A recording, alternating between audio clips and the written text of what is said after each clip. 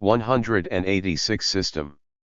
The industrial system, so understood, is not a form of government, but a constitution of society having economic forces as its organizational basis. Proudhon wholeheartedly supports this new industrial system, grounded as it is on the social contract between free individuals.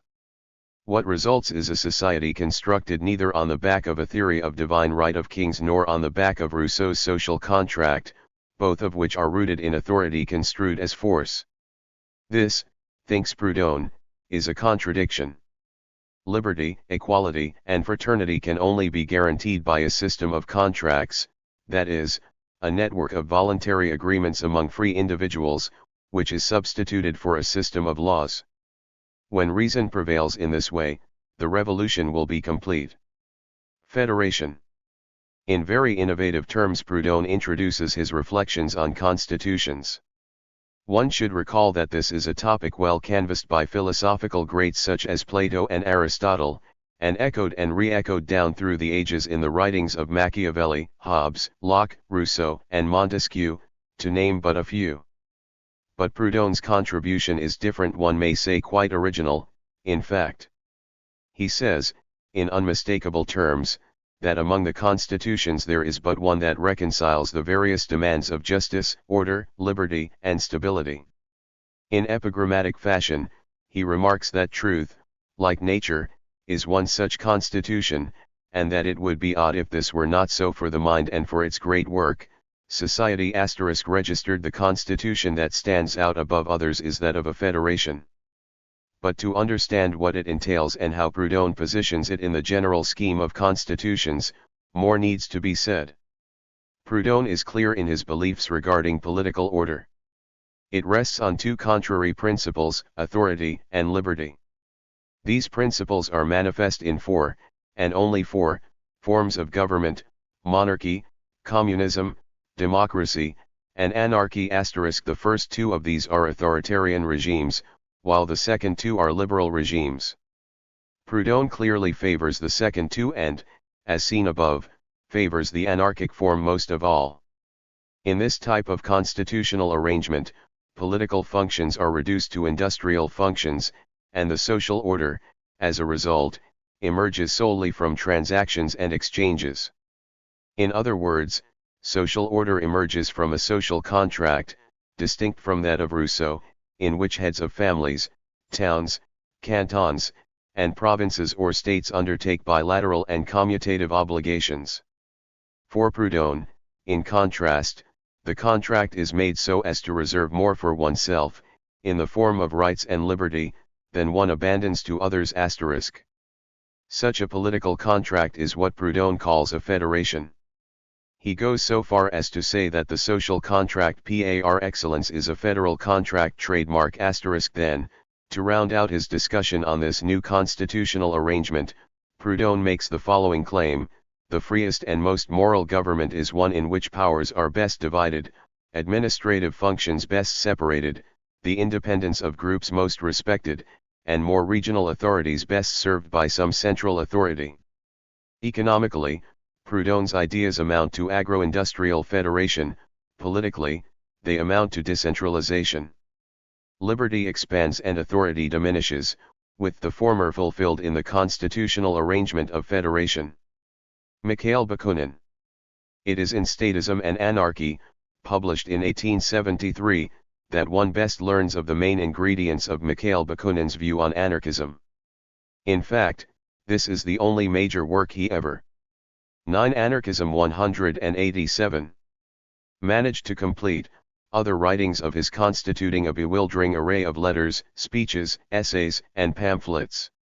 Contributing to this unevenness in his publications was the fact that Bakunin was preeminently an activist anarchist. It was Marx who commented, "Philosophers have hitherto interpreted the world, the point is to change it." But Bakunin, more than Marx, actually lived the slogan. Perhaps nothing better demonstrates his commitment to a life of action, sometimes foolish action, than his participation in a protest in Dresden, Germany, by Saxon insurgents against the King of Saxony. The protest was based on the desire of the people of Dresden for a federated constitution. While Bakunin had no strong feelings in favor of the protest, he did dislike the King of Saxony and what his regime stood for. Hence, persuaded by no less a person than the composer Richard Wagner, he threw in his lot with the people of Dresden. This impulsive little gesture landed Bakunin in prison, first in Germany, then in Austria, and finally in Russia, where he waited out a sentence that lasted some 6 years. During this time he developed scurvy, lost his teeth, and became bloated. It is a credit to his iron physical disposition that this prison sentence did not break him. In time he was permitted by Tsar Alexander II to spend his life in exile in Siberia.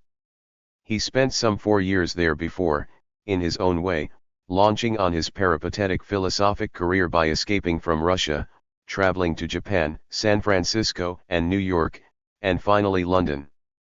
These exploits and travels, including his escape from Siberia, turned Bakunin into nothing less than a legendary figure, so much so that when he attended the inaugural Congress of the League of Peace and Freedom held in Geneva in 1867, a Congress sponsored by John Stuart Mill, Bakunin was received on stage with the applause of some 6,000 delegates. 2 years later, in 1869, the conflict between Bakunin and Marx, which had been festering for a number of years, came to a head at the Basel Congress of the International. The difference between these two revolutionary figures centered immediately on the issue of the right of inheritance, with Bakunin demanding its abolition and Marx adopting higher death duties during a transitional phase.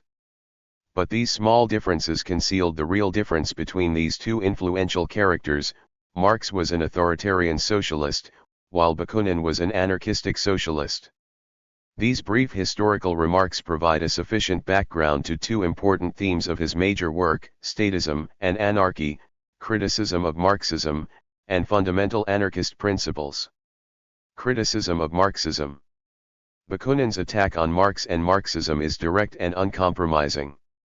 Its core is simply one of asserting a marked propensity on the part of Marx and his followers to be the state's most ardent defenders. As doctrinaire revolutionaries, thinks Bakunin, Marx and his followers have as their objective the overthrow of existing governments and the creation of their own dictatorships on their ruins. Bakunin, in prescient fashion, sees this response of Marx as being almost an act of treachery, for, at a time when sincere revolutionaries ought to be uniting against all states that are filled with malicious self-preservation, Marx and his followers take the side of the state and its supporters against popular revolution. Registered in addition to critical comments directed against Marx's ideas, Bakunin also directs comments against Marx as a Jew. As a thoroughly political man, Marx, according to Bakunin, is vain, quarrelsome, intolerant, absolute, and vengeful to the point of 188 madness, as was Jehovah, the Lord God of his ancestors. So there is perhaps a streak of anti-Semitism in Bakunin's views here.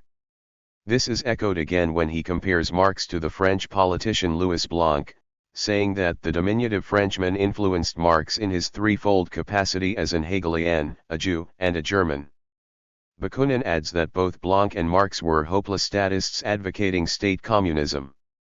So while getting in his dig at Marx's statism, Bakunin embellishes this with the rather gratuitous and impliedly negative comment about religion and ethnicity. But Bakunin is quick to point to a list of positive characteristics of Marx to complement the foregoing negative ones. He sees Marx as highly intelligent, learned, voracious in his reading, and correct in advancing the truth that economic fact precedes legal and political right. Once Bakunin has assessed Marx in these terms, he goes back once again to his concern with a flagrant contradiction at the heart of Marx's thinking. The popular government that Marx strives for is nothing but government of the people by a small number of individuals who are elected by the people. For Bakunin, the end is still the same dismal result, government of the vast majority of the people by a privileged minority. But this privileged minority is, thinks Bakunin, nothing but a dictatorship, which, like all dictatorships, has no other objective than the perpetuation of itself. This so-called people's state is nothing but a yoke that creates a form of despotism and slavery. The people's state will not be colored with the desire to liberate the proletariat from the yoke of the bourgeoisie. Bakunin's response to this unpalatable Marxist outcome is simply to declare that liberty will only come from liberty, in other words, from an insurrection of the people and the voluntary organization of the workers from below. In contrast to this vision of Bakunin stands that of Marx, someone Bakunin sees as a Jacobin whose favorite dream is that of a political dictatorship. Fundamental anarchist principles. For Bakunin and his fellow anarchists, the existence of a state necessarily implied domination and slavery. Then, in words reflecting his basic ideas, Bakunin adds, a state without slavery, open or camouflaged, is inconceivable. That is why we are enemies of the state. Asterisk. In line with other anarchists, Bakunin takes aim at the state. But what is the state for Bakunin? He has a number of answers to this question. On one account, the modern state is a military state and an aggressive state. For this reason, the modern state has to be big and expansive. But this circular definition of Bakunin's is quickly replaced by a non-circular and sophisticated account that could rival any presented by modern-day Marxists or Marx himself. On this second account, the modern state is military, police, and bureaucratic centralization. All that is lacking in this view of the state to make a fully modern one is the addition of an executive and legislative body, with both of which Bakunin was perfectly well familiar. So the first plank of Bakunin's anarchism is anti-statism.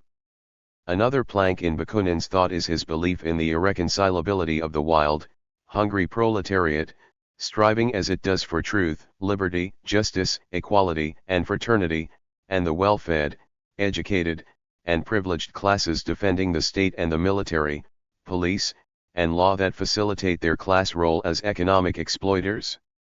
For Bakunin, this irreconcilability means that there is no middle ground, and that doctrinaire revolutionaries such as Marx who wish to have both state structures and revolution are 9 Anarchism 189.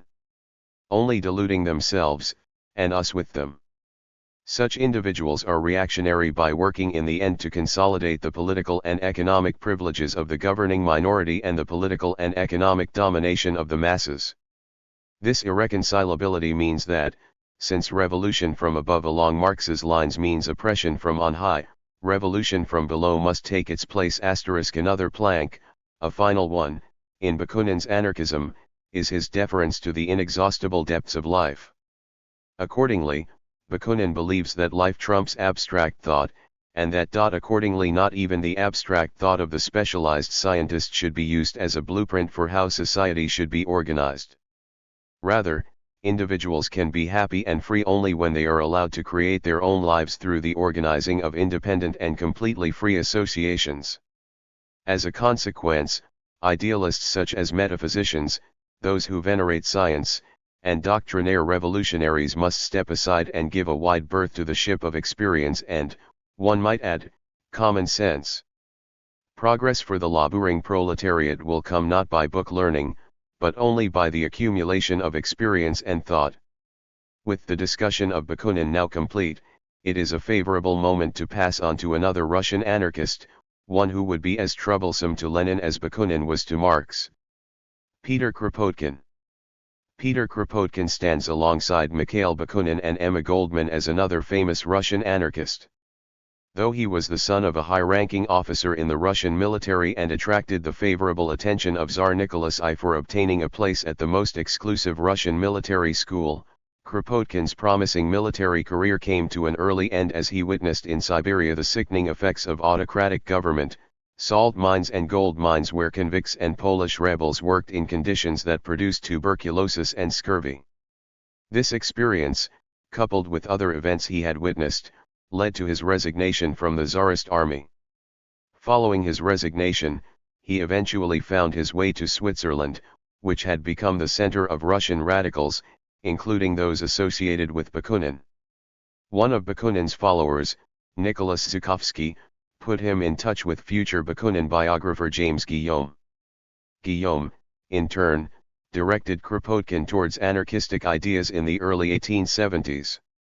Though it took several years after this for Kropotkin's ideas to begin to consolidate, by 1877, after time spent in Russia and England, his anarchistic inclination would take on the form of a moral philosophy and move beyond being just a program of social change. This moral philosophy, in a nutshell, affirmed the following propositions. I. Government is evil. 2. Society as a whole needs to be transformed. 3. Free communism needs to replace a system dominated by the state and wage labor. 4. Capitalism is evil. When boiled down, these propositions can be discussed under two headings, anti-statism and anti-capitalism. Once these are discussed, something needs to be said about Kropotkin as a man of action. 190. Anti-statism. In his Memoirs of a Revolutionist and in Mutual Aid, written as a corrective to the point of view advocated by Th. Huxley, Kropotkin marshals arguments against the state, the police, and central authority and organization. A key focus of his attack on the state is that it has led to the absorption of all social functions, which in turn has necessarily favored the development of an unbridled, narrow-minded individualism. Kropotkin sees anarchism as a political ideology that functions as the means by which justice in all human relations could be established throughout the world of humanity.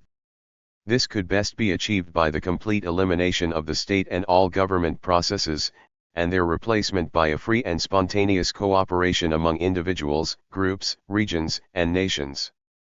Kropotkin argues against the spirit of Malthus registered and Huxley in his advocacy of mutual aid, which he believes can be rescued by having recourse to society as a natural phenomenon. This natural entity, when its laws are observed, will allow man to live without the need for artificial regulations. Asterisk.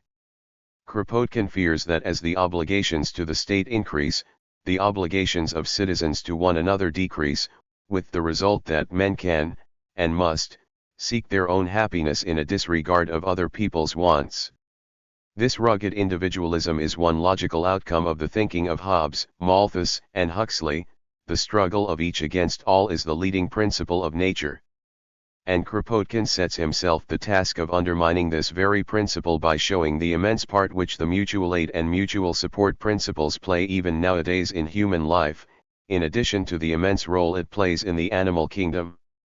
If we knew no other facts from animal life than what we know about the ants and the termites, we already might safely conclude that mutual aid and individual initiative are two factors infinitely more important than mutual struggle in the evolution of the animal kingdom.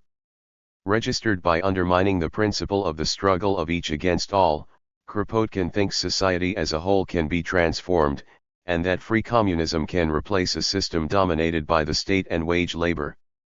For him only spontaneous, self-organized communes, now fashionably known as participatory democracy, based on mutual aid and respect for each person's individuality and person, are practical and realistic. Anti-capitalism. Kropotkin's attack on capitalism is oblique. This comes as a surprise from someone who knew Marx as well as he did. Nonetheless, that he rejects capitalism can be seen from the following. He admits that the movement in favor of communal possession runs badly against the current economical theories. Asterisk. Clearly, his brand of communal ownership represented in mutual aid relationships stands at odds with other competing economic models, which must have included the preeminent economic theory of capitalism.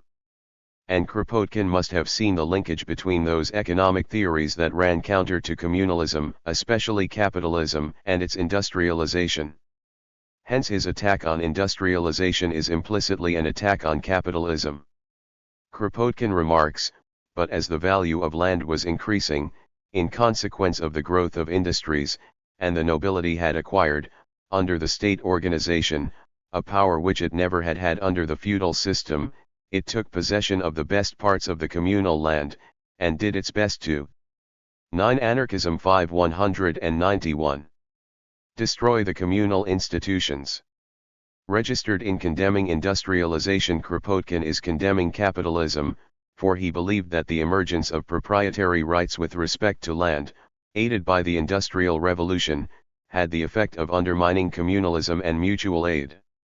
This is Kropotkin's oblique criticism of capitalism. Man of action.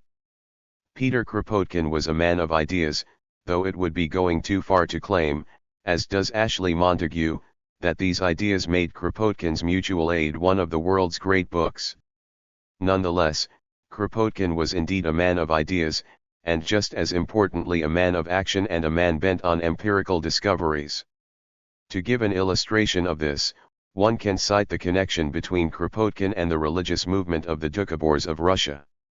A little-known fact is that, in 1897, Kropotkin visited Canada for the purpose of attending a meeting of the British Association in Toronto, subsequently travelling to the west and finally reaching Victoria.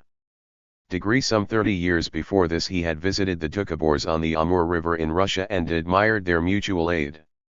When the Doukhobors, who had suffered under the oppression of the Tsar's regime, sought refuge in the 1890s in a new country other than Cyprus, Kropotkin and Vladimir Chertkov wrote letters to James Mavor, a professor of political economy at the University of Toronto, for the purpose of persuading him to back their idea of settling the Doukhobors in Canada. Mavor, as it turns out, was a friend and admirer of Kropotkin and Tolstoy. Kropotkin, for his part, emphasized the matters on which the Doukhobors would require assurances: the absence of interference in the internal organization of the sect, the right not to perform military service, and, finally, block land grants similar to those that had been provided to the Mennonites. The support of Chertkov, Tolstoy and Kropotkin for the Doukhobors encouraged Canada's Minister of the Interior, Clifford Sifton, to accede to their requests for admitting Doukhobors to Canada in October 1898. Of course, the kind of communal arrangement the Doukhobors practiced in Saskatchewan, Alberta, and finally in British Columbia was not the same as that spelled out in Kropotkin's Mutual Aid, but nonetheless in this arrangement there were to be found practical intimations of what he had talked about so theoretically in his book. In Canada, the long arm of the state, through its military, was to stand some distance from the Doukhobors. The state treated them in such a way that the Doukhobors became economically self-sufficient through large land grants where they lived in close proximity to each other, and they were given a right to be consulted in the matter of their children's education. Putting all of these together does not result in an association existing in a federated way with other associations, as advocated by Kropotkin in his Anarchism. Still, there was a partial realization of some of his ideas. One can see from this that Kropotkin has both a theoretical and a practical side to his anarchism, the latter of which reached out and touched Canada. Emma Goldman. Any survey of anarchism would be incomplete without a discussion of Emma Goldman, who was born in the Russian Empire of Orthodox Jewish parents, immigrated to Rochester, New York, at the age of 16, and lived a peripatetic 192 political ideologies. Life of political revolutionary activism, editing magazines and papers, pamphleteering, and not infrequently being arrested and imprisoned. Though attracted to the communist anarchism of Peter Kropotkin, she presents a different version of anarchism. It is said of her that she combines his ideal of a society with a strong Nietzschean individualism. Goldman opposes the state, government, church, big business, conventional marriage, and male sexism. She supports the people, unions, and freedom. Opposition to big business, the church, and the state. One finds in Goldman, as in Kropotkin, a fusion of ideas and actions. This fusion is evident in her rejection of three institutions: big business, the church, and the state. Goldman's courage in taking on big business in the United States is exemplified by the support she gave the workers of the Amalgamated Association of Iron and Steel Workers at Homestead, Pennsylvania, in its dispute in 1892 with the Carnegie Steel Company of Andrew Carnegie, who had turned the entire management of the company over to Henry Clay Frick. With strike breakers in tow, heavily armed Pinkerton security men opened fire on a number of Homestead men, killing several. Goldman then conspired with her friend and lover, Alexander Berkman, to kill Frick. Their efforts were unsuccessful, but it did not prevent her from being hunted and arrested by authorities. Goldman's opposition to the church is evident in her comments when she was interrogated after being incarcerated. She remarks, "I was just as opposed to the Catholic as to the other churches. I considered them all alike, enemies of the people. degree, and it is evident in her comment made at a public rally, "I do not believe in God, because I believe in man. Whatever his mistakes, man has for thousands of years past been working to undo the botched job your God has made." In addition to her iconoclasm in the field of religion, one can find outright attack upon the state by her willingness to endorse assassination of some rulers, such as the Russian Tsar. As her notoriety grew throughout the United States in the latter part of the 1890s, so did her fame as she delivered lectures on the New Woman, the absurdity of non-resistance to evil, the basis of morality, freedom, charity, and patriotism. And her passionate defense of liberty against the state is seen in her remark following the passage of the federal anti-anarchist immigration law, "Too late did the lukewarm liberals realize the peril of this law to advanced thought." Passed in 1903 in the aftermath of the assassination of President William McKinley, an assassination for which she was briefly implicated, this law would have the effect of excluding the likes of Tolstoy and Kropotkin from the shores of America. Degree. Radicalism on social issues. Added to the foregoing list of items in Goldman's anarchism are the following radical positions on social issues: opposition to war, promotion of freedom in love, endorsement of birth control, as well as the approval of homosexuality. Illustrative of only the first of these was her effort to lead the anti-conscription campaign, expressing her opposition to the declaration of war by the United States during World War I. For her opposition she was charged with treason, and her response to her official treatment at the hands of the state was typical: "We did not believe in the law and its machinery, and we knew that we 9 Anarchism 193 could expect no justice." In the result, Judge Julius Meyer sentenced Goldman and other anarchists to 2 years in jail and a $10,000 penalty. In issuing his judgment, Meyer made clear, "In this country of ours we regard as enemies those who advocate the abolition of our government and those who counsel disobedience of our law by those of minds less strong." Registered. The judge was focusing on Goldman when he said these words, so one can conclude that it was not just her anti-war ideas that made her a pariah of the state, but evidently her vocal opposition to the state's laws, its legal system, its government, and in fact the state itself with all its repressive elements. Perhaps nothing better illustrates Goldman's view of the pathological nature of the state, exemplified by her adopted country, than her comment on the reaction of authorities there after America entered the Great War. She says, almost as an aside, "America, only 7 months in the war, had already outstripped in brutality every European land with 3 years' experience in the business of slaughter. Non-combatants and conscientious objectors from every social stratum were filling the jails and prisons. The new espionage law turned the country into a lunatic asylum, with every state and federal official, as well as a large part of the civilian population, running amok. In fact, it was under this Espionage Act that Goldman, Berkman, and others were arrested and jailed in 1917 for their outspoken views against military conscription. But Goldman's opposition to the state was not limited to her opposing the American state. Shortly after her release from prison in 1919 she was deported to the post-revolution Soviet Union, where she became disillusioned with what she saw and proclaimed, "In no country have the anarchists ever begged favors from the government, nor do they believe in loyalty to the state." Registered. It is small wonder that, notwithstanding her close ties to Lenin, she progressively distanced herself from the state he went on to construct. Her anti-statism enveloped all states, democratic and totalitarian.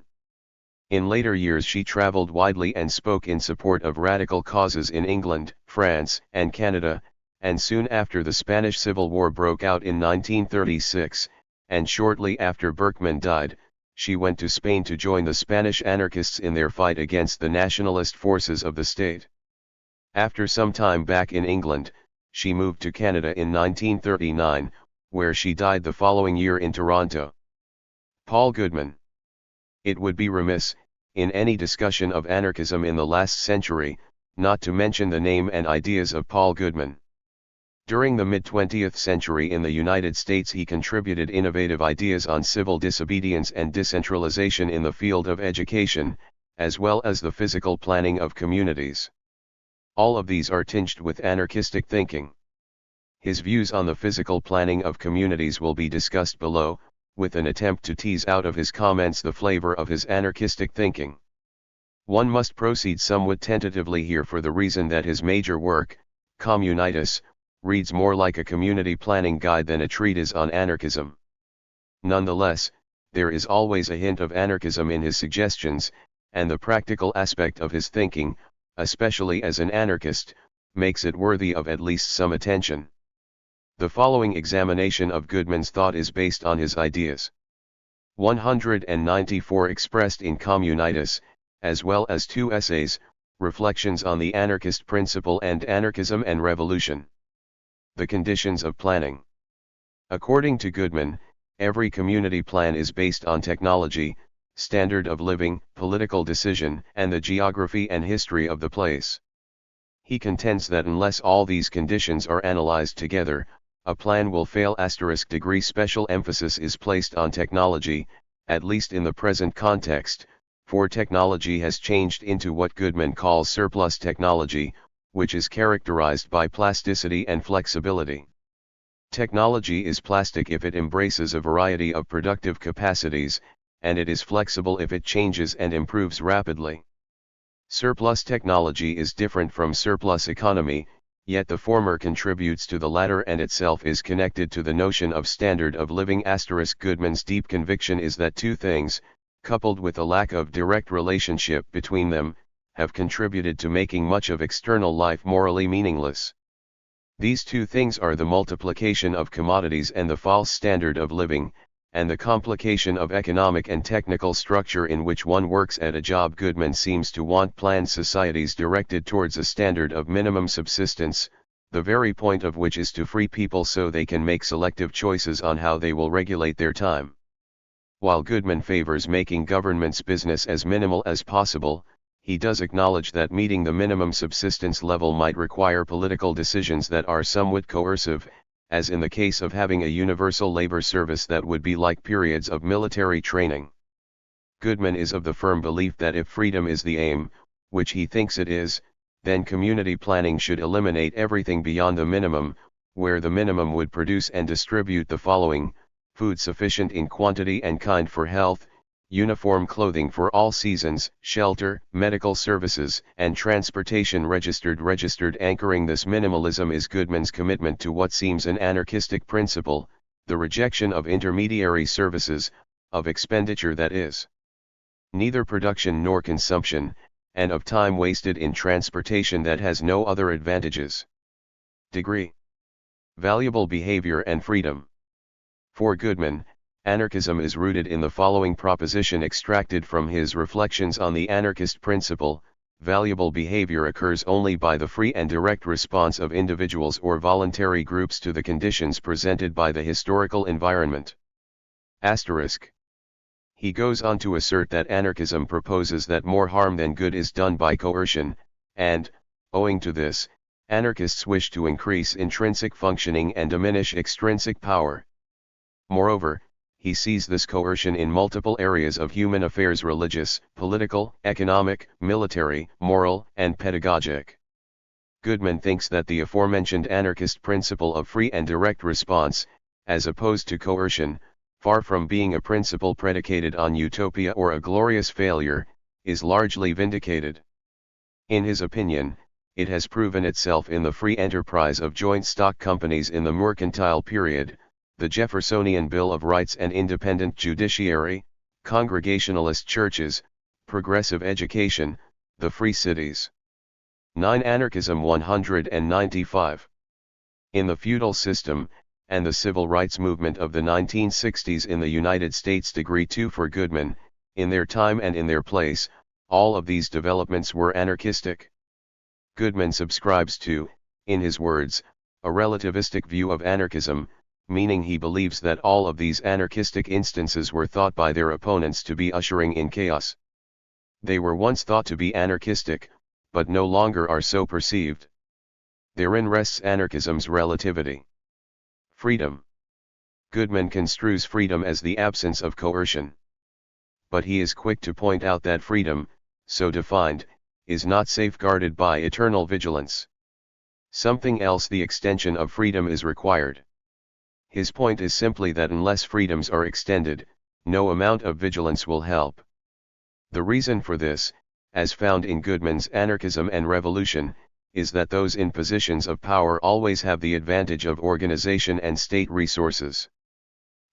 Those in positions of power have access to new technologies, to co-opted labor leaders, and to a triumphant science.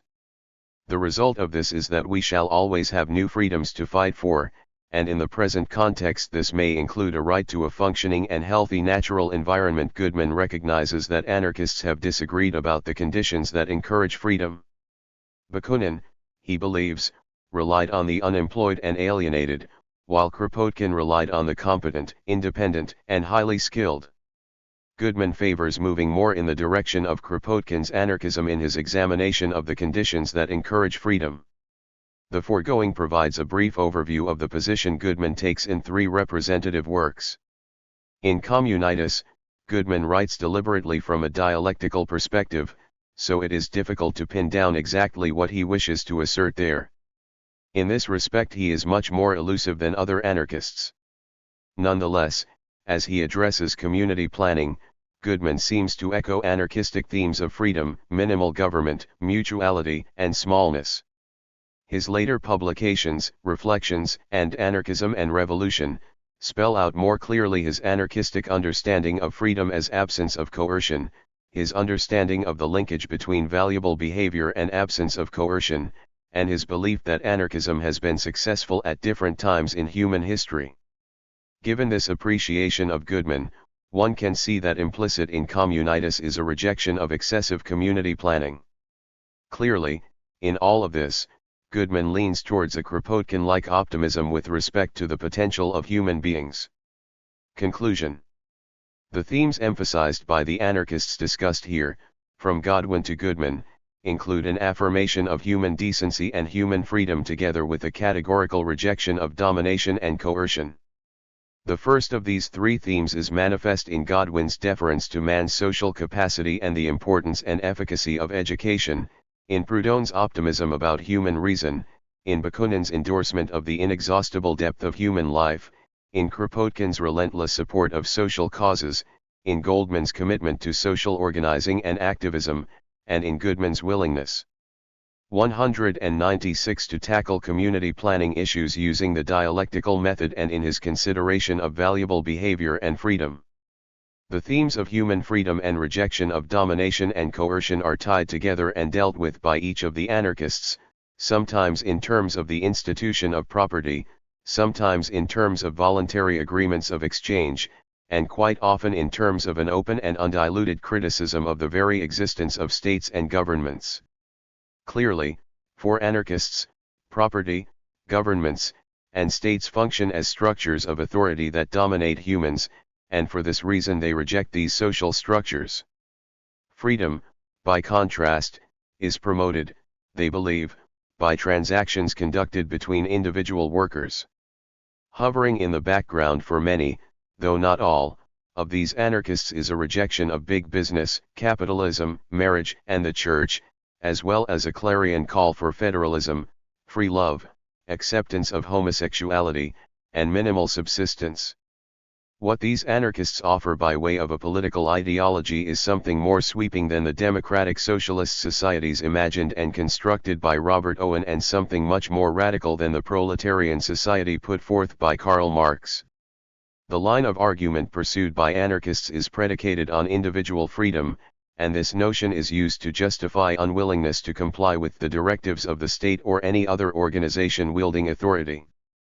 Liberty or freedom trumps everything else in anarchism, even more so than it does in libertarianism. The latter ideology shows deference to the minimal state, whereas the former does not. The latter ideology shows deference to law and order, whereas the former does not. This line of thinking is replete throughout anarchist literature. Further, there is a general assumption within anarchism that humans have within themselves all those attributes that make them capable of living in peace and freedom. As for tactics to be used by anarchists who appeal to this line of argument, the term that comes to mind is direct action. This notion embraces, for the anarchist, the general strike, as well as resistance to military service and, in the case of some anarchists, violence. Certainly, when workers use direct action in their confrontations with government, they are employing a weapon of anarchism. Such was the case during the winter of 2009 on the French island of Guadeloupe in the Caribbean, where protesters ransacked shops and burned vehicles as a general strike verged on outright revolt. And such was the case in France itself, where 2.5 million people took to the streets on January 29, 2009 as part of a general strike aimed at persuading President Nicolas Sarkozy to better protect jobs and consumers during the global economic meltdown. What makes the general strike and violence of the French protests a part of anarchist activity is the fact that, whether talking about mass action or individual action, they are based on direct individual decisions. Evaluation: the strengths of anarchism. 1. Anarchism challenges conventional thought regarding the virtues of the state. If anything, it forces one to think seriously about the questions of why we have government and why we have state structures at all. It forces one to think of questions of authority and legitimacy in the spirit of those in the 17th century who had to come to grips with these questions with the demise of the divine right of kings. Thinking about authority and legitimacy is essential if government and state structures are not to be corrupted. Furthermore, thinking about each of these is a way of re-energizing. 9. Anarchism 197. The commitment of citizens to their body politic. For instance, today in most democratic states, voter turnout is diminishing. Few social commentators see this as a good or healthy sign, yet they seem equally helpless in offering solutions on how this trend is to be reversed. It is suggested here that until such time as we think seriously about the kinds of issues raised by anarchists, apathy among the electorate will likely continue. Somehow, then, to steal a turn of phrase from Marx, democracy seems to carry within it the seeds of its own destruction. The remedy for this is, in part, a thorough examination of why we should support government and the state. And anarchism undertakes this very examination. Transparency and accountability are considered, by modern-day critics of democratic states, to be traits of a healthy democracy. The emphasis all anarchists place on mutual aid groups or groups established by voluntary agreements, which in turn are federated in a loose kind of way, free of false standards of living, and not subject to the directives of some distant authority, allows for a practical and direct way of realizing these traits. As anyone who has lived in a village knows, transparency and accountability tend to be features of small communities. In such communities everyone knows everyone else and, consequently, anonymity is simply lacking. Instead, one has transparency, not because of the virtues of the people involved, but simply because of the difficulty of concealing the truth. With this demographic openness comes a kind of demographic accountability. The pedophile or thief is not only more readily detected, but also more easily held accountable by the community for crimes committed. The importance anarchists place on the institution of property as a force that influences the shape of societies and the connection anarchists make between this institution and government are quite in order. It has been said by a celebrated figure of the past, wherever there is great property, there is great inequality, and where there is no property, civil government is not so necessary. Asterisk. One would be excused if she thought this the remark of Jean-Jacques Rousseau rather than the father of economics, Adam Smith. This aside, one can say quite confidently that Proudhon, Bakunin, Kropotkin, and Godwin would be quite supportive of Smith's line of thinking. They would, of course, go further and denounce the institution, but inasmuch as they agree with Smith they affirm something that has come to be widely accepted even outside anarchistic circles. Anarchists are correct, too, in holding that individuals in general are the best judges of their interests. For this reason most, if not all, anarchists want government off their backs and individuals free to make their own decisions. Hence Kropotkin talks about mutual aid, Proudhon talks about voluntary exchanges by laborers, and Godwin speaks of the loose federation of parishes, all in the name of preserving the freedom of the individual. Once again, This position enjoys considerable support, from Adam Smith to John Stuart Mill. Smith claims, but the law ought always to trust people with the care of their own interest, as in their local situations they must generally be able to judge better of it than the legislator can do. Degree and Mill claims, speaking generally, there is no one so fit to conduct any business, or to determine how or by 198. Whom it shall be conducted, as those who are personally interested in it. Degree. So the anarchists, in their view of human nature and their confidence in persons' ability to judge correctly in things affecting themselves, are in good company. There is a prescience in anarchistic thinking that challenges societal conventions such as marriage, monogamous sex, contraception, anti-abortion, and fear of homosexuality. From Godwin to Goldman, there is a persistent tendency for most, if not all, anarchists to question traditional customs and beliefs associated with these areas. It is clear that with respect to a sexual revolution, their views have been largely vindicated in the case of abortions and contraception. Huge strides have also been taken with respect to combating prejudice against homosexuals.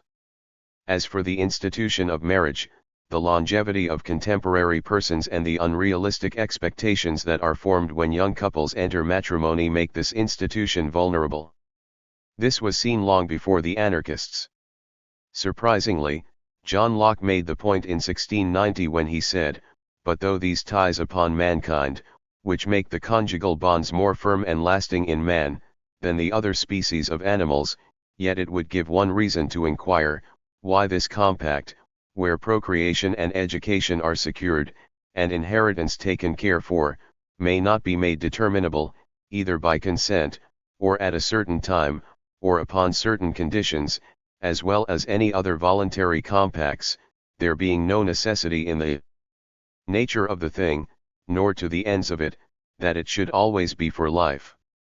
Once again, anarchists of the ilk of Godwin and Goldman are in prestigious company. Deferring to reason, anarchists ask, in the spirit of Locke, why this compact of marriage should always be for life. Kropotkin's theory of human nature, sometimes resonating in Godwin, Goldman, and Goodman, appears evidentially and ethically more attractive than the egoistical individualism of Hobbes and libertarians who have followed in his wake. Kropotkin recognizes correctly that humans who are independent, skilled, and competent have considerable potential both as individuals and as members of a community, and that there is plenty of room for mutual aid. Evaluation: the weaknesses of anarchism. Anarchism suffers from too much optimism. It is difficult not to admire Kropotkin's intellectual tenacity in combating the ideas of Malthus and Darwin and Huxley with their concomitant pessimism. Nonetheless, there are problems with his optimism that, after a century, force us to be less shrill when speaking of him. It is to the credit of Mancur Olson, a public choice theorist, that he shows the necessity of sounding a more mellow note when he traces a thematic connection between public choice thinking and that of anarchists like Kropotkin, Godwin, and Proudhon. Writing from the perspective of the public choice school, a school to be examined in Chapter 10, Olson makes the following observation that bears upon anarchistic thinking. He says, "The anarchistic assumption that in the absence of the oppressive state a natural, spontaneous unity would spring up to take its place is now regarded as evidence of a hopeless eccentricity." It would appear Olson is hasty in his remark. While it might be overly optimistic to assume that spontaneous, robust, morally sensitive associations would spring up. 9. Anarchism 199. It is not rash to assume that protective associations of the like suggested by Robert Nozick would come into being. Degree *1 would not have to assume a world as wholly venal as Hobbes' state of nature to believe that protective associations would evolve. If a warlike group such as the Vikings or Huns were to spring into action out of predatory motives, this would be sufficient to lead other rational individuals to seek membership in some protective association. So Olson is correct that it is far-fetched to assume that some kind-hearted communal association necessarily would develop once the state was overthrown, but it would seem incorrect on his part to think that no protective associations would appear. Indeed, if social contractarians of the past were correct in anything at all, it was in asserting that rational agents would be driven to form protective associations. This is, in fact, the position of political thinkers as diverse as Hobbes, Locke, and Rousseau. Consideration of Olson's view of anarchists is of assistance in advancing the discussion. Olson helps to show that the anarchist is probably correct in his or her belief of the emergence from a state of nature to a minimalist mutual aid society, but that the anarchist is incorrect in asserting the inevitability of a robust, morally sensitive version of these. Emma Goldman spent her entire life working for anarchistic causes, but only in her last years, when she entered the cause of Spanish anarchists during the Spanish Civil War, did she encounter communal, collectivist, and mutually supporting comradeship. This may happen or it may not happen. But nothing makes it inevitable. However, none of what Olson says delivers a knockout punch to anarchism. None of this shows the preference of the modern democratic state to the mutual aid societies of Kropotkin or the loose federation of parishes of Godwin. What would show this? The compelling argument in favor of the modern state can be stated as follows. Predatory protective associations have existed in the past, the Vikings and Huns are good examples of these. Registered degree in the past, such predatory associations could be met with force through the use of collaborative or federative protective associations, as in the Iroquois Confederacy. These did not make use of professional or standing armies. However, with the rise of modern science and the accompanying industrial and informational revolution, protective associations of a predatory nature can only be resisted by standing military machines. In present history, only the most ardent pacifist would be prepared to lay down all his military might and trust his fate to the National Socialists' Wehrmacht, Idi Amin's troops, Saddam Hussein's military guard, or Stalin's Red Army. What tips the balance in favor of the modern state in spite of the success of the anarchist movement in southern Italy and in Andalusia and Catalonia in Spain, as well as those listed by Goodman, is the fact of our living in an industrial and technological era in which the predatory motive is abetted by vast military resources. What this shows, I suggest, is that a rational person is driven in the present context to prefer the modern democratic state to Kropotkin's mutual aid associations or Godwin's loose federation of parishes. It is the mix of predation and industrialization that tips the balance in favor of the modern state over mutual aid associations and loose federations of parishes.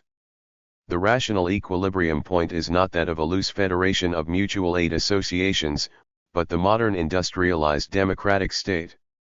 200 Political ideologies. But what is this modern political state that trumps so ably the federation of associations envisaged by anarchists? It is a political arrangement characterized by legalism, military power, bureaucracy, parliamentary and executive branches, and control over the major levers of the economy. Each of these needs to be explained to show how the state, a democratic state, captures the high ground in competition with a Proudhon-like federation of associations. Legalism is understood as comprising a system in which law has a paramount sanctity. 2. The individual is a citizen in the sense of enjoying rights to life, liberty, and property. 3. Culpability is personal. 4. Some limitation is placed on the ruler. Why? A distinction is drawn between private and public law. 6.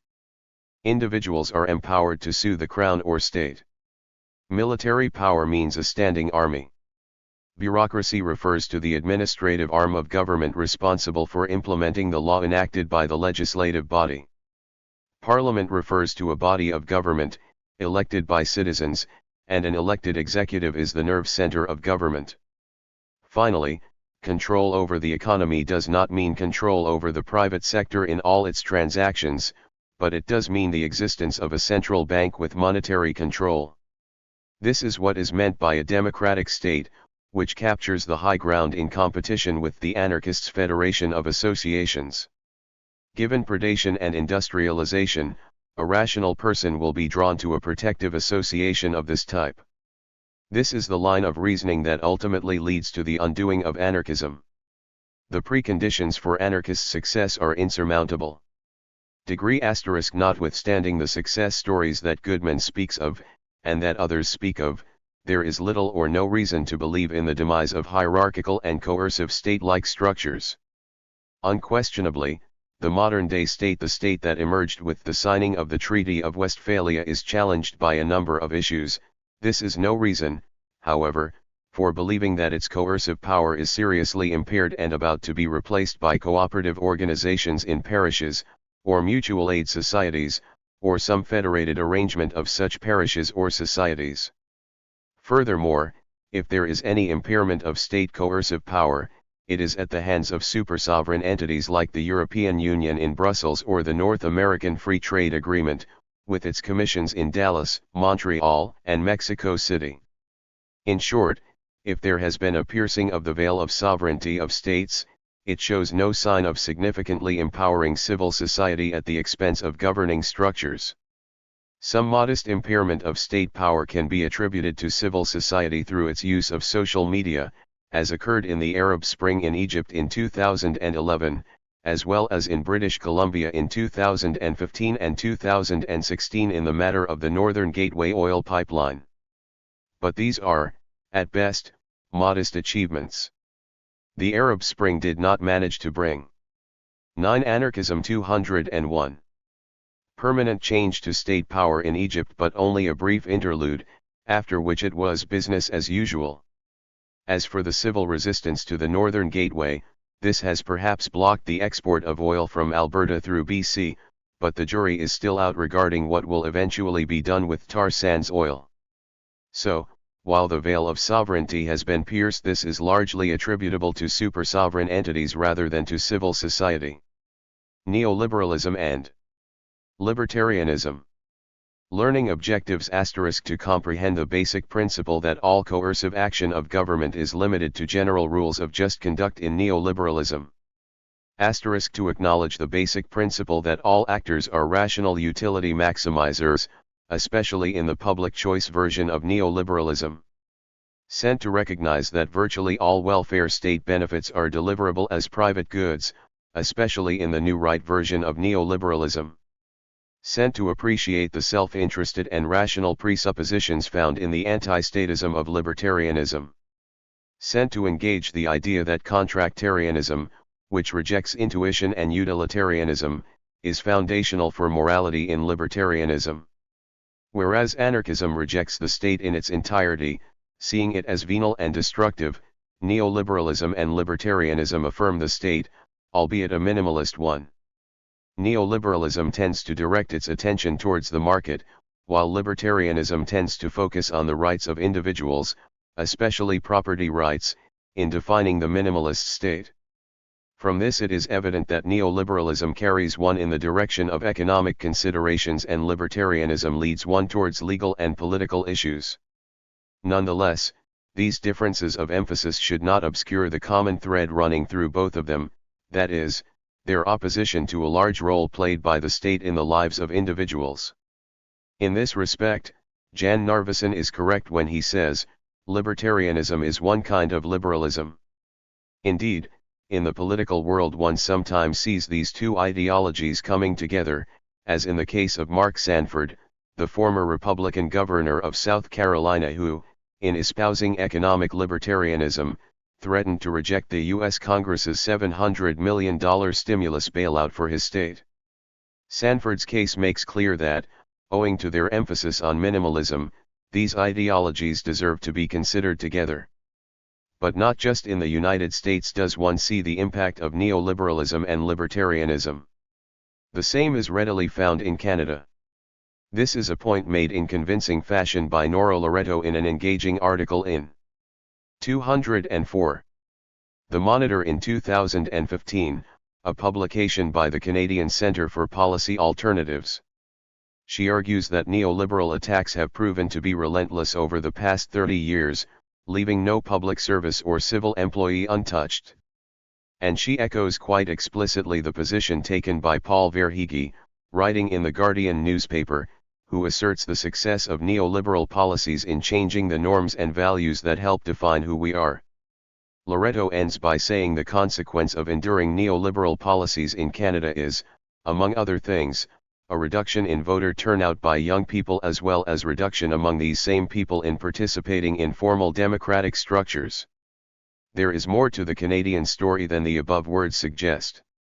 Speaking of the recent Libertarian Conservative government of Stephen Harper, Heather Malik notes that it resulted in lowered consumption and income taxes, pushed through mandatory minimum jail sentences, escalated the war on drugs, created a more expensive military, eliminated the long-form census, killed the long gun registry, undermined environmental rules, eliminated accountability, and was well on the way to eliminating the Canadian Broadcasting Corporation and eviscerating the national healthcare system.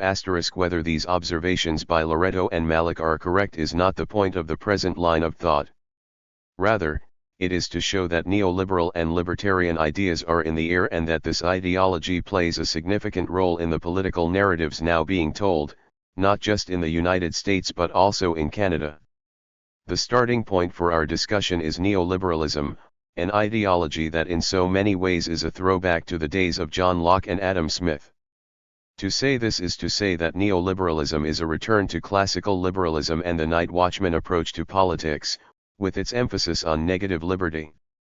The meaning of negative liberty employed here is the one famously developed by Isaiah Berlin in his Two Concepts of Liberty.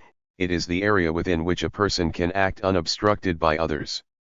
Following this definition, a person is free if and only if she is not interfered with by others in the activity she pursues, and accordingly a person lacks freedom only if other humans prevent her from attaining her goal. Negative liberty is contrasted, says Berlin, with positive liberty, making decisions based on oneself and not on external forces of any kind. The difference between these two senses is the difference between the freedom of not being prevented from choosing as one does by other people, and the freedom of being one's own master. There is not much doubt but that the negative liberty championed by neoliberals has held sway over the last 30 years. But how this came about should be briefly reviewed, if only to provide a context for what follows. The context is best provided by backing up to the 19th century and the liberalism of John Stuart Mill. Mill, in his later writings, was sympathetic to setting limits on the operation of the marketplace in defense of the well-being of the individual. Mill's liberty was a positive liberty and placed considerable emphasis on the cultivation of personality and individuality. In the latter part of the 19th century, British liberalism was cut in two. Registered liberals such as Herbert Spencer, who advanced the ideal of negative liberty, stood opposed to liberals advancing the ideal of positive liberty.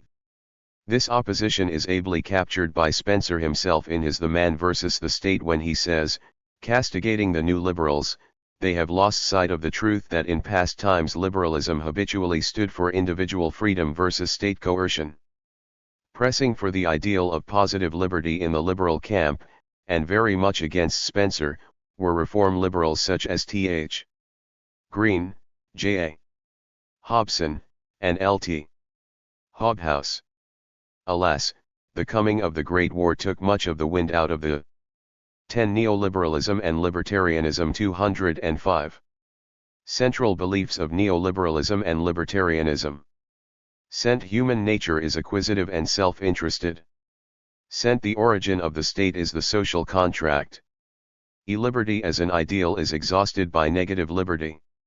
Cent. Equality as an ideal is restricted to civil and political equality. Individualism takes priority over communitarianism. Degree justice is exhausted by procedural justice. Asterisk. The end of government is equivalent to the role of the night watchman. Economic organization, at its best, is market-driven. Rights take priority over utility. Legend, arrows representing causal protection of the freedom of the individual from external institutions. Figure 10.1 Neoliberalism/Libertarianism's Model of Society. 206 Copyright.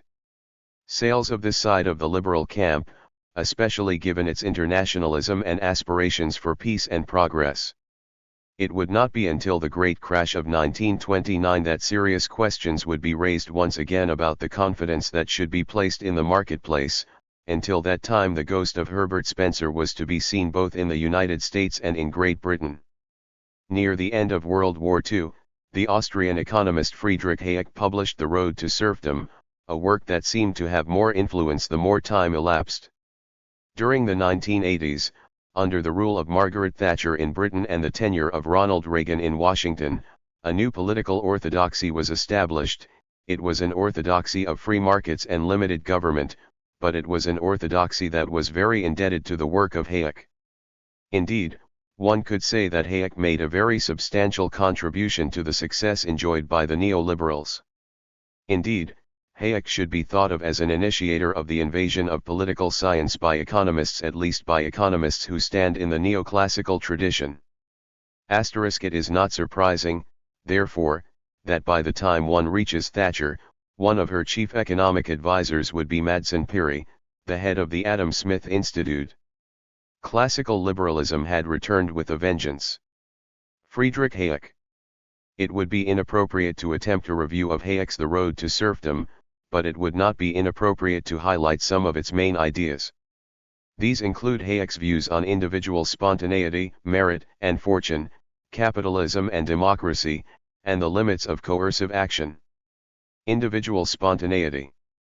Lamenting the fact that the prevailing view in society no longer supports individual spontaneity, Hayek says, we have in effect undertaken to dispense with the forces which produced unforeseen results and to replace the impersonal and anonymous mechanism of the market by collective and conscious direction of all social forces to deliberately chosen goals. Evidently, spontaneity is a big thing for Hayek. Further, Hayek adds, the liberal argument is in favor of making the best possible use of the forces of competition as a means of coordinating human efforts, not an argument for leaving things just as they are. Hayek believes that one of the best arguments in favor of competition is that it does away with the need for any conscious control.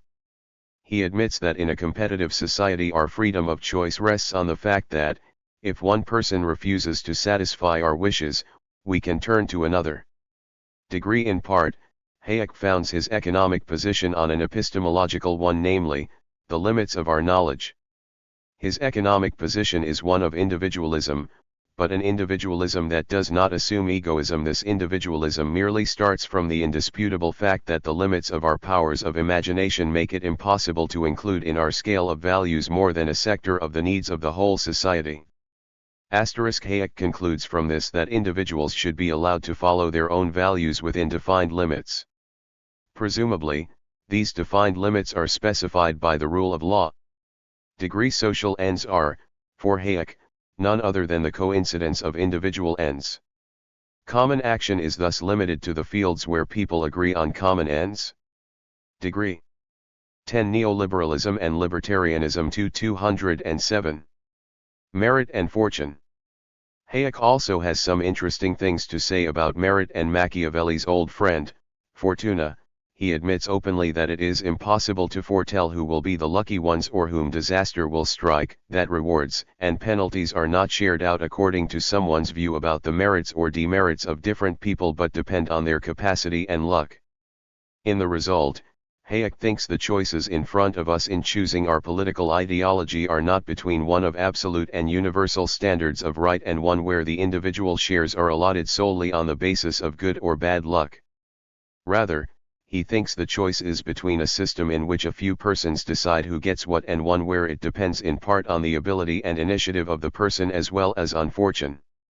Finally, Hayek concludes his book with the remark that our guiding principle is that a policy of freedom for the individual is the only progressive policy, a fact as true of the 20th as of the 19th century. Democracy and Capitalism. Some 30 years after writing The Road to Serfdom, Hayek reaffirmed many of its basic contentions in a speech on economic freedom and representative government. It is worth reviewing some of what he says in this speech so as to comprehend fully his position. In it he acknowledges that he was initially concerned about the dangers to personal freedom caused by visible collectivist tendencies on the part of government.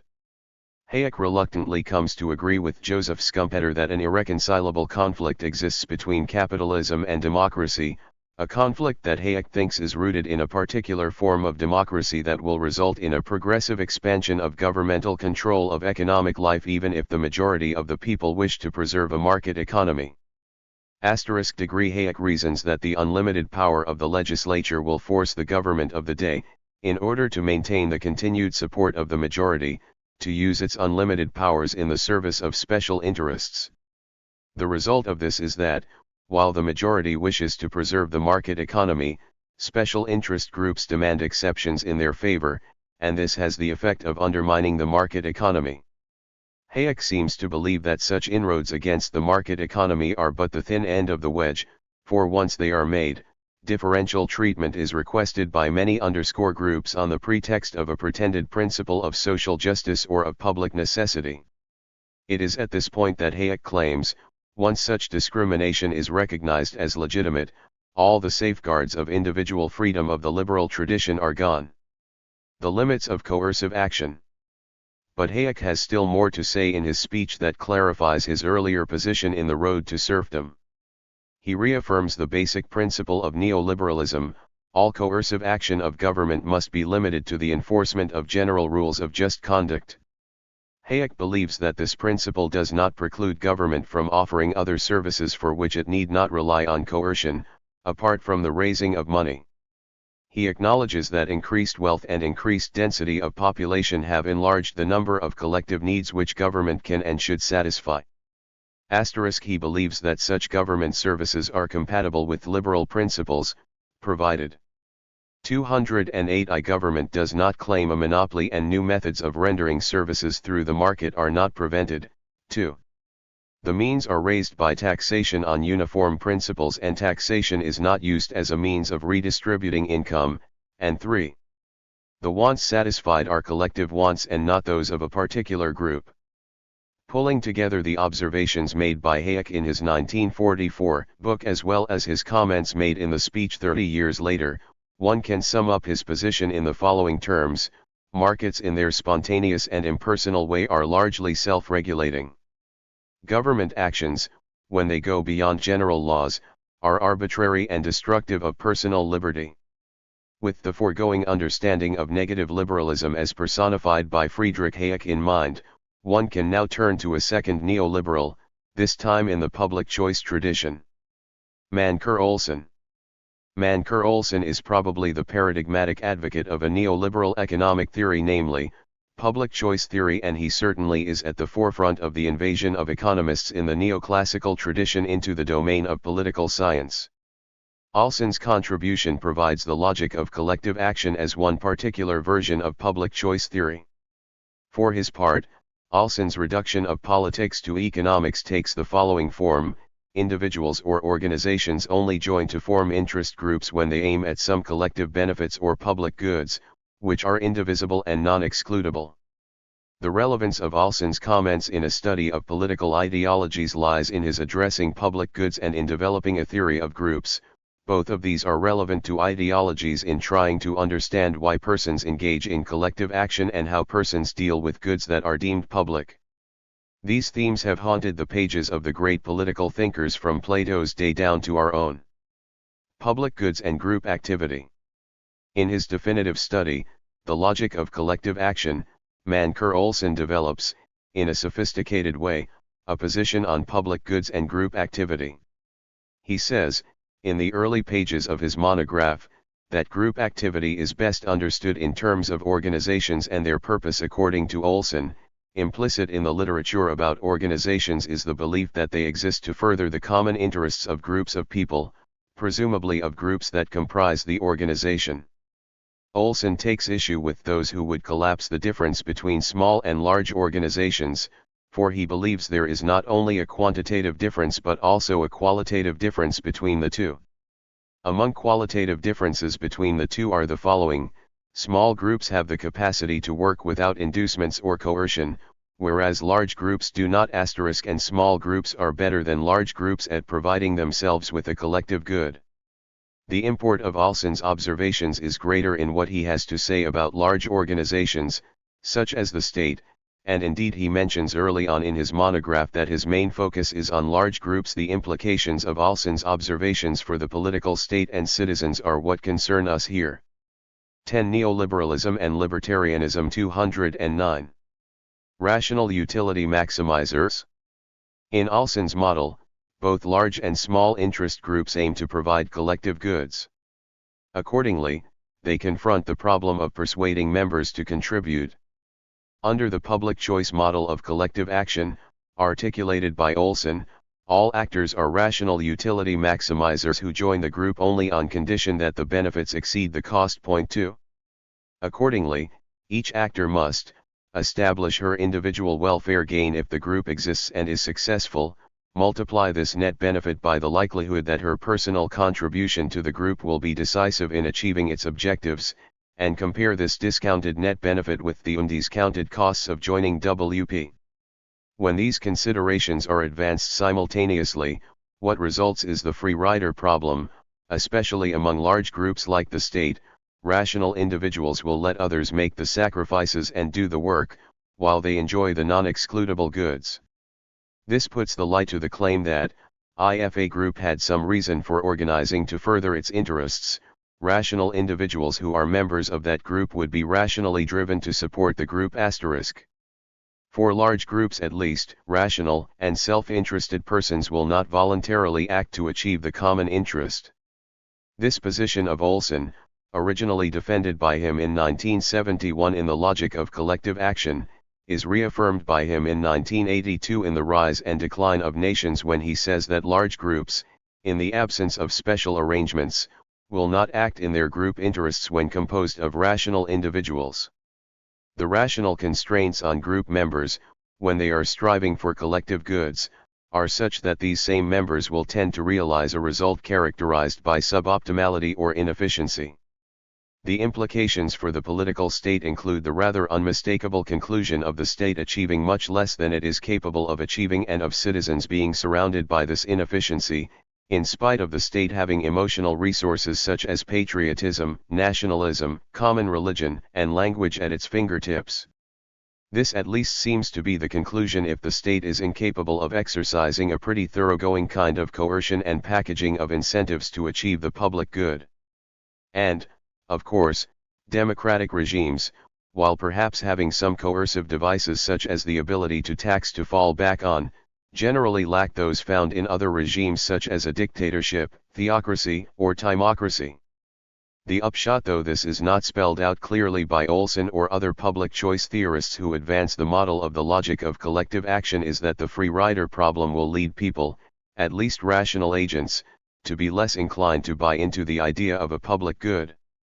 As Olson says, three factors keep larger groups from advancing their own interests: the larger the group, the smaller the fraction of the total group benefit any person in the group receives; the larger the group, the less likely an individual will gain enough from the collective good to merit bearing his small burden; and the larger the group, the greater the costs of the organization. All of this suggests, though Olson does not say so explicitly, that rational agents as utility maximizers will tend to disengage from the pursuit of collective goods, in the absence of coercion.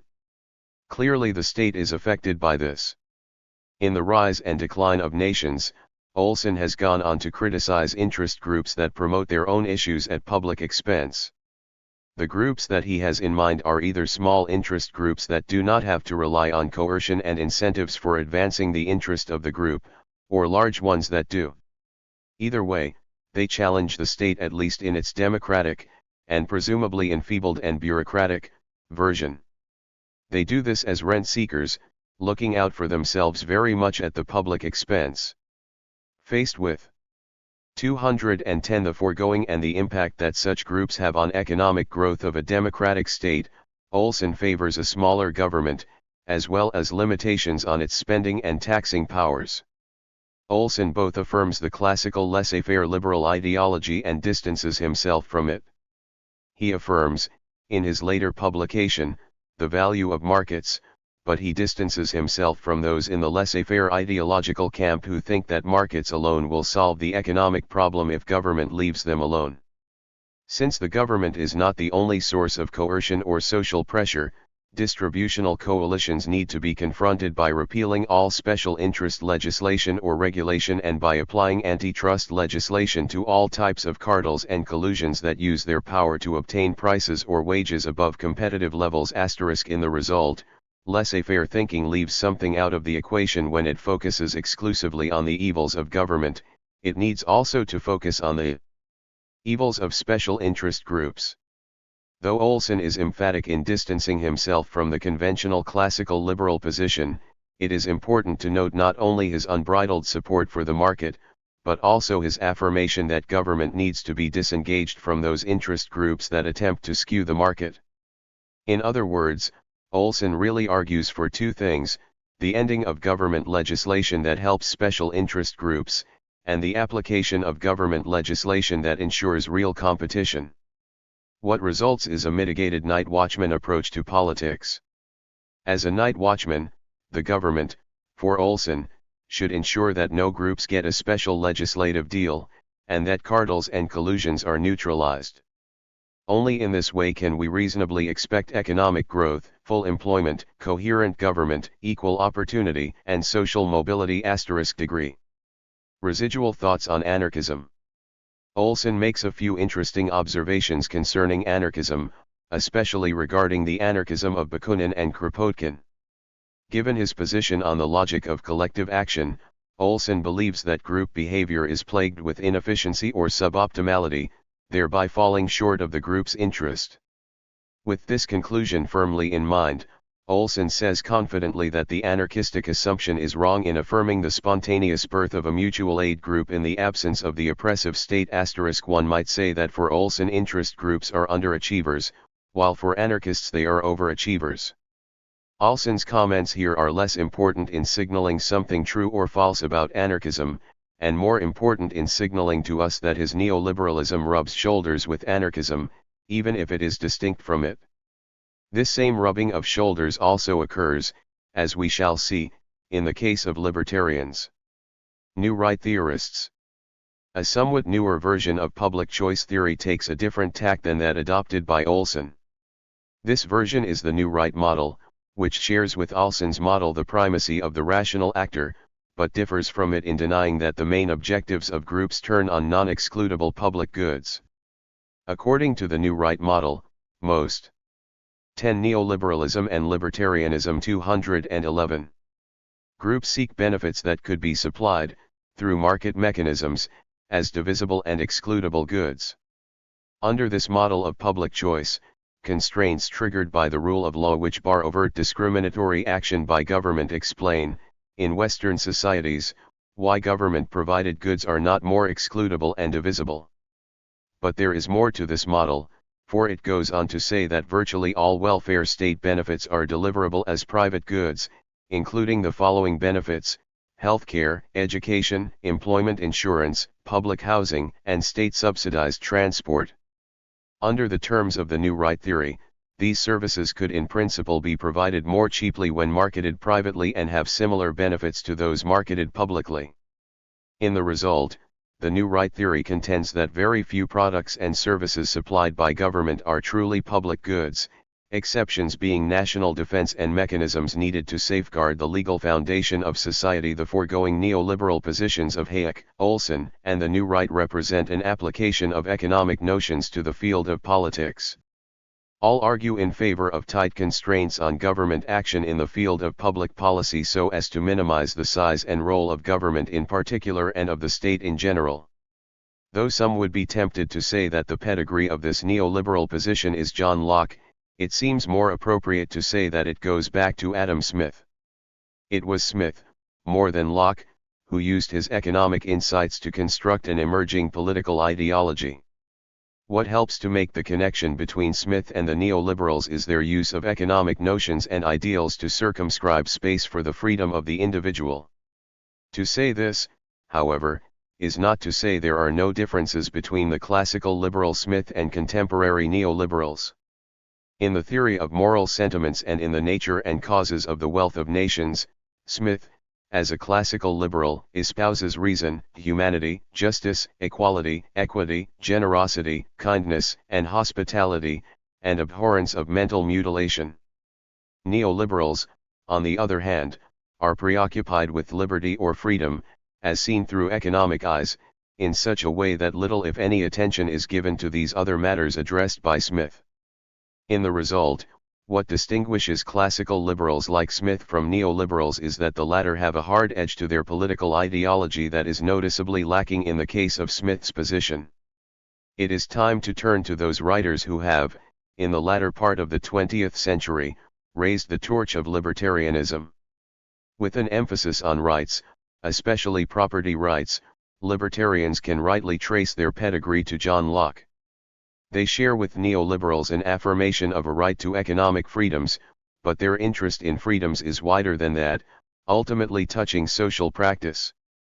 One could say, without being misleading, that neoliberals make use of a notion of freedom that largely focuses on economic transactions, whereas libertarians' notion of freedom is more general and applicable to whatever we do. Both emphasize freedom of the individual, but the libertarian is somewhat more anti-status than the neoliberal. Hence one could say that the libertarians to be examined are more anti-status than neoliberals like Hayek, Olson, and others. Robert Nozick. In 1974 Robert Nozick wrote Anarchy, State, and Utopia, the most influential book on libertarianism in the 20th century, and possibly of all time. Several key ingredients in Nozick's libertarianism include the notion of a protective association, state of nature, ultra-minimal state, and an invisible hand explanation. Nozick 212 pursues a logical development of ideas, and in this respect the starting point must be the notion of an invisible hand. Invisible hand explanation. Adam Smith coined the expression of an invisible hand to refer to how individuals can promote an end that was not part of the original intention.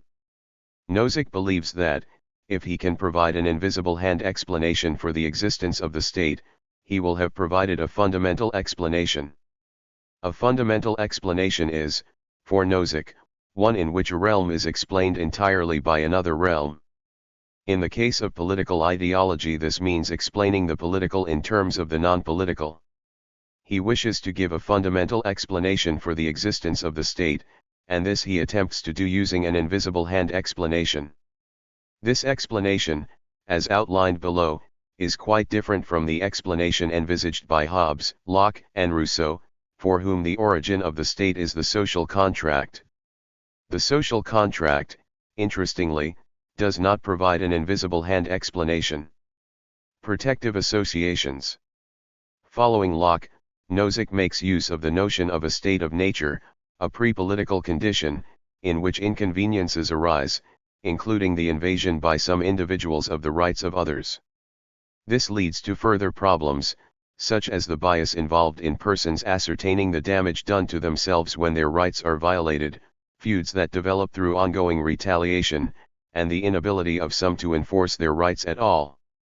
Out of this situation, Nozick believes mutual protective associations may plausibly arise not only in different geographic territories, but in one and the same territory.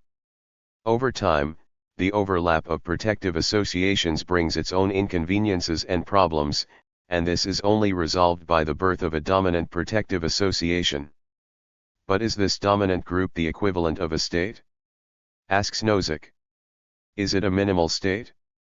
To follow Nozick's reasoning here, it is useful to keep in mind three distinct concepts he employs: private protective association, ultra-minimal state, and minimal state.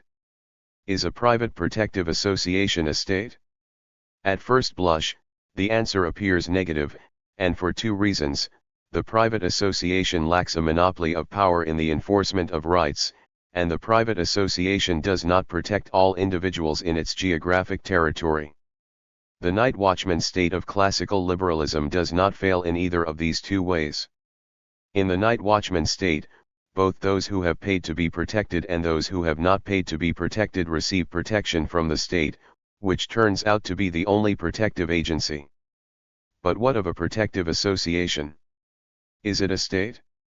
A protective association, say a dominant protective association, that satisfies only the monopoly way is described by Nozick as an ultra-minimal state, not a state. It does not satisfy the redistributive way. To move beyond the ultra-minimal state to the minimal state, Nozick argues in favor of side constraints. These side constraints are the rights of other persons that constrain one's actions. These side constraints are grounded in the fact of our separate existences. The fundamental idea here is that different individuals have different lives, and therefore no one may be sacrificed for others. This leads to the libertarian idea that prohibits aggression. These side constraints, when 10 Neoliberalism and Libertarianism 213. Respected, help move a dominant protective association along from an ultra-minimal state to a minimal state. The minimal state. Self-interested and rational persons in a Lockean state of nature, thinks Nozick, will inevitably be driven to protective associations and then ultra-minimal states. The move from the ultra-minimal state to the minimal state is justified by respecting the side constraints, something accomplished by providing compensation to those who are non-clients of the protective association. In constructing his minimal state, with its monopoly of power and redistributive feature, Nozick thinks he has satisfied the two necessary conditions for a protective association that is dominant in a geographical territory being called a state. Moreover, he believes he can answer the individualist anarchist who condemns such a state on the grounds of its being immoral. Nozick thinks the anarchist can be answered by demonstrating that such a monopoly and redistribution are morally legitimate when the principle of compensation is made use of and directed at non-clients of the protective association. In this way Nozick thinks he has discharged his task of explaining how a minimal state but a state just the same could arise from a Lockean state of nature without at the same time trespassing on anyone's rights. What Nozick offers us, in his opinion, is an invisible hand explanation of monopoly control by morally acceptable means without violating anyone's rights. Trademark asterisk. Beyond the minimal state. It would be surprising if Nozick, as one advocating libertarian principles, were in favor of moving beyond the minimal state. In fact, he is not. His reasoning in support of his position is based on the claim that any state more extensive than the minimal state violates the rights of people.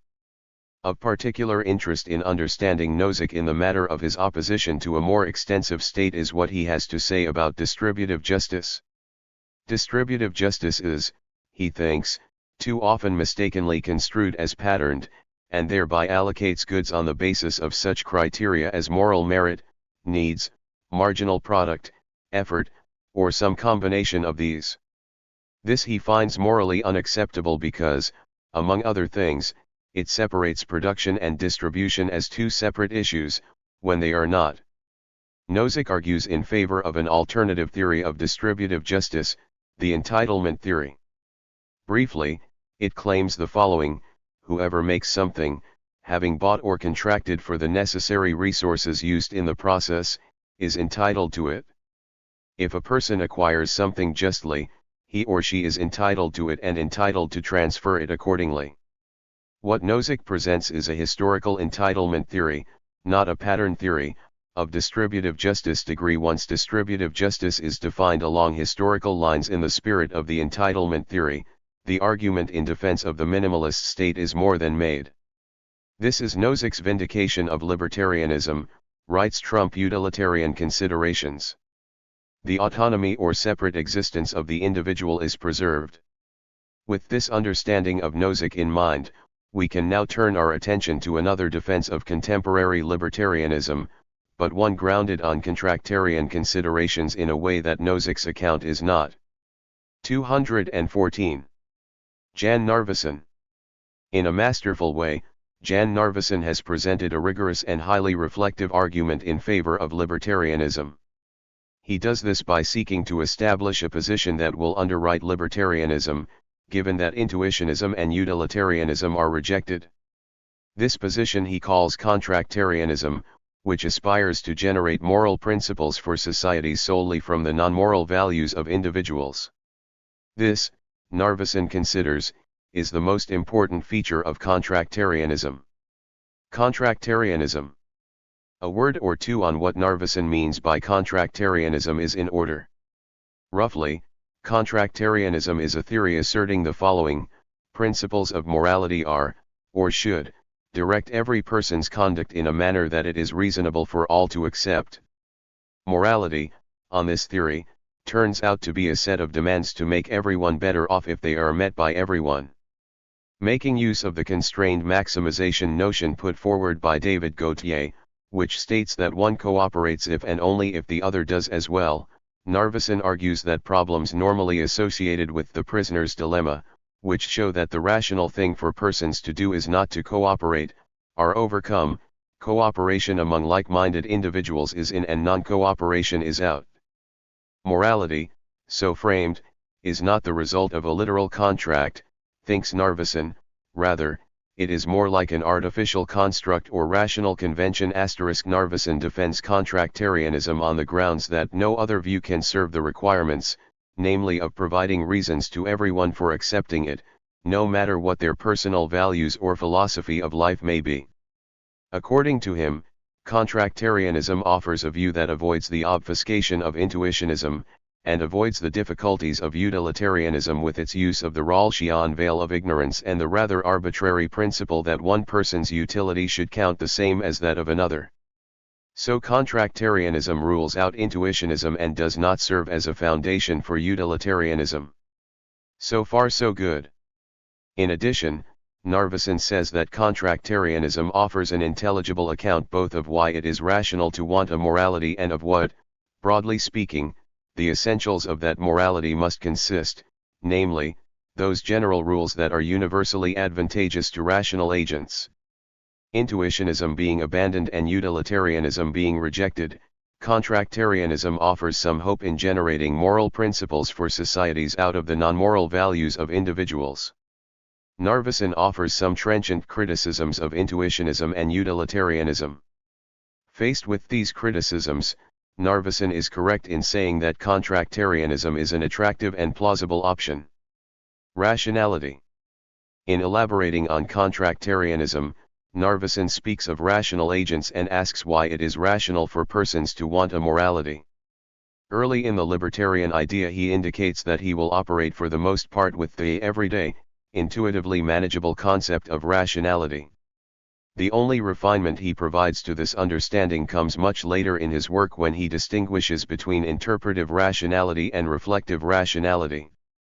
By interpretive rationality he means the readiness of a person to use available information to satisfy one's current desires, and by reflective rationality he means the willingness of a 10 Neoliberalism and Libertarianism 3:215 person to make immediate sacrifices for the sake of distant gains.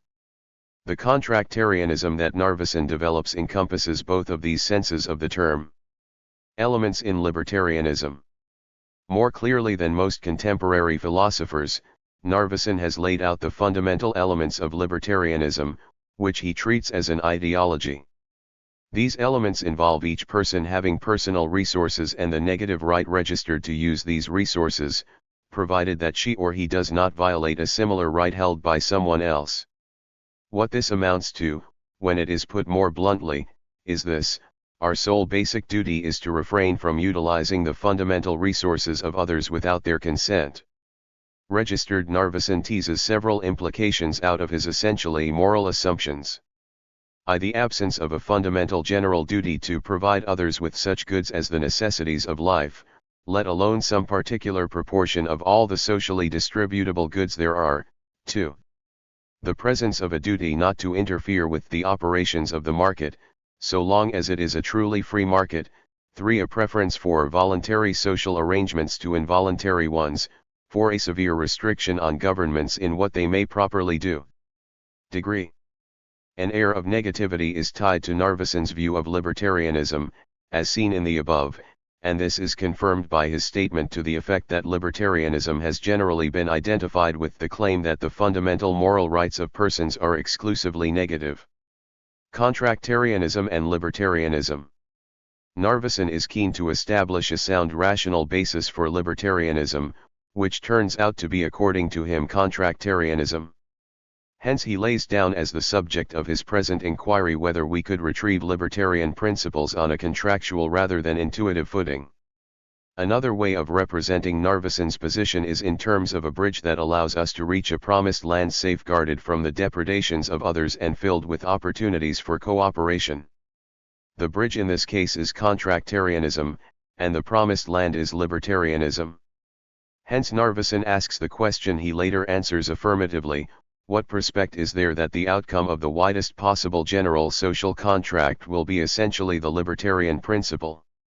The linkage between contractarianism and libertarianism Narveson spells out in terms of what he calls the linchpin of the argument, which is as follows.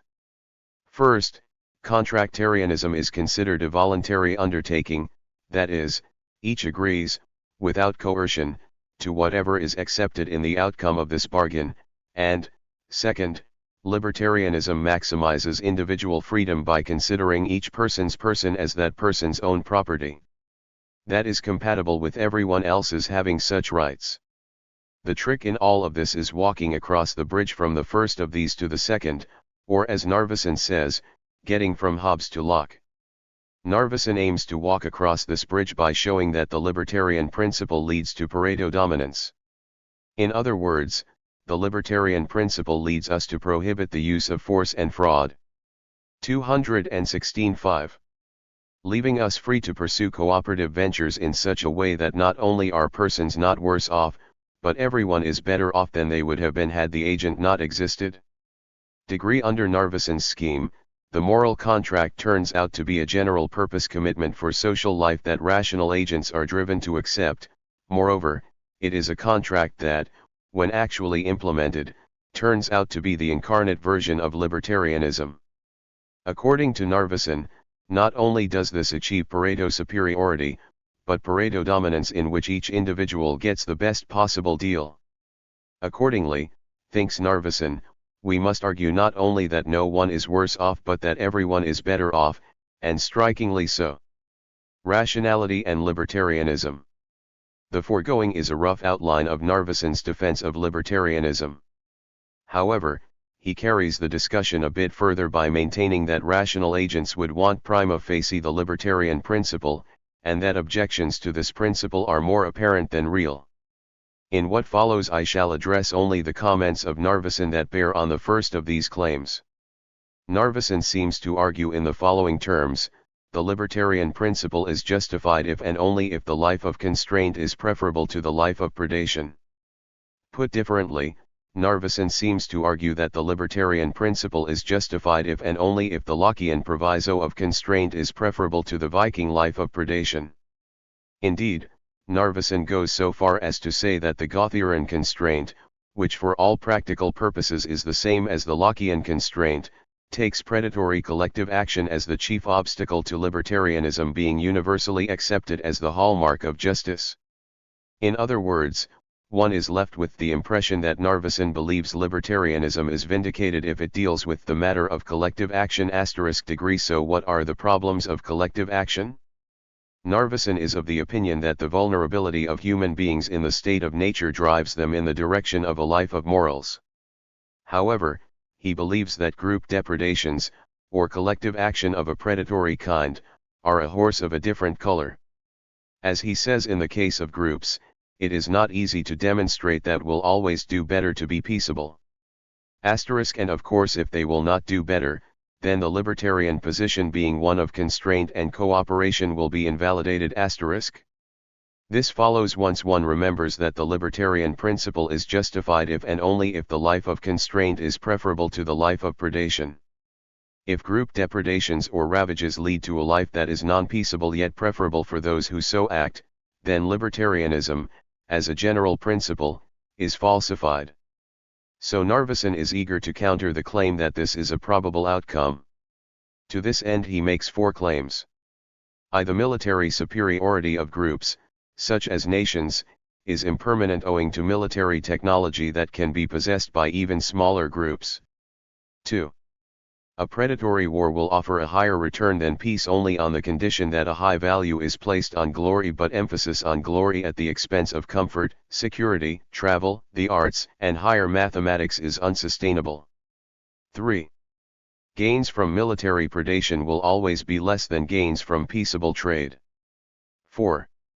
Those wishing to discredit the liberalism of Locke must show either that war is preferable to peace, or that Lockean liberalism is hopeless, as Marx tried to show, or that some other set of ideological 10. Neoliberalism and libertarianism 217. principles is preferable to liberalism. Narveson concludes on the basis of this that libertarianism is not only not invalidated, but validated. Conclusion. Neoliberals and libertarians share beliefs. They both affirm the fundamentality of individual something reflected in Hayek's and Nozick's political philosophies. And both neoliberals and libertarians share the primitive role that rationality plays in constructing our political stances, something reflected in Alson's and Narveson's thinking. Moreover, both neoliberals and libertarians emphasize the role of rights, with each focusing on the right to liberty. But this connection between neoliberalism and libertarianism can be made sharper by drawing out the specific connection between the two versions of public choice theory and libertarianism.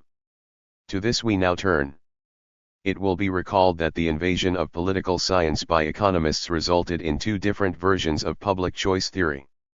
The first, as analyzed by Manker-Olson, concentrates on the objectives of groups as non-excludable public goods. The second, the new right model, concentrates on the objectives of interest groups as divisible and excludable goods. What the new right model retains from the logic of the collective action model is the rational actor. The new right model sees the discussion of excludability as unhelpful, if not bogus, and wishes to concentrate its firepower on goods in the marketplace, including all welfare benefits such as health care, employment insurance, education, public housing, and state-subsidized housing. Believing that the private provision of such services can occur, presumably in a Pareto-dominant way.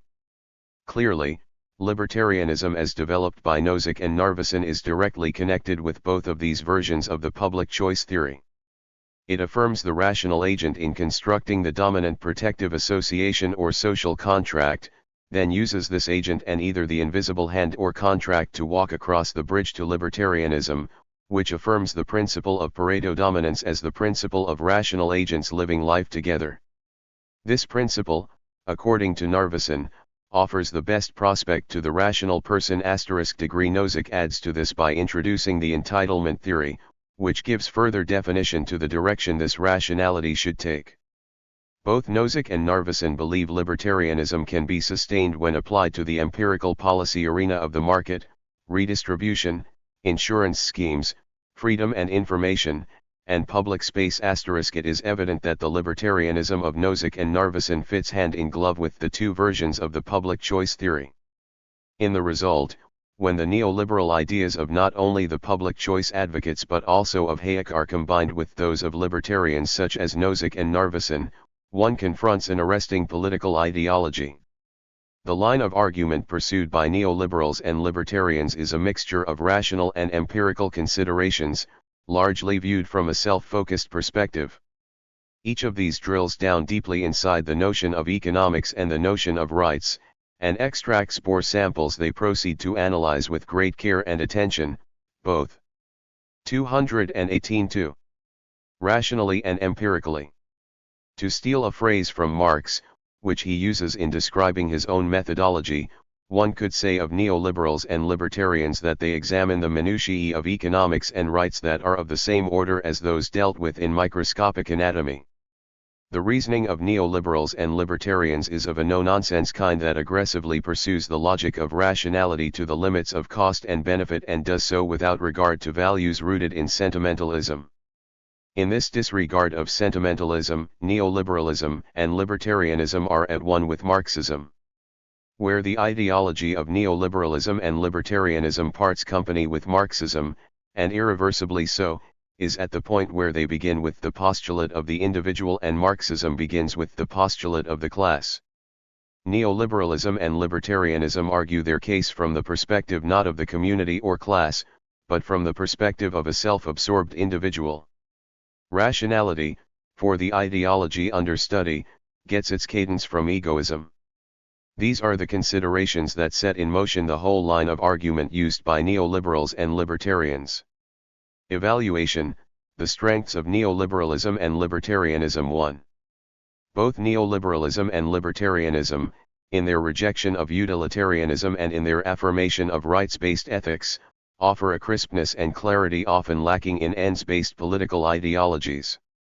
With Hayek's emphasis on freedom in the marketplace, Alson's resolve to ban those forces such as cartels that collude in such a way as to upset the freedom of the marketplace, Nozick's talk of side constraints, and Narveson's affirmation of negative rights, the anti-statism of their position emerges as a position that is pointed and clear.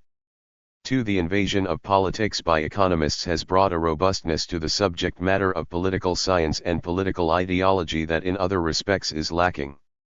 The introduction of such notions as sticky wages, involuntary unemployment, free riders, Pareto optimality, rent seekers, non-excludability, indivisibility, collusion of cartels, and the prisoner's dilemma have reinvigorated a discussion that dates back to Plato and Aristotle. The invasion by the economists does not mean the conquering of the high terrain occupied by these distinguished philosophers and their descendants such as Locke and Hobbes, but it does mean that some of the terrain is not so securely held, or that some of the terrain needs new defenses in light of economic notions that incorporate game theory. Neoliberalism and libertarianism force us to rethink our position and, to steal a phrase from Kant in thinking of Hume, shake us from our dogmatic slumber. 3. Both neoliberalism and libertarianism, though especially the latter, have a methodological attractiveness in attempting to ground their moral theory on non-moral considerations. This is especially true of Nozick and Narveson, the one aiming to find fundamental explanations in the field of political ideology through his invisible hand explanation, and the other seeking to find the non-moral values of individuals as the foundation of the moral values of society through his contractarianism. And 10. Neoliberalism and libertarianism, 219. In a different but somewhat similar vein, Olson attempts to provide an explanation of group behavior, the logic of collective action in terms of individual rational choices, but in a way that is at first counterintuitive. So he, too, seeks something like a fundamental explanation that, as it happens, takes into account the view of Keynes and the view of monetarists. Nozick's thought experiment of protective associations as minimal states, at least in their dominant condition, is explanatorily helpful.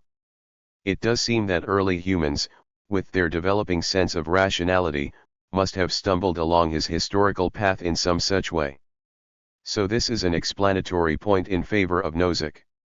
Related but separate from this is Nozick's belief that the consolidation of group interest in the form of a protective association, and the evolution of this institution, must have occurred in a non-contractual way in much the way that money did, or, as Hume says, language did. This seems a much more promising approach than the contractual way suggested by Narveson, though perhaps when Narveson has finally watered his contract down to a rational convention, the differences between him and Nozick are minimal. Evaluation: the weaknesses of neoliberalism and libertarianism. Neoliberalism overemphasizes maximum efficiency in producing social wealth, and is neglectful of diseconomies such as pollution, ugliness, congestion, noise, and the killing of animals through the use of insecticides, as well as its neglect of efficiencies for third parties in the matter of efficient urban transportation and reliable postal services. Contrary to the claims of neoliberals, the linkage between capitalism and civil and political liberties is weak. Hayek would have it that a necessary connection exists between these two, with capitalism being a necessary condition for these liberties. However, as Will Kimlicka remarks, at most this connection is contingent, for history does not reveal any invariable link between capitalism and civil liberties. Some countries, such as Chile and Argentina, have enjoyed the free market and capitalist system while having a bad human rights record. Likewise, some socialist countries such as Sweden have an enviable record of human rights. Both neoliberalism and libertarianism are insensitive to the possibility that capitalism and democracy might very well be incompatible. The name of Joseph Schumpeter is normally associated with this line of thinking. Writing in 1942, Schumpeter claims, the very success of capitalist enterprise paradoxically tends to impair the prestige or social weight of the class primarily associated with it, and the giant unit of control tends to oust the bourgeoisie from the function to which it owed that social weight. Registered. Again, he adds, thus the capitalist process pushes into the background all those institutions, the institutions of property and free contracting in particular, that express the needs and ways of the truly private economic activity. Degree 2 for Schumpeter, capitalism is dying almost from its own success, and 220. An integral process of this decline or evolution is democracy, which facilitates the existence of monopolistic controls. So there is a logical tension between capitalism and democracy. We have already seen above that Hayek himself, writing 30 years after The Road to Serfdom, acknowledges the logical tension between capitalism and democracy. Hayek's acknowledgement of this really amounts to the undoing of his thesis in The Road to Serfdom, a work that saw economic liberty as a necessary condition for democracy. Schumpeter's observations come back with a vengeance to haunt Hayek. And Olson recognizes a similar tension when he acknowledges that collusion can exist among cartels to such a degree that it will lead to the undoing of the competitive market. Freedom of association can actually lead to the erosion of the competitive market. Once again there is tension between a basic premise of capitalism and democracy. The public choice version of neoliberalism is problematic. As Peter Self observes, the public choice theorists apply the logic of market behavior to the political realm. Voters thus have their analog in consumers, pressure groups in political consumer associations, political parties in entrepreneurs, political propaganda in commercial advertising, and government agencies in firms. But a battery of criticisms can be made against these analogies. Individuals as rational egoists normally are defined narrowly to cover only individuals seeking private material gain. But this definition is not robust enough for political theories, being insensitive to other motives of individuals, such as a concern for reputation and duty too. Rational egoism, when expanded to include values such as maximization of income, deference, and safety, makes prediction difficult owing to the contradictory nature of the goals. Degree 3. Rational egoism, to be robust, might be expanded to include the pleasure of helping others, or the duty to help others. So expanded, the notion seems to have embraced altruism and thereby robbed itself of meaning.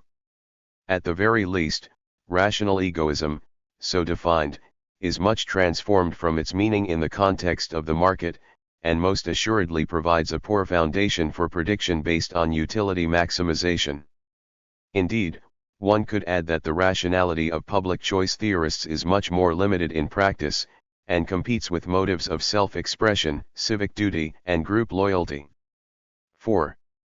Self-interest, when based on rational individualism or egoism, and in a world of functional interdependencies tending towards the loss of natural and social resources, will often result in the problem of the tragedy of the commons, such that people would be better off if they were restrained, notwithstanding the fact that no one gains on her or his own by individually exercising self-restraint. Hence the rationality of rational self-interest based on the marketplace is called into question. V. Public choice theorists neglect the ambiguity and confusion in the minds of voters whose information, emotional aptitude, and cognitive skills are inadequate for making nuanced calculations over public goods or collective goods or public policies. Utility calculation modeled on the marketplace seems a slender reed upon which to put so much weight. This fact, coupled with the ambiguity it 10. Neoliberalism and libertarianism 221. Raises in the minds of voters against a background of agenda setting which they little understand, means that the public choice theorists adopt a rather unrealistic procedure of logical choice in shaping the understanding of politics. 6. The public choice theory, in both its versions, focuses on the collective result when individuals pursue their own self-regarding interests. There is thus a strong tendency on the part of this theory to disregard, unjustifiably and implausibly, the possibility of individuals making responsible judgments which take account of the welfare of others and of society generally. Registered. 7. The public choice theory, especially in its new right version, tends to move beyond its task of pursuing a scientific inquiry by engaging in an implied normative discourse of privatization and deregulation. The theory, inasmuch as it aims to be explanatory, should limit itself to the non-normative. In the event that it wishes to move beyond this, it needs to make clear what aspects of its theoretical foundation imply the position of neoconservatism, neoliberalism, or libertarianism. Libertarianism suffers from its insensitivity to animal rights. A serious objection to contractarianism, and one that Narveson does not treat, is that of duties that one may have to animals, especially those that are sentient. If rights are generated, according to contractarianism, from the reciprocal laying down of one's liberty, then animals that are sentient but not rational are left out of the moral equation. Narveson does not appear to grasp fully the force of this point. He simply adds that if the contractarian theory is correct, any creature can acquire rights. But this is false, for sentient but non-rational animals, such as horses, cannot engage in the reciprocal laying down of their liberty.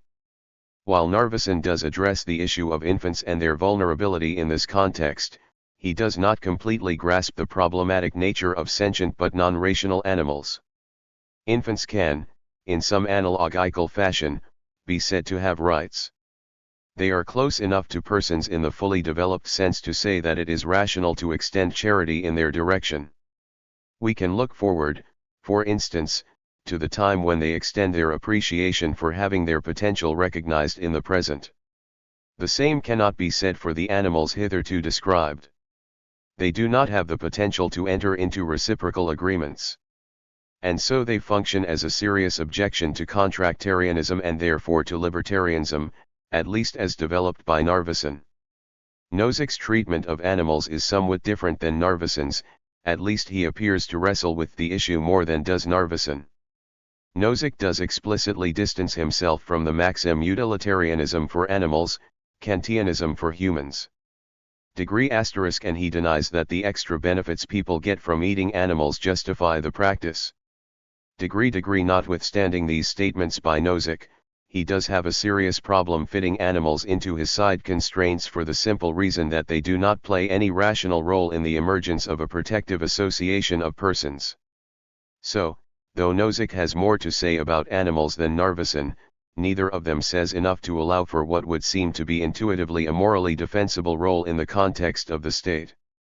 Obviously, non-human animals are not political animals, nonetheless they play a role in civil society, and even if some may deny that this is true, they have to have something morally defensible to say about animals. It is 222. Unlikely in the extreme that this something will emerge from contractarian talk or even watered-down contractarian talk. Then there is the problem of the thin end of the wedge argument. The four strong points made by Narveson against group depredations, discussed above under the heading, rationality and libertarianism, tilt the discussion in a direction that runs from contractarianism through to libertarianism. But they stop short of demonstrating that libertarianism is true. While Narveson correctly highlights the importance of collective action of a predatory kind being a possible counterexample, he does not give sufficient attention to another source of difficulty. Typically, libertarians acknowledge the need for a national defense policy, including a military, and the need for a national health policy as it pertains to epidemics, for instance. It is difficult to understand how libertarians can acknowledge the legitimacy of these forms of force or governmental power in the life of the individual while denying the legitimacy of full-scale medical plans, public education, and a general social safety net as advocated by full-scale reform liberals of the ilk of John Maynard Keynes and John Dewey. It seems that once the thin end of the wedge is permitted to play a role here, it will prove quite difficult to stop the wedge from entering further. Once libertarians acknowledge the importance of the Lockean proviso, to wit, that you can acquire so long as you don't worsen the situation of others. They open the door to greater involvement by the state in such fields as education, health, the environment, and the economy in general. Many in our society or our societies would be worse off if the state did not redistribute benefits through taxation. Certainly it could be argued that the obvious beneficiaries of this redistribution qualify in this respect. But it could be argued with plausibility that even those from whom the government takes its taxes would be worse off if it did not do so, for the same reasons that are often cited in the case of the need for national defense and minimal health protection. So the problem with Narveson's presentation of libertarianism is that it opens the door to a possible return of reform liberalism or democratic socialism. Neoliberalism and libertarianism, though especially the latter, suffer from an aversion to confronting empirical issues.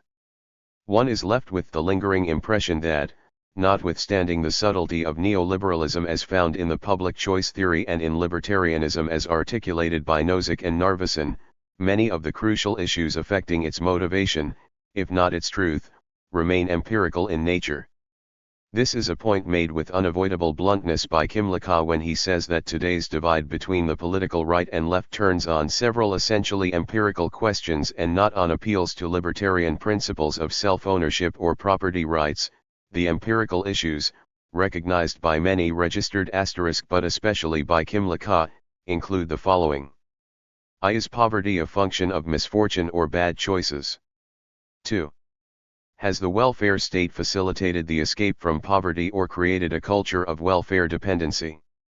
3. Should welfare assistance be predicated on proof of the assumption of individual responsibility?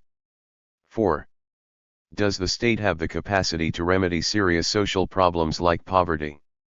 10. Neoliberalism and libertarianism 223. And homelessness? If it does, will it just worsen the situation by attempting to so remedy these problems?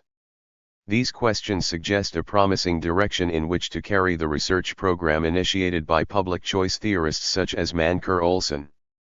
The promising direction is empirical in nature, suggested by McCullough, and will help us escape the orbit of an ideological chant that is getting long in the tooth.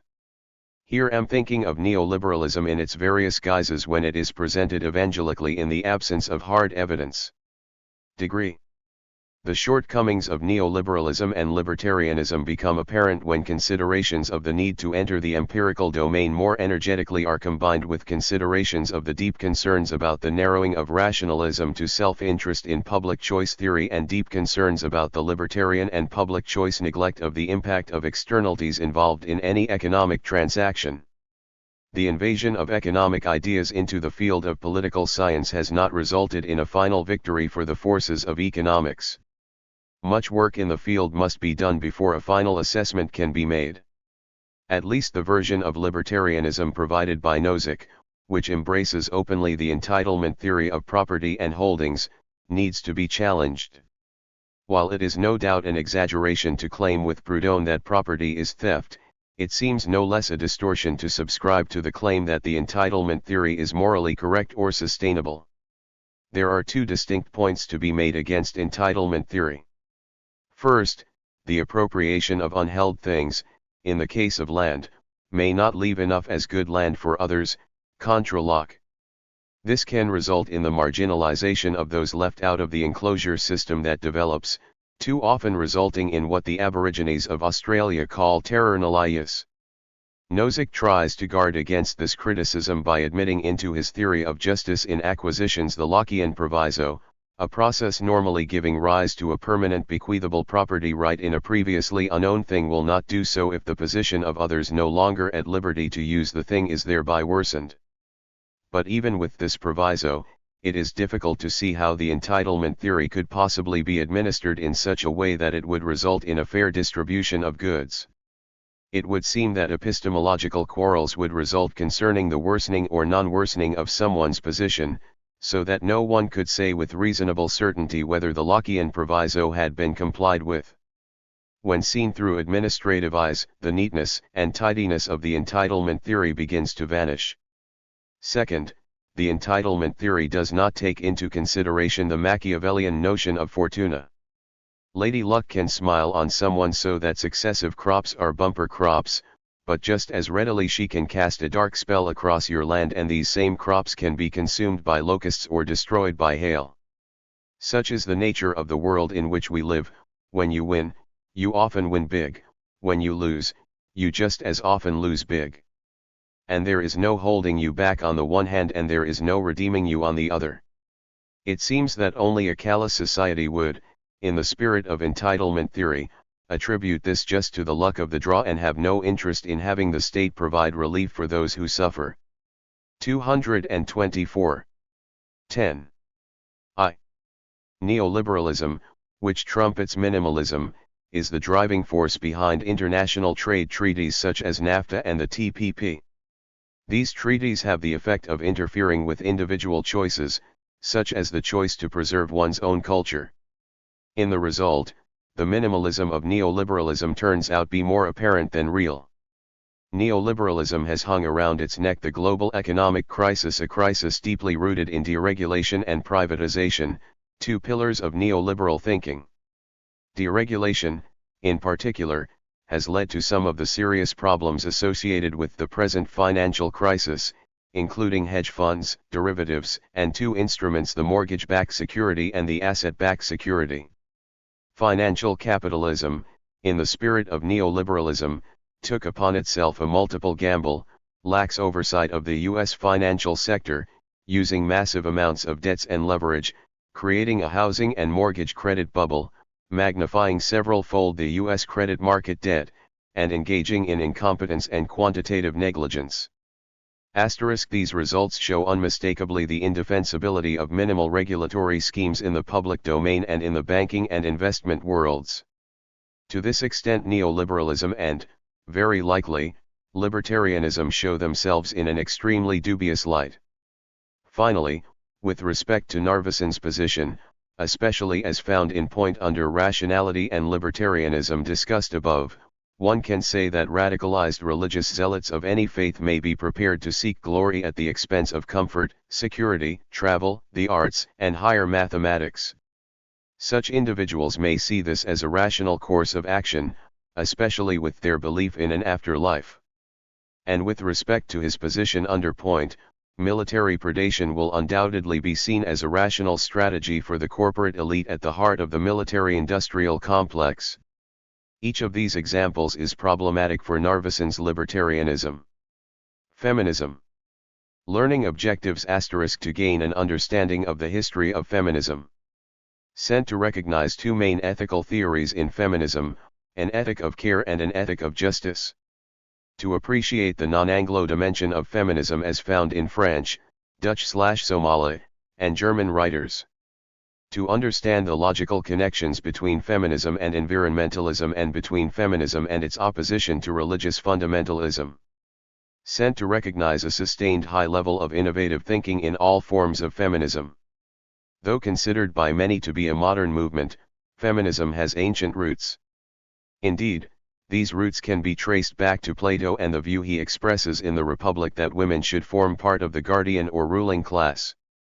Less remotely, the roots of feminism are found in Christine de Pizan and her book, City of Ladies, published in 1405 in Italy, in the writings of Mary Estelle and Lady Damaris Masham in the 17th century. In Mary Wollstonecraft and her 1792 work, A Vindication of the Rights of Woman, the feminists' answer to Thomas Paine's The Rights of Man, and in Harriet Taylor Mill in her 1851 volume, The Enfranchisement of Women. And of course one should not forget to mention The Subjection of Women, the celebrated contribution of John Stuart Mill in 1869. The period following Wollstonecraft is thought of as the first wave of feminism. What it focused on was parity of political and legal rights between men and women, especially as these rights were to be found in suffrage. In 1848 the Seneca Falls Convention, held in Seneca Falls, New York, marked the start of the American women's movement. Inspired by the American Declaration of Independence, convention attendees adopted the Declaration of Sentiments, which demanded female suffrage. The suffragette movement, as it was called, flourished in Western democracies in the late 19th and early 20th centuries under the leadership of a number of women and supportive men: Elizabeth Cady Stanton, principal author of the Seneca Falls Declaration. 11. Feminism 5227. Of Sentiments, Richard Pankhurst and his wife Emmeline in Great Britain, and the famous five of Nellie McClung, Louise McKinney, Irene Parlby, Emily Murphy, and Henrietta Muir Edwards in Canada. There is a strong temptation to telescope the achievements of women such as Elizabeth Stanton, the Pankhursts, and Nellie McClung so as to give the impression of the inevitability of female suffrage and equanimity on the part of society concerning this new right. but this temptation should be resisted. Female suffrage was first introduced in 1893 in New Zealand, as well as in the Cook Islands, a British protectorate in the South Pacific, and in Colorado, but this fact was largely eclipsed and forgotten by events elsewhere. In Great Britain, women received the franchise in 1918, largely owing to direct action taken by the Pankhursts. However, only 10 years later did women in that country actually have equal voting rights with men. In the United States, Amendment 19, ratified on August 18, 1920, extended the franchise to women, stating that the right of citizens of the United States to vote shall not be denied or abridged on account of sex. In Canada, in 1916 the right to vote was extended to women in Manitoba, Saskatchewan, and Alberta, and slowly thereafter universal suffrage came to other provinces. By 1918, with the passage of the Women's Franchise Act, women in Canada were given the right to vote federally, ahead of their counterparts in Britain and, as far as federal politics is concerned, the United States. But progress on suffrage did not come evenly, even in a country like Canada. For instance, it was not until 1940 that Quebec women were able to vote in provincial elections. Moreover, a host of other issues of a legal nature prevented women from achieving parity with men in Canada. This seemed particularly true in Quebec, where the legal status of a married woman under the Civil Code meant that until 1955 a woman could not seek a separation on the grounds of her husband's adultery, and until 1964 had no right to carry on a trade without her husband's consent. Only in 1930, after a legal challenge, were women declared qualified persons within the meaning of Section 24 of the British North America Act. This legal challenge by the famous five brought forward in the case of Edwards et al. Attorney General of Canada enabled women to be appointed to the Canadian Senate, as they were recognised as persons by the Judicial Committee of the Privy Council in London, at that time Canada's Court of Last Appeal. So the temptation to see the suffrage movement as achieving success all at once is misleading. The movement did indeed accomplish its goal, but only after many tries at kicking in the door. Even then, it seems, additional related legal issues confronted the suffragettes. The second wave of feminism can be dated to the 1953 English translation of The Second Sex, by Simone de Beauvoir, first published in 1949, and to the publication of The Feminine Mystique by Betty Friedan. Both of these works recognize that political and legal changes of the past, though beneficial to women, did not bring forth the full freedom sought by women. Being unburdened from the tyranny of political and legal constraints did not mean being unburdened from the tyranny of social constraints. In a sense, the recognition of this by the women's movement was an acknowledgement of something admitted 100 years earlier by John Stuart Mill, namely, the tyranny of society, as distinct from the tyranny of the state, over self-regarding interests. Writers such as Friedan and de Beauvoir spoke against the artificial constraints under which women lived, a point made with poignancy by de Beauvoir when she asserted, "One is not born, but rather becomes a woman." 228. De Beauvoir saw the influence of society on women, daring to assert that it could be otherwise and that women could dethrone the myth of femininity and begin to affirm their independence.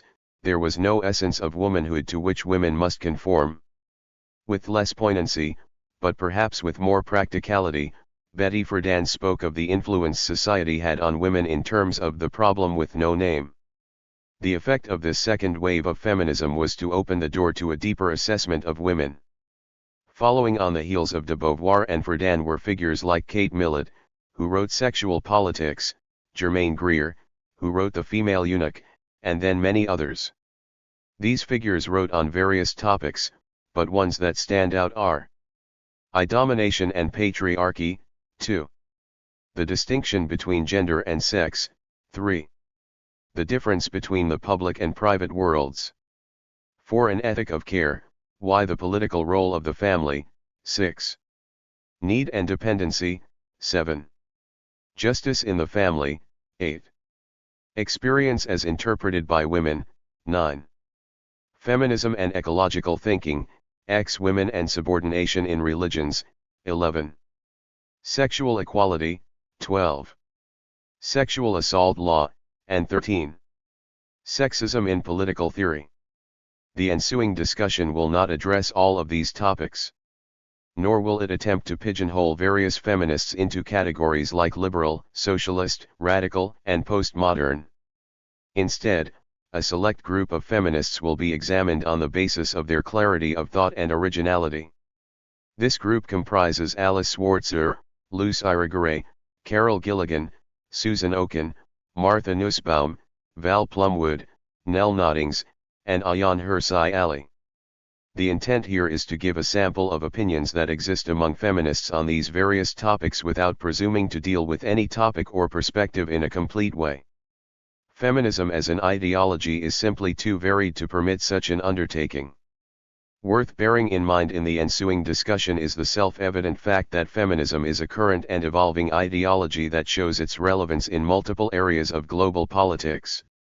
New German feminist writers, for instance, advocate of feminism much. Central beliefs of feminism.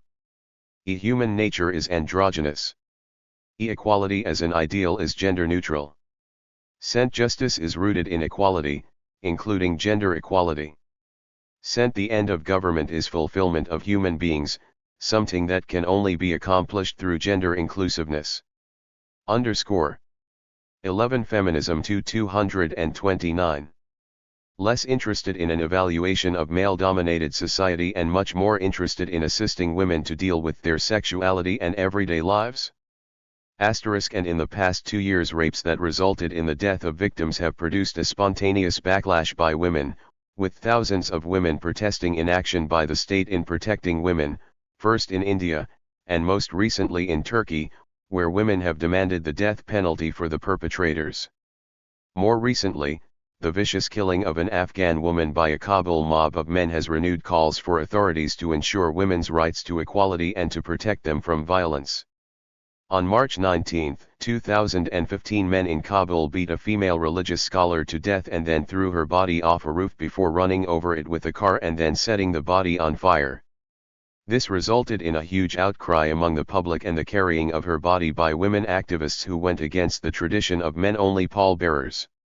Registered. And then there is the story of Mona El-Tahoui, a radical Muslim feminist in Cairo who, in 2011, was arrested and sexually assaulted by Egyptian police while working as a reporter in Tahrir Square.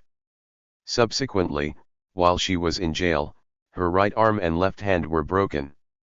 Undeterred, she has spent the past 2 years writing her book, Headscarves and Hymens, Why the Middle East Needs a Sexual Revolution, in which she argues that in Muslim countries the state, the street, and the home work in consort to keep girls and women down. To this story can be added the story of Guadalupe, an El Salvador woman who, upon having a miscarriage, was sentenced to 30 years in prison after being wrongly accused of having an abortion, something illegal in El Salvador. Amnesty International intervened on her behalf and she was granted a pardon. When these events are coupled with the attempt by Iceland's women to find a female solution to the man-made financial crisis of 2008 and with the fact that women in the United States were predicted to become the chief breadwinners during this same recession, one can see that feminism as a movement and ideology is getting traction in the international community. It is time to turn our attention to various perspectives of feminism that will undoubtedly act as a foundation for future ideological development. Alice Schwarzer. Feminists sometimes draw upon anarchists and Marxists in constructing their ideology. From the former they are inspired to challenge the structures existing in representative democracies and they aim to find methods of decision-making in politics that differ from the controlling manner found in male-dominated societies. From Marxists they are inspired to see capitalism as constructing an environment that is antagonistic to women's interests, and as a result they see Western institutions as eroding the freedom of women. The German feminist Alice Schwarzer is one who, in part, fits into this latter category. But Schwarzer also draws on the ideas of Simone de Beauvoir and the Canadian feminist Shulamith Firestone. She agrees with de Beauvoir that women are not born but shaped into the persons they become, and she agrees with Firestone that the goal of the feminist revolution is not simply the elimination of male privilege but of the sex distinction itself. Importantly, Schwarzer does not restrict her vision to capitalism and Marxism or to the ideas of de Beauvoir and Firestone. In more recent years, she has begun a serious critique of Islam and its impact on the rights and freedoms of women. The following discussion will not pick up on this theme, leaving it instead for later consideration in connection with the writings of Ayaan Hirsi Ali. 230 Vaginal orgasm and sex monopoly. With clarity and care, Alice Schwarzer examines the function of sexuality in the oppression of women. Writing in 1975, she laments the inability of men to come to grips with the need for the emancipation of women. Even in progressive circles, she believes men are resistant to accepting masculinity and femininity as products of culture rather than nature. Schwarzer's interest is people, not men and women. Her claim is that masculinity and femininity represent dominance and subjection and, hence, the absence of emancipation for women. So she takes issue with those who claim that the petite difference, namely, the male sex organ, justifies dominance and subjection by men of women. Hence, she calls not for the elimination of the biological difference between men and women but of its ideological consequences. While her focus tends to be on women, Schwarzer affirms that the stigma of masculinity and femininity confines and defines us. Degree Her interest in gender, something culturally determined, is rooted in her belief that nothing determines life as much as gender and that gender must be eliminated for men and women to be truly emancipated. Note here what she calls for is the elimination of something cultural, not biological. Gender, for Schwarzer, sows fear, dependence, distrust, and powerlessness in the hearts of women, which in turn creates victims and then victims of victims in the long run. Registered What, then, is Schwarzer's solution to these problems encountered by women? She quickly reasons that male penetration of women provides men with an uncomplicated and comfortable way of practicing sex but damns women to passivity. Degree Since she believes that for men power is pleasure, she seems resigned to accepting this as part of the explanation for why sexual norms have evolved the way they have, in spite of the fact that male pleasure does not explain why half of humanity, the female half, suffers under the weight of these same norms. She argues that a myth of vaginal orgasm, which ensures the sexual monopoly of men over women, brings with it the considerable burden of contraception, the horror of unwanted pregnancies and abortions, the side effects of the pill, and inflammation caused by the diaphragm. Since the myth of sexual monopoly, tied to the myth of vaginal orgasm, is the foundation on which rests men's emotional, social, and economic monopoly, this monopoly must be addressed if women's emancipation is to be achieved. Schwarzer's solution can be summed up this way: heterosexual penetration would no longer be a form of lovemaking but would be reserved for procreation. The little difference of the male sex organ, in the end, would be of no significance and the result would be freer individuals practicing sex in a way of their own choosing. The result would be a world of individuals dealing with each other as people rather than as bearers of masculinity or femininity. Gender would no longer be destiny. Compulsory heterosexuality and the political. Schwarzer has more to say.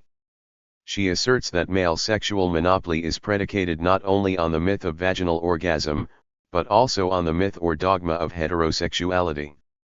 Only the latter, not female homosexuality, allows for penetration along with all its side effects, and this cluster of side effects induces power, privilege, and pleasure in its male actors. So heterosexuality is affirmed while homosexuality is rejected. According to Schwarzer, the world could be different if procreation were not seen as the primary impulse for sexuality.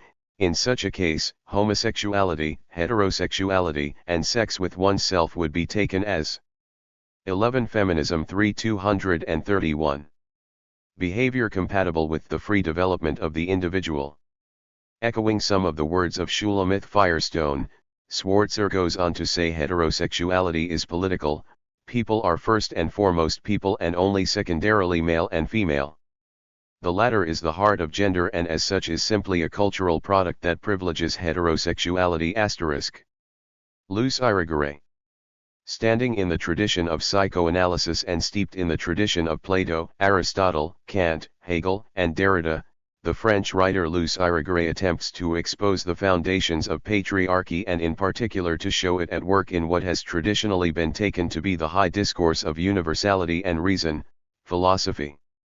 Registered in her effort to expose the foundations of patriarchy, Irigaray fluctuates between complexity and simplicity, opacity and clarity. Whatever difficulties one may encounter in reading her work, diligent pursuit of her ideas reveals new ways of understanding these foundations. This French philosopher is leery of accepting the terms of the system currently in force, for she believes this will result in women becoming men. Hence, equality, for Irigaray, does not mean becoming like men. It would seem that, for Irigaray, the system currently in force is very much the product of the Enlightenment, the Western philosophic period of the 18th century that focused on the male atomistic individual who participated in the social contract. In addition to the foregoing bias in favor of the male sex, the Enlightenment, for Irigaray, underestimates the non-rational elements of the human mind and its will to power, to control, manipulate, and destroy in the name of the rational. Registered Irigaray has at least two objections to the Enlightenment. First, it fallaciously models reason on the male individual, and, second, it overestimates the emancipatory promises of reason by underestimating the non-rational elements of the human mind. She aims to move beyond principles of the Enlightenment, and so it is to her substantive contribution on feminism that we now turn. Discourse and the subordination of the feminine. Irigaray sees philosophy and its discourse as the one thing that has to be questioned in ascertaining sexual difference. The presuppositions of philosophy, at least as found in the West, underlie the patriarchal system that Irigaray sees as so noxious. These philosophical presuppositions stand at the foundation of psychoanalysis, something practiced by Irigaray and something she believes provides the discourse on truth so far as female sexuality is concerned. To put the matter somewhat differently but preserving this French philosopher's meaning, patriarchy can be exposed by psychoanalysis, but since this practice borrows the distortions of Western Enlightenment philosophy, psychoanalysis itself must be exposed by looking at its own discourse as well as that of its underlying philosophy. Irigaray believes if one stops with psychoanalysis, one is stuck with the feminine occurring only within the models and laws devised by male subjects.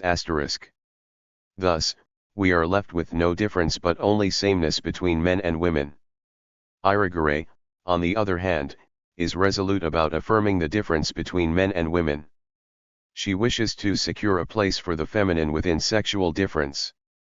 So any philosophy, or psychoanalysis built upon this philosophy, must be re-examined so as to recognize this very difference. Irigaray does not wish to say that the effectiveness of psychoanalysis is exhausted, rather, she wishes to say that some of its implications are not at present operative or in 232 service. Freud's failure, in his discipline of psychoanalysis, is his failure to recognize that he is heir to an ideology that he does not challenge, and his consequential failure to examine the metaphysical presuppositions of his very own discourse of psychoanalysis. In short, Freud uses philosophical discourse to give a priori value to sameness, thereby modeling the feminine on the masculine. Irigaray, for her part, is insistent that we can only avoid limiting ourselves to marginal issues by challenging the philosophical discourse that stands at the base of all discourses, and philosophy, after all, constitutes the discourse on discourse. Degree. But what is this philosophical discourse? Irigaray takes a step in addressing this question when she speaks of the figures of philosophical discourse and then lists the following notions: idea, substance, subject, transcendental subjectivity, and absolute knowledge. She is critical of the alleged oppositions in philosophy between the empirical and transcendental, the perceptible and the intelligible, and matter and idea, oppositions she claims help shape a hierarchical structure that puts the feminine in a position of inferiority, of exploitation, of exclusion with respect to language. She wants to reopen these philosophical notions and pry out of them what they have borrowed that is feminine. However, it seems that, for Irigaray, the main philosophical presupposition is simply making the masculine the sexual model and being negligent of difference between the sexes. This presupposition she sees carried over into Freud's thinking and affirmed there, but its origin, according to this French writer, lies in philosophy. Patriarchy, then, rests on psychological mechanisms and structures identified in Freud's psychology, but these mechanisms are previously affirmed in the prevailing philosophy of Plato, Rousseau, Kant, and others. Women and use value. Irigaray asserts that women have traditionally been simply a commodity among men. That is to say, they have been seen as having simply a use value for man ***. This use value, for Irigaray, is an exchange value. And she uses this notion of exchange to help define Western culture. The society we know, our own culture, is based upon the exchange of women.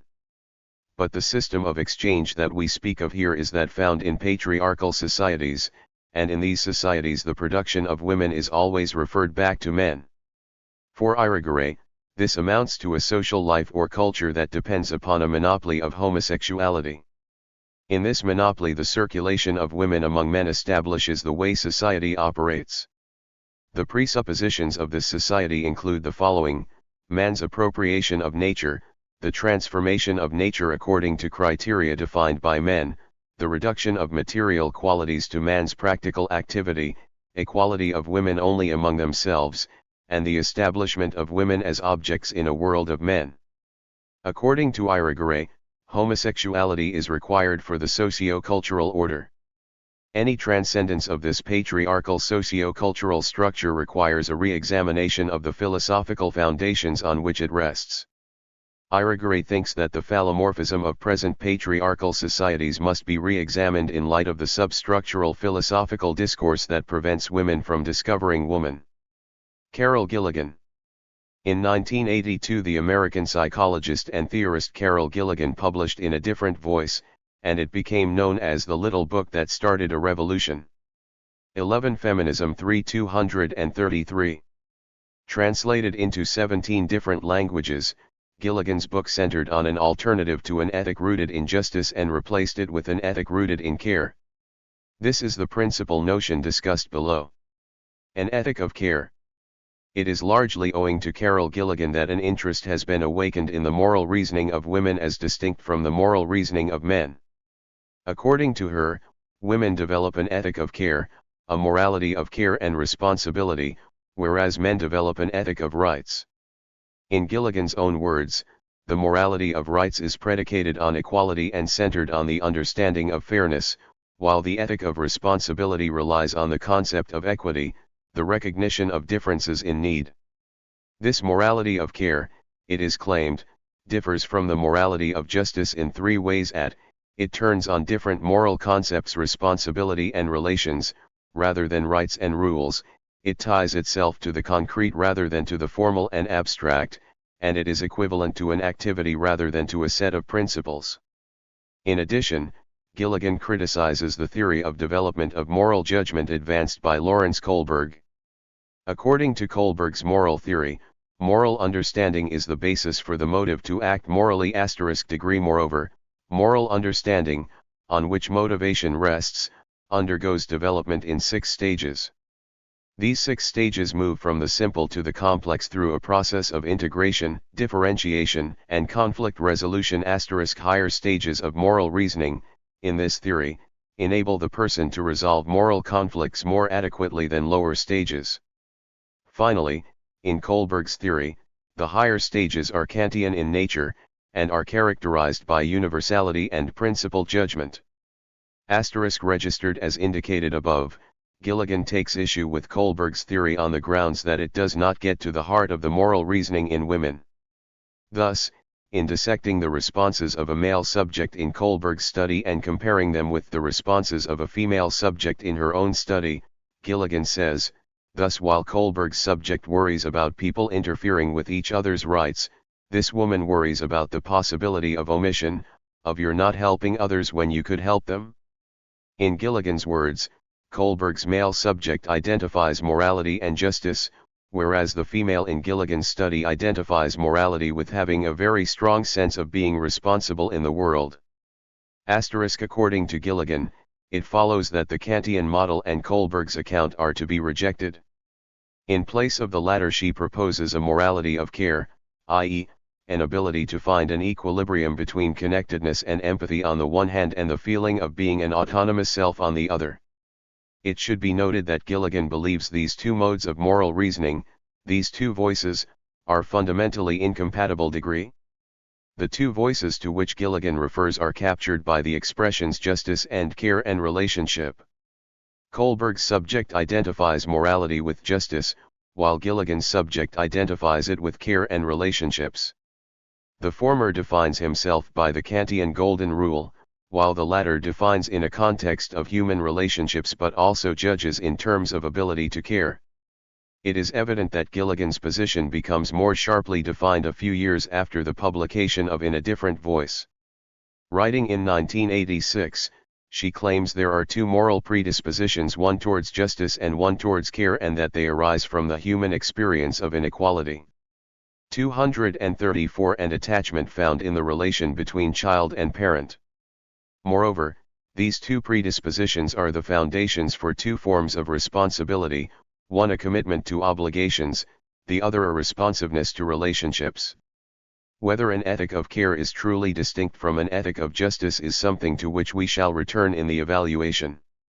Suffice it to say that Gilligan has raised an issue that is interesting and intriguing. It is an appropriate moment to turn to feminism viewed through different eyes. Susan Okin. In her 1979 work, Women in Western Political Thought, the New Zealand-born Susan Okin examines the existing tradition of political thought to see whether it can sustain the inclusion of women in its subject matter. In determining the outcome of this examination, Okin looks at four philosophers: Plato, Aristotle, Rousseau, and Mill. She reaches two different conclusions from the study of these philosophers. The most important factor influencing the philosophers' view about women has been their views about the family, and the constricted role of women is thought by these philosophers to be dictated by women's very nature. 10 years later, in Justice, Gender, and Family, Okin seeks to build on her earlier findings, especially findings of a liberal kind as found in John Stuart Mill, whom she sees as a rare exception to the rule that those who hold central positions in the tradition almost never question the justice of the subordination of women. But, after praising Mill, Okin goes on in this book to focus on the liberal views not of Mill, but of another liberal, the late John Rawls. Troubles with Rawls's theory. Okin criticizes Rawls's work, A Theory of Justice, with its two principles of justice on the grounds that it reveals a blindness to the sexism of the tradition in which Rawls is a participant. Registered though acknowledging the brilliance of Rawls's central idea of the original position, a hypothetical position discussed above in our consideration of reform liberalism, Okin has doubts about how this theory of justice, a liberal theory of justice, treats women, gender, and the family. Okin objects to the way Rawls treats sex, as a morally irrelevant and contingent characteristic. She especially objects to this being said in a society such as ours, which is so visibly structured by gender. Her point is not that sex and gender are one and the same. They are not.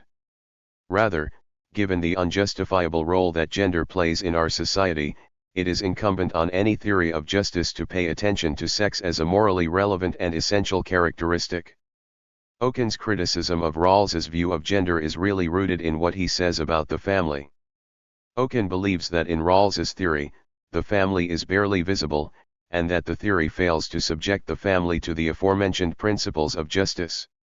In addition, Okin believes that the family is the linchpin of gender, and that Rawls neglects gender.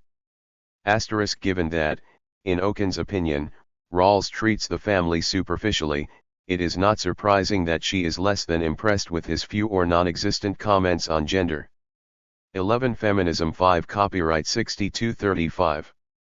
The feminist potential of Rawls's method. Notwithstanding Okin's criticism of Rawls's theory of justice, she thinks the theory has considerable potential for feminist thinking. In particular, she believes Rawls's theory of the original position, with its accompanying veil of ignorance, is a powerful concept for challenging the gender structure. She believes that once we rid ourselves of some liberal assumptions about public versus domestic as well as political versus non-political spheres of life, one can use Rawls's theory as a tool that enables one to think about justice between the sexes, in the family, and in society at large. The point of entry into an understanding of Oken's feminist interpretation of Rawls's theory is her understanding of gender. By gender, Oken means the deeply entrenched institutionalization of sexual differences. Gender turns out, for Oken, to be a social construction. However, she leaves unresolved the issue of the causal role played by biological differences between the sexes in the construction of gender. Once she has defined gender in this way, Oken goes on to say that a major justice issue in contemporary society arises from the issues of gender.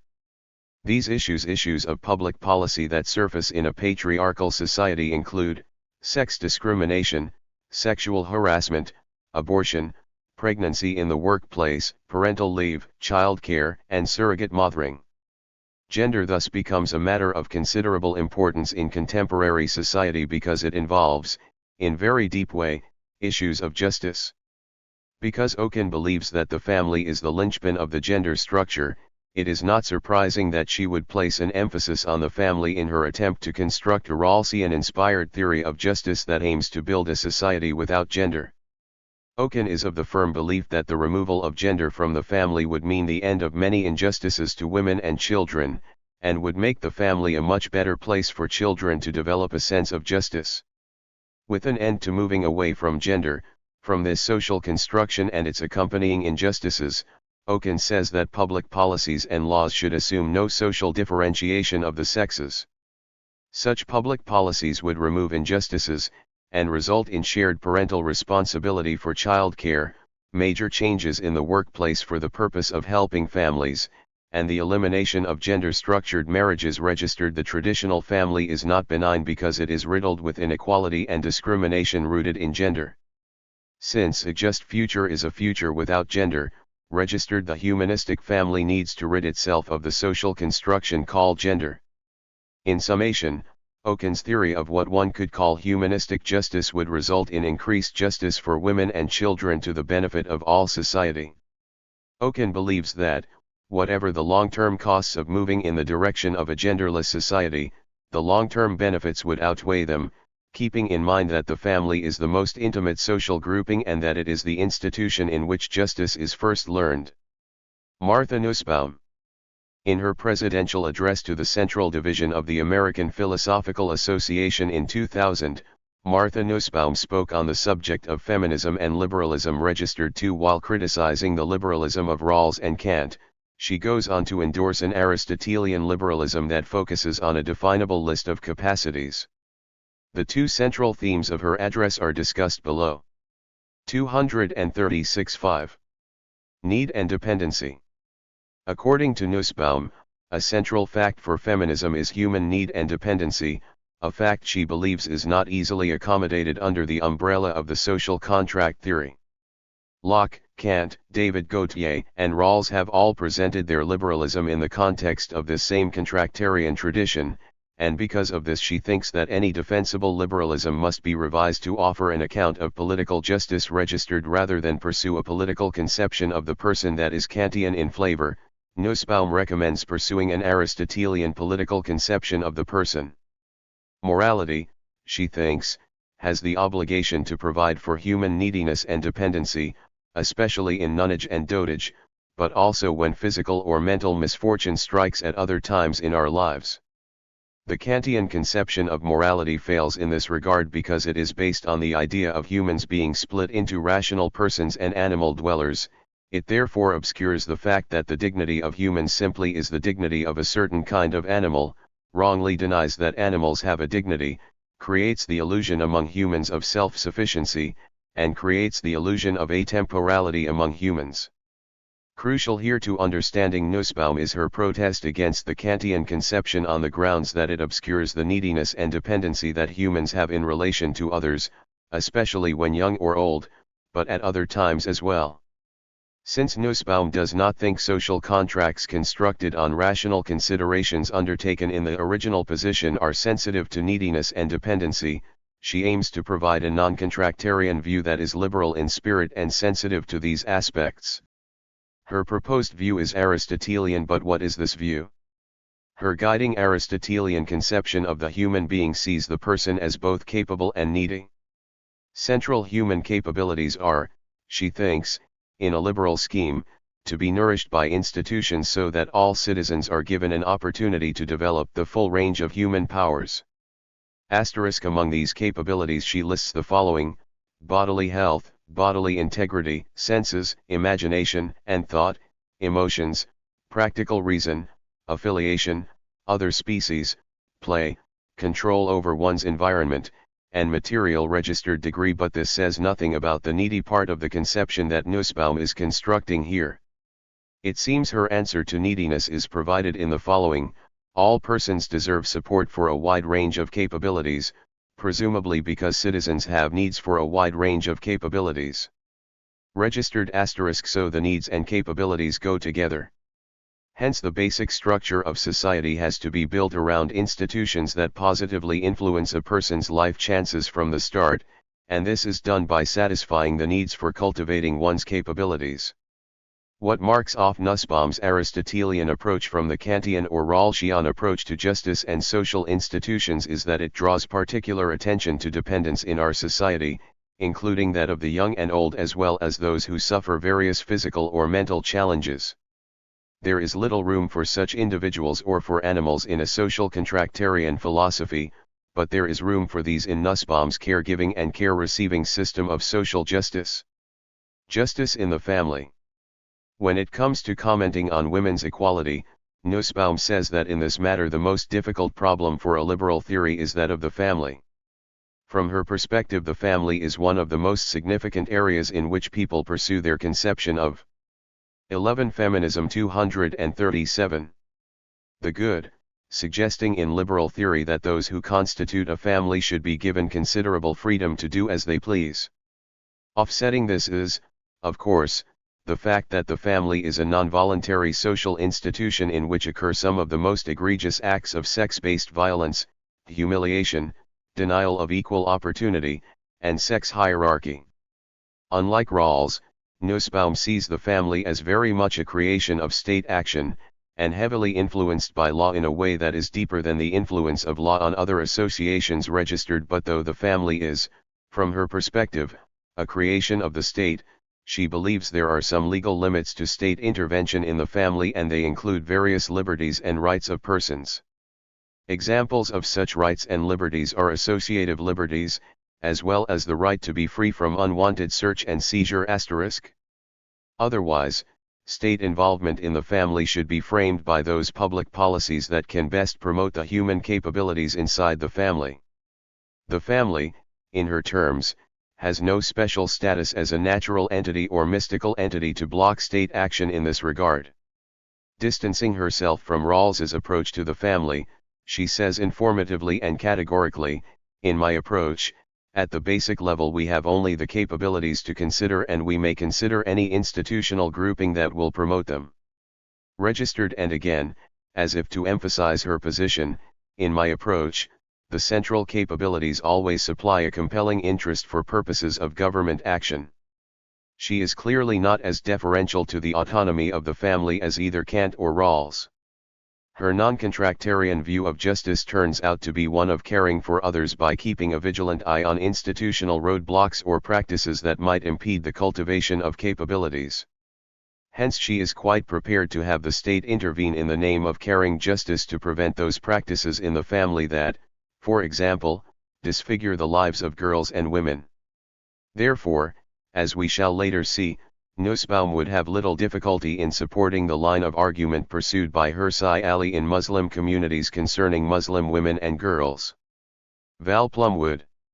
Ecofeminism is one strand of feminist theory that deals with the ways sexism, heteronormativity, racism, colonialism, and ableism support speciesism. One of the better-known advocates of this strand is the Australian Val Plumwood.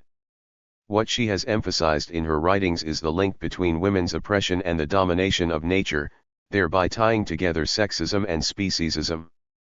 Another way of looking at ecofeminism is to see it as the search for an integrated framework in the critique of two kinds of domination, namely that of humans and that of nature. Plumwood presses her argument further by maintaining that women have an interest in escaping ancient domination, notably gender domination, and have an interest in a sound and healthy planet.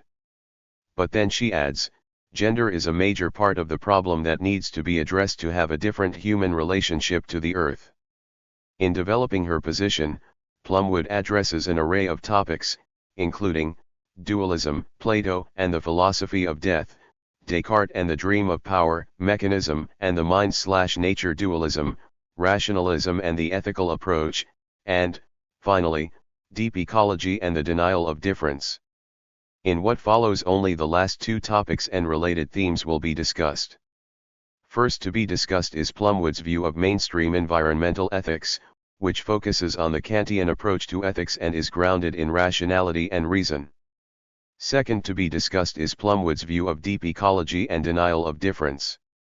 These discussions will be sufficient to bring out themes in Chapter 12. 238 Environmentalism, and the topic of difference will raise, once again, themes found in the writings of Luce Irigaray. It is to the subjects of Kantian reason in ethics and deep ecology and the denial of difference that we now turn. Kantian reason in ethics.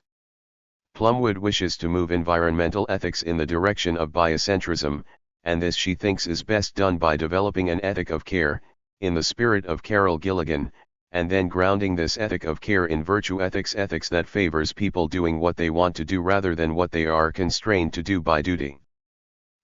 *degree The ethic of care favored by Plumwood stands in stark contrast to the ethic of Kant and its privileging of reason. Plumwood objects to the privileging of reason, in consideration of human behavior, because, in the case of environmental ethics, it turns respect for nature into a cognitive affair. The Kantian inclination to give special treatment to reason leans, thinks Plumwood, on the old dualism of reason/emotion dating back as far as Plato. Leaving aside Plumwood's general dislike of dualisms, her opposition to Kant's dualism in ethics is rooted, in part, in her belief that this disguises and denies the dependency of ethical judgment on empathetic elements. But Plumwood also opposes the privileging of reason in this Kantian way because it has led to a bias in favor of men at the expense of women, lower-class men, minorities, and animals. And she also opposes the Kantian practice of privileging reason because it attempts to lead to a universality that cancels difference, the very difference that, as we saw above, Irigaray wishes to preserve and affirm. Finally, it can be said that this Australian feminist philosopher opposes the appeal to reason in the Kantian spirit and as emulated by John Rawls in his A Theory of Justice because its marked tendency towards Kantian reason and universalization leads away from a nuanced account of ethics, with its appreciation of difference as noted by Irigaray and care as noted by Gilligan. Left out of the Kantian account of ethics grounded in reason are such practices and concepts as care, respect, gratitude, sensitivity, reverence, and friendship. Deep ecology and denial of difference. Crucial to understanding Plumwood's overall ethical stance as a feminist is appreciating her affirmation of difference. Instructive in this respect is the following remark of hers. The failure to admit difference is characteristic of the colonizing self which denies the other through the attempt to incorporate it into the empire of the self, and which is unable to experience sameness without erasing difference. So how, one might ask, does this claim tie into deep ecology? Simply in this way. Deep ecology fails to acknowledge difference. Rather, in the spirit of Arnnies and Warwick Fox, deep ecology cultivates the idea of an expanded self so as to allow for a wider set of concerns that in the end eliminate difference. What we are left with in the case of deep ecology, thinks Plumwood, is an enlargement and expansion of egoism. More specifically, we are left with an expansion of rational egoism, with all the accompanying problems associated with Kantian reason and rationality. The result is an emphasis once again on universalism, abstraction, and detachment from particularity and the personal and a neglect of difference. Hence the failure to admit difference, so it is thought by Plumwood, results in a colonizing self with an empire of the self. Plumwood wishes to build an account of ecological morality, not on 11 Feminism 239. Kantian reason, but on an ethics of virtue. This ethics of virtue would give pride of place to such concepts as care, respect, gratitude, sensitivity, reverence, and friendship. These are moral concepts that involve cognitive, ethical, and emotive elements and are resistant to analysis along the lines of reason/emotion dualism. This ethics of virtue, she believes, is nuanced and thereby able to accommodate difference and able to combat gender issues and environmental issues in one fell swoop. Plumwood aims to reject the master story of Western culture, a story of phallocentrism. She aims to do this by attacking dualisms, importantly, the dualisms of reason/emotion and reason/nature. By so doing, and by attaching importance to the multidimensional aspects of ethical thinking, including the rational and emotional, Plumwood aspires to create room for difference, and in the process she expects to link gender considerations with environmental ones. Virtue ethics and the role of care, as espoused by Carol Gilligan, are used by Plumwood to carve out a new, non-instrumental way of considering ethical problems. In this way, she believes, the masculinity of Western culture can be dismantled more effectively. It is fair to say, in conclusion, that the ecofeminism of Plumwood emphasizes the need to pay attention to context over universal judgments, to care in addition to justice, and to emotion alongside of rationality when discussing the intersecting structures of power that impact women and the environment. Nell Noddings. Writing in 1989, the American feminist Nell Noddings attempts to address the problem of evil in the world from the standpoint of women, not of male interests and masculine experience. Noddings treats evil as anything that harms or threatens to harm humans, and although the problem is usually formulated in a theological context, she does not aim to formulate it this way but rather simply to look at the kinds of things that harm or threaten to harm us and to analyze these things from a woman's perspective. The ensuing discussion of her thinking will be directed to only one of these evils, war. I will first outline her ethical theory and then discuss her analysis of war in light of this feminist theory of morality. Relational ethics. The ethical theory adopted by Noddings is said to be different from traditional individualistic ethics. The first difference is that Noddings' theory does not judge acts on the basis of conformity with a rule or principle, or with the likelihood of increased happiness, rather, it judges acts by the feelings and responses of others. Relational ethics springs from natural caring, as illustrated in maternal caregiving. However, according to Noddings, natural caring is different from ethical caring inasmuch as the latter is dependent on, but not superior to or higher than, the former. In contrast, traditional ethical theory, such as Kant's, contends that the moral or ethical view is higher and more admirable. Relational ethics and natural caring are intertwined and distinct from traditional ethical theory. Noddings leaves open the real possibility that a relational ethic, one with the caring relation at its heart, may be feminine. Noddings is eager to develop her relational ethics by drawing out the main elements of care theory. To this end she denies that care theory does not imply or posit a strict dualism between feminine and masculine. Instead, what Noddings argues for in care theory is 240 paying attention to the differences in experience and language between men and women and an ethic of giving. She is not concerned with pride of place, but rather with place as it affects women's experience and language.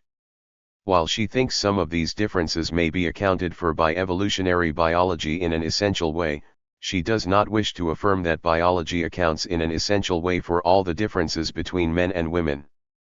In the end it would seem, according to Noddings, that there are differences between experiences and language of men and women, and that some, but not all, of these differences can be explained through evolutionary biology. Regardless of the presence or absence of biological origins, the differences between the feminine and masculine give rise to two different paths to morality, one of care and one of justice and inequities. Women and war. Noddings claims that modern cultures typically acknowledge war to be a great evil. She recognizes that, nonetheless, war and warriors have been glorified in many places and times. Plus, however, this feminist wishes to move the discussion forward, and she does this by focusing not on the problems associated with conducting war but on ways of preventing it. Early on in her discussion, she directs our attention to the practice of striving, whether for war or pacifism, poverty or wealth, and she locates this emphasis on the agon or contest in the masculine trait of striving. To reach the extremes by choice through striving is to show the mark of manhood. Degree. This is not to say that Noddings wishes to totally condemn striving, but that she wishes to help us understand and control it so that we have a totally different way of looking at life, and we want to see what can be said of war when we take this perspective.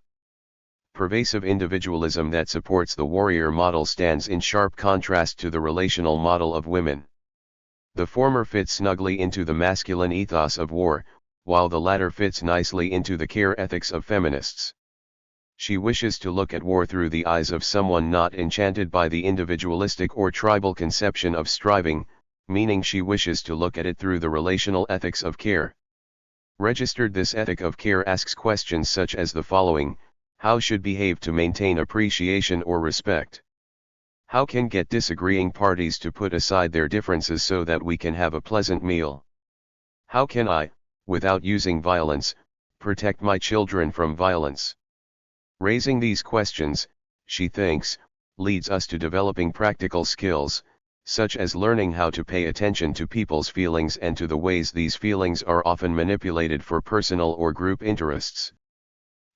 Degree care ethics, she thinks, being relational, can begin to shed light on the ways to prevent war by first getting at the root of rivalry and competition, predicated as they are on striving. We now turn to her suggestions on what can be done in schools to help create a favorable climate that turns students away from striving, rivalry, competition, and war. In Noddings' opinion, schools have been sites for rivalries and competition for some time.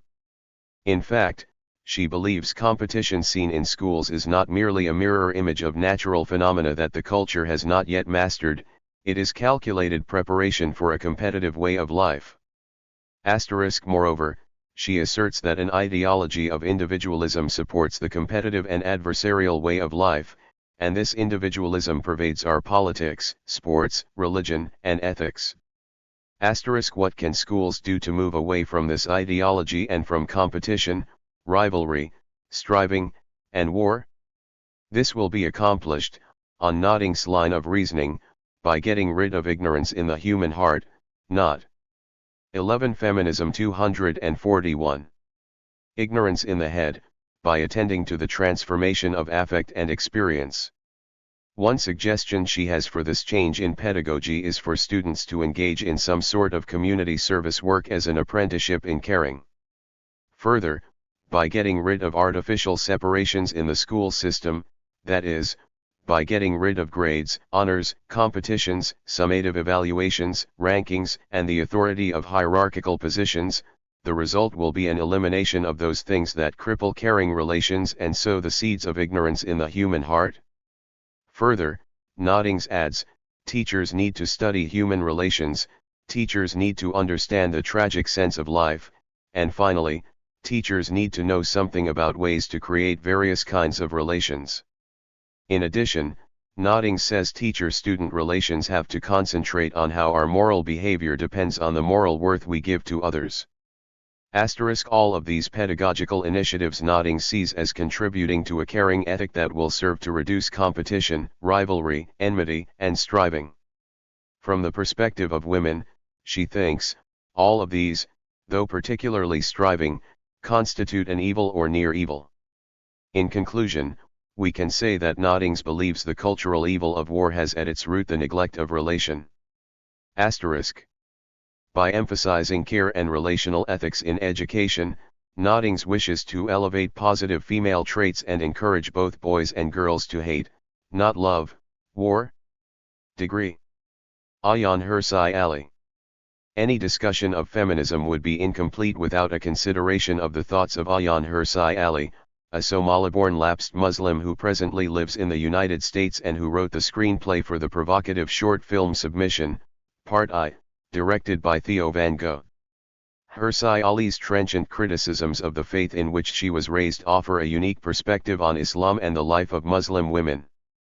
Her discussion about Islam in her wide-ranging 2006 book, The Caged Virgin, presents many engaging ideas, only a few of which can be discussed here. Hirsi Ali investigates whether the roots of hatred, particularly hatred directed at the United States as made clear in the attacks of 9/11, can be traced to Islam. On the way to trying to answer this question, Hirsi Ali outlines three important features of Islam that had not struck her before she came to live in Europe. These were, first, that a Muslim's relationship with Allah his God is one of fear; second, that Islam recognizes only one moral source, the Prophet Muhammad, who is infallible; and third, that Islam is dominated by tribal Arab sexual values dating from the time of the Prophet. Hirsi Ali has been outspoken in her criticism of aspects of Islam. Of particular note is her outspokenness concerning the way Muslim women are treated inside the Muslim community. She outlines 4 reasons in attempting to justify her position. To begin with, she says that she wishes to end the degrading treatment of Muslim women and girls by using her knowledge of Islam. Next, she believes that without the emancipation of Muslim women, which presumably her criticism would enhance, the socially disadvantageous position of Muslim women in Western countries will persist. Further, she feels that Muslim women need someone to speak on their behalf given the dearth of social organizations and political parties that speak for them. Finally, as a passionate believer 242 in human rights, Hirsi Ali argues that someone must take aim at the emphasis placed on Muslim identity and its corresponding group rights because, in the end, this is detrimental to Muslim women. In this last reason, Hirsi Ali makes a point of expressly agreeing with Susan Okin, discussed above, in Okin's criticism of multiculturalism, which, it is argued, incubates and protects differences in power and repression of women.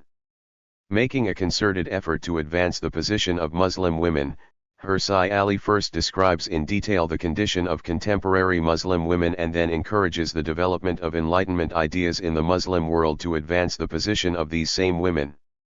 To these 2 themes we now turn. The Caged Virgin. Prescient remarks that bear close examination are made by Hirsi Ali near the end of her chapter titled The Caged Virgin. She asserts, the Islamic world is in a great crisis that also constitutes a threat to the West, a threat that consists not only of terrorism but also of streams of migration and of the risk that civil wars will break out in the Middle East. Her words have proved prophetic. Terrorism is evident in the actions of Boko Haram in Nigeria, in the attack by ISIS supporters on the offices of the satirical magazine Charlie Hebdo in Paris on January 7, 2015, in the attack by ISIS supporters on the Bataclan Theatre in Paris on November 13, 2015, and in the attack by ISIS supporters on Zaventem Airport and the subway in Brussels on March 22, 2016, and civil war and terror are evident in the conflict involving multiple state and insurgent groups in Syria and the so-called Islamic State group in Syria and Iraq, as well as in Libya. At the same time, the flood of approximately 1 million refugees and migrants from the Middle East has swamped the European Union. To be sure, these developments are beginning to make their mark on the 21st century as we know it. For Hirsi Ali, the plight of the Muslim woman in Islam has to be understood against the background of a religion that produces these fanatical movements. To appreciate this more we need to grasp more fully what she has in mind by the Caged Virgin. Hirsi Ali believes strongly, based on the evidence she has gathered, that Arab and non-Arab countries that have embraced Islam are in many ways far behind the West. *degree This leads her to ask what is blocking or preventing the progress of Muslims. From her perspective, Muslims are religious believers who are often faced with aggression, economic and scientific stagnation, repression, epidemics, and social unrest, and that these act as a drag on progress in Muslim states. Why, she asks, is this so? She acknowledges that a complex combination of factors contribute to these social abnormalities, but the one she singles out for particular attention is the sexual morality of Islam, a morality that, in her opinion, was originally a tribal morality that has been elevated within Islam to the status of a dogma? If this is so, and considering the view advanced in Chapter 1, the dogmatic features of Islam begin to turn it into an ideology that Hirsi Ali wishes to criticize. 3. Hirsi Ali acknowledges that the obsession with the mastery over the sexuality of women is not limited to the Muslim faith. It is also, she claims, present in the Christian, Jewish, and Hindu faiths.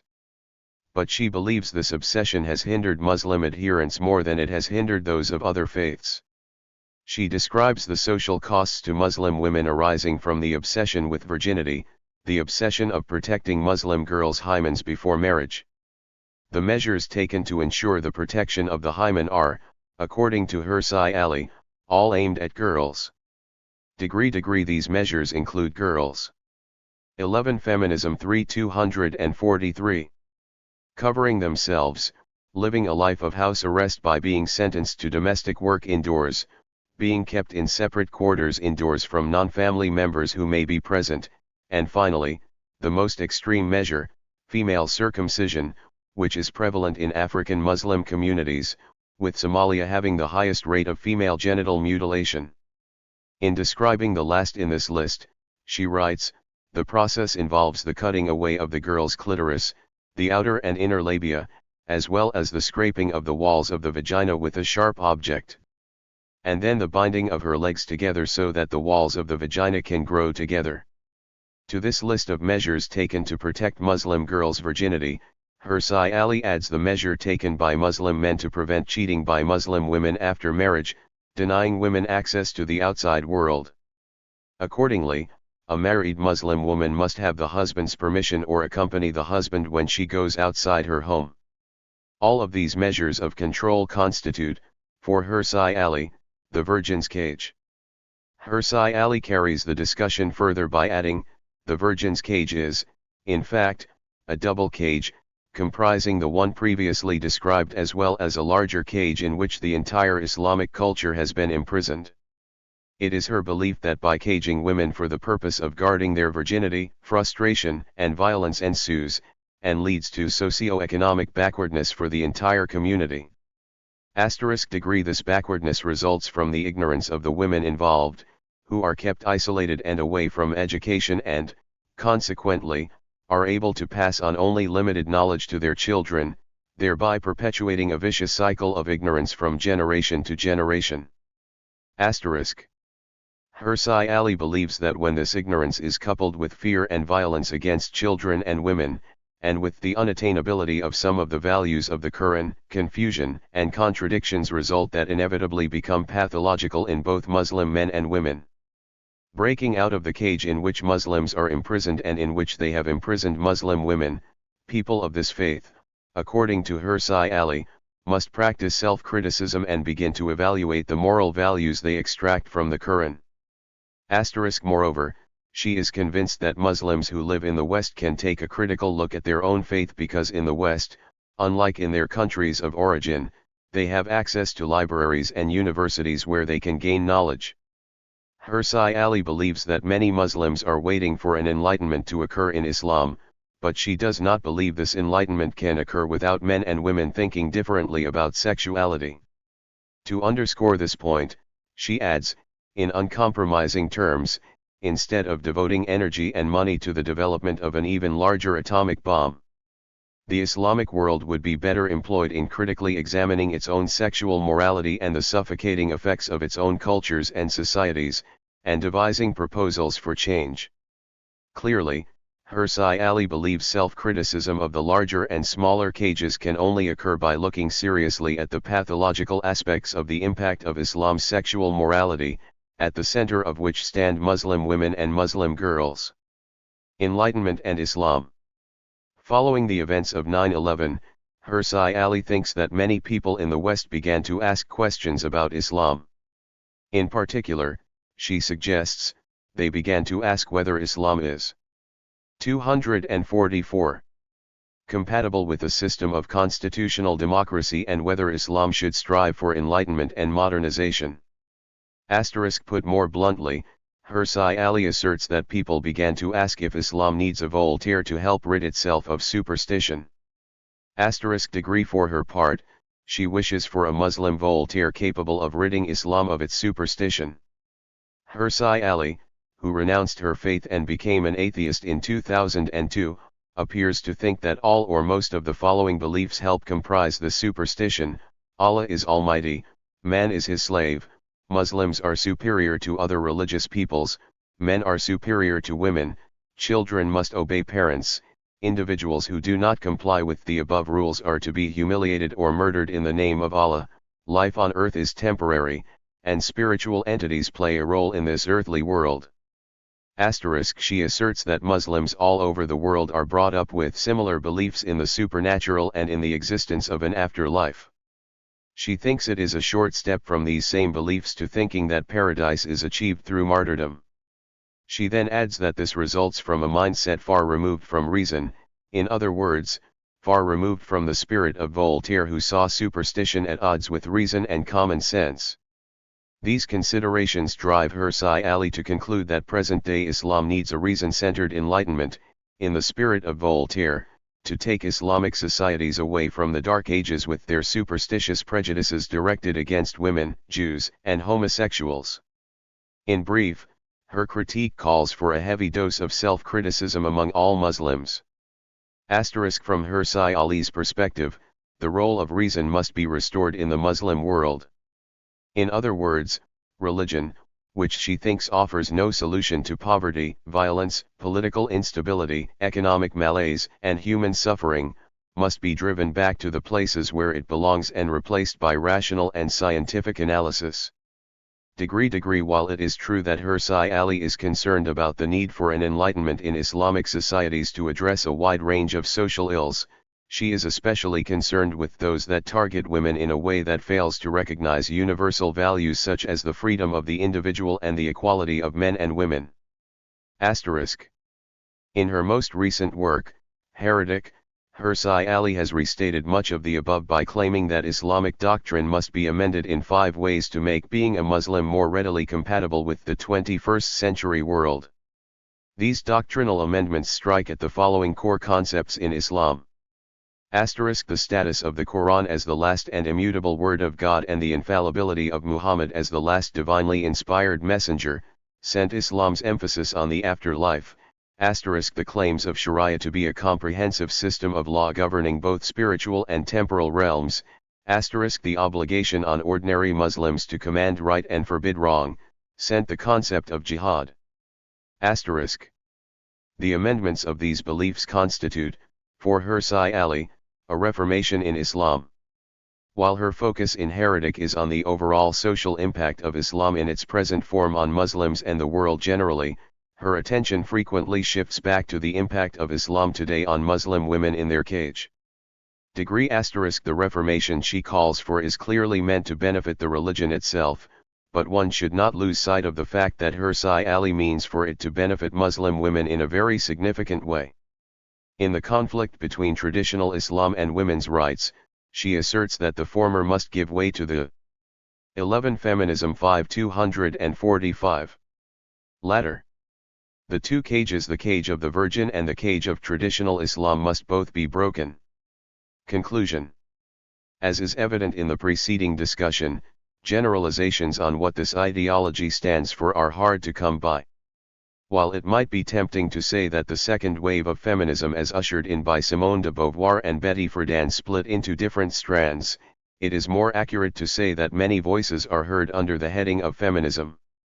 Schwarzer speaks of the vaginal orgasm and sex monopoly, echoing some of the things previously said by Shulamith Firestone, while Luce Irigaray attacks principles of the Enlightenment, affirms difference between men and women, and attacks the phallomorphism of present patriarchal societies by examining the substructural philosophical discourse. Gilligan affirms difference and introduces the idea of an ethic of care, a theme that re-emerges in the writings of Noddings and, to a less marked degree, in the writings of Plumwood, who speaks of an ethics of virtue. Interestingly, Irigaray speaks critically of the omission in philosophy of the emotional part of the soul, a point made with some vigor by Plumwood. Oken, for her part, places emphasis on Rawls's notion of justice and the social contract and criticizes multiculturalism, a point with which Hirsi Ali agrees. Nussbaum reverts back to Aristotelian ethics, emphasizing capacities and needs. In this she perhaps stands with some of the above writers in rejecting the principles of Kantianism and the Enlightenment. Ultimately, no common thread runs through feminism, except this: all feminists object to the marginalization of women. Some develop their ideas around language, some around ethics, and some around politics. The line of argument pursued by feminists is based on a frank assessment of the traditional role of women. This assessment is rooted in the overwhelming empirical evidence of discrimination of women along gender lines, which works its way into practices of domination, patriarchy, institutions, and the prevailing ethics of justice. While largely empirical in its method of exposing these various modes of discrimination, the constructed ideology of feminism is normatively iconoclastic. Its form of argument sees little merit in the is/ought distinction, but moves along from descriptive idioms to normative ones as though there were a seamless connection between the two. Its method shares with Marxism its spirit of iconoclasm and disrespect for tradition, and it distances itself from libertarianism in its affirmation of communitarian values. The exact emphasis placed on these values varies from feminist to feminist. In all forms of feminism, the line of argument is meant to be prodding and unsettling, if not radical and revolutionary. Interestingly, this line of argument is anything but one enveloping spirit of equanimity. Evaluation: the strengths of feminism. 1. Feminism as a political ideology has transformed itself into an encompassing and versatile school of thought. It is not, contrary to the opinion of some, an ideology of white, middle-class North Americans, as found in Betty Friedan's The Feminine Mystique. It is keenly interested in vertical and horizontal power structures that work the interests of women. It argues convincingly against domination by men. 246. Of women that occurs in most, if not all, societies. It argues successfully, throughout the world, in favor of mechanisms to guarantee support for women and children for the purpose of protecting them from violence inside the family. It argues effectively against poverty that results from the inequality between men and women in the workplaces around the globe. Feminism has established convincingly that the exploitation and oppression in all societies and in all classes must be abolished by dismantling cages of domination. Feminism, quite properly, alerts us to an ethic of care. In so doing, it alerts us to the importance of developing moral dispositions, seeking responses that are appropriate to particular cases, and placing some emphasis on responsibilities and relationships. Does this mean that the ethic of care is distinct from an ethic of justice? The answer here is not clear. What can be said is that, at the very least, points made by Gilligan, Noddings, Plumwood, and Nussbaum show the need to construct an ethical theory that is rich enough to capture the foregoing aspects of an ethic of care. Liberals, in their theory of justice, are often accused by feminists of being insensitive to these aspects. An example of such a liberal, it is claimed, is John Rawls, when he assumes in his magnum opus, a theory of justice that family institutions are just whatever the failures on this score of liberals like John Rawls. The present point is not that feminists are correct in talking about two voices and two theories, but that at the very least they have demonstrated a need for advocates of theories of justice to prove that these theories can respond to feminists' criticisms by encompassing an ethic of care. Clearly, an ethic of justice has to have something to say about, for example, responsibilities and relationships. A lingering thought remains, however, that Gilligan and others may be correct in affirming the existence of two voices. An ethic of care, which includes placing a premium on responsibilities and relationships, comes very close to an ethic of benevolence and maximalism, while an ethic of justice, at times, seems to come closer to rule compliance and an ethic of minimalism. It could be argued that therein lie the two voices identified by Gilligan and others. Feminism, quite appropriately, places an emphasis on relationships, in developing an ethic of care. In articulating this conception of morality, Gilligan asserts that it centers moral development around the understanding of responsibility and relationships. Registered Gilligan is not alone in emphasizing relationships. In Letters to a Young Poet, Rainer Maria Rilke, in his discussion of love and death, comments, "We are only just now beginning to look upon the relation of one individual to a second person without prejudice and realistically, and our attempts to live such associations have no example before them." Feminists, in their own words, are picking up on this theme of relationships and placing it front and center in their ethic of care. Given that relationships provide meaning in one's life, that meaning entails disclosure, and that disclosure entails exposure, it would seem that feminism draws attention to a pivotal part of any interesting theory of ethics. It is to the credit of feminists that they raise this theme articulated by Rilke. Registered degree. Martha Nussbaum offers a plausible defense of a liberal version of feminism. She does this by avoiding the pitfalls with Rawls's contractarianism, including the difficulty. 10. 11 Feminism 65 247. It has in accommodating infants and animals. Moreover, she very cleverly offers a reinvigorated Aristotelian approach to issues associated with need and dependency, thereby putting in modern dress ideas that were canvassed pretty thoroughly in the 19th century by John Stuart Mill. In addition, Nussbaum recognizes the limitations with Rawls's treatment of the family. She is quite correct that this is a non-mystical institution in which governments have a right to intervene in the absence of proper nurturing of the needs of an individual. She thereby provides for a reinvigorated kind of liberalism, through feminist eyes. The distinction Oken makes between gender and sex is clearly articulated. Oken, in particular, makes a persuasive case for saying that gender is a morally indefensible social construct, and that the family is the linchpin of this social construct. She makes a compelling case for ways in which Rawls's notion of the original position and the veil of ignorance can be exploited by feminists to advance issues of women. Many feminists correctly point out the importance of the family as a bearer of values for future generations. Gilligan, Nussbaum, Oken, Noddings, Plumwood, and Hersey Ali have emphasized that the family must be examined with an eye to establishing either a just or a caring society. It is clearly recognized by most feminists that acts of violence against women and children occur frequently in the confines of the family. Schwarzer and Hersey Ali have identified the totem-like role that phallocentrism and a dogma of virginity play in modern societies. Domination by men of women and the loss of freedom for women are alleged to be the product of these totem-like practices. This allegation is effectively argued by feminists in general, but especially so by Schwarzer and Hersey Ali.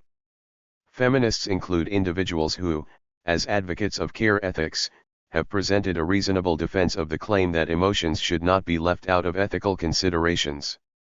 In taking this position, feminists mount a successful initial attack on a Kantian presupposition, namely, that ethics is about universal principles discernible by reason alone. It is the undiluted belief in the autonomy of reason so passionately defended by Kant and others in the Enlightenment that feminists subject to a relentless attack. Some feminists, notably Irigaray, on us to the possibility that the deep philosophical presuppositions of our thinking about humans are fraught with a strong bias in favor of masculinity. Irigaray traces this bias back to Plato and Aristotle and extends it to the period of the Enlightenment inspired by Kant. Irigaray's irreverence is, in its own way, both courageous and healthy, courageous because it runs against the opinion of so many, but in an original way, and healthy because it forces any serious political philosophy to re-examine its foundations. Hersey Ali persuasively makes the case against cultural relativism by pointing out that talk of human rights has to be universalized to apply across cultures and not just to Anglo or European ones. By so arguing, Hersey Ali shows the incompatibility of feminism with ethical relativism. This demonstration gives additional plausibility and 248. Relevance to feminism, an ideology some have thought to be Western in its implications. Hersey Ali, it is argued, disarms those who would restrict feminism to European and English-speaking societies. Evaluation, The Weaknesses of Feminism 1. While Schwarzer successfully attacks sexual monopoly, the myth of vaginal orgasm, and the support these notions give to men's emotional, social, and economic monopoly, her solution to the problems they create for women is extreme. We should recall that her solution calls for the end to heterosexual penetration except for the purpose of procreation. This sounds more like a solution dated to a period prior to the contraceptive pill. 2. Irigaray ingeniously makes some bold and original observations about the linkage between phallomorphism and the patriarchal society. She carries this discussion correctly in the direction of philosophy as the discourse on discourse.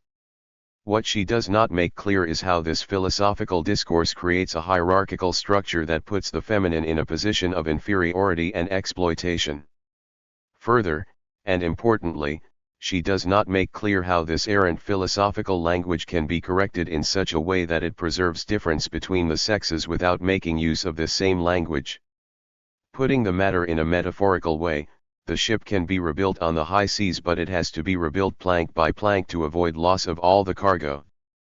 3. The ethic of care, so ably articulated by Gilligan and endorsed by others such as Plumwood and Noddings, arguably is implicit in the writings of Adam Smith when he speaks, not just of the virtue of prudence in one's own case, but also of the virtue of benevolence in the case of others. Smith, in his theory of moral sentiments, numbers compassion, pity, and sympathy among the principles that direct a person to take an interest in the fortune of others. Moreover, Smith does not see the virtue of benevolence as identical with that of justice, for he says, the virtues of prudence, justice, and beneficence have no tendency to produce any but the most agreeable effects.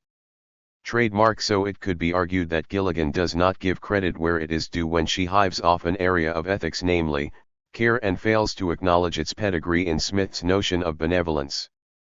Of course, none of this shows Gilligan et al. To be in error in what they assert, but it does imply a myopia on their part with respect to the philosophical roots of care ethics. 4. Oken does a good job in making suitable adjustments to Rawls's theory of justice, inspired as it is by Kantian ideals, and goes on to argue somewhat convincingly that the family is the linchpin of the gender structure and that the latter should be removed in order to establish justice for women and children. Oken's ethics is grounded in a theory of justice, not care. But whereas Oken's theory leaves no room for gender except as a social construct, care ethics, it seems, allows room for it as biologically rooted.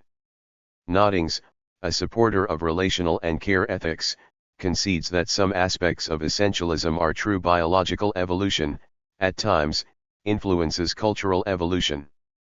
Hence the maternal instinct influences cultural manifestations. Registered *. This seems to be in 11 Feminism 249. Affirmation of gender as something other than a social construct, at least under some circumstances. None of this shows that Oken is incorrect in what she says, but it does show that there is unresolved tension between her and some other feminists, notably Noddings, that needs resolution. Nussbaum offers a refreshingly different approach from that proposed in the political philosophy of Kant or Rawls. Her emphasis on the nourishing of capabilities, which include a full range of human powers, is attractive and robust. Her biggest difficulty in adopting an Aristotelian approach to ethics and political philosophy is simply the absence of an agreed natural law theory on which her ethics has to be based. The rejection of contractarianism means the rejection of a form of positivism in keeping with the spirit of realism, a spirit that seems to infuse our times. With the rejection of contractarianism, Nussbaum is left to defend some kind of naturalism that runs the risk of sinking into subjectivity. This is by no means a fatal objection to what she says, but it does place a burden on her to deliver a higher-level defense of her normative judgments. For her part, Plumwood aims to reject what she calls the master story of Western culture phallocentrism. She might have considered extending this criticism, in the spirit of Hirsi Ali, who speaks of phallomorphism, to non-Western cultures as well. A more serious difficulty with Plumwood's foray into feminism and environmentalism is simply that, in her eagerness to adopt a kind of biocentrism and a non-instrumental way of thinking of the environment, she may well find herself unable to defend the difference between the feminine and the masculine that she, along with Irigaray, desperately wishes to preserve. The problem is simply that in homogenizing feminism and environmentalism, Plumwood will be unable to defend difference. A different approach is taken by Noddings. She suggests that the evil of war, demonstratively a great evil, can be partially undone by adopting a relational ethics of care in certain fields, notably education. It would seem that, while there is merit in changing some of our educational practices so as to diminish the importance of competition and striving said by Noddings to be the source of war, it strains credulity to think that significant inroads on war can be made in this way. To begin with, the entire capitalist system in both Eastern and Western cultures is predicated on innovation and competition. Consequently, even if some pedagogical success could be had to reduce the importance of competition, it seems unlikely that this would be effective in reducing conflicts around the globe. At most, people would only be slightly less inclined to resolve disputes this way. Long before approaching the reduction of war in this way, it is more plausible to say it could be reduced by educating people about their petty nationalisms or religions. A further problem arises when one thinks just how deeply embedded competition is in our lives: games, leagues, music competitions, Olympics, job searches, career paths, military appointments, judicial appointments, administrative appointments, contract awards on closed bids, and ethnic competition. When Hirsi Ali calls for a Voltaire to come forth in the Muslim world, she affirms the principles of the Enlightenment. This stands in sharp contrast to the criticisms made. 250. By Irigaray of the principles of this Kantian age. What this shows is a heightened tension among feminists, a tension that needs to be resolved if this ideology is to function in a coherent and consistent pattern. 9. Hirsi Ali attacks the notion of the caged virgin in Islamic societies. In her enthusiasm to support enlightened practices in the West, she misses an opportunity to show that Western women sometimes find themselves in cages. The feminist Kate Millett has explored the notions of power and domination in several literary works by Norman Mailer and Jean Genet. Registered Genet uses the metaphor of three cages to illustrate vividly the loss of freedom humans experience at the hands of authority figures, such as judges, generals, and clerics, the police state, and the institution of sex, a cage in which all others are enclosed. Registered Hirsi Ali could have strengthened her account by making use of some of Millett's ideas as they apply in Western societies. 10. For historical accuracy, Hirsi Ali has an obligation to demonstrate that the sexual morality of Islam was originally a tribal morality that was subsequently elevated to the status of a dogma. Two factors were clearly at work in the cultural evolution that occurred in Arabia at the time of Muhammad. One of these was Islamization and the other was Arabization. Hirsi Ali needs to discuss these in depth to make her case more convincing, especially as it applies to virginity and sexual morality. Registered. Related websites. Feminist Majority Foundation, www.feminist.org. Feminist Political Philosophy. Stanford Encyclopedia of Philosophy. April 1, 2014. http://plato.stanford.edu/entries/feminism-political. Environmentalism. They are all gone now. During our visit, Claire and I saw not one fishing vessel at work on all the vast sweep of salt water bordering southwestern Newfoundland. Those once astoundingly fecund waters have been so drained of life that there is no longer any profit to be made from them. Farley Mowat, The Farfarers, Before the Norse. Learning objectives sent to understand the multifaceted nature of the debate in environmentalism. Sent to appreciate the historical lineage of present-day discussions in environmentalism. Sent to learn about the world scientists' warning to humanity. Sent to recognize the complexity of the issues pertaining to population, land use, water availability, energy, climate change, toxic chemicals, forests, biodiversity, and oceans. Near the site of a great nesting of the passenger pigeon in 1871, the following words are inscribed: "This species became extinct through the avarice and thoughtlessness of man."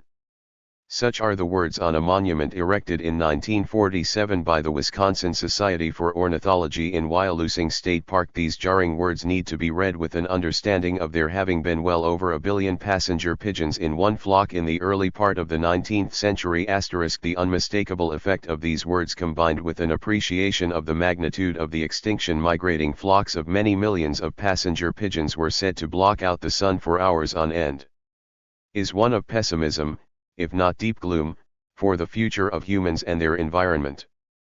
Humans appear as a venal beast in this story of the passenger pigeon.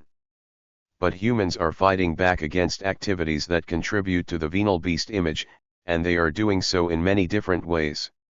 And just over the horizon, though not discussed below, are intimations of the possibility of de-extinction by means of genetic sequencing and synthetic biology. Could the woolly mammoth or the passenger pigeon be resurrected as a species? This question has always 12 Environmentalism 253 appeared to have a self-evident negative answer, but new ideas drawing on genetic sequencing are beginning to challenge the self-evidence. Clearly, a deeper answer to this question lies in the future. At present, it is worth our while to keep in mind the idea of de-extinction as we work our way through the thoughts of the writers and events discussed below.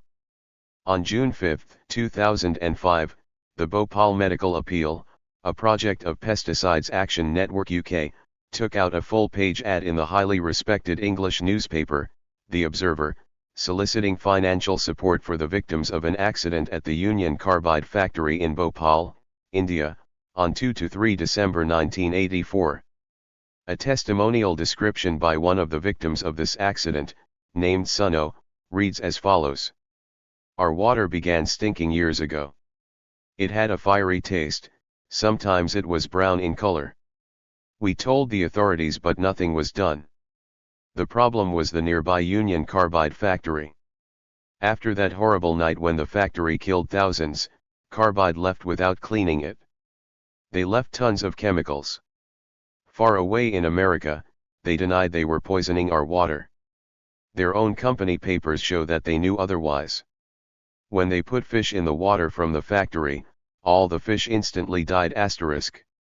This testimonial highlights a tragedy that began over 30 years ago when highly toxic methyl isocyanate gas leaked from a Union Carbide factory, killing thousands and maiming up to 200,000. As the BMA makes clear, this tragedy has been compounded by inaction on the part of Union Carbide down to the present time. It calls on Union Carbide's owners Dow Chemical to act responsibly, clean their factory and the underground water. And it goes on to request that the local government obey the Supreme Court order and provide clean water. The fate of the residents of Bhopal casts a dark shadow over corporations and local governments in the matter of their insensitivity to the environment and its impact on people. This dark shadow, along with others elsewhere, helped awaken the sensitivities of those advocating the ideology of environmentalism. The Bhopal gas leak was just one of several environmental disasters that occurred around the world within a particularly troubling decade. There seems little point in cataloging those disasters here. Rather, what needs to be done to understand environmentalism as an ideology is, first, to trace its historical roots and, second, to analyze different versions of it: proto-ecologism, reform environmentalism, transitional environmentalism, deep ecologism, transpersonal ecologism, socialist ecologism, and anarcho-ecologism. Conceptualizing environmentalism in this way allows for different perspectives on the environment, each of which deserves analysis. For this reason, the foregoing positions will be studied as though on an ideological continuum. We now turn to the historical roots of this ideology, an ideology that U.S. President Barack Obama has adopted in part by moving his nation towards a clean energy economy. His action and advocacy have the potential of giving this ideology an even higher profile than it would otherwise have had. Ramachandra Guha has argued that there have been two waves of environmentalism, one beginning around 1860 and the other around 1960. It is useful to see the first wave as comprising several phases, possibly three, including a moral and cultural phase, a scientific conservation phase, and a wilderness phase. Once this wave had passed, talk about the environment began to congeal, around 1960, into something more ideological, and something that was qualitatively different from what preceded it. This marked the beginning of the second wave. 254. As Guha says, the first wave of environmentalism proceeded step by step with the Industrial Revolution, itself the most far-reaching process of social change in human history. The people who made up the first phase of this wave comprised those who engaged in a moral and cultural critique, otherwise called the back to the land idea, those who favored scientific conservation, and those who favored a combination of morality, science, and aesthetics, otherwise called the wilderness idea.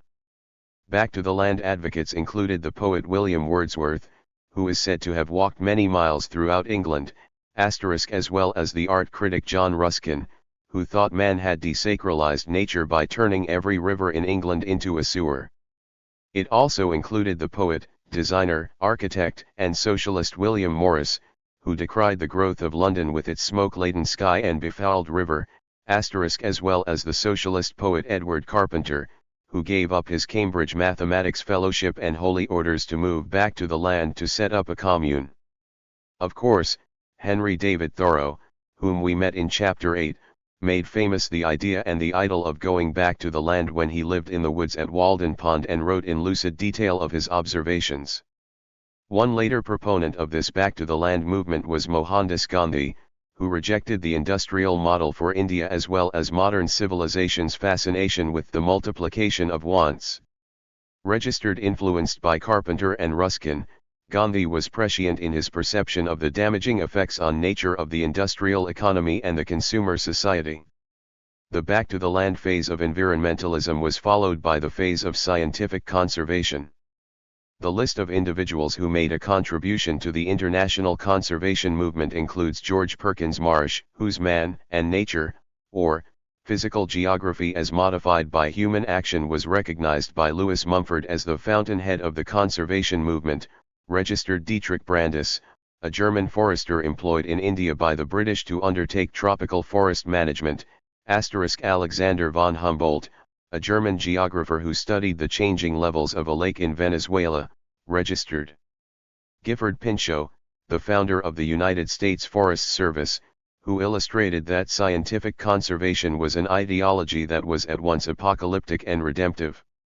And the Mexican, Miguel Angel de Quevedo, known as Mexico's Apostle of the Tree, who lobbied for the protection of parks and tree nurseries in the cities as well as for the compilation of inventories for forests.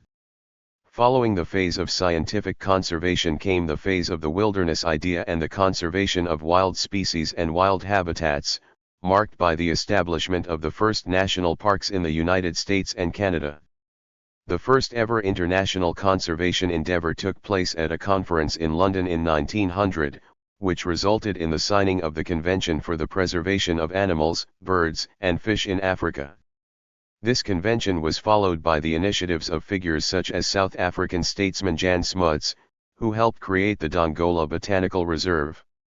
In the United States, conservation ideas were advocated by John Muir, a lecturer, writer, and mystical pantheist who founded the Sierra Club in 1892.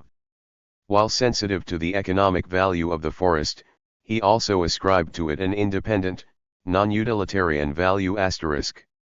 The spirit of Muir was partially echoed in Aldo Leopold, a forester who went on to teach ecology and game management. 12 Environmentalism 5255. Central beliefs of environmentalism. Human nature is largely biological and best understood in ecological terms. Copyright. The origin of the state is natural selection. Liberty as an ideal is freedom extended to all sentient beings. Adequality as an ideal is the equal consideration of interests. Copyright. Justice is fairness in the treatment of all forms of life. The end of government is the encouragement of the diversity of life in all its forms. Economic organization is at its best in a regulated economy. Rights are subordinated to environmental considerations. at the University of Wisconsin in the 1930s and became a founding member of the Wilderness Society. Some maintain, with plausibility, that his posthumously published A Sand County Almanac is the intellectual touchstone for the most far-reaching environmental movement in American history.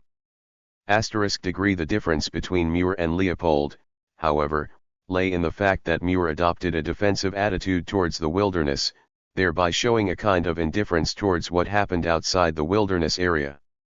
Leopold, on the other hand, thought that human behavior outside the national parks was perhaps even more important than the protection of wild species within them. Finally, it should be added that Leopold's intellectual development moved from protection of species to protection of habitats, and on to protection of biodiversity. Registered by the time the 1960s arrived, environmental thinking was beginning to congeal into ideological camps, and it was this that launched the second wave of environmentalism. Far and away the person who most famously represented this new start was Rachel Carson. What she articulated was more theoretical, more scientifically based, and more ideological than any previous environmental statements or writings. Proto-ecologism, Rachel Carson. The effect of World War II on the environmental movement was to refrigerate it. And it was not until the 1960s that a thaw occurred and there appeared the second wave of environmentalism, largely inspired by Rachel Carson. A biologist and employee of the U.S. Fish and Wildlife Service, Carson published her widely read and enormously influential Silent Spring in 1962.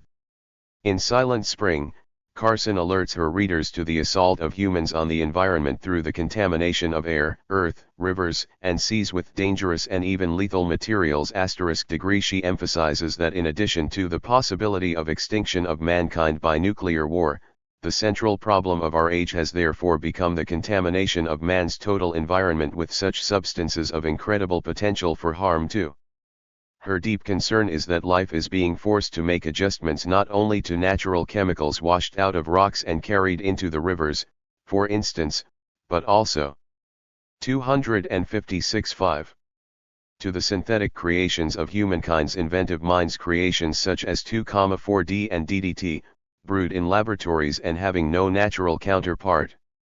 It is not hard to imagine how repelled Carson would be by the Union Carbide disaster of 1984 and its ongoing legacy of destruction.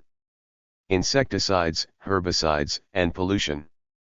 Carson is concerned with the elixirs of death, as she calls the new synthetic insecticides, which have enormous potential not only to poison but to enter into vital processes of the body and alter them in sinister ways.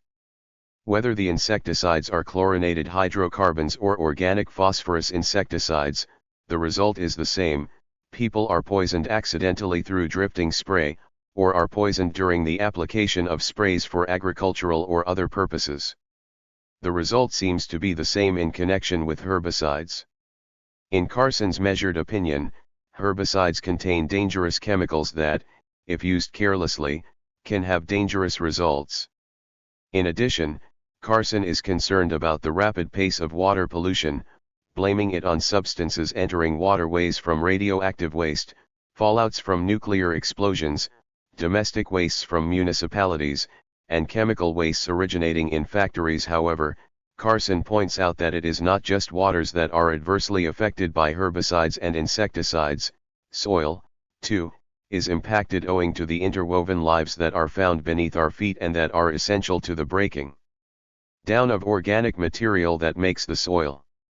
The manufacture and use of chemicals such as 2,4-D, DDT, aldrin, lindane, and arsenic can all result in poisoning the soil, and these toxins eventually can be absorbed in plant tissues and then consumed by humans. Needless havoc. In a splendidly titled chapter, Carson talks about the needless havoc humans have caused, first in recent centuries with the slaughter of the buffalo, the massacre of shorebirds, and the near elimination of egrets, and then in more recent times through the senseless use of insecticides and the killing of birds, mammals, fish, and practically every form of life. Carson packs much into what she wishes to say here, but three of her important points are the following: humans seem bent on the conquest of nature, together with its destruction, This inclination is done without thought, and the citizen who wishes to confront the question of wildlife loss must come to terms with the conflict between control agencies that deny there has been a severe loss of wildlife and conservationists who affirm such a loss. The chapter heading seems to echo again the words of Albert Schweitzer, to whom she has dedicated her book, Man Has Lost the Capacity to Foresee and Forestall. Humans, she thinks, have been victimized by the soft sell of the use of contaminants, which have introduced, in a haphazard way, foreign chemicals with cancer-producing consequences into our environment. One such chemical is DDT. As she points out, what follows the introduction of such chemicals is a slow realization, on the part of humans, of the consequences of their use. And what follows this slow realization is still slower remedial action taken by humans to bring them under control. Degree humans' ability to create such chemical monsters outstrips their legislative and legal ability to control them. And Schweitzer, the medical missionary. 12 Environmentalism 3-257. And philosopher whose core belief was the need for a reverence for life, in Carson's view, is vindicated. Changing our philosophy. Carson echoes the views of a Canadian entomologist, G.C. O'Lyott, who warned that can only inform ecologism rather than be it due to the absence of any overriding political strategy for dealing with the problems it identifies. Nice, on the other hand, embodies ecologism. 12 Environmentalism 263. By offering an overriding political strategy that reduces human population, changes government policies, emphasizes life quality, and imposes obligations on persons to attempt to implement the necessary changes to preserve the environment. Ecologism, Andrew Dobson. The British scholar Andrew Dobson draws a distinction between environmentalism and ecologism that sheds light on the direction of his political ideology. He is in favor of ecologism, which he thinks is an ideology, and not in favor of environmentalism, which he thinks is not an ideology. The differences between these, as viewed by Dobson, together with his defense of ecologism, are something to which we must now turn. Environmentalism and ecologism. In Dobson's view, an ideology has three characteristics: it provides an analytical description of society, enabling its users to navigate in the political world, it prescribes a particular form of society, and it provides a plan of action, a program, for political endeavors. He distinguishes environmentalism from ecologism on the grounds that environmentalism adopts a managerial approach to environmental issues, believing these issues can be addressed without adopting fundamental changes in our values or habits in production or consumption, whereas ecologism believes that a sustainable and fulfilling existence requires radical changes in our dealing with the non-human world. In elaborating on the first of the 3 points, Dobson says, it is important to stress that whatever problem is being confronted by any given ideology, it will be analyzed in terms of some fundamental and necessary feature of the human condition. Once the first point is cashed out in these terms, it is easy to see why Dobson denies that environmentalism is an ideology. It believes that environmental problems can be solved without fundamental changes in values or habits. Ecologism, on the other hand, endorses such changes by calling for radical action. For Dobson, the reformist mode of environmentalism simply reinforces conspicuous consumption and certain sorts of technology rather than calling them into question. This stands in sharp contrast to ecologism, which challenges these consumption patterns and calls for a fundamental change in the relationship between human beings and the non-human world. Another way of understanding the contrast here is that ecologism takes seriously the finitude of the planet and asks what kind of practices are possible and desirable in light of this, while environmentalism does not do either of these things. Anthropocentrism. In Dobson's opinion, the one thing underpinning the range of objections that radical green theorists have to current human behavior is their opposition to anthropocentrism, the error of giving arbitrarily preferential treatment to human interests over the interests of other beings. He distinguishes between a weak and a strong sense of anthropocentrism, allowing that even in a respectable ecological position there could be room for the former. By weak anthropocentrism, Dobson means human-centeredness or a philosophy of respect held by humans, while by strong anthropocentrism Dobson means human instrumentalism or instrumentally using the non-human world in an unfair and unjust. 264 way. Asterisk he accepts weak anthropocentrism because the questions being asked, and the behavior that comes from asking these questions, are human, but he rejects strong anthropocentrism for its endorsement of human instrumentality.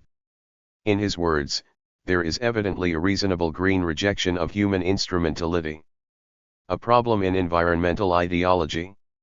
While not elaborating on it, Dobson makes clear that the most obvious feature of ecologism is its failure to make itself practical. Asterisk degree for Dobson this must be sincerely troubling owing to the fact that he has already said that ecologism is an ideology, unlike environmentalism, and that what in part makes it so is the fact that it provides a plan of action for political endeavors. So the question with which he leaves his readers near the end of Green Political Thought is revealing of some ambivalence in his thought regarding the ideological nature of ecologism.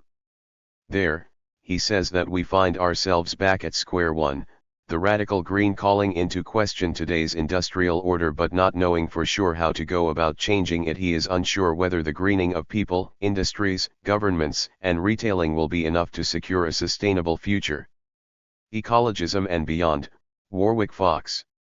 The Australian philosopher Warwick Fox aims to carry the green debate beyond deep ecology into the domain of transpersonal ecology, and still later into the domain of a general theory of ethics that embraces interhuman ethics, ethics of the natural environment, and ethics of the human-structured environment. Trademark asterisk with respect to the first of these, Fox wishes to explore the possibility of an approach to ecology that goes beyond the ego, biographical, or personal sense of self asterisk degree with respect to the second.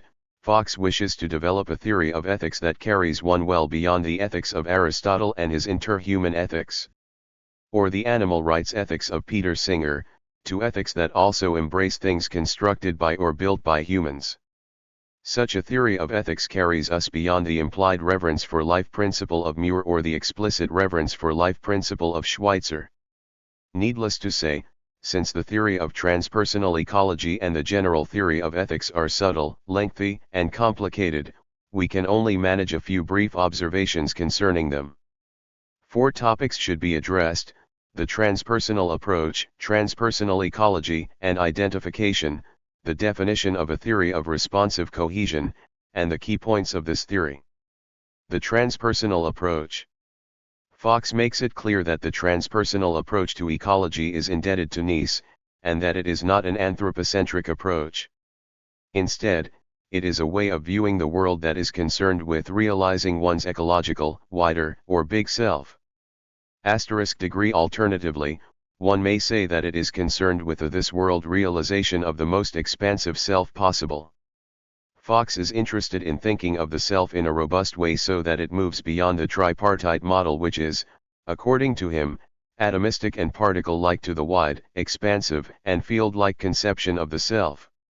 Under the transpersonal theory, the expansive view of the self brings with it a revolution in ethics in that it renders ethics superfluous. It does this, Fox believes, because one will naturally. 12 Environmentalism 3-265. Protect the unfolding of the expansive self. 8 What this amounts to is an elaboration of Nice's theory that care naturally follows once the self is expanded. Self-realization simply renders morality superfluous. At this stage Fox's ideas are captivating but largely intuitive. One has a sense of what he is talking about, but not a good idea. What can be said is that he wishes to develop an ethic that is this world-oriented and is deeply connected to the notion of an expanded self. As we shall see below, his later research leads him to develop his theory of ethics by thinking of the self in terms of human relationships that expand outward to embrace the natural and created environment. But these ideas are just around the corner, and await the publication of his later work in 2006. Varieties of identification. The immediate question facing one in connection with transpersonal ecology is Buddhist in nature. How does one come to have as expansive a self as possible? Registered *. Fox's answer on behalf of transpersonal ecology is, through identification or the experience of commonality.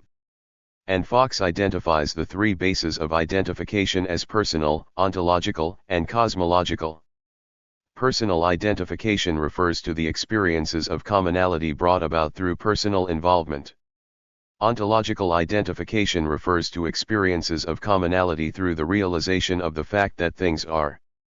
Finally, cosmological identification refers to experiences of commonality through the realization that we are aspects of a single unfolding reality. Transpersonal ecologists want to place personal identification in the context of ontological identification, then place ontological identification in the context of cosmological identification. Though the first of these identifications has positive features, it also has negative ones, including egoisms, attachments, greed, exploitation, war, and ecocide. Only by setting the first of these in the context of the other two is one led to impartial identification with all entities and to treading lightly upon the earth. Presumably, when one identifies with the creatures of the earth, one wishes to protect them, and earth, from harm. This larger context also allows for the promotion of actions that respectfully but resolutely aim to alter the views of those who suffer from delusions of self-realization through personal identification, example through family, friends, or homes. The definition of a responsive theory of cohesion. The flavor of Fox's ideas in his transpersonal ecology theory are expanded and enriched in his general theory of ethics. In the latter, Fox attempts to discover the foundational value in the world, in other words, the most basic form or source of value that we can discover. This value would underpin or provide the foundation for all other values. In developing his idea, Fox affirms that the foundational value consists in a basic cohesion. Fox's comments here are, initially at least, rather opaque, but persistence will reveal some light at the end of the tunnel. The responsive theory of cohesion is a theory about relations or forms of organization, of which there are three types: fixed cohesion, responsive cohesion, and discohesion. 266. We might say that Fox, in passing, is giving further definition to Rainer Maria Rilke's idea of relationships. When Rilke speaks of them in these terms, we are just now reaching the point where we can observe objectively and without judgment the relationship of one individual to a second one. Our attempts to live such a relationship are without a model. Fox is interested in a theory of ethics that considers the connection persons have with persons, their connection with the natural environment, and their connection with the intentionally organized, artificial, built, or constructed environment. This definitely carries the discussion beyond Schweitzer and Ness. Two last points should be added, namely that for Fox cohesion means coherence or hanging together, whereas discohesion, a neologism, means disorder or chaos. By fixed cohesion he means a cohesion that is fixed, rigid, frozen, tired, or dead, in contrast to a responsive cohesion, by which he means a cohesion that is fluid, adaptive, organic, or creative. The key points of the responsive theory of cohesion in a nutshell. The key points of Fox's responsive theory are as follows: there are three kinds of relational qualities: fixed cohesion, responsive cohesion, and discohesion. The relational quality of responsive cohesion is best. The relational quality of responsive cohesion is the most basic value there is, and thus the foundational value. Therefore, we ought to live by the value of responsive cohesion, and all forms of responsive cohesion are valuable. Nonetheless, biophysical responsive cohesion trumps mind-sharing responsive cohesion, and mind-sharing responsive cohesion trumps compound material responsive cohesion. Fox thinks the biophysical realm is the primary context, followed respectively by the mind-sharing and compound material realms. His reason for so thinking is that the human constructed realm depends on the mind-sharing realm, which in turn depends on the biophysical realm. The responsive cohesion theory takes us beyond life forms to artificially constructed things, and allows for a diminishing level of obligations as we move from humans to other animals and plants, to material artifacts. This theory does not deny the intrinsic value of non-human forms of life or of constructed things, but the diminishing levels of obligations do suggest that the intrinsic value of these levels of being are more defeasible the further one descends down the levels of obligations. Fox argues that the relational quality of responsive cohesion is the foundational value, because it lies at the basis of the best approaches to an extremely wide range of domains of interest, from science, to psychology, to government, to personal relationships, to sports and arts, to the natural environment, and to the human-constructed environment. As for the justification of the claim that the relational quality of responsive cohesion is best, Fox says that no one set reason across a domain of interests will explain this. Sometimes the reason has to do with pleasure, sometimes with truth, sometimes with what is workable and fair, sometimes with what has dramatic flair, and sometimes with what makes us feel more alive. But, thinks Fox, the relational quality of responsive cohesion underpins each of these evaluative notions. According to Fox, the responsive cohesion is flexible, fluid, free within bounds, adaptive, creative, semi-predictable, interesting, and alive. The fixed cohesion is rigid, regimented, structured, stuck in a rut, predictable, mechanical, and dead, and discohesion is chaotic, all over the place, turbulent, orderless, structureless, illogical, unpredictable, and 12. Environmentalism 267. Non-patterned history has shown us that people have claimed to know things on the basis of authority, tradition, revelation, intuition, and reason. However, he thinks, informed judges generally think the last of these, when coupled with observation and the interplay between them, leads to the best way of knowing the world. Reason is in, the others are out. This is really, for Fox, what drives him to accept responsive cohesion as the foundational and best value. What are the policy implications of this for Fox? The answer comes in the form of a credo: in living your life, you should do what you reasonably can do to preserve examples of the relational quality of responsive cohesion, regenerate examples of this cohesion, and through your undertakings reflect and reinforce this cohesion. At the practical level, this means, for Fox, accepting the primacy of self-defense in ethical matters and, importantly, making the whole planetary ecosystem the largest context that should be prioritized. Trademark. Socialistic Ecologism, Rudolf Barrow. The name most commonly associated with the left-of-center interpretation of the ecology crisis is Rudolf Barrow. Though raised in Germany under the National Socialists, he joined the Communist Party of the German Democratic Republic in 1952. Years later, after writing his famous The Alternative in Eastern Europe, he was imprisoned for 8 years for publishing state secrets, and then, upon his early release in 1979, fled to West Germany. From that point on, Barrow gravitated towards the new ecological movement, without rejecting the utopian aspects of the socialism he had inherited from Marx and that were, earlier still, reflected in the writings of environmentalist and socialist William Morris. Some aspects of Marxist thought he did reject, including the preeminence given to class, but otherwise he seems to have remained a socialist. Barrow's thinking is rich and varied, so only a few of his ideas can be discussed below. The ecology crisis and socialists.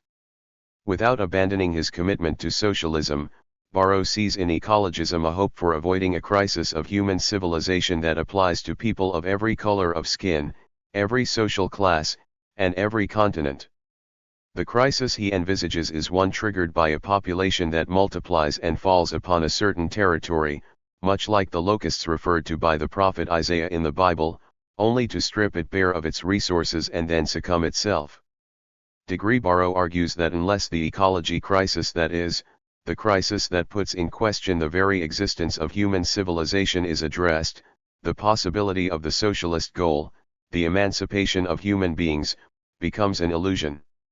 He sees a need to adopt the position held by utopian socialists, namely, taking the interest of the species, rather than a particular class, as the fundamental point of reference in order to address the ecological crisis.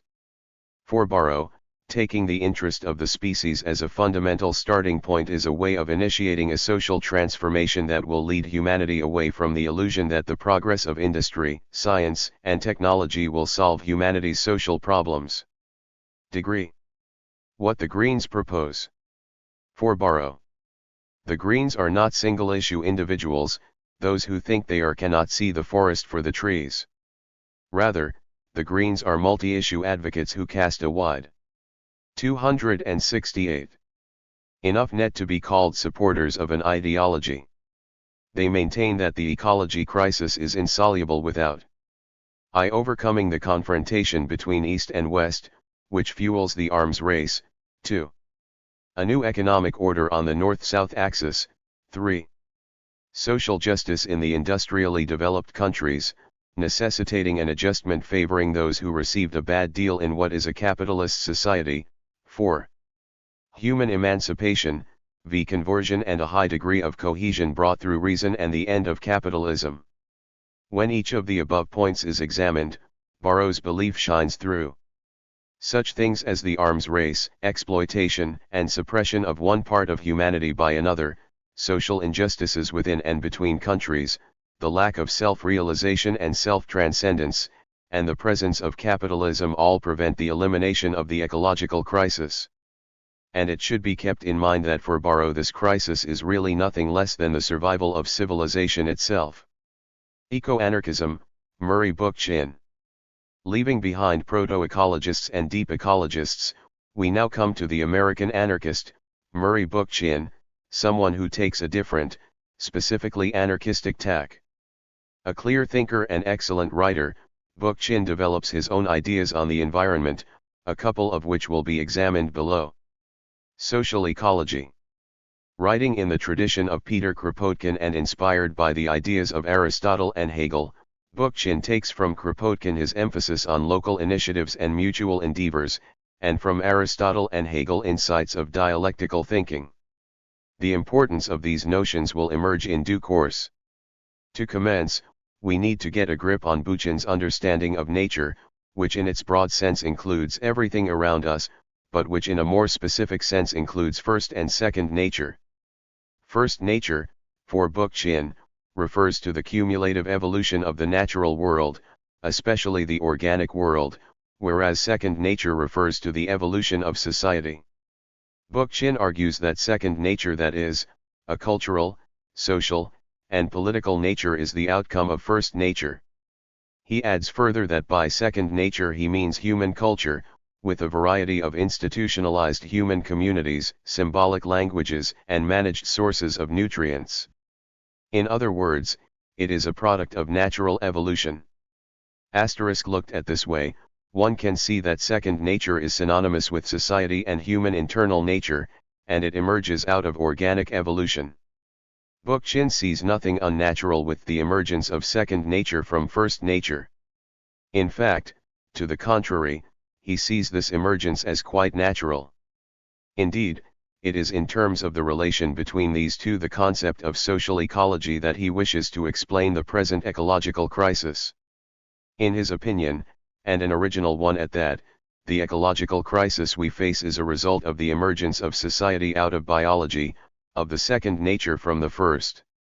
Still, putting it this way does not quite do justice to his point, which 12 Environmentalism 269 perhaps can be put more straightforwardly by saying that the ecological crises we face are a result of social problems such as the rise of hierarchy, domination, patriarchy, classes, and the state.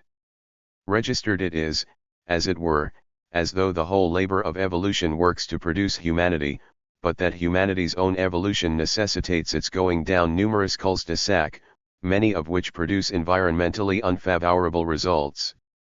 From Bookchin's perspective, natural evolution, the evolution of Darwin, has conferred upon human beings a clear responsibility toward the natural world, and has thus made them moral agents. Only because humanity has unique attributes that no other species has can it use its ability to think conceptually and to feel empathy for the world of life in order to reverse the devastation it has inflicted on the biosphere and create a rational society. Registered Bookchin carries his ideas a bit further, revealing an element of Kropotkin's thinking as well as of the dialectic of Aristotle and Hegel. He believes that ecological thinking, along social lines, has the capacity to cleanse European thoughts of teleological thinking, of its denigration of the physicality, and of its preoccupation with the human soul. Ecological thinking has the capacity to lead to a transcendence of first and second nature, and thereby to a domain of free nature comprising rational humanity, a humanity that would willfully cope with conflict, contingency, waste, and compulsion. Here both Kropotkin's optimism and attachment to reason and Hegel's dialectic between first and second nature make themselves evident. Biocentrism and anthropocentrism. Bookchin takes issue with deep ecology in what it has to say about biocentrism and anthropocentrism. He also takes issue with deep ecology for the lamentable, foggy world into which it leads us. Those who would advocate biocentrism would place all life forms on the same ethical plateau, and would therefore condemn anthropocentrism, which places man at the center of ethical considerations in the cosmos. Bookchin challenges this reasoning on the grounds that biocentrists and anti-humanists can hardly have it both ways. Either humanity is a special moral agent, and so can practice stewardship of nature, or it is one with the whole world, in which case it has all the rights that any other creature has to look after its own ends. So, thinks Bookchin, either humanity has a particular moral responsibility to look after nature, or humanity and everything else reverts to a Darwinian jungle. It is clear from what he says here that Bookchin does not subscribe to the belief held by some that non-human animals have rights. Rights, he thinks, are the products of customs and traditions, of social relationships, and more immediately of the mind. In this he would seem to be at one with social contractarians such as Thomas Hobbes and Jan Narveson. Furthermore, Bookchin distances himself from Nietzsche's affirmation as a deep ecologist, namely the claim that other sentient beings have intrinsic value. Bookchin claims, to the contrary, that the intrinsic worth of human being is thus patently exceptional, indeed extraordinary. Conclusion. Concern for the environment has changed over the past 150 years, from the days of William Wordsworth, John Ruskin, Edward Carpenter, George Perkins Marsh, and Aldo. 270. Leopold, to Albert Schweitzer and his reverence for life, to Rachel Carson and her concern with pesticides, to Gro Harlem Brundtland and her notion of sustainable development, to the Union of Concerned Scientists and their warning of environmental collapse, to Arne Ness and his deep ecology, to the views of Robert Goodin, John Barry, and Andrew Dobson and their interpretations of green theory, to Warwick Fox and his transpersonal ecologism and his general theory of ethics, to Rudolf Barrow and his socialistic ecologism, and finally to Murray Bookchin and his eco-anarchism. Sentimentalism aside, there is a progressive sophistication in the kinds of ideological questions asked by these individuals. And while there is no unanimity on what exactly the correct ideological approach should be to the study of the environment, Aldo Leopold's comment, that our problem is one of attitude and implements, seems to capture the spirit of the foregoing individuals. Leopold reminds us that we should rethink whether we want or need to change the Garden of Alhambra. The line of argument pursued by these thinkers, under the general heading of environmentalism, comprises an ample body of scientific evidence in defense of normative judgments. Environmentalism's argumentative style is largely scientific. Consider, currently, the exhaustive scientific reports of the Intergovernmental Panel on Climate Change, but it seeks to carry this scientific message further by advocating normative conclusions that carry one well beyond normal scientific detachment. In crossing from the descriptive and explanatory to the normative, environmentalists embark on a line of thinking that is ambitious and rather intolerant of the lax policies and practices that the human species has advanced and engaged in, especially since the Industrial Revolution, but also, to a lesser extent, since the rise of modern science. A sense of urgency colors the line of argument pursued under this ideology, as evidenced, for example, in the Club of Rome's 1972 volume, The Limits to Growth, which used computer modeling to examine such variables as economic and population growth, resource depletion, and environmental degradation. This urgency, from the beginnings of environmentalism, has been derived from observations of the varied and comprehensive forms of destruction to nature. Environmentalism never confronts any is/ought division in its thinking, but assumes that the scientific evidence is sufficient, presumably coupled with common sense, to carry one from the is side of this division to the ought side in one fell swoop. So, while much of the line of argument pursued by those discussed here is scientific in a hard empirical sense, there seems to remain a latent assumption that what is scientifically discovered is sufficient to win the day in terms of challenging current domestic policies and international activities that run counter to the environment. Evaluation: the strengths of environmentalism. 1. The testimonial of the World Commission on Environment and Development offers compelling secondary support for the proposition that the Earth's environment is being seriously compromised in a way detrimental to human interests. The Commission had 20 members, including the chair, Gro Harlem Brundtland, from about the same number of countries, members who came with distinguished portfolios either in government or in the private sector or both.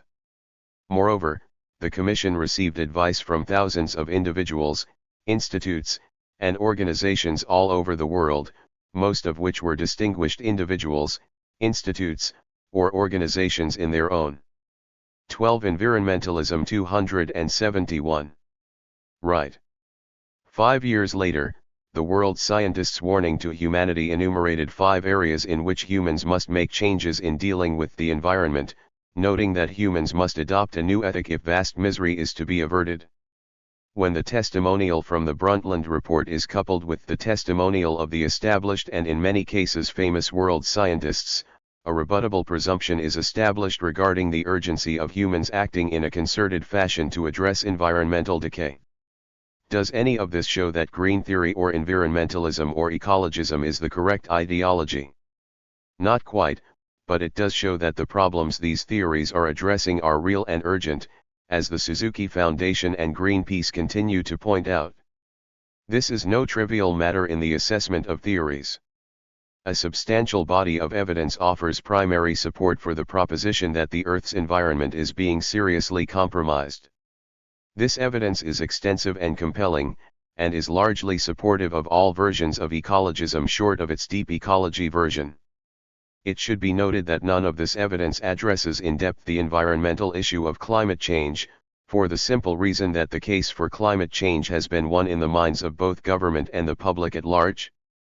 There follows a list of the extensive and compelling evidence of environmental degradation. This evidence demonstrates that green theory, ecologism, and environmentalism are addressing a real and urgent problem. It is very much a strength of any theory that it recognizes the problem and draws attention to it. Regardless of which of the views on the environment one considers, they all recognize an urgency in regard to environmental destruction and to the consequences this holds for humanity. This is true whether one is talking about reform environmentalism, deep ecologism, transpersonal ecologism, socialistic ecologism, or anarcho-ecologism. All share the belief that there is an urgent problem. In this they are surely correct, as the following evidence compellingly demonstrates. There are at least 9 subject headings in discussing environmental problems. These are as follows: population, land use and property rights, water availability and water quality, energy, air quality, climate change and atmospheric issues, toxic chemicals, forests, wilderness and wildlife, oceans, fisheries and aquatic life, and biodiversity too. Within the confines of the present study, it is not possible to explore any of these headings in detail. Only a brief statement on each can be given. Combined, however, they show rather convincingly the gravity of the environmental situation in the world today. Population. From Thomas Malthus, to Keynes, to the Brundtland Commission, much concern has been raised about the geometric expansion of the human population. Work done by the Club of Rome and by Paul and Anne Ehrlich suggests very strongly that the Earth is overshooting its carrying capacity. 2. Land use and property rights. Since 1945, 11% of the Earth's vegetated land surface has been degraded. Further to this, in many parts of the world, per capita food production is decreasing. 3. Water availability and water quality. The threat to freshwater systems comes, in part, from dams and dikes. The number of dams throughout the world was 5,000 in 1950, as compared to 45,000 today. Dams alter the timing and quantity of river flows, water temperature, and nutrient transport. Another threat comes from uncontrolled pollution, which diminishes water quality. One example of such pollution occurred in 1998 in connection with the accidental release of toxic sludge containing high levels of heavy metals following a spill from a pyrite mine in Aznalcollar, Spain, that drained into watercourses. The sudden drop in pH resulting from this spill contributed to the death of 37 metric tons of fish and a significant increase in levels of zinc and cadmium in the soil. In addition, the threat to watershed sustainability is now present in connection with the Aberjona watershed in Massachusetts, the Tama watershed in Japan, the Taos watershed in Switzerland, and the Atibaya River watershed in Brazil. The human-caused disappearance of vast bodies of water, such as the Aral Sea in Central Asia and Lake Chad in Africa, have impacted the lives and livelihoods of millions of people. Energy. The International Energy Agency of the Organization for Economic Cooperation and Development has claimed that, while energy sources are adequate to meet demand over the next 3 decades, problems exist on the horizon, including security of energy, investment in energy, environmental damage attributable to energy, and inequities in the accessibility of the world's population to energy. There are serious problems in each of these areas, but to single out for special attention, one can say greenhouse gas emissions are attributable to the burning of the 3 fossil fuels, coal, oil, and gas, with the biggest culprit being coal. Germany, France, and China are pressing ahead with more coal-fired energy, clearly taking us in the wrong direction. And the extraction of oil from the tar sands of Alberta is having an adverse effect on both the natural and human environment. Air quality, climate change, and atmospheric issues. The United Nations Convention and Kyoto Protocol on Climate Change focus on the problem of gases such as carbon dioxide and methane gas resulting from the burning of fossil fuels. It is now widely agreed that these are now changing the Earth's climate by trapping heat in the Earth's atmosphere. A specific example of air pollution being a serious problem occurred in connection with an area of Europe covering northern Bohemia, southern Saxony, and a part of Lower Silesia called the Black Triangle. Through joint efforts by various governments in the region, a noticeable reduction of air pollutants has taken place. Toxic chemicals. One example that stands out involving fresh water and the effect of toxic chemicals is the Sandoz warehouse fire of November 1, 1986 in Basel, Switzerland. This fire resulted in 859 metric tons of organophosphate insecticides and 11 metric tons of mercury compounds seeping into the Rhine River and forming a toxic trail some 70 kilometers in length. Some 150,000 eels were killed, as well as much of the fish population of the river. Forests legal logging undercuts government attempts to manage forests, a matter that is particularly acute in Brazil, Cameroon, and the Philippines, where illegal harvests of tropical rainforests run as high as 80% in Brazil, 50% in Cameroon, and 33% in the Philippines. Furthermore, greenhouse gas emissions, which contribute to climate change, are in part caused by tropical deforestation. Such deforestation contributes 15% of the Colorado of greenhouse gas emissions. Biodiversity. Harvard University's famous ecologist E.O. Wilson estimates that the extinction rate of species is 10,000 times the rate it was before humans started. 12. Environmentalism 273. Practicing agriculture. And population experts N. and Paul Ehrlich claim that, if the present trends continue, half of the Earth's species might be extinct by 2050. An article by Boris Worm and David van der Zweig of Dalhousie University discusses the difficulty depleted fisheries face in attempting to recover using current management practices. The cumulative consequences of overfishing include a loss of marine biodiversity. In other words, the loss of the richness of a genetically unique population. *9. Oceans. Ship-sourced pollution has led to two international legal conventions being signed, the London Dumping Convention of 1972 and the Marpole Convention of 1973/1978. Both before and after these international agreements, serious shipping accidents resulted in the leakage of crude oil into the ocean.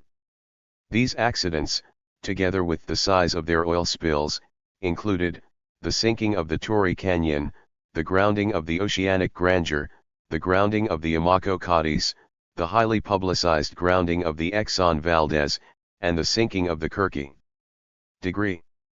Warwick Fox's theory of responsive cohesion offers a consistent and comprehensive general ethical theory that recognizes the layers of ethical considerations encompassing the biophysical realm, the mind-sharing realm, and the compound material realm. Fox's theory, which moves beyond ecologism, offers a structured way of understanding and coming to grips with environmental problems. His theory has several strengths. It identifies its foundational or primitive value, namely responsive cohesion. It spells out responsive cohesion in terms of relationships, something to which Rilke drew attention. By layering ethical considerations and including the biophysical realm, it creates logical space for Schweitzer's notion of reverence for life, as well as for Nice's and Berry's notion of intrinsic value, and it suggests a way to solve the problem of whose interests take priority. It provides a framework for discussing ethical issues as wide-ranging as abortion and the destruction of natural wonders such as mountains or caverns, and it provides ample room for discussing what good entails to be the fundamental question: how can Green's further biocentric wisdom in all spheres of life? Murray Bookchin presents a common-sense approach to problems of ecology. He recognizes the incontrovertibly special role that humans, as reflective and consciously creative creatures, have in the environment and in addressing ecological issues. He is correct, in presenting his ideology of social ecology, to argue that either humanity is a distinctive moral agent in the biosphere, and can therefore practice ecological stewardship, or humanity is just one with the whole world, with no special obligations to the rest of the biosphere. In this latter case, if leopards can be predators, then so too can humans. In this respect, Bookchin offers a robust interpretation of an ecological ideology. Furthermore, both he and Gooden make a persuasive case for saying that talk of rights, duties, and self-realization only exists because there are intelligent beings, valuers, who can think reflectively and critically on the world and give it value. 274. John Berry persuasively argues for biological embodiedness and ecological embeddedness of human beings in any social theory, both of which facilitate overcoming the separation of society from the environment. This is a desirable outcome. Furthermore, Berry presents a green theory that looks to future generations of humans, looks beyond the nation-state and globalization, and looks beyond the species barrier. As a theory, therefore, it helps to cure us of perverse kind of myopia. The intuitions of early environmentalists such as Carpenter, Marsh, Leopold, Smuts, Quevedo, Gandhi, and Ruskin, as discussed by Guha, are vindicated in the ideas and theories advanced by Berry, Gooden, Fox, Barrow, and Dobson. These ideas include desacralized nature, independent and non-utilitarian value, back to the land, and the damaging effects of industry. Whether one is talking about the crisis in energy, rising greenhouse gas emissions, or species elimination, environmentalists have something compelling to say. Registered the position taken by the foregoing environmentalists is very largely consistent with the position adopted by Thomas L. Friedman in Hot, Flat, and Crowded, his assessment of the environmental crisis in the United States. Friedman's work is a compelling read, its convergence with environmentalism supports the latter. Evaluation, the weaknesses of environmentalism. E.S. Andrew Dobson has highlighted one of the basic problems with ecologism, its failure to make itself practical.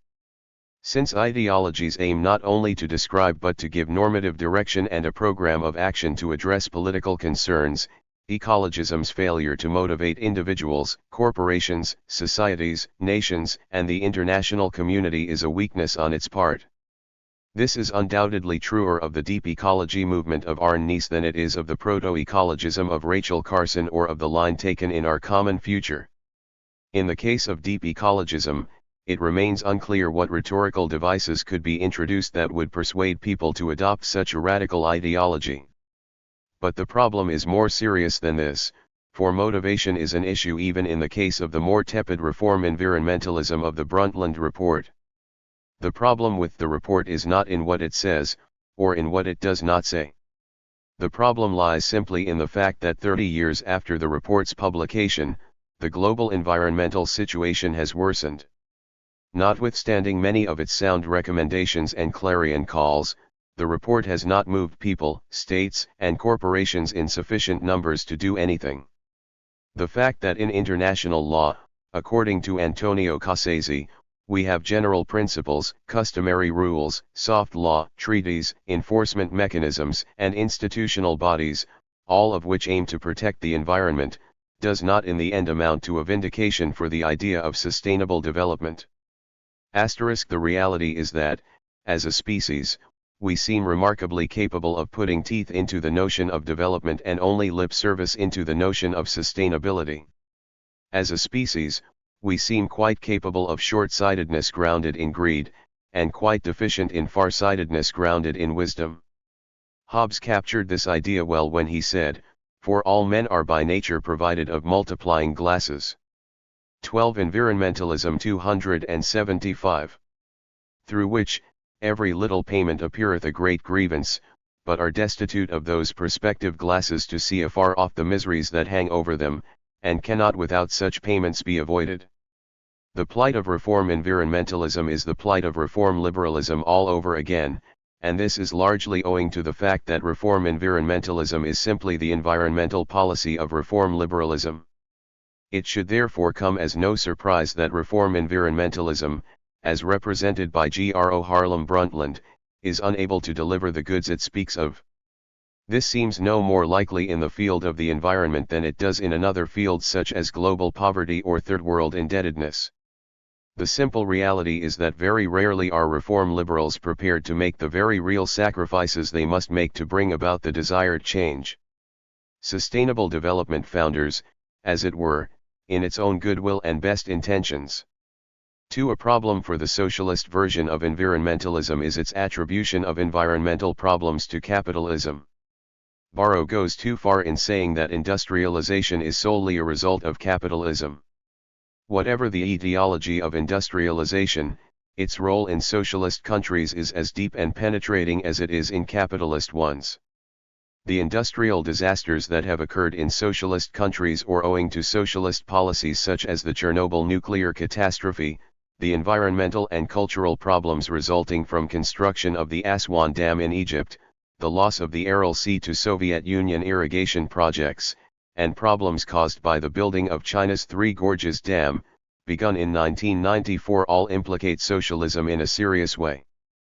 While Fox's theory of transpersonal ecologism and his theory of general ethics are interesting and, one might say, dynamic, Fox does not show through argument how these theories are to be applied to the position held by a contractarian like Jan Narveson or a libertarian like Robert Nozick or a public choice theorist like Mancur Olson. While one's heart might be with Fox in this intellectual battle, one needs more than feelings here to tilt the balance of the argument in Fox's favor and away from those who might simply view the biotic world instrumentally. At the very least, Fox needs to provide reasons why one should go down the route he describes as involving ontological or cosmological identification. Put somewhat differently, Fox needs to provide reasons why, among other things, humanity should affirm cosmological identification rather than personal identification as spelled out in the Brundtland Report. In this respect, Fox's hortatory remarks that one living at the cosmological level of identification should act to persuade one living at the personal level of identification seem less than compelling. The 5 Ethnography of Climate Movement Politics. New York, Climate Action Upsurge. Rules the Earth? FEL rules shape our planet and our lives. New York. 7.3 Religious fundamentalism. And for ferocity there is nothing on earth to equal a Christian bishop hunting heresy, as they call any opinion contrary to their own. Especially confident are they on that subject where they are as ignorant as the rest of mankind. I mean death. Gore Vidal, Julian. Learning Objectives sent to discover various perspectives in religious fundamentalism. Asterisk to recognize the reactionary character of all versions of religious fundamentalism. Asterisk to acknowledge the rejection of reason and affirmation of faith in fundamentalism. Asterisk to comprehend the impact on public policy both domestic and foreign of fundamentalism. Sent to appreciate fully the high level of intolerance in fundamentalism. Sent to understand the logical tension between liberal values and those of fundamentalism.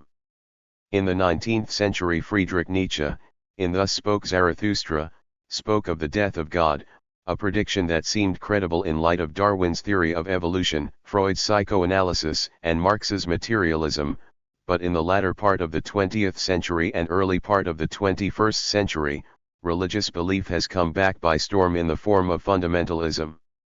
Here fundamentalism is thought of as a strict adherence to the social and moral codes of revealed religion and the promise it holds for a life lived by faith as grounded in sacred and infallible texts such as the Torah, New Testament, Quran, and Veda and Bhagavad Gita. Some have correctly described such fundamentalism as a political ideology of the 20th century that recruits members based on their shared ethno-religious characteristics, but this analysis of the ideology hardly goes far enough. What must be added is that it is an ideology upheld by those who subscribe to what are taken to be infallible religious texts. Further, it is an ideology whose 13 Religious Fundamentalism Copyright, 279. Subscribers treat the literal interpretation of these texts as beacons that shed light upon the crises of modernity and who persistently act to promote public policies that reflect the values and beliefs of these texts. Religious fundamentalism, evident in North America, Europe, the Middle East, Pakistan, and India, is practiced by some but by no means all believers of Islam, Christianity, Judaism, and Hinduism. It is important to note that fundamentalists in each of these religions comprise only a part of the respective religion, often not even the largest part. What distinguishes fundamentalism in each religion is not its confession of faith, which it shares with the majority of the faithful, but its literalism and commitment to bring change to public policies, either in the international or domestic arenas. Other features of fundamentalism include its rejection of secularism, 2. Its rejection of pluralism, 3. Its rejection of the values of the Enlightenment, 4. Its submission of humans to the authority of a divine being and that being's earthly representatives, whose truth and commands have been permanently revealed, vy. Its rejection of uncertainty in policy debates, 6. Its distrust of human reason, and 7. Its interest in establishing a theocratic or theocratic-like society that conforms to divinely inspired absolutes. Bearing in mind that only some of the adherents to each of the religions referred to are fundamentalist, we can move on to providing a brief overview of the various kinds of fundamentalism found in each. We shall look at the various kinds in the following order: Islamic fundamentalism, Christian fundamentalism, Jewish fundamentalism, and finally Hindu fundamentalism. Progressing in this way, we shall begin with the ultra-conservative views of the most recently founded religion and end with the ultra-conservative views of the oldest religion. As a first approximation, it is useful to think of each of these as manifesting themselves in these terms. Sent in Islam, fundamentalism manifests itself in Sunnism, particularly in the Muslim Brotherhood as founded by Hassan al-Banna in Egypt, and Wahhabism founded by the Sunni scholar Muhammad ibn Abd al-Wahhab in Saudi Arabia. More recently its tentacles have stretched further to Africa, especially in Nigeria under the influence of Boko Haram and in Somalia and Kenya under the influence of al-Shabaab. It also shows itself in Shi'ism, particularly under the guidance of Ayatollah Khomeini in Iran and Muqtada al-Sadr in Iraq. In Christianity, fundamentalism manifests itself in movements such as the Moral Majority in its struggle against legalized abortion, same-sex marriage, humanistic textbooks, evolutionary theory, the failed Equal Rights Amendment, and embryonic research. And it manifests itself in publications such as Under Orders, a spiritual handbook for military personnel, a book written by Major William McCoy, a U.S. Army chaplain, and endorsed by David Petraeus, the then senior commander in Iraq. In his book, McCoy seeks to counter the alleged anti-Christian bias in the United States by making an argument for the necessity of religion, preferably Christian, for any properly functioning military unit. 285. Sent in Judaism, fundamentalism manifests itself in that part of the faith called Hasidism and Orthodoxy, as well as in the Gush Emunim and Chabad-Lubavitch movements. These movements stand at odds with Zionism, which sees no relevance to the religious messianic world of Gush Emunim and, presumably, Chabad-Lubavitch. In Hinduism, fundamentalism manifests itself in Hindu nationalism, in particular as this nationalism has shown itself under the leadership Narendra Modi, the current Prime Minister of India. His government was tarnished, when he was leader of the state of Gujarat, in the anti-Muslim riots that occurred in that state on February 27, 2002, after 60 Hindus were burned to death as a result of a fire on a train near Godhra. Accusations were made that the fire was caused by arsonists who were Muslims. Owing to these rumors and accusations, anti-Muslim protests occurred, resulting in the death of somewhere between 790 and 2,000 Muslims. Rumors persisted that the Modi government of that day did nothing to prevent these killings. Currently, events in different parts of the world make it clear that these ideologies are very much alive and in need of the attention of domestic and international bodies. The enmity between Muslims and Hindus confirms this in present-day India. The influence of Boko Haram in Nigeria, which kidnapped 276 girls from a girls' school on April 14, 2014 and frequently has attacked small villages in northeast Nigeria, establishes this as part of the political landscape in that part of Africa. And the April 2, 2015 attack of Al-Shabaab on the Garissa University College campus in northeast Kenya, resulting in the death of 148 Christian students, makes the political relevance of this fanaticism self-evident. Finally, the Gush Emunim Jewish settlers in the occupied territories, registered by their very presence in Palestine, create a tense and unsustainable situation involving Jews and Palestinians. When these actions are combined with the ideologically motivated actions of the so-called Islamic State in Iraq and Syria, the outcome can only be guessed at. Any talk of quick fixes in connection with any of these self-proclaimed fundamentalist groups is simply far-fetched. This has become more evident in recent years. No longer is the radical Arabic Middle East characterized only by Hamas on the Gaza Strip and Hezbollah in Lebanon. Today, the Wahhabi-inspired self-styled ISIS caliphate controls and terrorizes large swaths of Iraq and Syria, despite extensive American-led airstrikes against this group that, arguably, only strengthen ISIS resolve and aid in the group's sophisticated global recruitment and terror strategies. And in North Africa, more acts of terror have occurred in Libya and Tunisia under the ISIS banner. The unmistakable impression one is left with is that diplomacy is in disarray and a game of Russian roulette is underway, perhaps especially since 2015 with Russia's entry into the Syrian fray on the side of the brutal Bashar al-Assad regime. The dust created by the ideological tension and confusion surrounding religious fundamentalism should not make us lose sight of something that ties all of these together. The commonality of all these movements is explained by Yusuf M. Chuairi, who defines 3 varieties of fundamentalism in Islam. Finally, whatever definition is adopted in a study that aspires to understand the characteristics of fundamentalism, one particular chain of reasoning links revivalism, reformism, and radicalism. It is their rejection of secularism in all its schools and movements that marks the movements and serves to highlight their fundamentalist constructions. Degree 1 can echo Chuairi's words and apply them to the religious fundamentalism. 13. Religious fundamentalism 281. Found not only in Islam but also in Christianity, Judaism, and Hinduism. We are clearly in post-Enlightenment times when we think like fundamentalists of any persuasion. Although adherence to secularism makes it fashionable to be disdainful of fundamentalism and its ideal of a life of faith, it cannot be so easily dismissed. A brief exploration of ideological alternatives may help to explain why religious fundamentalism has attracted significant followers, in spite of the alleged irrationality of this from the viewpoint of Marx, Freud, and Nietzsche, to name but three critics of religious belief. With an end to understanding some of the philosophical terrain surrounding fundamentalism, one should keep in mind the following three metaphysical perspectives: perennial naturalism, critical anti-realism, with its linkage to pluralism and relativism, and theism, with its logical inconsistencies and evidential weakness. Naturalism, as a school of thought, maintains that knowledge is rooted in experience and logic, while humanism is a secular philosophy that emphasizes the needs and interests of human beings.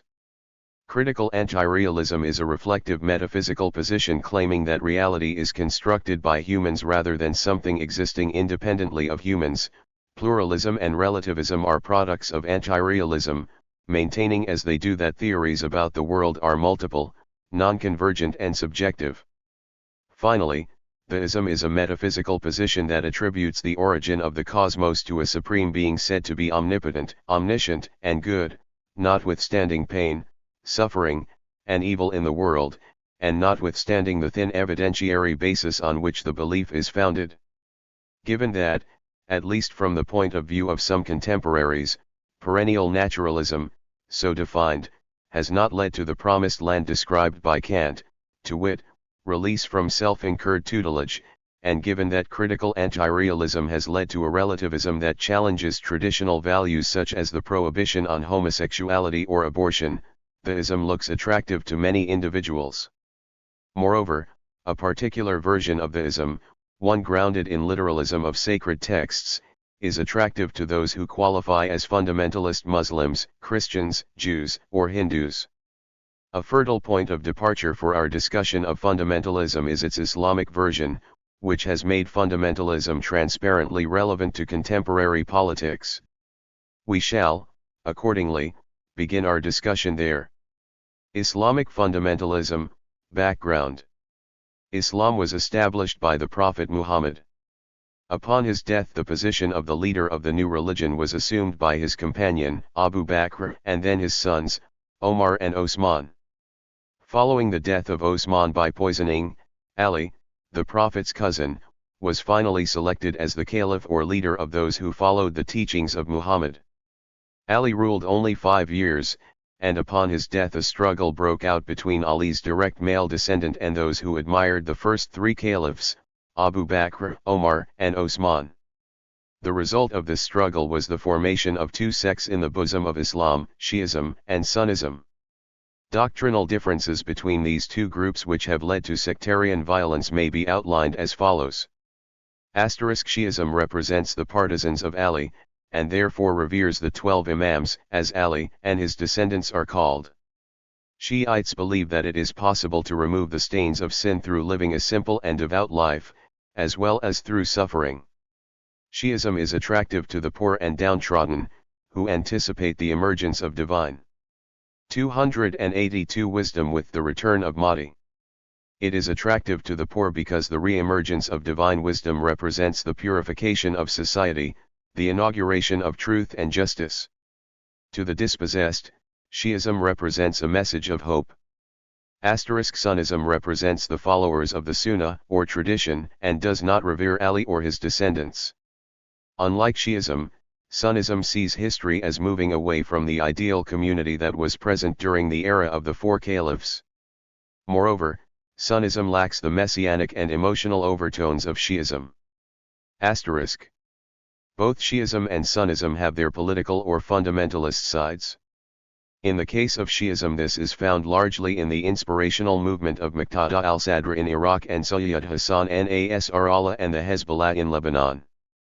In the case of Sunnism, this side is found in Wahhabism, but also in the movements headed by supporters of Sayyid Abul-Ala Maududi, the Muslim Brotherhood, Hamas, the Deobandi, the Taliban, Hizb-ut-Tahrir, and more recently Boko Haram and Al-Shabaab. Islamic fundamentalism, its beginning. A number of factors have contributed to the rise of modern Islamic fundamentalism, and it is helpful to have these in mind before looking at the content of the ideology.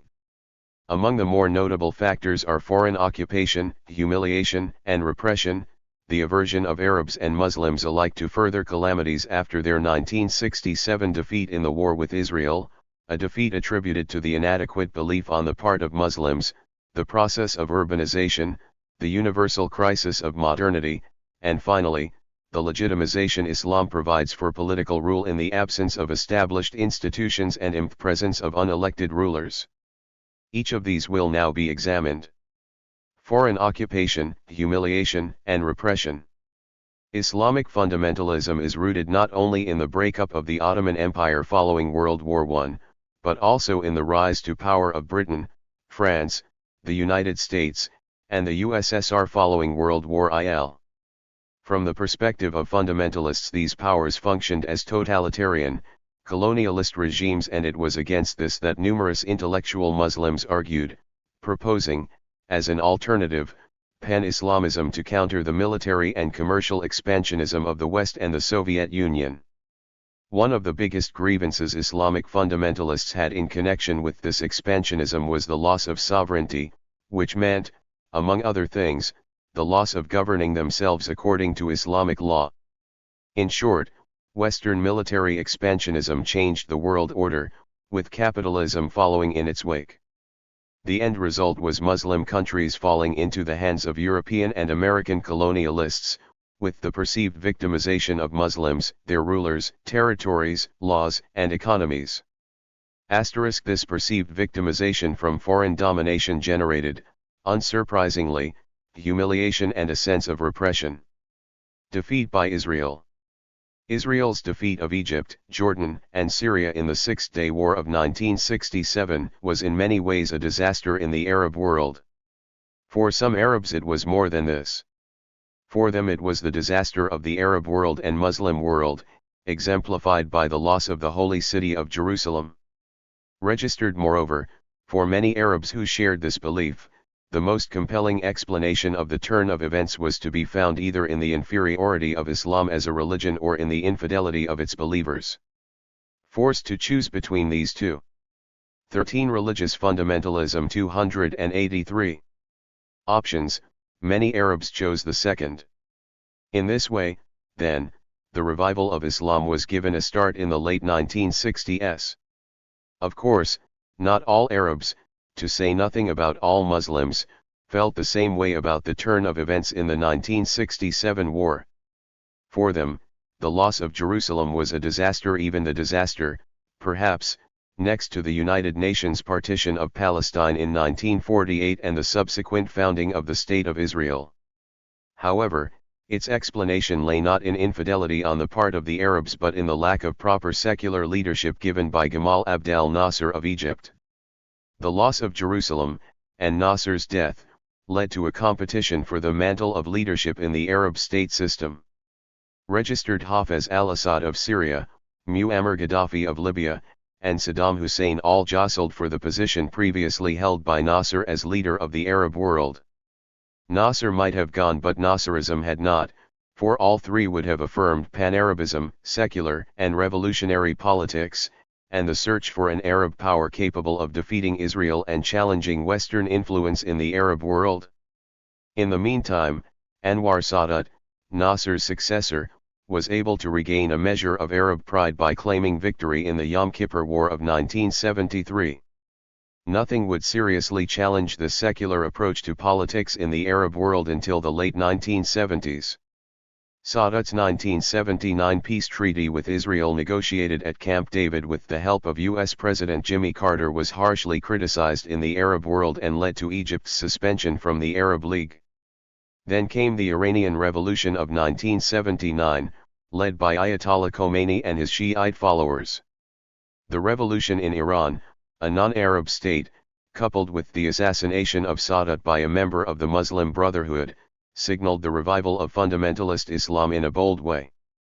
These events were symptomatic of underlying social changes that would impact Palestine, Lebanon, Jordan, Israel, Syria, Egypt, Iraq, and Saudi Arabia in years to come. Urbanization. A third factor contributing to the revival of fundamentalist Islam was the process of development or urbanization. The 1960s, 1970s, and 1980s saw an increase in the urban populations in Egypt, Iran, Iraq, Jordan, Kuwait, Lebanon, Saudi Arabia, Syria, and South Yemen. In these countries the rate of urbanization exceeded the rate of industrialization, with the result that many people were marginalized. The new urban dwellers were made to feel as though they did not belong, and Islam became more passionately adopted by city dwellers as a remedy for their anonymity.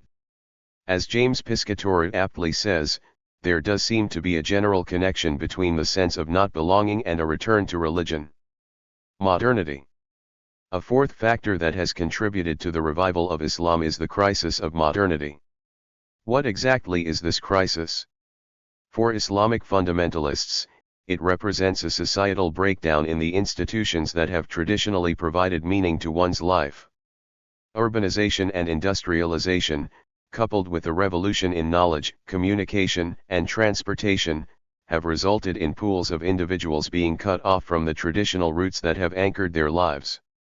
Central among the institutions challenged by modernity have been religious institutions in all of their many forms. The erosion of other institutions, such as the family, the school, and parental authority, simply raised the question of meaning more acutely in the minds of those who were not the clear beneficiaries of secular ideas.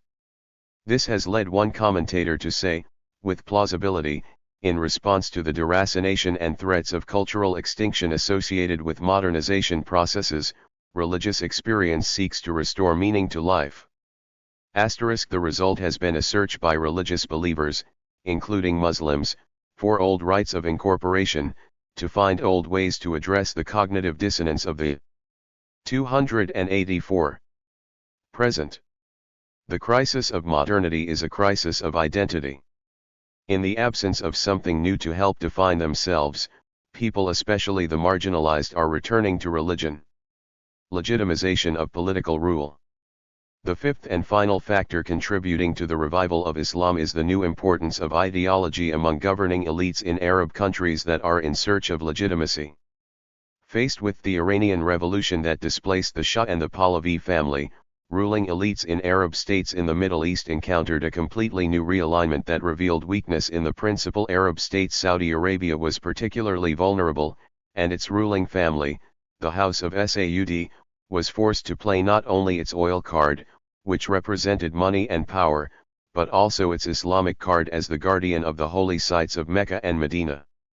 The House of Saud decided to do this in order to contain the influence of Iran in the Middle East and Persian Gulf. But it was not just the elites in Saudi Arabia that sought legitimacy in Islam. The same can be said of governments in Egypt under Sadat and his successor, Hosni Mubarak, who used Islamic fatwas or Islamic newspapers, Ja'far Numeri of Sudan, who accommodated the Muslim Brotherhood, and King Hussein of Jordan, who emphasized his descent from the Prophet *, all for the purpose of legitimizing their regimes. The presence of a fundamentalist Iran, then, changed the politics of the Middle East and North Africa. It meant that Arab countries had to be on guard not only against secular Arab regimes such as Iraq, but also against religiously revived Arab and Persian regimes that could exploit demographic weaknesses. These demographic weaknesses included the special case of large Shiite populations in Iraq and Saudi Arabia. It is little wonder that the Arab states sought to legitimize the status quo in revived religious terms. Having provided an overview of the emergence of contemporary Islamic fundamentalism, we will now take a closer look at three of its movements: Wahhabism, the Muslim Brotherhood, and Khomeini-inspired Shi'ism. Islamic fundamentalism, al-Wahhab. Wahhabism was born in the 18th century under the inspiration of Muhammad ibn Abd al-Wahhab in Saudi Arabia, but even ibn Abd al-Wahhab had his radical predecessors, one of whom was Ahmad ibn Taymiyyah. Ibn Taymiyyah declared total war on Sufism and Shi'ism, as well as Greek philosophy. Al-Wahhab himself was a native of Najd who became dedicated to the cause of reform in Islam, a religion he thought had sunk into impiety. Owing to this, he began a campaign of purification to denounce innovations and superstitions that had become attached to Islam.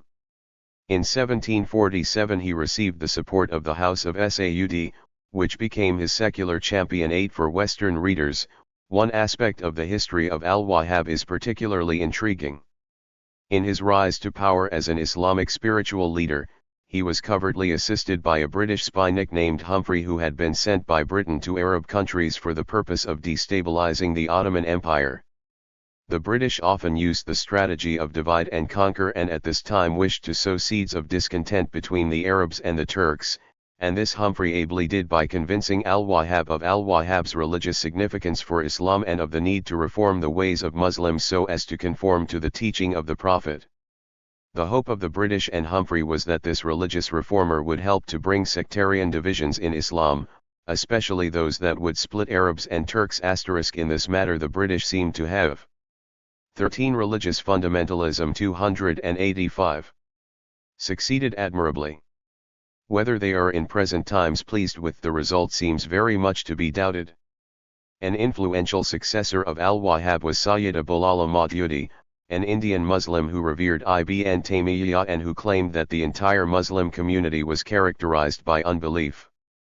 Maududi, a journalist, endorsed political revolution and was instrumental in the founding of the Community of Islam in India, a group that has incited violence in Kashmir. The last of the important followers of Wahhabism is Abdullah Azzam, a Palestinian who fled the West Bank when it was occupied by Israel in 1967.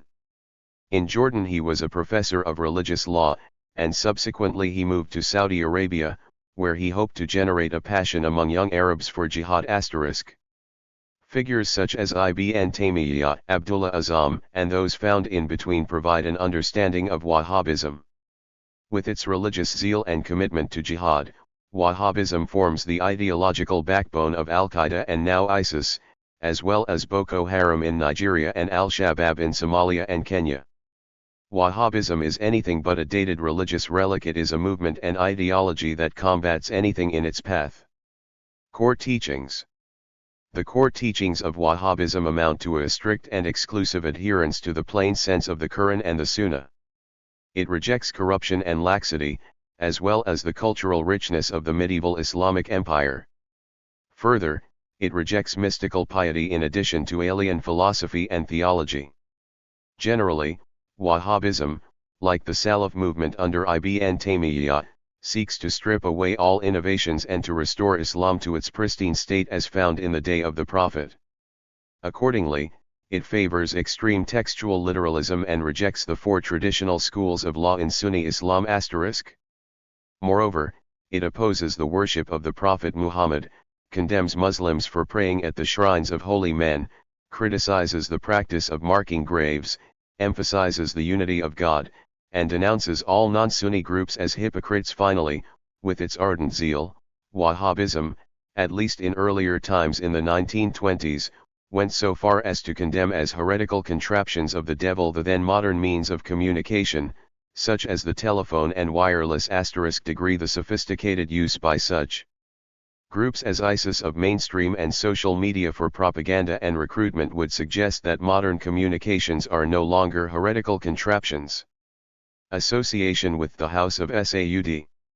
Wahhabism emerged in 1747 as the religious champion of a purified Sunni Islam and as the religious ally of the secular House of Saud.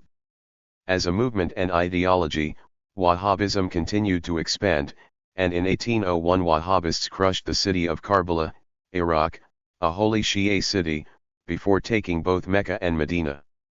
Clearly, in Wahhabism there was to be no accommodation of Shiism, a point worth remembering in the present context of the ISIS fight with Shiites in Iraq and Syria.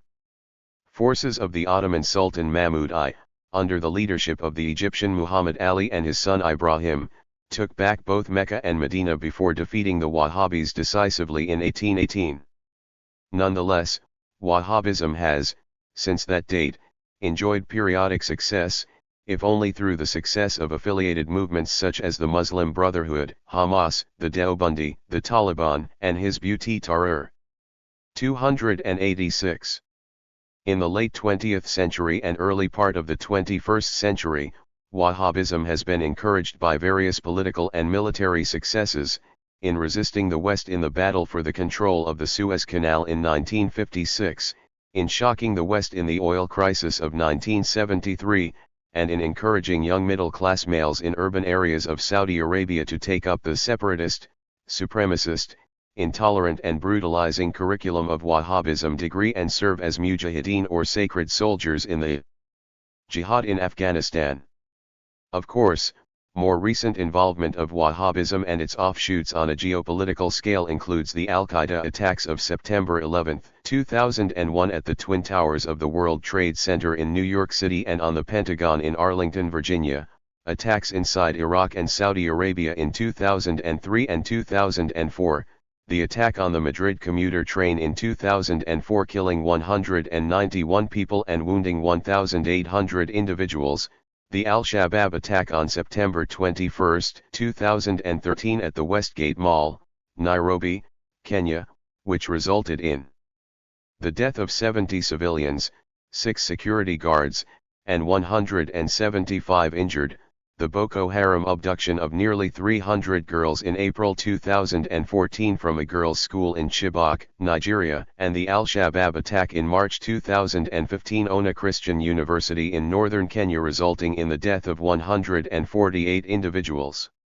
All of these actions show a boldness and resolution on the part of Wahhabism and its affiliates to carry out bloodletting on a wide scale against innocent people. Accretions of Islam.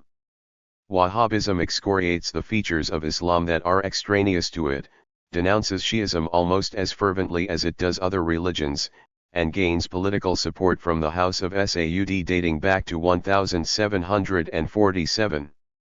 The hatred characteristic of Wahhabis and their religious and political affiliates, such as Al-Qaeda, is found in a letter attributed to Abu Musab al-Zarqawi, the late leader of Al-Qaeda in Iraq, who allegedly said of Shias that they are a more pernicious enemy than the Americans, and the best strategy for poor, weak, and sleepy Sunnis is to strike their religious and military cadres to preclude the transfer of power to a Shia-dominated democracy. Finally, there is no doubt that, historically, Wahhabism found its political support in the House of Saud.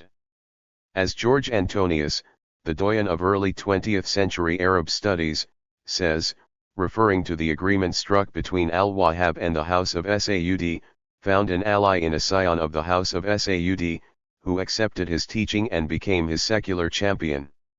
In promoting Tawhid, or the oneness of God, Wahhabism rejects any semblance of worshipping anything other than Allah, including visitation to graves of saints or the celebration of the saints' birthdays. And it endorses the deeply conservative Hanbali school of legal Sunni jurisprudence. In addition, Wahhabism unconditionally rejects divorce, alcoholism, drug addiction, nervous disorders, and crimes, as well as a weakening of parental authority, liberation of women, a questioning of the authority of the clergy, and a general drift towards individualism. In summary, Wahhabism is characterized ideologically by the following traits: it emphasizes the oneness of Allah, the ideals of the Prophet and his companions, Hanbali jurisprudence, and intolerance of other religious groups within Islam, even to the point of legitimizing attacks on them. Islamic fundamentalism, Al-Banna and Qutb. Another radical Islamic organization, this one based in Egypt, is that of the Muslim Brotherhood, a Wahhabi-related religious group. It came into being under the leadership 13 Religious Fundamentalism 287 of Hassan al-Banna, who based his ideology on 3 basic principles: Islam is a comprehensive system, Islam emanates from the Quran and the prophetic tradition, and Islam is applicable to all times and all places. Al-Banna declared his movement to be the inheritor, and catalyst, of the most activist elements in Sunni traditionalist and reformist thinking. The Muslim Brotherhood was founded in 1928 for the purpose of offsetting the negative effects of westernization and secularism in Egyptian society. It aimed to do this by emphasizing the importance of a return to the true Islam, very much in the spirit of Wahhabism. And as a part of its means of achieving the true Islam, it supported anti-missionary, anti-colonial, and anti-Zionist endeavors. The challenge for al-Banna was to encourage Egyptians to tap into the riches of modernity's potential while avoiding its moral depravity. In 1949 al-Banna was assassinated and the Muslim Brotherhood became, over the next few years, more militant. The person who acted to carry on al-Banna's mission of social transformation was Sayyid Qutb, who became well known as the major theorist of Islamism and jihad. After spending 2 years in America from 1948 to 1950, he came to the conclusion that, notwithstanding its remarkable achievements, the United States had forgotten to balance material and spiritual needs, was therefore exhausted, and could not be looked to for guidance on what constituted humanity. The period spent in the United States acted to confirm Qutb in his ideological conviction that there was a sharp line separating Islamic and misguided, permissive societies. He came to the firm belief that Islam was more than a matter of personal piety, it was something that prescribed a whole new social order. What he had witnessed in the United States was a materialism and a lack of prudery that he felt had resulted in a devastating erosion of the country's moral character, caused by capitalist individualism. He returned to Egypt in 1950, but was arrested in 1954 for encouraging subversive activities. Qutb then spent the next 10 years in prison, during which he wrote on the need for social reform in Egypt by means of eliminating by force the infidel government that dominated Egypt. Shortly after his release from prison in 1964, he was rearrested on charges of conspiring to assassinate President Nasser, and executed. Leadership and world welfare. In Qutb's ideology, Islam is a creed for leadership and world welfare. History before Islam is steeped in depravity, or jahiliyah, when the spirit of man had become debased and the roots of humanity were destroyed by a criminally luxurious and wasteful life as well as by hopelessness and despair. The birth of Islam gave it, according to Qutb, a role in the reconstruction of humanity by liberating the human soul from superstitions, banalities, disease, and degradation. While Qutb thinks of Islam as preeminently a faith that inspires leadership, the real test of its mettle is proven when Muslims assume responsibility for the trusteeship of mankind, something he thinks Muslims have done in the past but more recently have failed to do. There is, he believes, a sharp contrast between the spirit of Islam and the spirit of materialism, and materialism prevails when the standards and norms inspired by Allah are displaced by debased appetites. Thus, argues Qutb, the time has come when the world could turn to Islam for leadership to replace this tired depravity. In his opinion, Egypt should seek freedom and social justice by looking to Islam, and in the process turn its back on two other unsatisfactory models for development, capitalism and communism. His intent is to lead Egyptians back to Islam. 288 with a constitution guided by the Sharia law so that it could avoid the comic carnival of fashions produced by following foreign models imported from Russia, the United States, and Europe. In the transition from the present Islam and the future of Islam, Qutb aims to educate Muslims about the spirit of fanaticism that he thinks prevails in Europe against Islam. He attributes this fanaticism against Islam to two sources: the poisoning of the European mind during the Crusades, a poisoning that caused a distorted view of Islam, and the recognition by European and American crusaders that the Islamic spirit acts as a bulwark against Western imperialism. Islamic fundamentalism, Shi'ism and Ayatollah Khomeini. As previously stated, a great divide exists at the heart of Islam between Sunnis and the Shiites. The discussion up to now has focused almost exclusively on the former. There are two reasons for this. First, the Sunnis comprise about 85% of all Muslims, while the Shiites comprise but 15%. Second, in the years following the 9/11 attacks, Sunni groups such as Al-Qaeda, Al-Shabaab, and Boko Haram, all Wahhabi in nature, have become jihadists and as such destabilizing forces in the geopolitical world. One has only to recall terrorist events of recent years, even recent days, to appreciate this point. For the most part, Shiite militant activities have been restricted to Iraq and Lebanon, with no other threat posed to the outside world. Of course, the outside world has been seized by the possibility of a nuclear Shia Iran, but this worry exists at the state level and not at the level of terrorists or armed militias who happen to be Shia. For these reasons our attention has focused on Sunni militants. Nonetheless, Shi'ism is not a force to discount. It has had and continues to have ideological significance. By way of entry into our discussion of the Shia, one can say that they are little known and little understood. Shia form a majority of the population in Iran, Iraq, and the island of Bahrain. In Saudi Arabia they form a minority, often viewed by Sunni rulers with suspicion. Finally, in Azerbaijan there is a Shia majority, and in India, Pakistan, and Afghanistan a minority. On the global stage outside of Iran, their presence is felt most in Lebanon through Hezbollah and in Iraq through the utterances of the radical cleric Muqtada al-Sadr. What follows is a discussion of the Shia perspective, especially as it has been captured in the writings, speeches, and action of Ayatollah Ruhollah Khomeini, the mullah who bided his time in exile in the 1970s waiting for the Pahlavi dynasty of the Shah to fall. Before looking at some of the ideas expressed by the Ayatollah, ideas whose influence is still felt, we should fix firmly in our minds the characteristics of his Islamic revival. We should bear in mind in outlining these characteristics that Shi'ism as a movement, within Islam, has at its best functioned as a beacon of hope for the poor, the weak, and the forsaken, and a vanguard of hope for revolutionary uprising and the restoration of earthly justice. 5 Central Tenets. Khomeini's fundamentalism, his political Islam, has at least 5 general characteristics, some of which it shares with Wahhabism. It subscribes to the following. Islam is a comprehensive way of life for living in the modern world. 13 Religious fundamentalism 289. 2 Present-day failures of Muslim societies are attributable to a turning away from Islam and a turning towards the West. 3.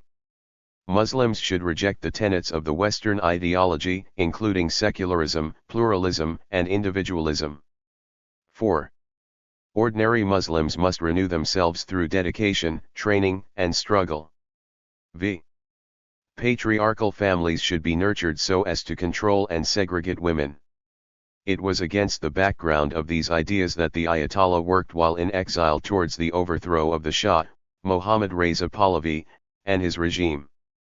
While Khomeini was in Paris in 1978, political repression continued unabated in Iran under the leadership of Savak, the Shah's secret police.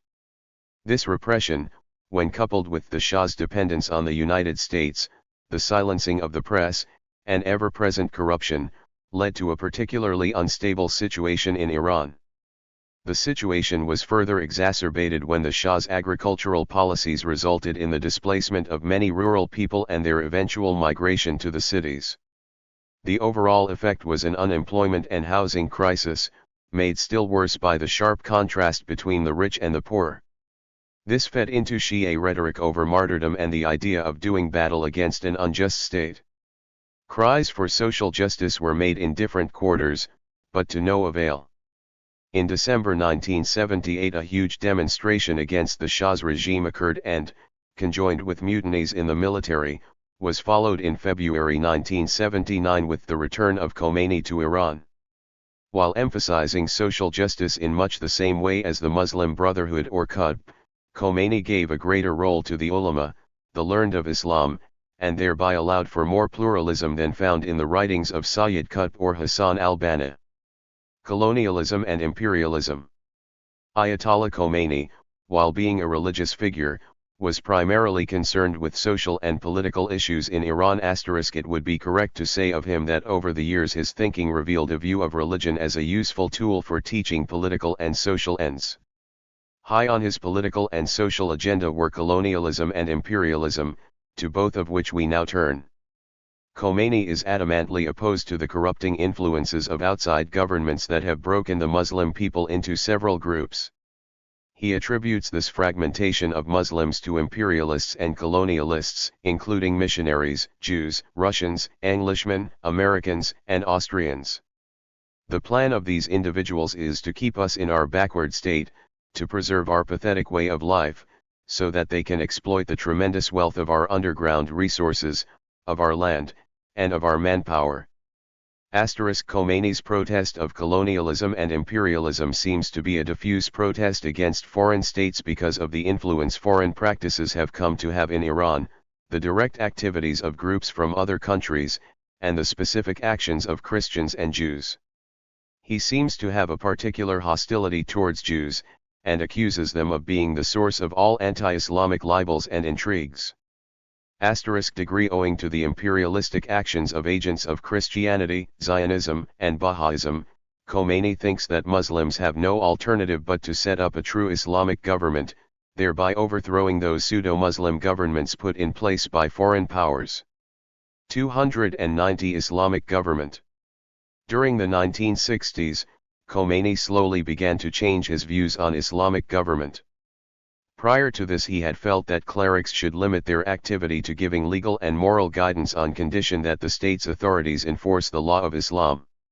However, during the latter part of the decade, Khomeini changed his views on the grounds that the Shah threatened the authority of the clerics, pursued secular policies, and finally, perhaps most importantly, started a campaign to have pre-Islamic Persian identity trump Shi'ism copyright. Faced with these events, Khomeini reasoned that the clerics should no longer remain content in the role of moral guides, but should become executive rulers. In fact, he goes so far as to say that clerics should have the primary power in judicial, legislative, and executive matters. Part of this executive rule would include one supreme marja or religious guide, and one faqih or supreme leader, who would have something like the divine spark of the imams. In affirming the validity of a moral guide, Khomeini exposed himself to the charge of presumptuousness, a charge to which he responded by drawing upon utilitarian, mystical, and traditional ideas. Khomeini proved himself to be sufficiently persuasive at this time, probably owing to his piety and courage, that he not only succeeded in evading these charges successfully, but in fact attracted millions of Shiites in Iran to his way of thinking. Islamic government requires validation or permission from a living faqih. Registered the challenge to the Shah's regime, and to any constitutional regime similar to it, was obvious. Khomeini in effect rejected secular constitutionalism on the grounds that it fostered deceptions cultivated by Western maniacs who were nothing other than servants of imperialism. Secular constitutionalism was out, theocracy was in. The role of women. The views of Ayatollah Khomeini on women are, for the most part, quite extreme. He claims that women should be denied the franchise on the grounds that it is contrary to the Sharia. In a nutshell, he feels that seclusion is the proper condition for women. They should not be brought into political offices for the reason that such action will lead to a paralysis in the offices. Nor does he want them to be allowed into provincial offices for the reason that they will turn everything upside down. Furthermore, he argues against granting equality to women in the matter of inheritance and divorce on the grounds that such is contrary to the precepts of Islam. With respect to all of the above conservative stances, Khomeini bases his position on an interpretation of Islamic law suggesting that women lack intellectual maturity and that freedom encourages sexual openness that will undermine Islam. On the subject of marriage, adultery, and conjugal relations, Khomeini has the following to say. In the event that a woman has contracted a continuing marriage, she has no right to go outside the home without her husband's permission, and she must be prepared to fulfill any of his desires. In exchange for such total submission, the husband is obliged to provide his wife with food, clothing, and shelter. Further, a woman must hide her hair and her body from the eyes of men. With this understanding of Islamic fundamentalism in mind, that is, with the understanding of Islam as offered by al-Wahhab and his successor Maududi, by al-Banna and Qutb, and finally by Ayatollah Khomeini, we can now move on to another form of religious fundamentalism, that is, Christian fundamentalism. 13. Religious fundamentalism 291. Christian fundamentalism. The story of Christian fundamentalism is largely the story of American Christian fundamentalism, though our discussion easily could be extended to Canada, Australia, and New Zealand. American Christian fundamentalism is rooted, some think, in the Great Western Transmutation. The GWT, as it is called, is said by its proponent, Marshall Hodgson, to be the irreversible occurrence of industrialization in the West at the end of the 18th century.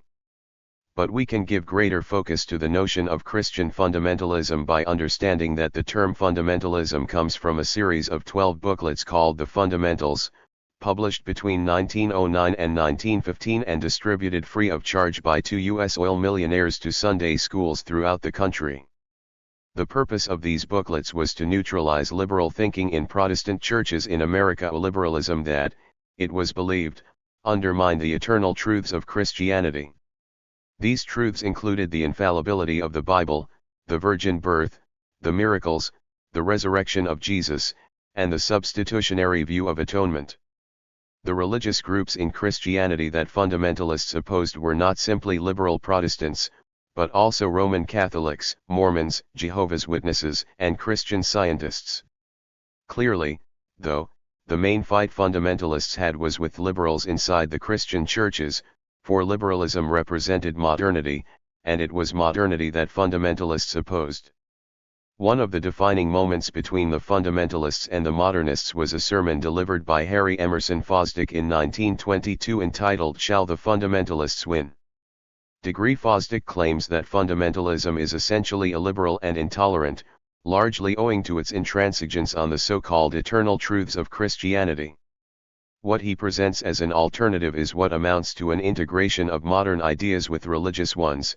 We must be able to think our modern life clear through in Christian terms, and to do that we must be able to think our Christian life clear through in modern terms. Fosdick, a liberal and modernist, does not believe in the compartmentalization of human knowledge, and he is willing to expose his faith to the challenge of new knowledge. In his comment, Fosdick anticipates views on fundamentalism that would later be held. Christian fundamentalism is an orientation against the ideology of modernism. In more recent times, Kevin Phillips has carried Fosdick's ideas further by raising concern about the religious right or Christian fundamentalism in the United States, a fundamentalism that, in his opinion, is anti-intellectual and inclined towards disenlightenment.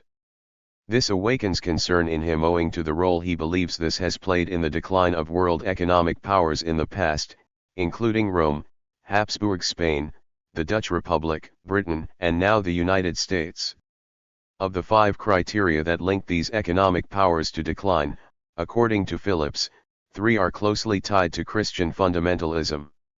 The 5 criteria are: public concern over cultural and economic decay, growing religious fervor, rising commitment to faith over reason and a downplaying of science, anticipation of an imminent second coming or Armageddon, and hubris-driven military overreach. Of these 5 criteria, the second, third, and fourth are clearly features of Christian fundamentalism. Arguably, the other 2 are as well. Of course, none of this shows that 292 Phillips is correct, but his remarks do show that Fosdick's concern and position are being articulated in the present day. What Christian fundamentalism advocates is a literal reading of the scriptures, a belief in atonement, a belief in the resurrection, and a belief in the second coming. Writers in this theological camp, such as Jerry Falwell, Tim LaHaye, Francis Schaeffer, Pat Robertson, and longtime Senator Jesse Helms, tend to view the United States as God's new Israel. They attribute cultural corruption in the United States to humanists who lived during the period from the Renaissance to the Enlightenment. Such humanists are thought to include St. Thomas Aquinas, Erasmus, Kant, Rousseau, Voltaire, Hegel, and Kierkegaard, as well as the theologians Ferdinand Christian Bauer, Albrecht Ritschl, and Friedrich Schleiermacher. The humanism that became victorious during this historic period contributed, in their opinion, to a rampant rationalism, which facilitated doubt and religious skepticism. What have to be combated, therefore, so they think, are atheism, secularism, and humanism as philosophical imports from Europe.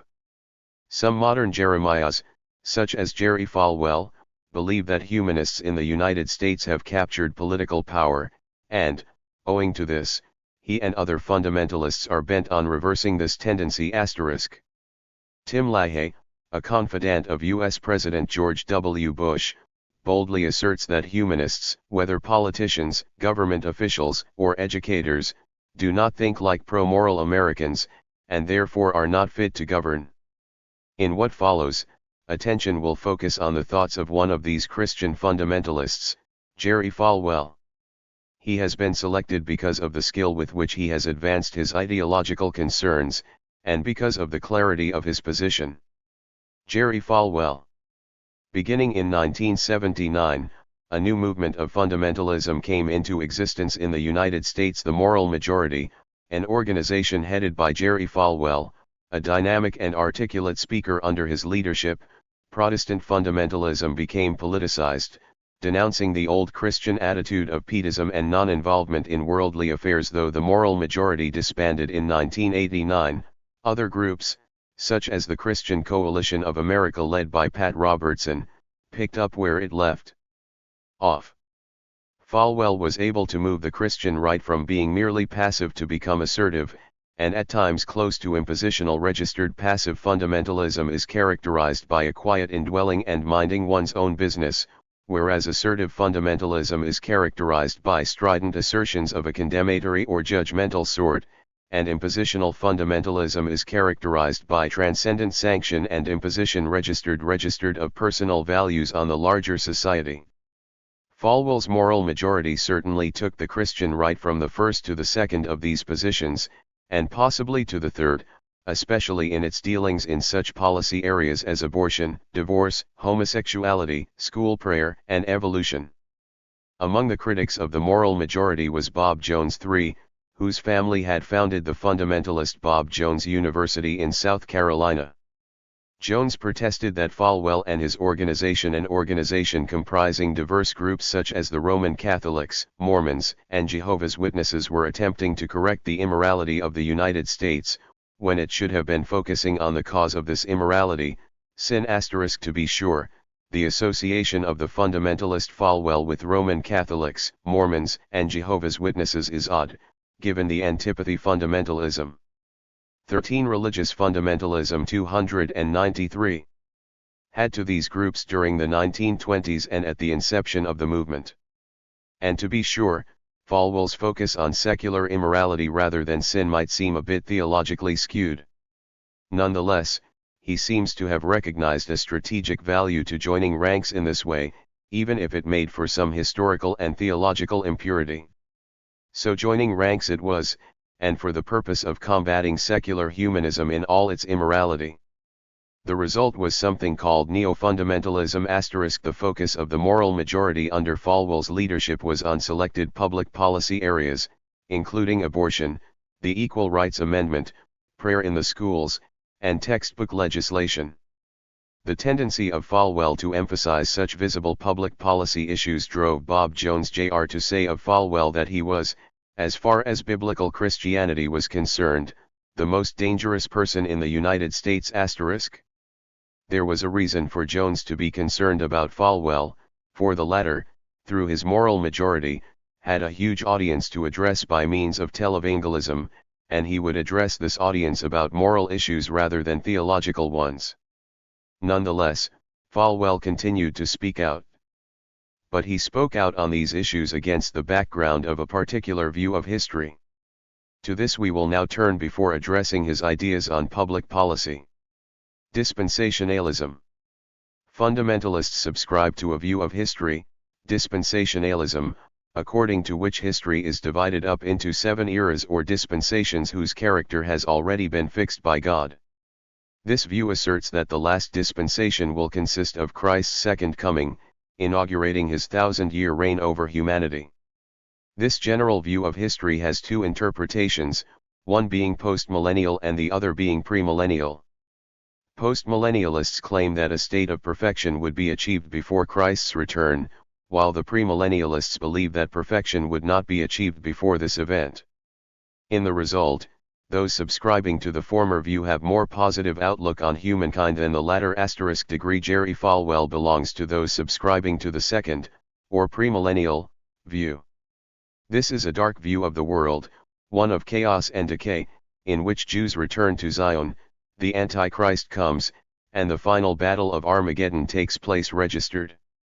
It is worth noting that interest in dispensationalism, of the type associated with Jerry Falwell, increased following the Six-Day War in 1967. This war and its outcome attracted support by Christian fundamentalists for Israel. Abortion. The decision of the U.S. Supreme Court in Roe v. Wade in 1973 was a turning point for many right-wing Protestants in the United States. It certainly was for Jerry Falwell. His reaction to this decision on the constitutionality of abortion is captured in the following statement: "I couldn't believe that 7 justices of the court could be so callous about the dignity of human life." Even prior to this time, Falwell had preached on the subject of abortion. He appealed to biblical verses in an attempt to demonstrate the opposition of God to abortion, claiming that it was part of the premillennial period of the end of time signified by immorality and social decay. However, prior to 1981, Falwell did not make abortion a cause célèbre, but instead treated it as one among other sins. By 1980, in his work Listen, America, Falwell offers his first extended examination on the subject, and he follows up on this in 1981 by discussing abortion as a practice that runs counter to the 294 sanctity and dignity of human life. It is not until 1986, however, in If I Should Die Before I Wake, that he presents his best-known attack on the practice of terminating a pregnancy. There he argues for the primacy of the fetus-God relationship and, correspondingly, of the independence of the fetus from the mother. In later tracts, Falwell provides a list of what he calls proof texts from the Bible that demonstrate the opposition of God to abortion. On the basis of the scripture, Falwell led the moral majority on a campaign against abortion that joined forces with 2 other organizations, the Religious Roundtable and the Christian Voice. Together, these 3 organizations formed the New Christian Right, which proved to be instrumental in the election of Ronald Reagan in 1980 and a strong influence on the Republican platform of 1984, established as its convention. As a result, the party decided to make opposition to abortion a condition of judicial appointments. Degree. The Equal Rights Amendment. In 1972, a proposal to amend the U.S. Constitution was initiated for the purpose of giving equal rights to women. Section 1 of the Equal Rights Amendment read, "Equality or rights under the law shall not be denied or abridged by the United States or by any state on account of sex." Under Article V of the U.S. Constitution, the amendment was required to be ratified by 3/4 of the country's state legislatures, but although Article V imposed no time limit for ratification, a deadline was given in this case. By the early 1980s, the deadline had passed, and the attempt to complete the required ratification had failed. Among several key opponents of this amendment was the conservative political activist and anti-feminist, Phyllis Schlafly, who exploited the anger that sex-neutral words evoked and ran a successful campaign against the amendment under the banner of Stop ERA. For our purposes, however, the opposition to the amendment mounted by Jerry Falwell is of special interest. For him, the ratification process was nothing short of a plebiscite on feminism, feminism itself being nothing but another manifestation of secularism and relativism. For Falwell, the ERA, as part of the feminist cause, struck at the very foundation of the American social structure. Its basic flaw was that it ran counter to the mandate that the husband is the head of the wife, even as Christ is head of the church. Opposing the public issue of equal rights for women became a matter of salvation for Falwell, who believed that wives who lived their lives according to the values of the era would not admit to the leadership of their husbands, thereby destroying the proper relationship with God. In this reading, the era amounted to an almost demonic tampering with human relationships that were close to the relationship of Christ with his church. The role of women, for Falwell, was unambiguously defined by the Bible, and this role represented a source of values that ran against any analysis of gender and gender roles as something merely of human creation. As pointed out by others, Falwell effectively endorsed views expressed by fundamentalists in 1910 in subscribing to natural fixed relationships in which one submits to another in the fear of God. *. Prayer in the schools. It has been said that modern biblical critics submit the Bible to history and find it wanting, while dispensationalists submit history to the Bible and find it wanting. Degree. One of the ways in which Christian fundamentalists sought to preserve contact with the Bible.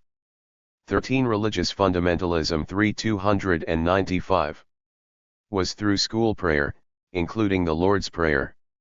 Jerry Falwell has been a leading advocate of school prayer.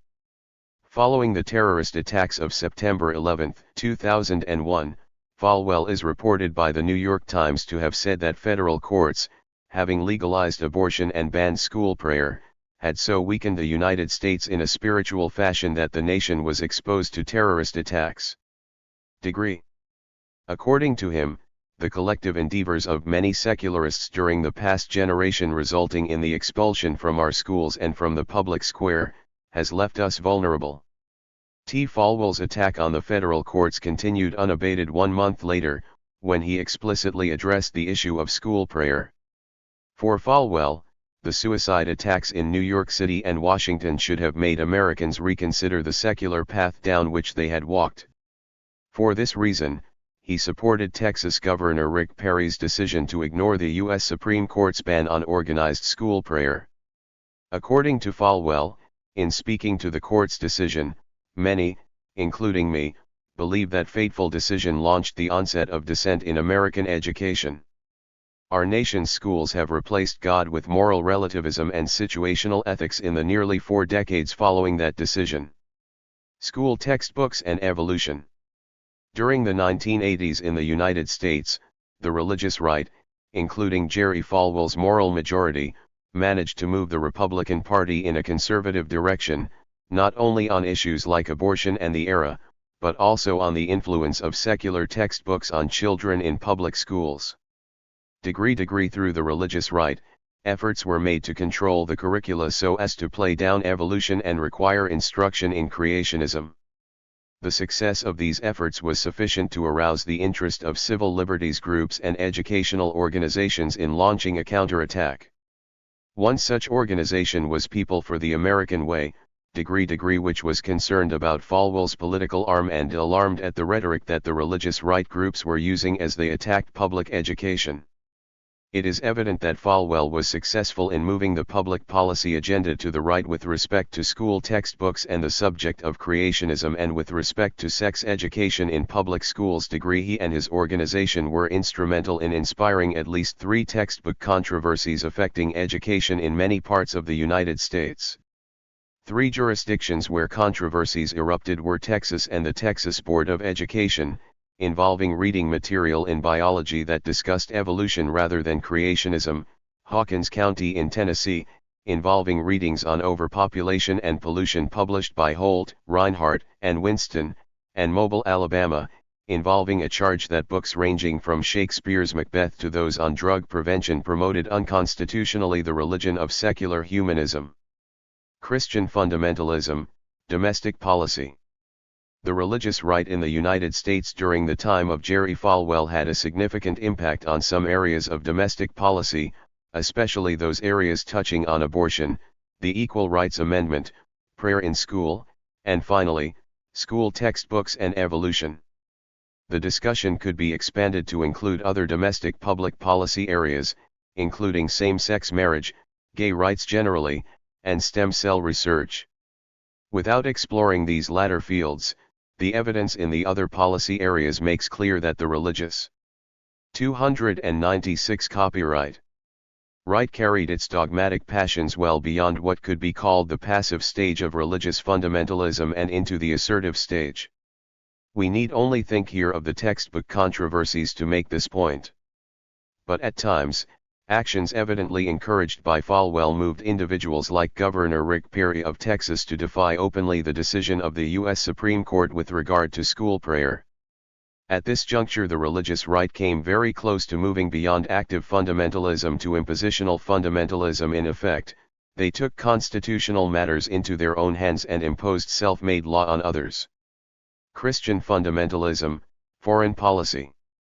The Christian right in the United States, that is, Christian fundamentalism in that country continued to exert an influence on the social policy of the George W. Bush administration in the fields of gay rights, abortion, and same-sex marriage. But it is in the foreign policy field that the fundamentalists had their most significant influence. Michael Lenash captures this point very nicely. When it comes to formulating foreign policy, those in the New Christian Right consider American support for Israel to be an absolute requirement. This position seems axiomatic of Christian fundamentalists, and is reflected in the remarks of Falwell et al. "I stand against Israel is to stand against God." At the same time, one should add this represents a patronizing dimension to support of Jews, Judaism, and Israel. Christian fundamentalists such as Tim LaHaye see Jews as Christ killers, and believe that Israel will be redeemed as the remaining Jews become Christians. Obviously, in this point of view, if the Jews of Israel were to be driven into the sea, as Islamic jihadists would have it, they would not be around to become Christians and Israel could not be redeemed. These qualifications notwithstanding, American Christian fundamentalists extol the virtues of support for Israel. In a vicarious way, this means that they support the actions of the Israeli government, which, as indicated below, have been frequently influenced by a group of Jewish fundamentalists, Gush Emunim. Putting all of this together, the picture that emerges is one of American foreign policy on Israel being influenced by the Christian right in the United States, and the Christian right policy being driven by deference to the Israeli government.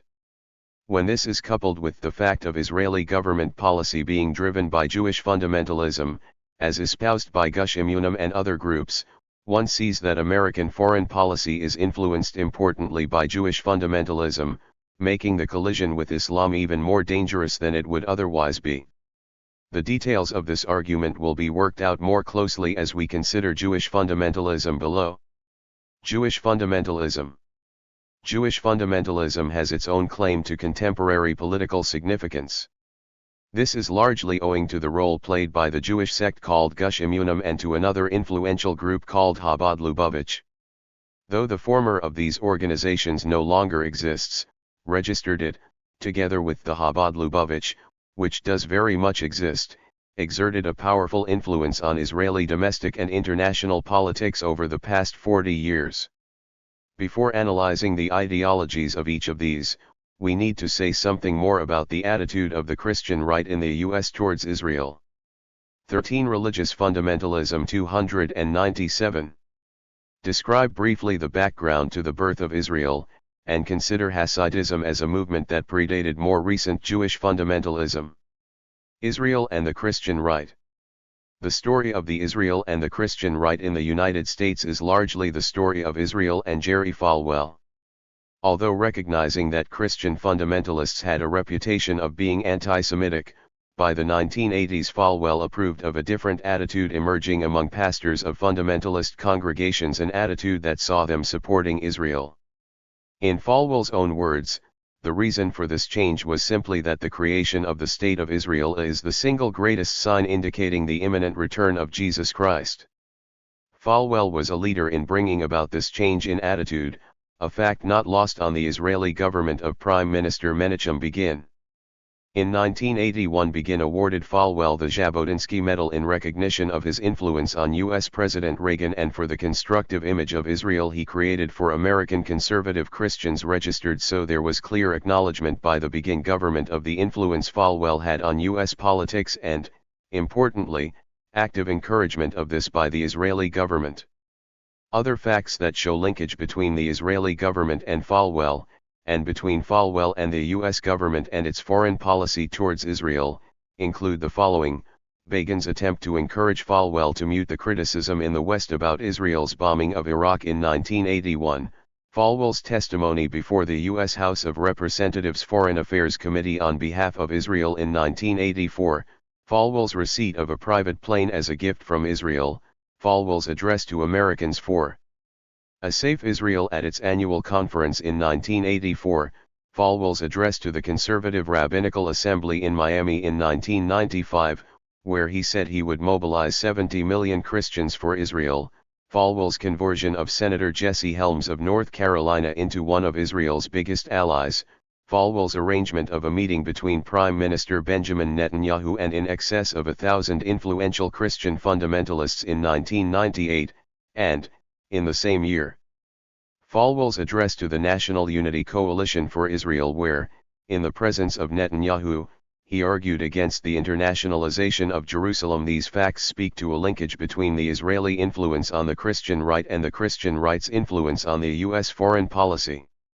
Shortly, we shall see the influence of the Jewish fundamentalists on the Israeli government, thereby solidifying an influence on the Christian right and on U.S. foreign policy with respect to Israel, especially in connection in its conflict with the Palestinians. Zionism and the birth of the State of Israel. The attempt to create a national homeland for Jews began in Europe near the end of the 19th century under the banner of Zionism. Following the defeat of Jews by the Babylonians in the 6th century BCE, Jews found themselves living in an ever-widening diaspora. 2 degrees under the rule of Muslims in the Middle East. After the spread of Islam, Jews and Christians occupied a secondary status. But things were much less appealing for Jews in Europe. Massacres of Jews in Christian Europe in the First Crusade were followed by decrees suppressing, expelling, and ghettoizing Jews. Many Jews, owing to these decrees, escaped and settled in Eastern Europe. But by the 18th century things seemed to improve and Jews followed the lead of the philosopher Moses Mendelssohn and became engaged in the public arena of culture, arts, and literature. By 1791 Jews were accorded 298 citizenship in France, and by 1858 they had gained the same status in England. Soon after this things began to turn in a regressive direction. 3 events characterize the next 30 years. First, Eugen Dühring, a German philosopher and economist, against whom Marx wrote a scathing attack, publicly attacked Jews and urged European states to cancel their civil rights and to ghettoize them once again. Richard Wagner, of operatic fame, effused anti-Semitism, and finally, a pogrom was unleashed in Russia in 1881 resulting in the destruction of 160 Jewish villages from the Black Sea to the Baltic Sea. It seems as though European and Russian societies were caught off guard by the effect of their original liberal views, inspired by the Enlightenment, in granting rights to Jews, and they soon came to fear Jewish success and its ability to identify Jews. In the result, anti-Semitism soon became a feature of the social landscape. In this context, the Dreyfus Affair occurred in 1894 in France when Alfred Dreyfus, a Jewish army captain, was charged with selling military secrets to the Germans. Owing to the irregularity of the legal proceedings to which Dreyfus was subjected, coupled with the anti-Semitism of the allegations to which he was exposed, this was a trial that would go down in infamy. Its importance for present purposes, however, is that the Austrian Jewish journalist Theodor Herzl covered the trial on behalf of his newspaper in Vienna, and what he witnessed convinced Herzl of the need to establish a Jewish state. Devoting his remaining life to this cause, he became known as the father of Zionism. It was this movement and the Enlightenment that Hasidism opposed. Hasidism and the definition of a Jew. Before moving on to Gush Emunim and Chabad Lubavitch, we first need to form some understanding of Jewish fundamentalism in general. According to its advocates, being a Jew means 3 things: living by the commandments of the Torah, obeying the directives of the sages who have been ordained to determine the halakha, and finally, believing in the truth of everything the Torah teaches, as specified by the interpretation of scholars. Asterisk. The spiritual model for Jewish fundamentalists, those subscribing to this definition of being a Jew, degree was established by Hasidism, which had its roots in Eastern Europe of the 18th century. In the last 300 years, Hasidism has conducted an ongoing battle by its Rebs or Tzaddiks, sometimes called fools for God, against the spirit of the Enlightenment. From the perspective of the Rebs of Hasidism, the Enlightenment represented a move away from the true tradition of Jews. It therefore stood not for freedom but for exile, a latter-day Babylon. The Enlightenment is thus seen as leading Jews astray. But worse than the Enlightenment, according to Hasidic Jews, was Zionism, which with its ideology of establishing a Jewish state put Judaism on a secular path. Hasidism, then, is opposed to the Enlightenment and Zionism. 8. Division between Jewish orthodoxy and Rabbi Kook. The story of Jewish fundamentalism is still not complete. In addition to Hasidism, there stood the movement of Jewish orthodoxy established in the 18th century, again in reaction to the Enlightenment. And, indeed, it went on to oppose Zionism on the grounds of its being a secular ideology for the most part. The Agudat Israel movement, modeled on an organization founded by the Orthodox Rabbi Samson Raphael Hirsch, opposed Zionism. And so, in a tentative way, did the Mizrahi. 13. Religious fundamentalism. 299.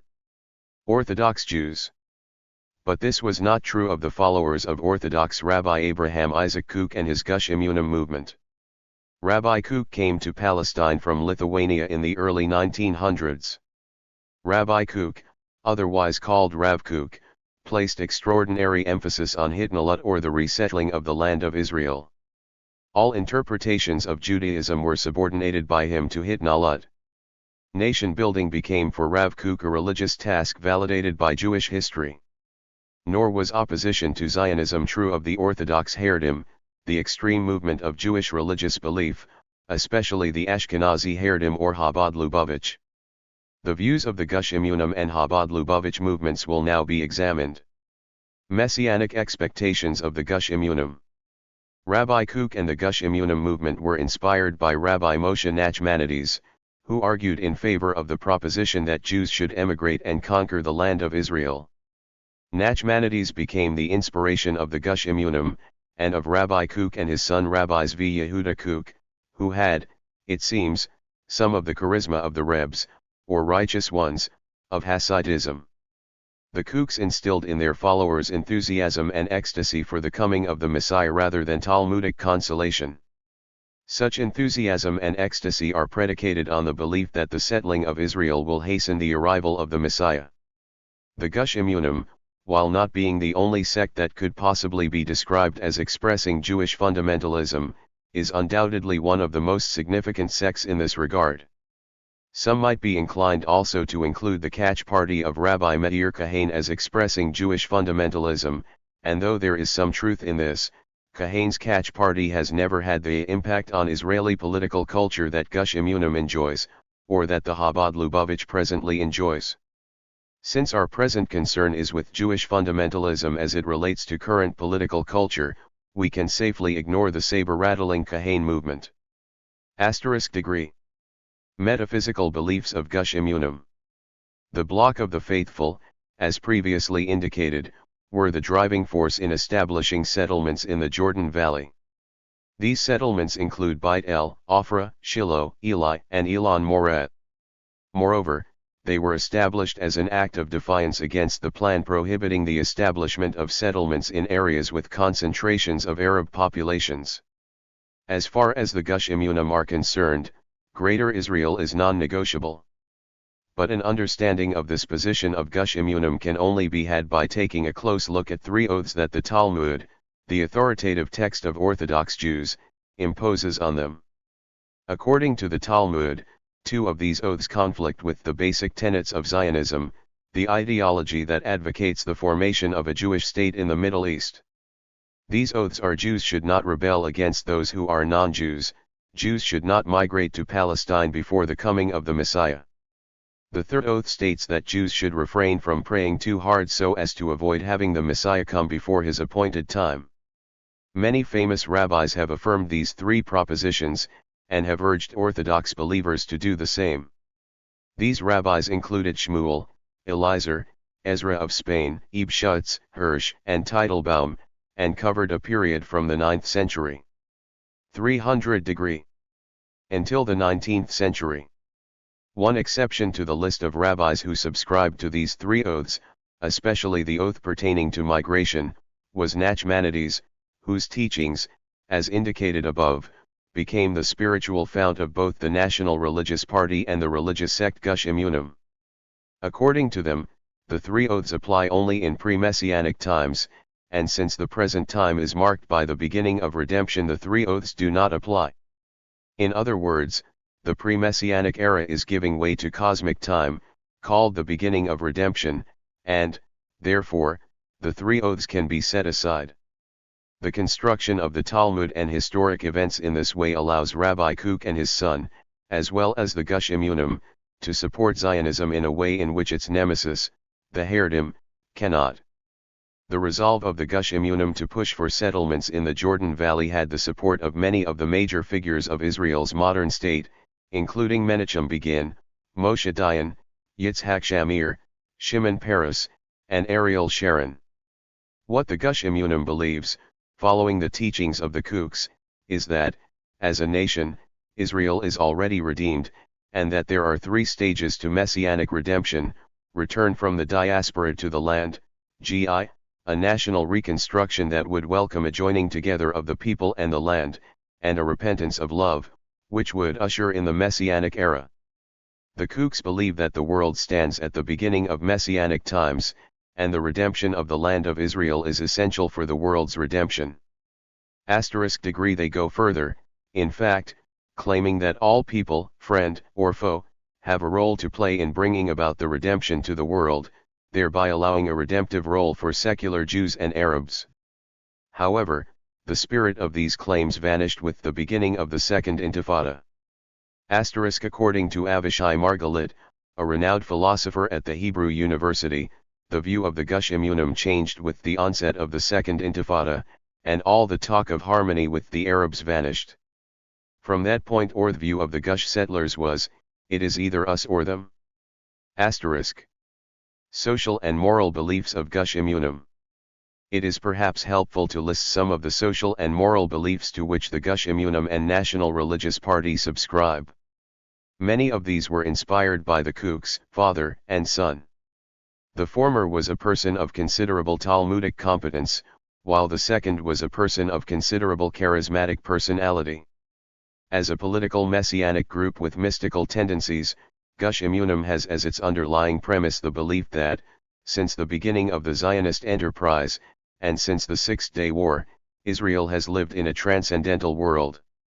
The Gush Emunim has a strong dislike of Western culture, including its rational and democratic elements, and also a strong dislike of non-Jews. According to the late Dr. Uriel Tal, professor of modern Jewish history at Tel Aviv University, this dislike evinces itself in the assertion of Rabbi Yehuda Amital, an outstanding Gush leader, that the Yom Kippur War of 1973 was directed against all Gentiles. Speaking of the 1973 war, Amital says, the Gentiles are fighting for their mere survival as Gentiles, as the ritually unclean. Iniquity is fighting its battle for survival. Degree on the subject of the return of any of the conquered territory, the position of the younger Rabbi Kook is quite simple: the Jewish people are prohibited from handing over any part of the land of Israel. Rabbi Kook says, I tell you explicitly that the Torah forbids us to surrender even 1 inch of our liberated land. In light of the apparent sacredness. 13 Religious Fundamentalism 301. Of this conquered land, there is, evidently, no room for compromise. Further, according to Rabbi Kook, in speaking of the occupied territories conquered by Israel, there are no conquests here and we are not occupying foreign lands, we are returning to our home, to the inheritance of our ancestors. There is no Arab land here, only inheritance of our God, and the more the world gets used to this thought the better it will be for them and for all of us. And, again, he says, some argue that there are Arab lands here. It is all a lie and a fraud. There are absolutely no Arab lands here. As for religious detachment, Rabbi Kook the Elder maintains that Jews should be politically involved and should not stand aloof, as had been the practice in the past. For this reason, the followers of Kook do not frown on secular dress, or secular education, and have been passionate in their support for the military. Many of the followers have been officers in Israel's select units. For Gush Emunim, Jewish people are unique. Finally, on the subject of criminal law, Rabbi Israel Ariel, a Gush Emunim leader, claims, deferring to the Jewish theologian Maimonides, it follows from Maimonides' words that a Jew who killed a non-Jew was exempt from human judgment, and has not violated the prohibition on murder. Asterisk. With this understanding of Gush Emunim in mind, we can now turn our attention to the second influential fundamentalist Jewish sect. Views of the Chabad Lubavitch. It is not easy to consolidate the religious views of the Chabad Lubavitch, notwithstanding the fact that it is a significant movement in Judaism. What can be said is the following.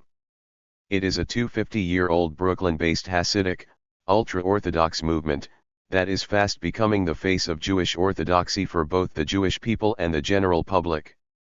Heading this movement after 1951, Menachem Mendel Schneerson rejected Rabbi Kook's affirmation of Zionism, which asserted the coming into existence of Israel as a state signaled the coming of the redemptive Messianic age. Lubavitch Hasidism is a branch of the general Hasidic movement that emerged in the mid-18th century in the forests of Poland. Those Hasidics who subscribe to the Lubavitch beliefs maintain nothing short of a literal interpretation to the Torah, an interpretation that asserts the derivation of all human knowledge, including science, from the Torah. Their worldview derives from the Hasidic concept of creation, which in turn is based on the mystical teachings of the 16th century Kabbalist master, Isaac Luria. Lubavitchers embrace the idea of love for all Jews, which is implemented by attempting to kindle the godly spark in Jewish souls, but they have widened their appeal, beginning in the early 1980s, to include non-Jews. Lubavitchers encourage all people, Jews and non-Jews, to follow the 7 laws God gave to Noah: no idolatry, no blasphemy, no sexual perversion, no murder, no theft, no cruelty to animals, and the creation of courts of justice. Though Lubavitchers have widened their appeal to non-Jews, their Hasidism leads them to assert that Jews have a special relationship with each other and that the purest way of expressing one's love of God is to help another Jew. This position is reflected in Eyes Upon the Land, a Chabad publication, where it says, although all humans are created in the image of G_D and every life must be cherished, the Torah teaches Jews to place Jewish life as the highest priority. Copyright. The purpose of the Lubavitch outreach program throughout the world is to make it as easy as possible for a Jew to live more Jewishly. And unlike missionary work in other religions, Chabad focuses only on Jews, and, in accordance with Jewish 302 copyright tradition, has no interest in converting non-Jews to the faith views. In addition, as Eyes Upon the Land makes clear, followers of Reb Schneerson believe the whole of the Holy Land accordingly belongs to the Jewish people. And further, God's promise is the only justification for Jewish claim to the Holy Land that cannot be easily refuted by Arabs, American and/or others. These beliefs sometimes result in violent political action taken by their members, as illustrated by the following episode. On February 25, 1994, Barak Goldstein, a physician and West Bank settler from Brooklyn, New York, and follower of Lubavitcher Reb Menachem Mendel Schneerson, who at that time headed the Chabad movement, entered a Muslim prayer hall at the Cave of the Patriarchs in Hebron, where he shot and killed 29 people, including children, and wounded many others before survivors of the massacre beat him to death. With the end of reaching every Jew in the world, Chabad Lubavitch has sought the support of the rich, famous, and powerful. The following political and cultural icons have been convinced that the Chabad is a movement of import. These supporters have included Bob Dylan, John Voight, Whoopi Goldberg, Al Gore, Jimmy Carter, Vladimir Putin, Joseph Lieberman, Elie Wiesel, Herman Wouk, Chaim Potok, Benjamin Netanyahu, Robert F. Kennedy, Rudolph Giuliani, registered Margaret Thatcher, Alphonse D'Amato, Newt Gingrich, Menachem Begin, Shimon Peres, and Ariel Sharon. Several of these, if not many, were inspired by the work of Schneerson, the head of the Chabad movement in the United States. This list of notable people shows the influence that Chabad Lubavitch has had, in U.S. and Israeli politics, an influence that has cut across at least Jewish and Christian lines. Political implications of Gush Emunim and Chabad Lubavitch among the settlers in the occupied territories. Chabad Lubavitch is one of the most resolute groups, a point perhaps illustrated by the Goldstein terrorist attack. From this it can be seen that Jewish fundamentalism in two of its guises stands at the vortex of Middle East politics. Each of these movements, in its own way, has contributed to changing Israel's settlement policy. And here one sees ideology in action. There can be no doubt, in light of this, that Jewish fundamentalism acts as an obstacle to a political compromise in the Arab-Israeli conflict.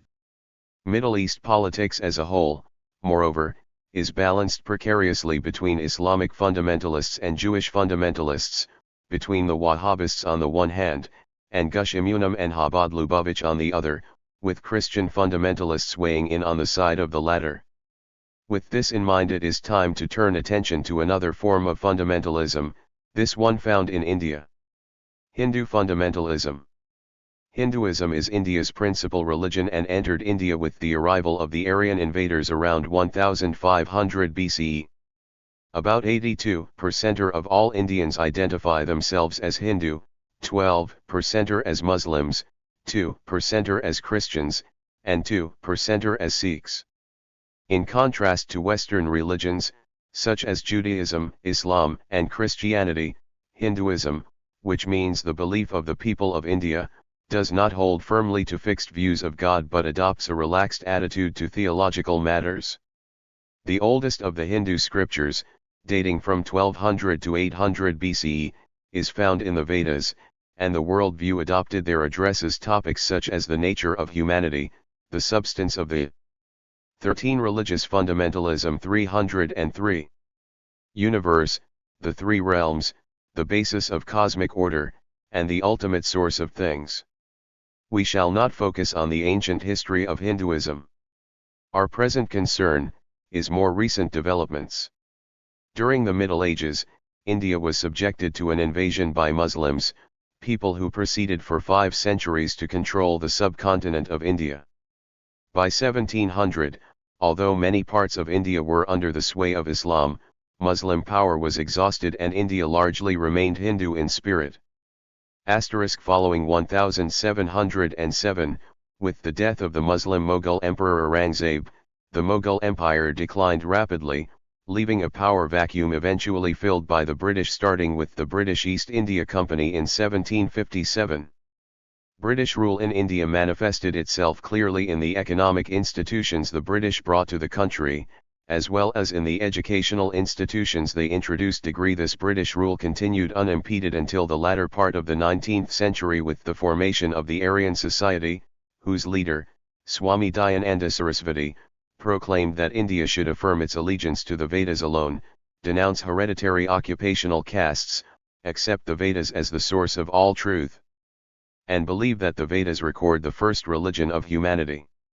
It should be noted that the Aryan Society was bitterly hostile to external cultural influences on India. The Aryan Society was a mild prelude to the emergence of ultranationalism in India that occurred under its first great political leader, Bal Gangadhar Tilak, who established a new public festival in honor of the god Ganesha, the elephant-headed son of Shiva, for the purpose of bringing anti-British songs to the people of India. This was the first major attempt to create a politicized Hindu ritual. Tilak favored the creation of a popular patriotism that presented a historical narrative depicting India's past as the degradation of its once great religion and people. In the fullness of time, his ideas resulted in the establishment of the cultural society, the Hindu Mahasabha, which in turn resulted in the formation of the Indian People's Party. Registered the belief of the cultural society and subsequent party was that India must be preserved by affirming a five-fold unity: one land, one race, one religion, one culture, and one language. This nationalistic affirmation is Hinduism's version of fundamentalism. The rise of Hindu fundamentalism. One of the most important developments of a political nature in India during the 1990s was the rise of extreme Hindu fundamentalism, better known simply as Hindu nationalism. Registered. The rise of virulent nationalism, accompanied by the growing power of the lower castes, occurred at the same time as economic liberalization, when reform by the government of India brought about a significant increase in consumerism and middle-class affluence. 8. With considerable confidence we can say that the roots of present-day Hindu nationalism can be found in the religious reform movements, as they are called, of the British colonial period. These reforms included, as indicated above, the transforming of the Ganesha annual festival from a private affair to a public one intended as a manifestation of religious revivalism, as well as a means to mobilize the Hindu population against both the British and the Muslims. It needs to be emphasized that this new ritual of Ganesha is an adaptation of an already existing ritual, partly so that it can be represented as a natural continuation or extension of traditional practice. And it should be emphasized with the same vigor that, since Hindu unity is the purpose of the public festival, the ritual or deity must have wide appeal among Hindus. It turns 304 out that Ganesha is an effective symbol of Hindu unity for the simple reason that he bridges the gap between the great and little deities. This same Hindu nationalism or fundamentalism was largely responsible for the actions of Hindu activists who in 1992 sought to clear the site of a Muslim mosque at Ayodhya for the purpose of erecting a new temple. This site is the alleged birthplace of Rama, the Ram Janmabhoomi. Rama, in the mythology of Hinduism, was a mortal king who was elevated to the status of an avatar of Vishnu. The destruction of the Muslim mosque at this site is a subject to which we shall shortly return. This event, coupled with a later event, has contributed to a virulent form of Hindu fundamentalism. The tragedy of Godhra in the western state of Gujarat on February 27, 2002. An express train in India arrived in the station of Godhra, Gujarat. This train carried Hindu pilgrims who had just visited Ayodhya in honor of the god Rama.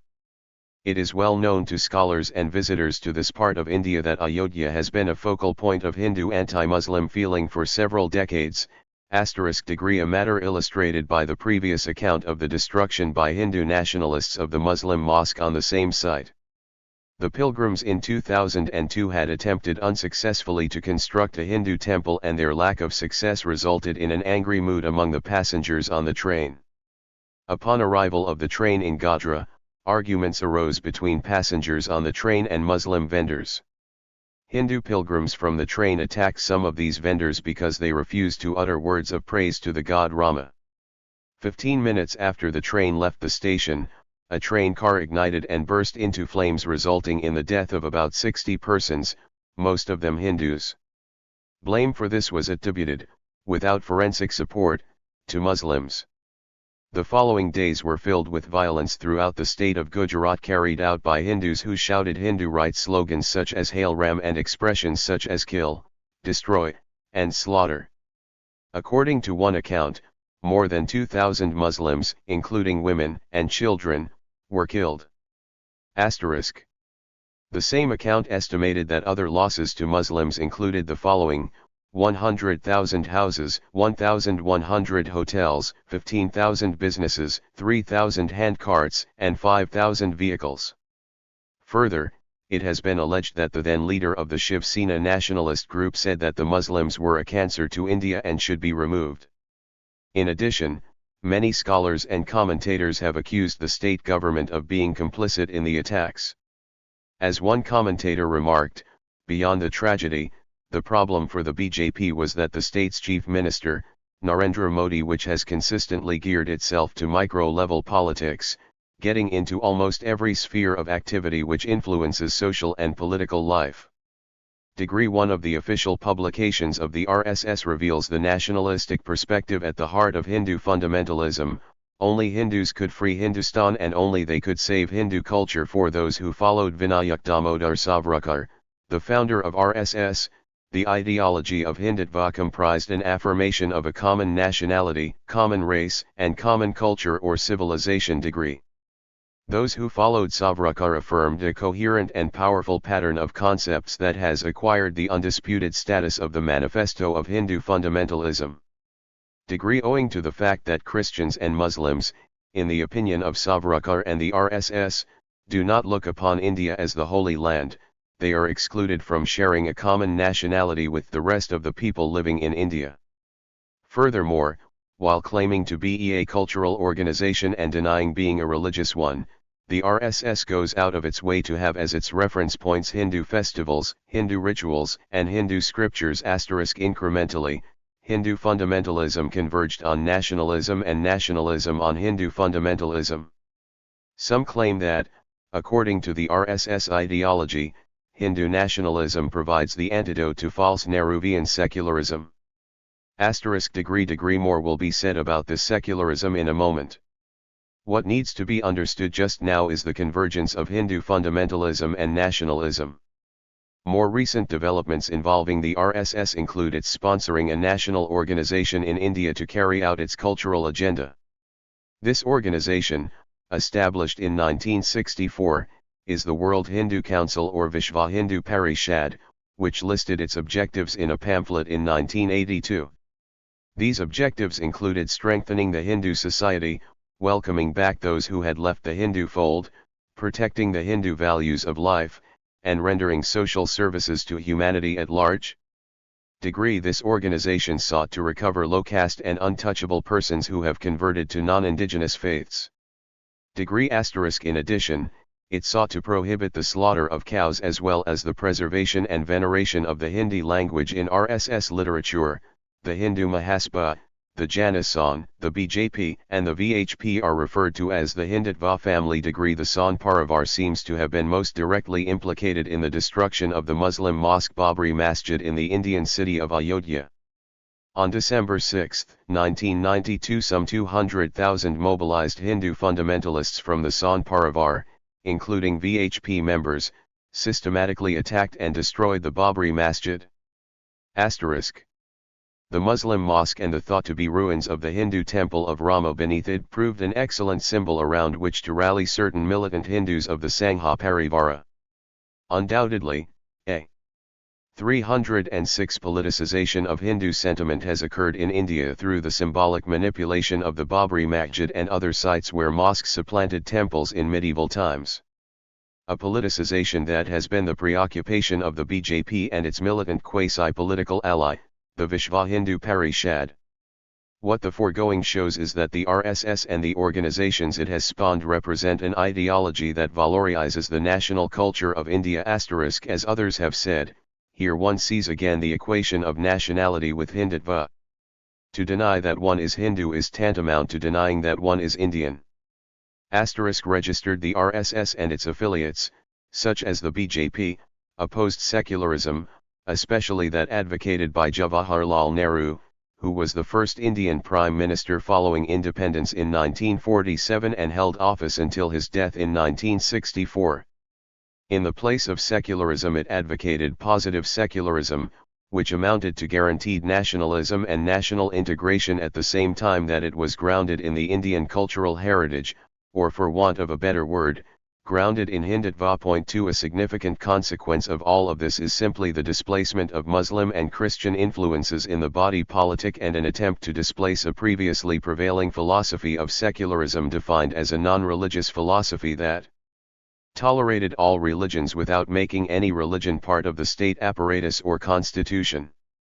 Here Hindu fundamentalism collided with Nehruvian secularism, a real secularism, in contrast with the pseudo-secularism of the BJP. Worth noting as well is the shift that has occurred in the making of the ideal Hindu woman. Registered near the end of the 1970s and in the early 1980s, the Indian women's movement attended to issues such as rape, bride burning, and dowry, many of which challenged the patriarchal power structures within a broad liberal framework. It seems now, however, that through the influence of Hindutva and Hindu fundamentalism this feminist movement has been redirected in such a way that it no longer challenges the presuppositions of a patriarchal society but instead challenges the influence of Islam and Muslims in India. Under the watchful eyes of Hindu fundamentalism, Hindu women can engage in protest marches and roadblocks along with their Hindu male counterparts, but their opposition is aimed not at old restrictions on women but at difficulties associated by them with the Muslim population. It is important to say once again, as said in the case of Muslims, Christians, and Jews, that the fanaticism of which we speak here applies only to some Hindus. Not all Hindus are religious nationalists in the extreme. Some are. Some are not. Here we speak of those who fall under the umbrella of Hindutva as an ideology associated with the resurgence of religious styles, not only in the forms of retrieval from the past, but also developed into new creations, ready to be used for religious purposes. Asterisk. One other cautionary note is this. While Hindu fundamentalism and nationalism, as two sides of one coin, exist in India, they do not exist uniformly throughout the whole country. Asterisk. For instance, there is a sharp contrast to the way Hindu fundamentalism exists in West Bengal, an eastern state, and in Gujarat, a western state. Peaceful coexistence exists along religious lines in the former, whereas, as indicated above in connection with the butchery that followed the train tragedy, fragmentation and animosity exist between Hindu and Muslim in the latter. Point 2. Hindu fundamentalism, while present throughout India, has greater traction in some areas than in others. Conclusion. Looking back on the review of Islamic, Christian, Jewish, and Hindu fundamentalism, one sees common threads running through all of them. All of these are conservative. 13. Religious fundamentalism. 307. Ideologies that aim to preserve traditions. Arguments sustained through time. All are inclined to a literalism of the sacred text. All have a patriarchal bent. And all reject the values of the Enlightenment, rationalism, humanism, and secularism. Freedom from self-incurred tutelage is not something sought by these fundamentalists. If anything, freedom is thought to be adverse to the well-being of humans. Rather, deference to traditions, the practices of the past, is advocated. The line of argument pursued, whether Islamic, Christian, Jewish, or Hindu, is all cut from much the same cloth. Adherents subscribe to the inerrancy of Scripture and base their belief on the further belief of the revealed nature of the text. In none of these cases is the conviction regarding the revealed nature of the text based on anything that would count as an approximation to scientific evidence. Notwithstanding the shakiest of epistemological foundations, fundamentalists of all faiths have no hesitation in drawing conclusions from these foundations. Moreover, these are conclusions about which they have a sense of psychological certainty, whether in connection with some future state of affairs or with some established government policy or international affair. The line of argument pursued by all four kinds of fundamentalists is the following: certainty can be derived from alleged facts for which there is little in the way of hard evidence. From the perspective of fundamentalists, the revealed nature of the text is self-authenticating. And from the perspective of believers, the lives lived by those inspired by the text act to confirm to them the truth of the revelation. This confirmation is augmented, from the perspective of the believers, by the testimony in the text of the occurrence of miracles and amazing deeds.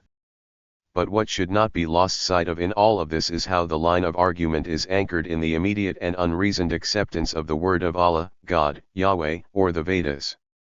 Finally, one should keep in mind that for fundamentalists, their acceptance of so-called revealed truth is situated in the broader context of tradition as defined by those who preceded them.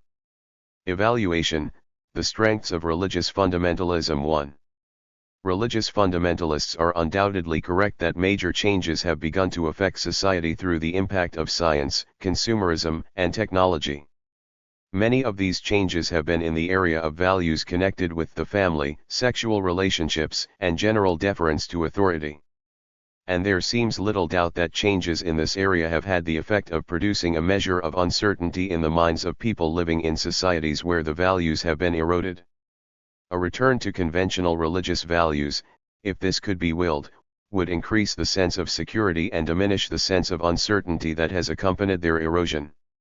All of this would have the further effect of creating more clarity in the area of public policy regarding pornography, drug control, homosexuality, marriage, and criminal law. In addition, more certainty in public policies would tend to have the effect of stabilizing institutions and reducing corruption in them. Evaluation: the weaknesses of religious fundamentalism. 1. The arguments for Allah's existence, God's existence, Yahweh's existence, and Atman's existence have been subjected to thorough and exhaustive philosophical 308 assessment, and have been found wanting. This means that no compelling argument for their existence or probable existence has been given, and therefore there is no good reason to believe in their existence. That they are logical possibilities does not make them probable, and, as the argument from evil below demonstrates, they are in any case most improbable. The lack of credibility in the existence of Allah, God, Yahweh, and Atman has the effect of eroding credibility of the morality, self-righteousness, solidarity, and loyalty of those who subscribe to such a metaphysical belief. A return to the values of religious fundamentalism in its various guises would necessitate a return to the traditional beliefs persons had about themselves and their place in the universe in earlier times. However, since one normally does not control one's beliefs, but instead absorbs them from the outside world, it is irrational to try to will oneself into this anachronistic world. So the fact that reality appears less certain today than in the past, owing to science, consumerism, and technology, does not give anyone a reason to believe that it is possible to go back to the past. At this point, what we believe and what we desire come apart at the seams. The connection between values and beliefs referred to above needs some elaboration. Roughly, beliefs about the world rest upon evidence and upon deep metaphysical principles that include views on causation, personal identity, and space and time, to name a few.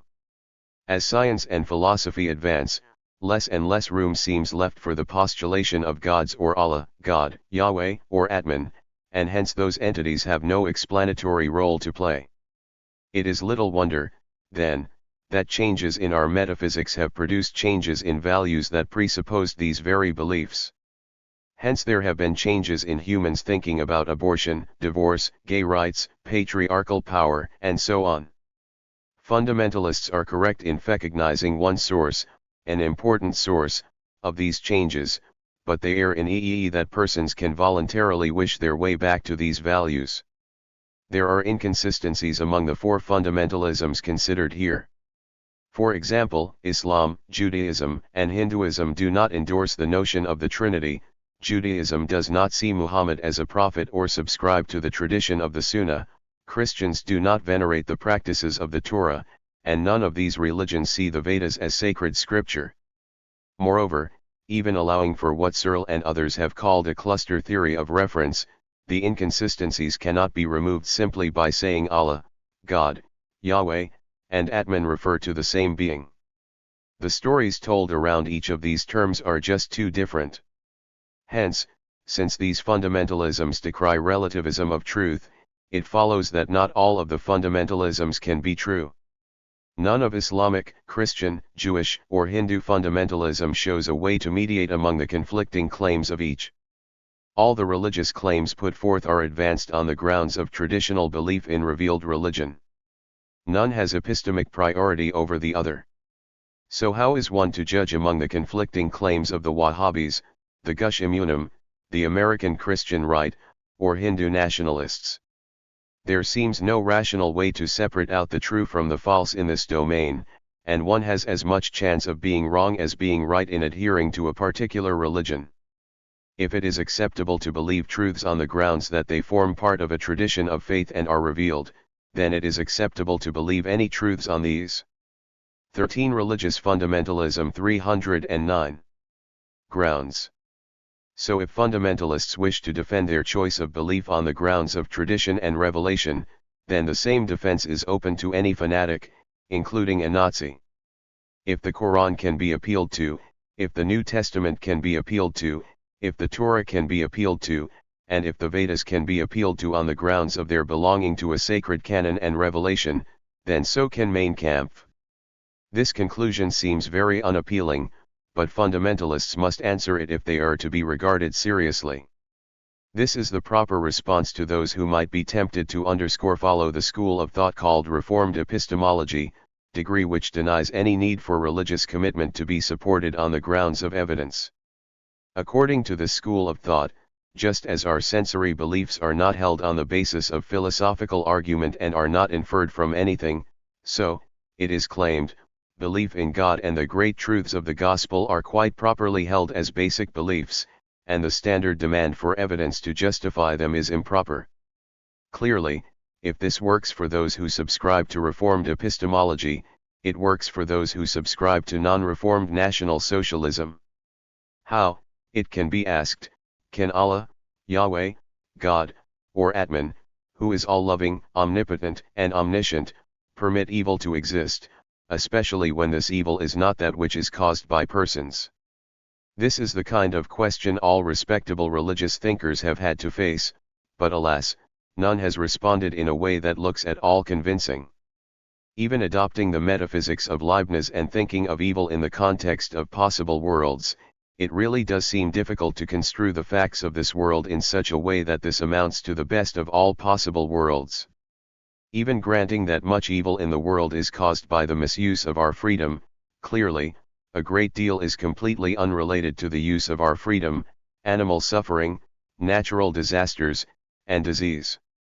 Unless one adopts the fanciful position of someone like Christian Science founder Mary Baker Eddy, who thought evil the result of our misconceived thoughts, evil stares us in the face as an irrationality. Our best bet is to acknowledge its existence and do the best we can to move on. What one cannot do with intellectual facility, and probably not with honesty, is to affirm its existence and that of Allah, God, Yahweh, or Atman at the same time. Unless one is completely prepared to sacrifice reason, it is impossible to overcome this objection. Fundamentalism must founder when it encounters the raw fact of gratuitous evil in the world. Fundamentalism has a morally offensive nature in its four guises. It expects its adherents to adopt a set of behavioral practices based on faith, with no rational substructure. Breach of these practices may result in a charge of immorality, infidelity, and damnation. There is in this something that is more than morally odd. It is morally outrageous that a person would be damned to eternal torment simply because he or she failed to act in a certain way on the basis of a belief lacking in evidential support. Allah, God, Yahweh, or Atman as the Creator, Euro-X hypothesis, designed persons to believe those things that are supported by evidence. Accordingly, we have been programmed to believe those things that have evidence in their favor, and not to believe those things lacking evidence in their favor.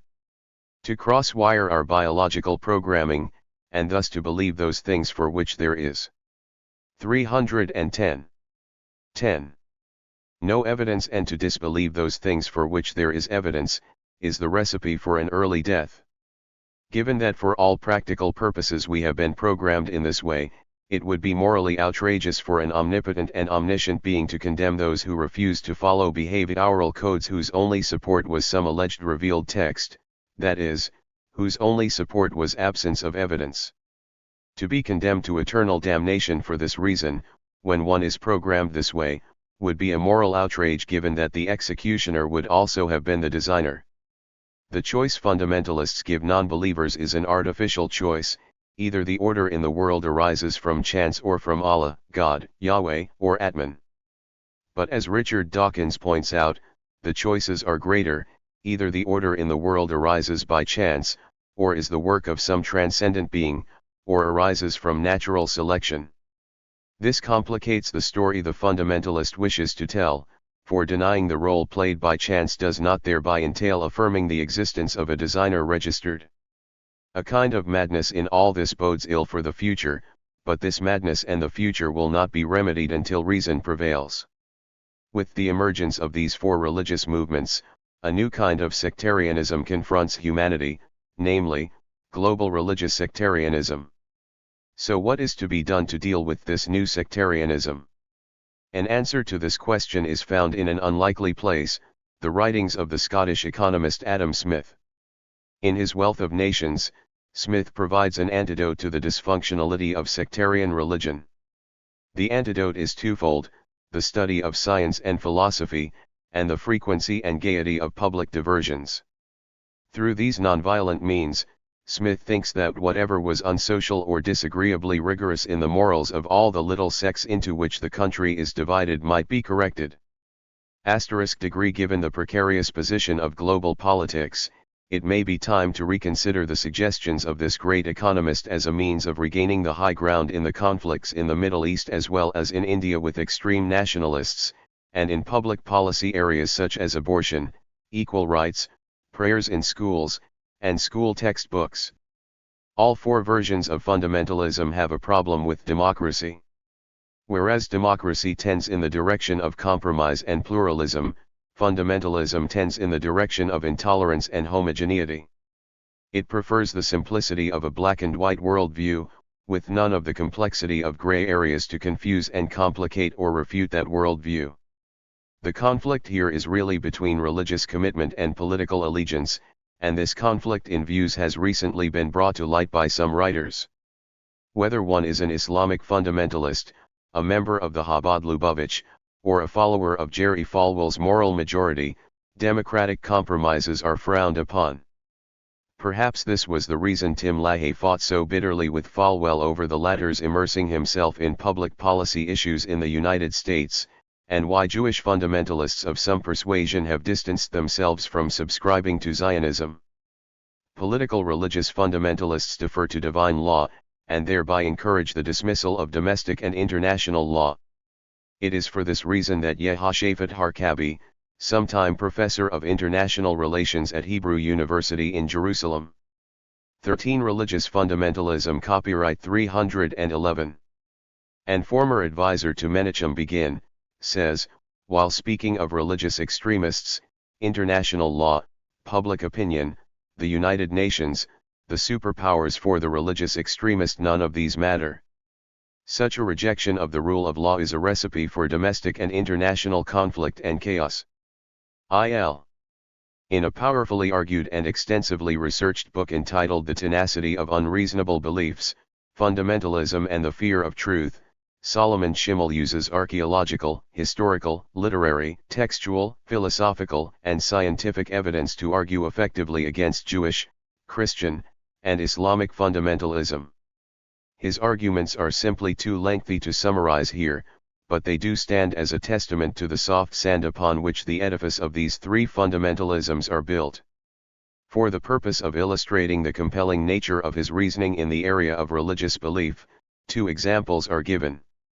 First, he points out that the implications of modern evolutionary theory and neuropsychology are in conflict with traditional Orthodox beliefs regarding the following: the soul as distinct from the body, humans being created in the image of God, and free will. These concepts, he correctly asserts, are no longer plausible as descriptions of humans and human nature. Second, he argues, effectively, that a reading of Michael Coogan's The Old Testament, a historical and literary introduction to the Hebrew Scriptures, James Kugel's How to Read the Bible, and Richard Elliott Friedman's The Bible with Sources Revealed will find in these books a wealth of information and concepts that should enable to conclude that the MSPM theory has been demonstrated to be true beyond a reasonable doubt, even if not beyond unreasonable doubt. Learning objectives * to learn about the roots of secularism. * to recognize the difference between secularism and secularization. * to acknowledge the contributions of various writers to the development of secularism. Sent to understand the political significance of secularism. A secular age is one in which enchantment disappears. It is an age no longer populated by gods, sirens, ghosts, spirits, demons, or goblins. But it is more than this, for it is an age in which the goal of human prosperity and success is of greatest importance. This latter point is made with force by Charles Taylor when he says a secular age is one in which the eclipse of all goals beyond human flourishing becomes conceivable, or better, it falls within the range of the imaginable life for masses of people. So there are two components to secularism as found in such an age: the enchanted world dies, and humans conceive of their lives in terms of well-being. The result is a humanistic alternative to faith. Secularism is the nemesis of religious belief, especially religious fundamentalism, which opposes the principles of the Enlightenment.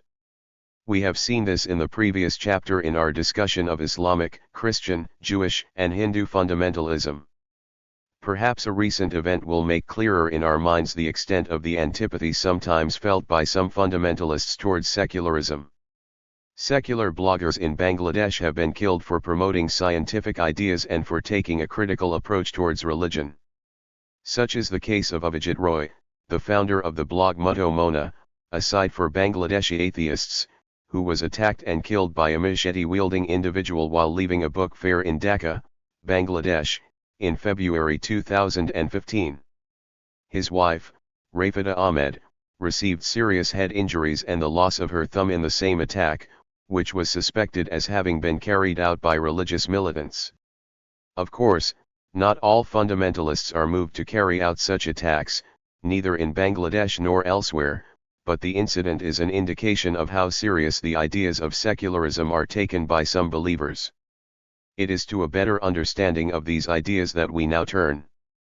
314.5 Political /ideologies. At the outset we need to sort out some confusion regarding the terms secularization and secularism. Secularization, like commercialization, industrialization, liberalization, and modernization, is a process that works to establish practices or institutions in society. It need not be conceived of as an intentional or deliberative process but rather simply as something that happens, given the shape of the historical landscape at the time. In contrast, secularism, very much like commercialism, industrialism, liberalism, and modernism, refers to developed practices or institutions that are already established. It would not be misleading to say that secularization leads to secularism. However, it would be misleading to follow some scholars who say that secularization refers to a historical process whereas secularism is the name of an ideology. According to one such scholar, Harvey Cox, secularization implies a historical process where society and culture are delivered from religious control and metaphysical worldviews. Here Cox is on solid ground. However, he errs when he says secularism is an ideology, a new closed worldview that functions like a religion. As we shall see, those who consider themselves secularists are simply persons who advocate grounding beliefs on evidence. That these same people are strong advocates of the scientific method in attempting to determine whether evidence exists to prove the existence of, for example, phlogiston gas or neutrinos, does not show that secularism is an ideology. It would show this only if these same individuals held their beliefs about evidence and the scientific method as incorrigible. But this is not the case with such individuals. Secularists are prepared to abandon their beliefs if these beliefs are not fruitful or productive.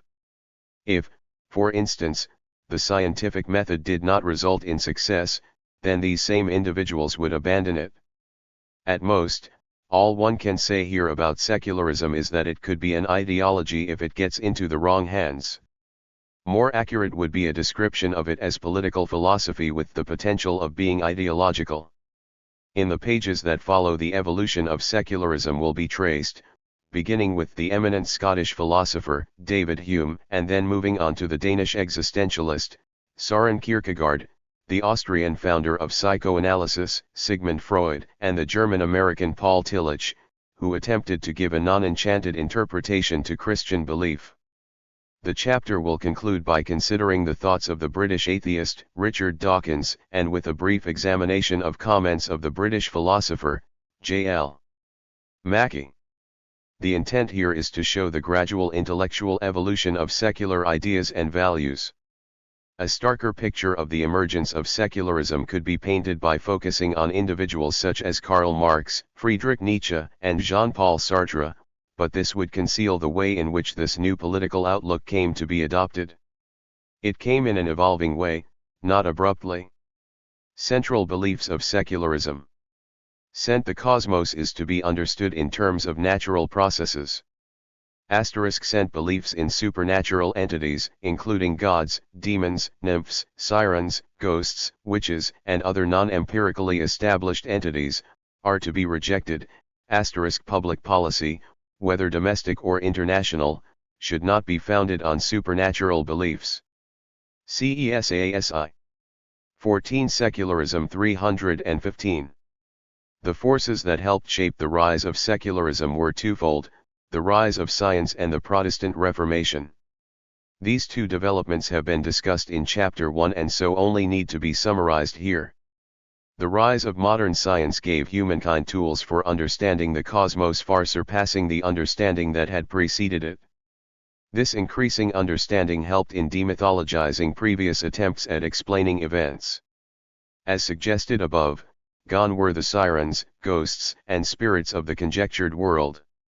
And in place of these things came the physics of Galileo and later Newton with the postulations of mass, force, gravity, inertia, and so on as these concepts applied to matter. Thomas Hobbes in the 17th century reflected and awakened this interest in modern science by attacking belief in invisible things such as fairies, ghosts, and gods, belief he attributed to man's fear when there was nothing to accuse as the source of evil or good.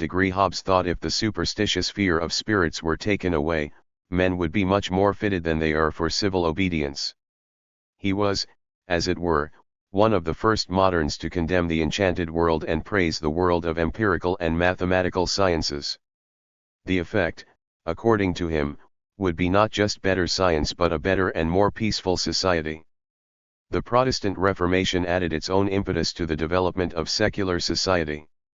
Simply put, the break in the authority of the Roman Catholic Church, owing to the rise of various sects and denominations, naturally raised the question of ownership of truth in religious matters. The priesthood of all believers meant that hierarchies could be circumvented and individual appeals could be made directly to God.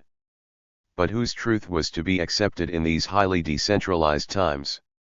Inevitably, this would lead to hostilities between sects and even inquisitions, but the end result would be an uneasy feeling among all believers that their truth might not be as secure as originally thought.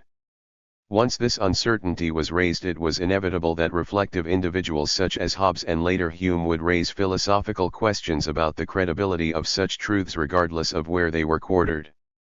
When this matter of credibility is coupled with the general assault on idolatry by reformers, enchantment was clearly threatened, or at least challenged.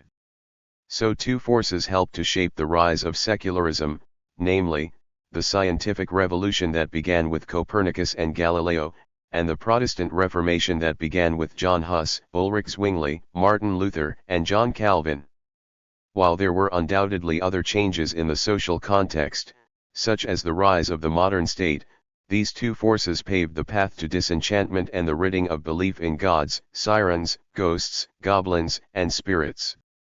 The following discussion focuses on secularism inside European communities or those historically connected with them as found in North America, South America, and Australia. Predominantly, these have been Christian societies. Secularism as it has been defined above is more firmly established in these communities than it is in communities grounded in Islam, Judaism, or Hinduism. Herein lies the motivation for looking at the phenomenon of secularism inside what have previously been Christian communities. The motivation does not lie in giving preferential treatment to Christianity or Christian societies. This does not mean that secularism is not an issue in Muslim or Hindu societies. Indeed, as seen in the previous chapter, secularism is a debated notion and practice in India. Nonetheless, as a political stance, secularism is more entrenched in societies that have been predominantly Christian than in others. For this reason, we choose to look at the emergence of this political philosophy in this context. 316 David Hume. Though we have already described the conservative aspect of David Hume's philosophy in Chapter 3, there remain additional things to say about his attitude towards natural religion. Hume's analysis of natural religion, conceived as the tradition that believes Christian religious beliefs are but extensions of scientific knowledge, as found in his dialogues concerning natural religion, results in the complete rebuttal of the cosmological and design arguments. The first of these deals with the alleged necessity of postulating a God for the purpose of explaining motion in the cosmos, while the second argues for the existence of a designer of the cosmos, an argument that Kant subsequently found the most tempting of all proofs for the existence of God. Most of the dialogues focus on the design argument and it will occupy our attention in what follows. The dialogues comprise the thrust and counter-thrust arguments of three characters Demia, Cleanthes, and Philo as they deal with the notion of intentional design. Much speculation exists around the question of whether any of these individuals represents the view of David Hume. Fortunately, we do not have to adjudicate this dispute here. What can be said, as Terence P. Nellum makes clear, is simply that through his writings, including the dialogues, Hume discredits the tradition of natural religion utterly registered. In the process he demolishes the argument from design. The cogency of Hume's reasoning here cannot be elucidated in all its grandeur, but by giving a brief overview of the positions adopted by Demea, Cleanthes, and Philo we can comprehend better the strength of Hume's argument. Demea represents orthodoxy and a belief in a priori proofs of God's existence, Cleanthes represents the empirical theologian, and Philo the skeptic. The considered opinion seems to be that Philo speaks best for the views of Hume, though one should emphasize that not all critics agree with this interpretation. We shall stand by the considered opinion and use it to spell out Hume's views. Worth bearing in mind here is the very structure of this writing of Hume, for it has a remarkable similarity to the structure used by Plato in his writing as well as by George Berkeley in his. This similarity allows Hume the opportunity of teasing out subtle features of the argument from design. For his part, Demea makes the claim that whatever exists must have a cause, and that this forces one to concede the existence of a being who carries the reason for his existence in himself and who cannot be supposed not to exist without expressing a contradiction. This argument turns out to be a blend of the cosmological and ontological arguments, the former relying on the existence of a necessary being to explain causality, and the latter relying on the apparent contradiction in denying the existence of a being who cannot be supposed not to exist. These arguments are found in the writings of Thomas Aquinas and Anselm, respectively. Hume, through Cleanthes, dispenses with Demea's macro-argument by saying simply, the words, therefore, necessary existence, have no meaning, or, which is the same thing, none that is consistent.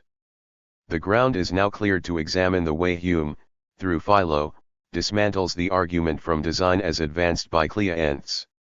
Cleanthes presents the argument from design early in the dialogues. Briefly, his argument is the following. Look around the world and you will find it to be but one great machine. By all the rules of analogy we are led to infer that the causes of the world and machines resemble each other, and that therefore the author of nature is similar to the mind of man. P. Nellam has summarized Philo's first round of criticisms to this. 14 Secularism 317.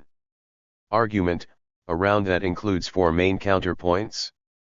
First, the argument relies on a weak analogy, for it compares the whole universe with human artifacts. Second, the comparison is odd, for it compares the whole universe with selected parts of it. Third, it is arbitrary to pick out intelligence as the sole source of order. Fourth, knowledge of cause and effect is derived from identifying the regularity of one kind of phenomenon being succeeded by another kind, and therefore the universe, not being a kind, is not subject to such alleged causal reasoning. In the second round Philo draws out the undesirable anthropomorphic conclusions. These conclusions include the fact that the mind or intelligence needed to create the universe would have all the limitations consistent with its product, the flaws of the universe would reveal imperfections in the designer, the world could have been created by many gods, and finally, God's mind, if like ours, could be mortal and belong to a god with a body. Hume's final position as found in Part 12 of the Dialogues does give some comfort to Cleanthes and other religious believers, for he says, notwithstanding the position articulated so ably by Philo, that true religion suggests a vague deistic belief in an intelligent force causally responsible for the universe.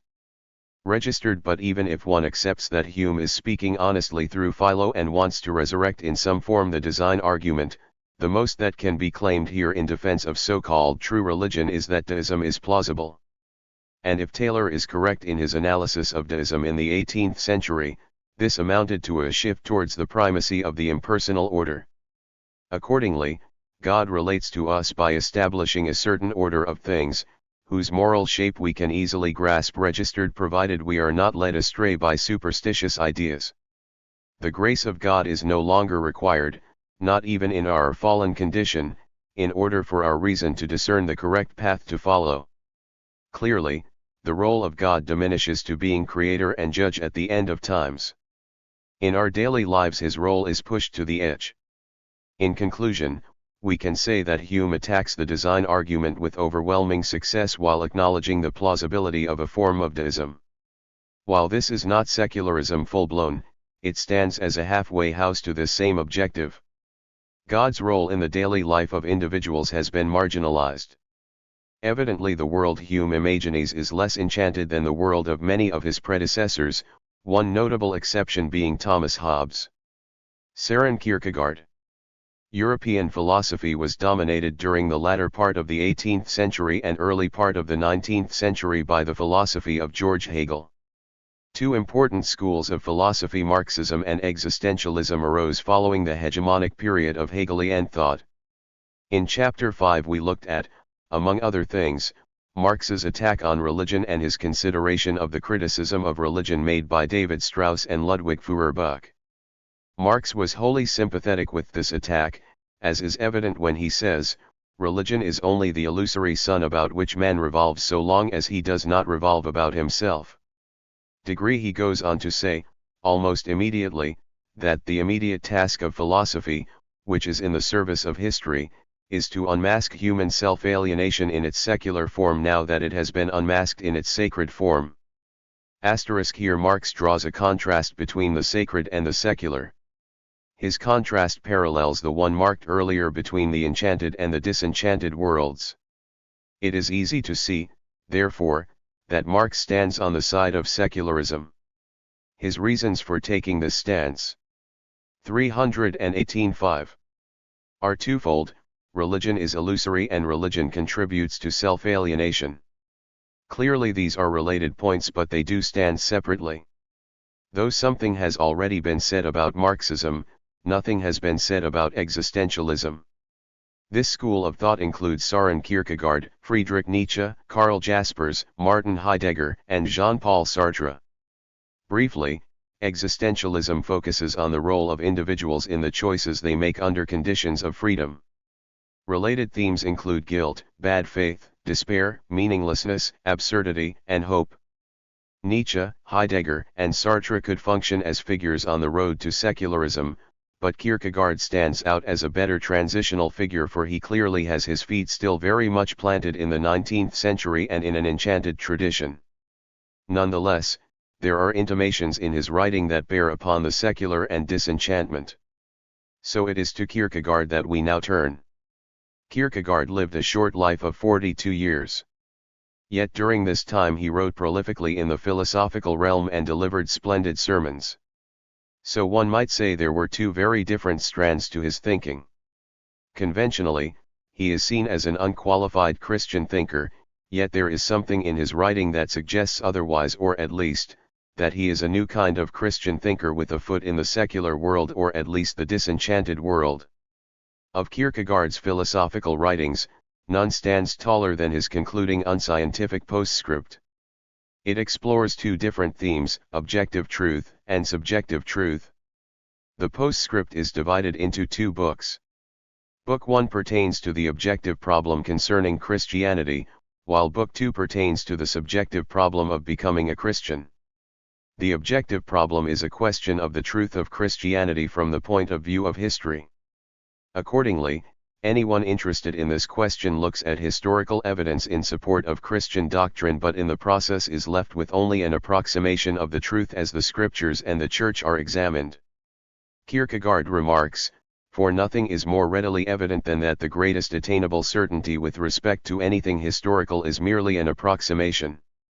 Kierkegaard believes there is incommensurability between approximation and eternal happiness, the goal of the Christian, and that this incommensurability makes the result unacceptable. Historical evidence is simply too weak a foundation for the stuff of faith. Book 2 develops the theme of subjective truth and the problem of becoming a Christian. In essence, it deals with the question of how an individual may participate in the eternal happiness promised by Christianity. Well into the postscript, Kierkegaard offers a definition of subjective truth: an objective uncertainty held fast in an approximation process of the most passionate inwardness is the truth. Subjectivity, for Kierkegaard, is inwardness, and at the same time the truth. With this definition in mind, Kierkegaard offers a developmental theory of personality that in many respects is secular in nature. Inwardness is a key notion in this theory, and Kierkegaard postulates that this inwardness is to be understood against the background of three different stages of development of human personality. These stages are the aesthetic stage, the ethical stage, and the religious stage. All of these manifest progressive ways in which a person finds meaning in life. The aesthetic stage is a life of freedom and hedonism. It is represented by Don Juan of Mozart's opera of the same name, by Faust of Goethe's writing, and by Ahasuerus, the wandering Jew of medieval Christian legends. These individuals are all lost in the immediate situation and in the course of time find their activities ultimately tedious and 14 Secularism 5-319. Boring. The result is a staling of existence that culminates in despair. Degree. Almost axiomatic in Kierkegaard's thinking is his claim that, in life, the important thing is not to cultivate one's mind but to mature one's personality. And to mature one's personality is to aim for the most holy of things, the unifying personality. Registered, there is no unified personality in the aesthetic stage, but instead there is born multifariousness and a fragmentation of time into disjointed, unappealing moments. It is not surprising that Kierkegaard believes, under the circumstances, that this stage of life ends in despair. The next stage is the ethical one. This is, for Kierkegaard, the first serious either/or, it is the first serious occasion when the personality has a choice of moving on and maturing in the direction of integration. But Kierkegaard makes clear in either/or that the act of choosing is essentially an ethical act and does not surface in the aesthetic stage. And then he adds, a few pages later, that the choice of either/or does not denote a choice between good and evil, but rather a choice between good and evil on the one hand and the exclusion of good and evil on the other. It is a question of under what determinants a person wishes to contemplate and live life. According to Kierkegaard's theory of personal development, there are three manifestations: marriage, vocation, and friendship of this new stage of life in which seriousness and the assumption of responsibility play a role. It is not that any individual in such a relationship conducts himself or herself in an ethical way so much as it is that these same individuals consider themselves in terms of the good and the bad. In other words, these are relevant categories for them in a way they are not for the person in the aesthetic stage. The final stage in development of personality for Kierkegaard is the religious, something he divides into religion A and religion B. Of both of these he says, the distinguishing mark of religious action is suffering. The logic of Kierkegaard's thinking is simply this: religiosity is inwardness and inwardness is suffering, and therefore religiosity is suffering. According to his logic, talk about fortune and misfortune is simply talk found in the aesthetic view of life and is forgetful of Jesus's invitation to a religious discourse. Come hither all ye who labor and are heavy laden. In the person's struggle for eternal happiness, Kierkegaard sees suffering as essential to religious life. From Kierkegaard's perspective, existence is a kind of illness, and unsurprisingly attaches suffering to it to those who have eyes to see. But he moves on to attribute something else to religion A, namely, guilt. For this Danish thinker, consciousness of guilt turns out to be the first deep plunge into existence, and this consciousness is like a yoke around the neck of humans from which they can never escape. The importance or priority of guilt for Kierkegaard cannot be arrived at by numerical computations, but is something felt in the soul of humans in their striving for eternal happiness. Once again, as in the case of suffering, guilt for Kierkegaard is found in inwardness and hence is a form of religious expression. Kierkegaard goes on to say that an awareness of religion A must be present in the individual before one can become aware of the content of religion B*, so one should not think of the former as being trumped by the latter. Nonetheless, B does go further than A. Its content can be best understood as equivalent to faith, faith in the idea that God has appeared as man in the form of Jesus. Once again, this existentialist sees faith as a deepening of the inwardness of humans in their wrestling with their eternal happiness. Faith turns out to be belief against understanding, and hence the paradoxical nature of religion B. What is striking about the so-called theology of Søren Kierkegaard is its disenchanted nature in the aesthetic, ethical, and religion A stages of life. What is presented? 320. is largely a reduction of religious discourse to personal developmental discourse, at least until religion. Kierkegaard admits as much when he says, religiousness can exist in paganism. What is one to learn from all of this as far as secularity is concerned? It is simply that one of the most original Christian thinkers of the 19th century found it necessary to cultivate a new way of religious thinking, yet he did so by pushing enchantment further and further to the edges of one's life, and even then by making it accessible only to those who had the time to go on a deep spiritual journey through the inwardness of suffering and guilt. Secular ideas clearly were pressing in from all sides, and Kierkegaard's innovative thinking is just one sign of this. Sigmund Freud. There can be little doubt that Sigmund Freud is among the most original social scientists of the 19th and 20th centuries. In addition, there is little doubt about the clarity of his prose and the engaging nature of his thoughts. This can be said whether one disagrees with what he says. One is hard-pressed to find other writers of his time who write with such conviction, novelty, and transparency. Bertrand Russell and John Maynard Keynes may be possible rivals, but Freud is definitely a strong competitor.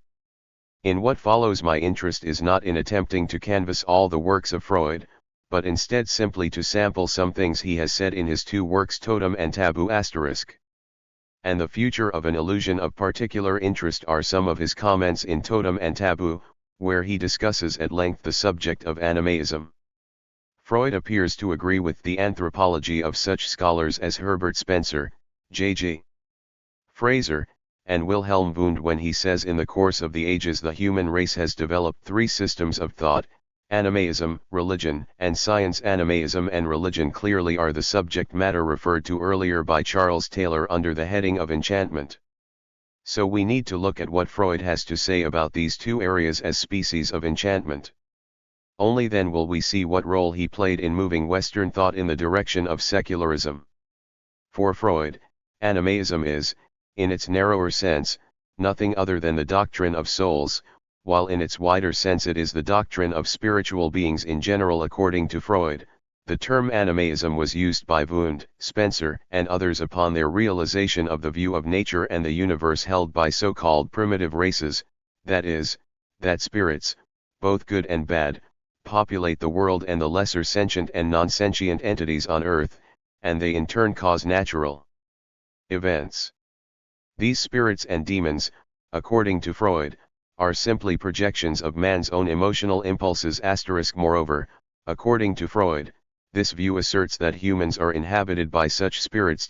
Freud is insistent in claiming that animaism is a system of thought, indeed, the first complete theory of the universe. For him it really amounts to a Weltanschauung, or worldview, a worldview that is perhaps the most consistent and exhaustive in giving a complete explanation of the nature of the universe.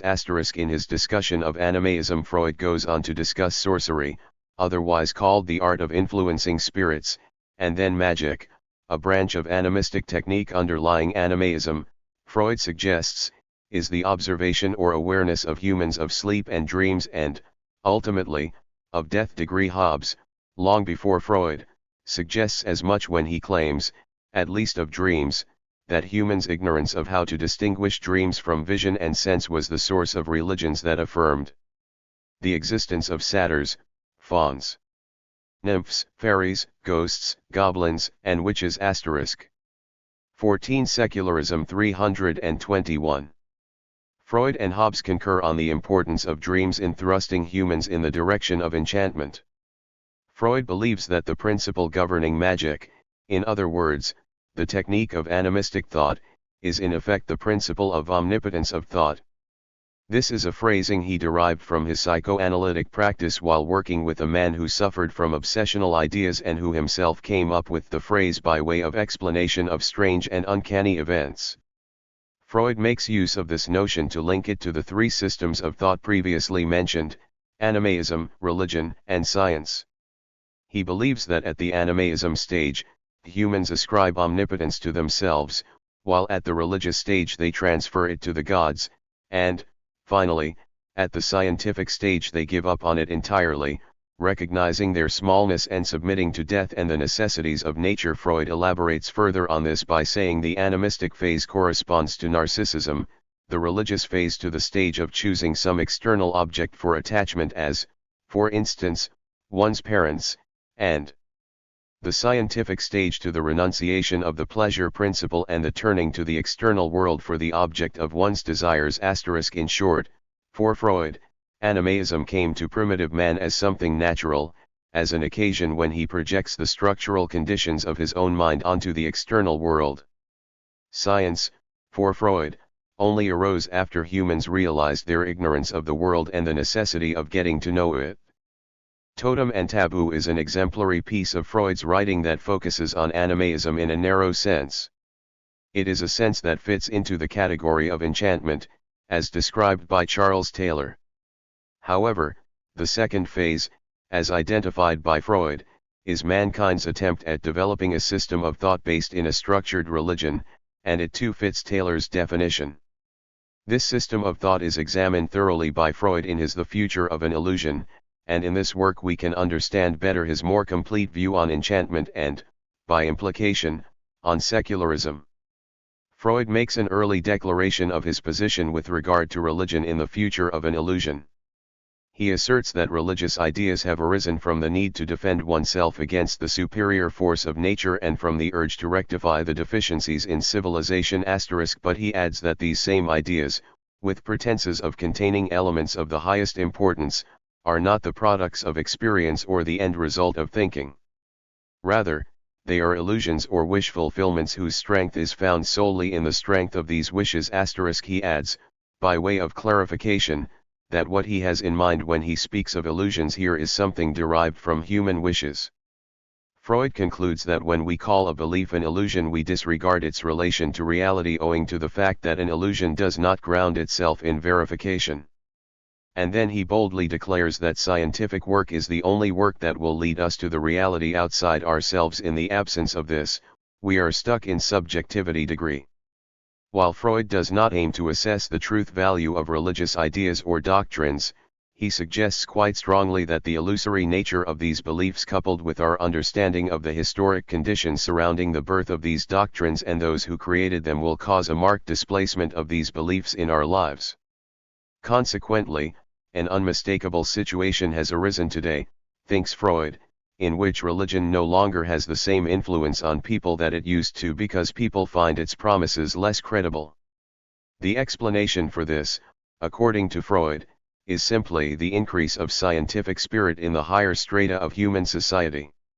It is Freud's opinion that civilization has little to fear from educated people, for in them religious motives will be replaced by secular motives and thus they 322 will proceed unobtrusively.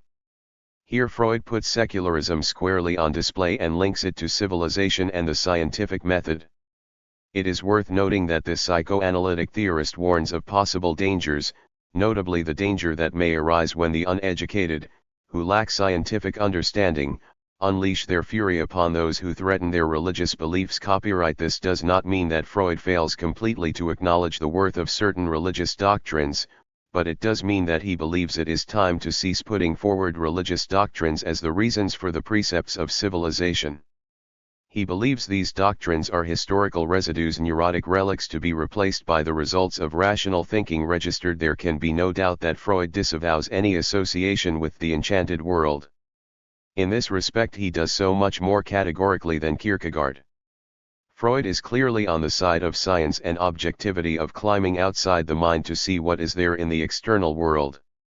Kierkegaard is still very much immersed in subjectivity, hence the name of his unscientific postscript. Nonetheless, both of these intellectuals move in the direction of a study of humans and their psychology, and both, though particularly Freud, carry us well down the road to a secular world. It is time to see how this story plays out with other writers, including a much respected Protestant theologian, Paul Tillich. The impact of Kierkegaard on Christian thinkers who followed him was deep and penetrating. Two theologians affected by his thinking were Rudolf Bultmann and Paul Tillich.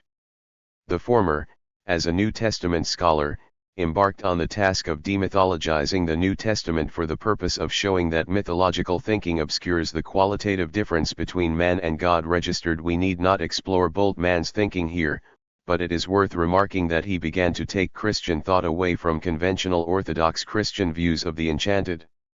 Of greater interest is the work of Paul Tillich. Tillich's magnum opus is his systematic theology.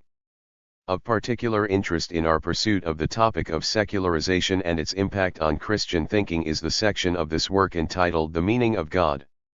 Registered in spite of the historical scholarship and philosophical reflections that color the pages of Tillich's opus, scholarship covering such topics as existence and the Christ, life and the Spirit, and history and the kingdom of God, it is difficult to come to any other conclusion about Tillich's theology other than it is all premised on his notion of God.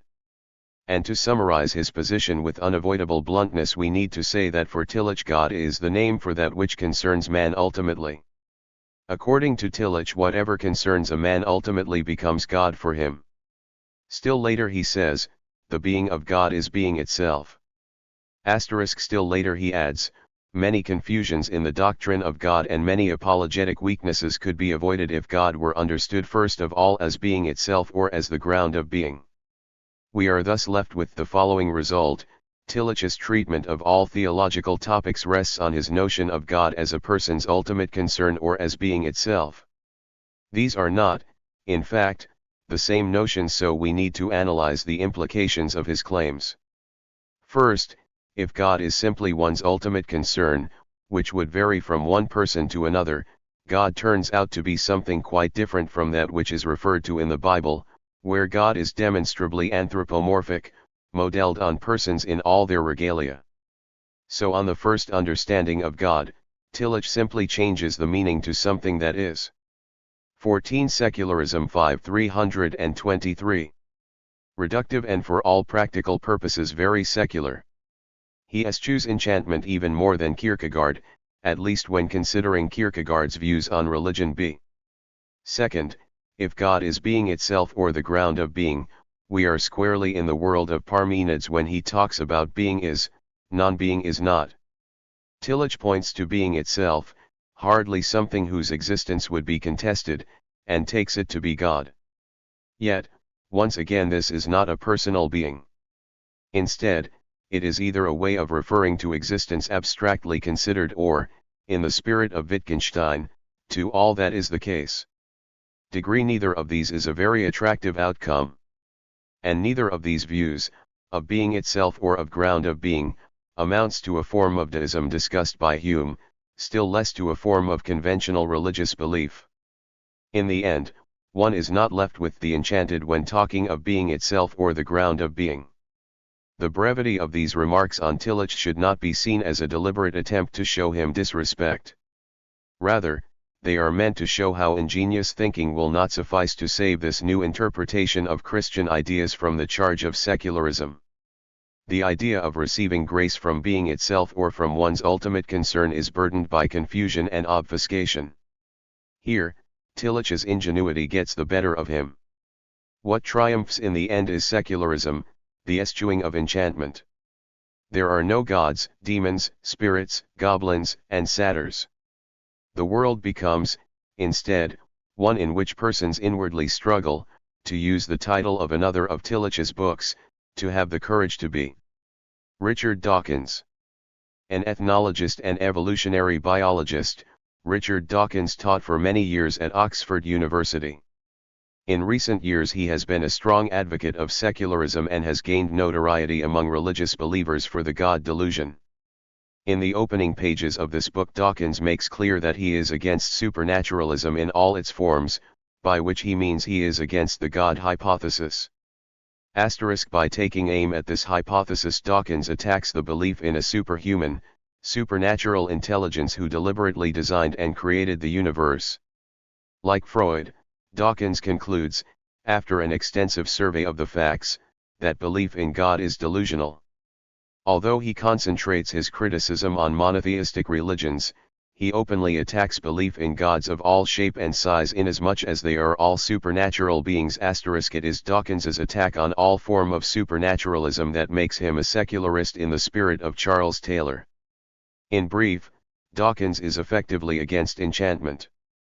Having considered different religious views within his object of criticism, Dawkins proceeds to discuss the presence of secularism in the thoughts of the founding fathers of the United States, and here he includes George Washington, John Adams, Thomas Jefferson, and James Madison. Dawkins argues rather convincingly that the founding fathers were secularists in the sense that they believed in keeping religion out of politics. Registered. While he admits that some of these may have been deists, in the sense discussed by Hume, he does not think the God hypothesis is much more likely under this interpretation of God than under any other. In all its forms, he thinks, the hypothesis is unnecessary. In passing, Dawkins addresses the claim that we cannot disprove the God hypothesis and responds by saying we cannot disprove the existence of orbiting teapots registered, but Dawkins does not believe this should make us believe in orbiting teapots, nor should it make us believe in God or gods. But what about extraterrestrial intelligence? Here Dawkins pauses to distinguish between superhuman and supernatural, the former 324 being the product of the evolutionary process and the latter, presumably, of conjecture. While he is prepared to concede the possible existence of the former, he is not prepared to do the same for the latter. And at this point he launches into a slight digression to attack the established philosophical arguments for the existence of God. Dawkins reviews the standard arguments for the existence of God, the unmoved mover, the uncaused cause, the cosmological argument, the argument from degree, the argument from design, the ontological argument, the argument from personal experience, the argument from scripture, the argument from admired religious scientists, Pascal's wager, and Bayesian arguments. It should be noted that, in passing, Dawkins refers approvingly to the philosophical critique of the ism given by the late John L. Mackie of Oxford University. Degree comments later in this chapter will make clear Mackie's stance. Following his overview of arguments for God's existence, Dawkins goes on the offensive by arguing against God's existence. He does this by acknowledging the improbability of God's existence given a choice between design being the source of ordered life and natural selection being the source of ordered life. Chance and design fail as answers to the improbability of ordered life. Chance, for Dawkins, is not an answer because it is simply a restatement of the problem. And design is not an answer because it raises the question of who designed the designer. Instead, we are left with natural selection as not only a workable solution, a solution of stunning elegance and power. Registered, and it is so, he thinks, because natural selection is a cumulative process and breaks the problem of improbability up into small pieces, so that each of the small pieces may be slightly improbable but not prohibitively so. Registered, the creationist misses the point completely, thinks Dawkins, because he treats the genesis of statistical improbability as a single event, rather than cumulative. When the single event is broken down into atomic bits, as it were, the statistically improbable becomes less than prohibitively improbable. Natural selection, according to Dawkins, acts like a crane rather than a skyhook. It builds things from the bottom up rather than the top down. In this way both design from above and chance are eliminated in favor of natural selection. From these considerations Dawkins concludes that the God hypothesis is untenable and that God almost certainly does not exist. In this way he argues for secularism, the repudiation of enchantment. Gone are the gods of polytheistic and monotheistic traditions. They are as expendable as cosmic teapots. One other aspect of Dawkins's thinking still needs to be discussed. It pertains to his comments on the new moral zeitgeist. Dawkins attempts to summarize the principles of the good life, principles he claims are the new 10 Commandments or moral consensus. He takes these straight off an atheist's website and are as follows. Do not do to others what you do not want done to you. Strive to cause no harm. Treat human beings, other living things, and the world in general with love, honesty, faithfulness, and respect. Do not overlook evil, but allow for forgiveness. Seek to learn new things. Test all things, respect the right of others to disagree with you. 14 Secularism 325. Form independent opinions on the basis of reason and experience. Question everything. While these are principles of ethics that Dawkins endorses along with many others, he also adds a few principles of his own. Enjoy your sex life and allow others to enjoy theirs. Do not discriminate or oppress on the basis of sex, race, or species. Do not indoctrinate children. Value the future time scale longer than your own. Whether Dawkins is correct in asserting that a zeitgeist in many societies is moving in the direction of consensual ethics, in other words, moving in the direction of a consensus around ethical principles, does not matter at this point. What matters is that he asserts as much and that these principles make no reference to enchanted beings. There is no reference to Yahweh, God, Allah, Atman, Poseidon, Atlas, Aphrodite, satyrs, sirens, ghosts, goblins, or any other spiritual entity so strongly excoriated by Thomas Hobbes. What Dawkins gives us is an ethics of consensus that is largely atheistic or despiritualized. In this sense, Dawkins embraces secularism by denying the existence of anything supernatural, such as God or gods, and by affirming the existence of ethical principles that are free of spiritual baggage and grounded in affirmations of the good life for any decent human being. While this does not take us all the way to the flourishing life described by Taylor above, it certainly takes us a long way in this direction. It is worth noting in concluding our discussion of Dawkins that he quotes from Dan Dennett of Tufts University when the latter says the appeal to natural selection or crane talk provides an unrebuttable refutation to the existence of God that is as effective to today as when it was used by Cleanthes in Hume's dialogues concerning natural religion a couple of centuries earlier. J.L. Mackie. The ideas of the Oxford University philosopher John Mackie are fitting ones for wrapping up our discussion of secularism. His ethics is a tour de force that deserves consideration in this regard. The subtitle of his work is Inventing Right and Wrong, which clearly describes the main idea of the book. Morality is invented, not discovered in nature. It is something reached through accommodation of one person with another and through the application of reason, the rationality of acting morally. Mackie actually speaks of it as one branch of practical reason, the other being the rationality of pursuing one's own long-term interests. Mackie does not have a lot to say about secularism, but what he says amounts to a sound presentation of a secularist's perspective in the field of ethics. Briefly, Mackie contends that the attempt to ground morality on the existence of God is bound to fail. He claims there is no cogent positive argument for the existence of God, that the problem of evil amounts to an insuperable difficulty for any standard theism, that the advance of science makes the appeal to God as an explanatory hypothesis completely unnecessary and implausible, and that no revelation has reliable credentials. In the absence of a believable theism upon which to base ethics, we have no alternative but to appeal to a purely secular morality. Degree 326-5. Conclusion. As indicated at the beginning of this chapter, Charles Taylor provides a description of the two main ingredients of secularism. First is the death of the enchanted world, and second is the realization among humans that they conceive of life in terms of well-being, or, to put it somewhat differently, the realization by humans of the eclipse of all goals beyond human flourishing. We should understand here that the pursuit of this well-being or flourishing is no longer seen as a way of following or glorifying God and is not conceived as enabled by God. Registered such is the nature of secularism.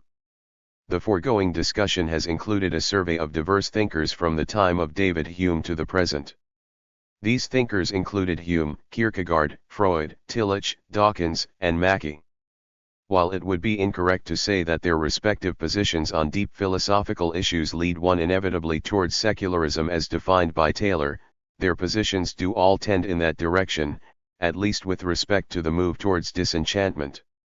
In the case of Hume, this is self-evident in his skepticism as found in the remarks of Cleanthes. In the case of Kierkegaard, this is apparent in his reinterpretation of Christian belief and religious stance, pushing this belief to the edge of a personality theory in psychology. In the case of Freud, this is evident in his interpretation of religious belief as illusory and largely unhealthy.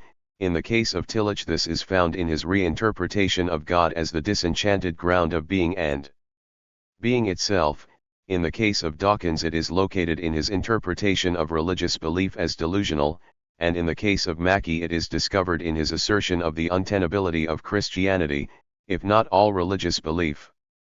There is a tendency in all these cases for religious belief to be marginalized or simply rejected. It is certainly rejected by Hume, Freud, Dawkins, and Mackey. This is less true of Kierkegaard and Tillich, but in the latter's case not much of an enchanted being exists in the ground of being or being itself. In the case of Kierkegaard there is a recognition of the futility of basing one's belief on empirical evidence, and hence for at least Christian beliefs to survive they must be generated by a leap of faith, but only at the third stage of human development, and then only in religion B or the second half of this third stage. Religious belief on this developmental theory has been clearly marginalized. But what of Taylor's claim that secularism embraces the idea of human flourishing? Of the claim that this flourishing or well-being, not in the glory of God or derived from him/her, is a second feature of secularism? This notion of well-being or flourishing is as old as Aristotle and was very much at home in the writings of the ancients. But can we locate it in the writings of the aforementioned writers?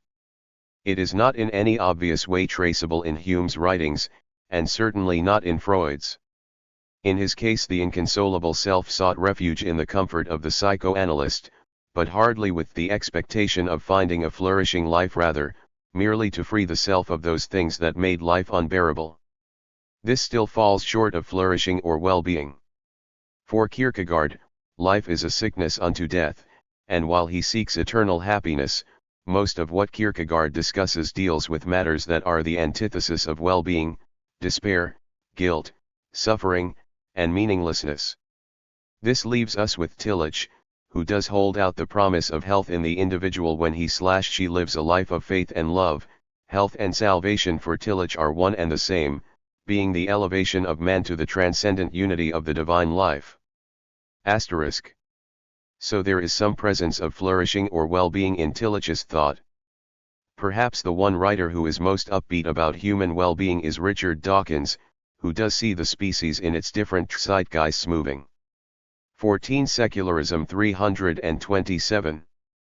Forward consensually to better times. And this affirmation of flourishing and well-being is, think, implicit in the principles of ethics that he enunciates in lay terms. It may not quite be the same standard of Aristotle, but it is a close second. What these writers show is a marked tendency to carry the flag of secularism forward with respect to disenchanting the world. What Hume, Freud, Dawkins, and Mackey offer us is a world without God. The Christian theologians Kierkegaard and Tillich offer us a reinterpretation of the religious life that excludes any philosophically interesting and debatable notion of God, per Tillich, or, per Kierkegaard, a radically transformed understanding of religious life that effectively marginalizes religious belief except at the end of a long pilgrimage. The record of these same individuals on the flourishing life or well-being is certainly more checkered. They do not speak with one voice about this subject, and so it is difficult to conclude that one message is to be gleaned from all of this. On the evidence of these writers, one may ask, has secularism rooted itself deeply, at least in Western societies? The answer would seem to be affirmative in the matter of disenchantment, but more equivocal in the case of well-being or flourishing. Does this mean that secularism has not established itself in Western societies? Or does it mean that Taylor has simply added too much to the concept of secularism? This is a debate that others will undoubtedly pursue in the future, and not one that needs to be settled here and now. It is sufficient to point out that at the very least, so far as Western civilization goes, the first limb of secularism is well entrenched. It is unlikely that Hume, for one, would be surprised or disappointed by the result. Evaluation: the strengths of secularism. 1. Secularism as a political philosophy or movement rests upon scientific methodology that gives rise to evidence-based public policies. As a political philosophy, it begins to free itself from the tentacles of ideologies, which, by definition, are held to be incorrigible. It largely rests upon empirical principles, and this allows for theoretical constructs that can be confirmed through their predictive capacity and can be rejected through their lack of explanatory power. 2. Secularism provides a measuring rod of truth that, if applied judiciously, could resolve conflicts based on religion in a reasonable way. Since many conflicts, both old and new, have been based on religious differences, mankind for once stands the chance of liberating itself from gratuitous suffering caused by war rooted in religious differences. Here one can think of Christian conflicts between Protestants and Catholics, conflicts between Muslims and Christians, conflicts between Hindus and Muslims, and conflicts between Sunni and Shia Muslims. The disease of religious self-righteousness, which ideological entrenchment gives rise to, is effectively eliminated by an appeal to reason and a common yardstick. The ditching of belief in sirens, ghosts, gods, demons, satyrs, and other spiritual entities is a narrow pass that mankind must walk through and could walk through to reach this tranquil land. 3. Secularism allows us to face the problems of mankind in a direct and uncluttered way. Marx had a point here when he says that the immediate task of philosophy is to 328. Unmask human self-alienation in its secular form once it has been unmasked in its sacred form. As a political philosophy, secularism frees the hands of its supporters to analyze institutions rationally and objectively, to see how and in what way they contribute to the well-being of individuals. Such institutions would include those, often defended by conservatives, such as the church, mosque, temple, synagogue, marriage, the judicial system, the constitutional system, and educational system. Evaluation. The weaknesses of secularism. Prominent among the weaknesses of secularism is the naive belief that reason can prevail politically. This perhaps is most evident in the optimism of Dawkins, who sees a moral consensus emerging among humans. Moreover, he imagines a moral consensus that emerges owing to its non-religious foundation. Adam Smith is aware of a problem in this domain. Smith suggests, as indicated in the chapter on classical liberalism, that religious sects had to be handled either through scientific or philosophical education or, more probably, through diversionary practices such as festivities that preoccupied the common man. Given that only a small percentage of humans will be inclined to adopt a scientific or philosophical attitude towards ordinary affairs, it is difficult to see a moral consensus emerging that can be used as a foundation for public policy making. This seems to leave only diversionary activities sponsored by the state to remedy this problem. But this, in turn, presupposes an accepted political philosophy among the majority, something not likely to happen. The mistake of Dawkins here is to believe either that humans are becoming more rational, or that nothing need be done to accommodate the fact that humans are not becoming more rational. Dostoevsky long ago suggested that the idea of humans becoming more rational simply sticks in one's throat. It does seem a non-starter. And this leads us to the conclusion of saying nothing needs to be done to move forward to consensus, itself a rather implausible position. Needless to say, not all secularists subscribe to Dawkins's optimism, and so not all secularists are tarred with the same brush. But the naivete here is a practical problem for secularism. Another weakness of secularism, at least as described by Taylor, is its second pillar or plank. Let us call this the human flourishing plank or plank of well-being. At least in the Western world, it seems true to say that the disenchantment process has resulted in less interest and accommodation of religious beliefs, as in the case of changes to legislation regarding divorce, abortion, homosexuality, and the use of soft drugs. Hence, once belief in enchanted beings disappeared, many moral prohibitions went with it. But this does not mean that humans, again in the Western world, thereby bought into well-being or flourishing life. It seems instead, if they have bought into anything, they have bought into consumerism.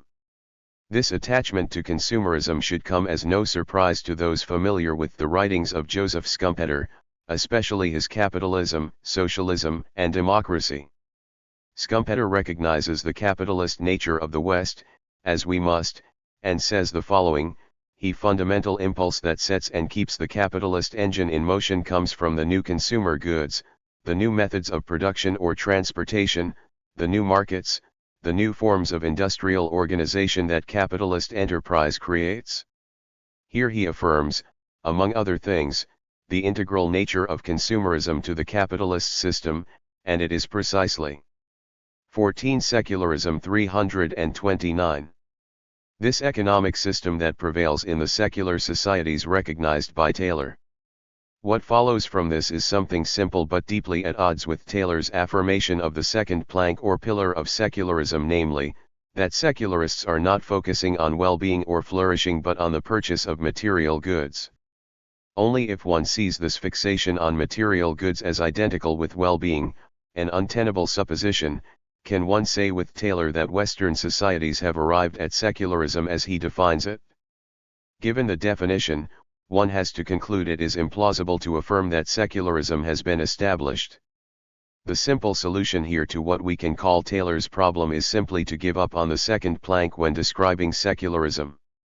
Secularism, also following Taylor, claims that the West has moved towards relinquishing its belief in enchantment. But this claim does not comport well with some contemporary developments. Writing in the summer of 2013, Adam Frank, a professor of physics and astronomy at the University of Rochester, laments the intransigence of a large part of the population in the United States to confront things scientifically. He asserts that in 1982, 44% of Americans believed in creationism while today 46% believe in it. He asserts that in 1989, 63% of Americans understood that climate change was a problem, whereas 25 years later this figure has dropped to 58%. Moreover, he asserts anti-vaccine campaigners have brandished discredited studies that attempt to link vaccination with autism. Here we see not movement in the direction of the affirmation of science but rather a retreat in the direction of enchantment. So even the first plank of Taylor's secularism is subject to review. www.secularism.org.uk/what-is-secularism.html.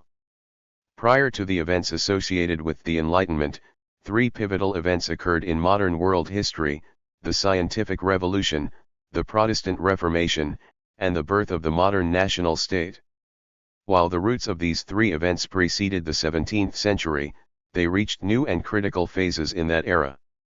These events forced humans to think about their political role in the cosmos in terms of individualism, authority, legitimacy, the state, liberty, equality, and human rights. The first to think of these topics in a somewhat new way was Thomas Hobbes, but John Locke, more than any other figure, turned political thinking in a completely new direction. As a member of the Royal Society of London, Locke was very much aware of science, or natural philosophy as it was then called.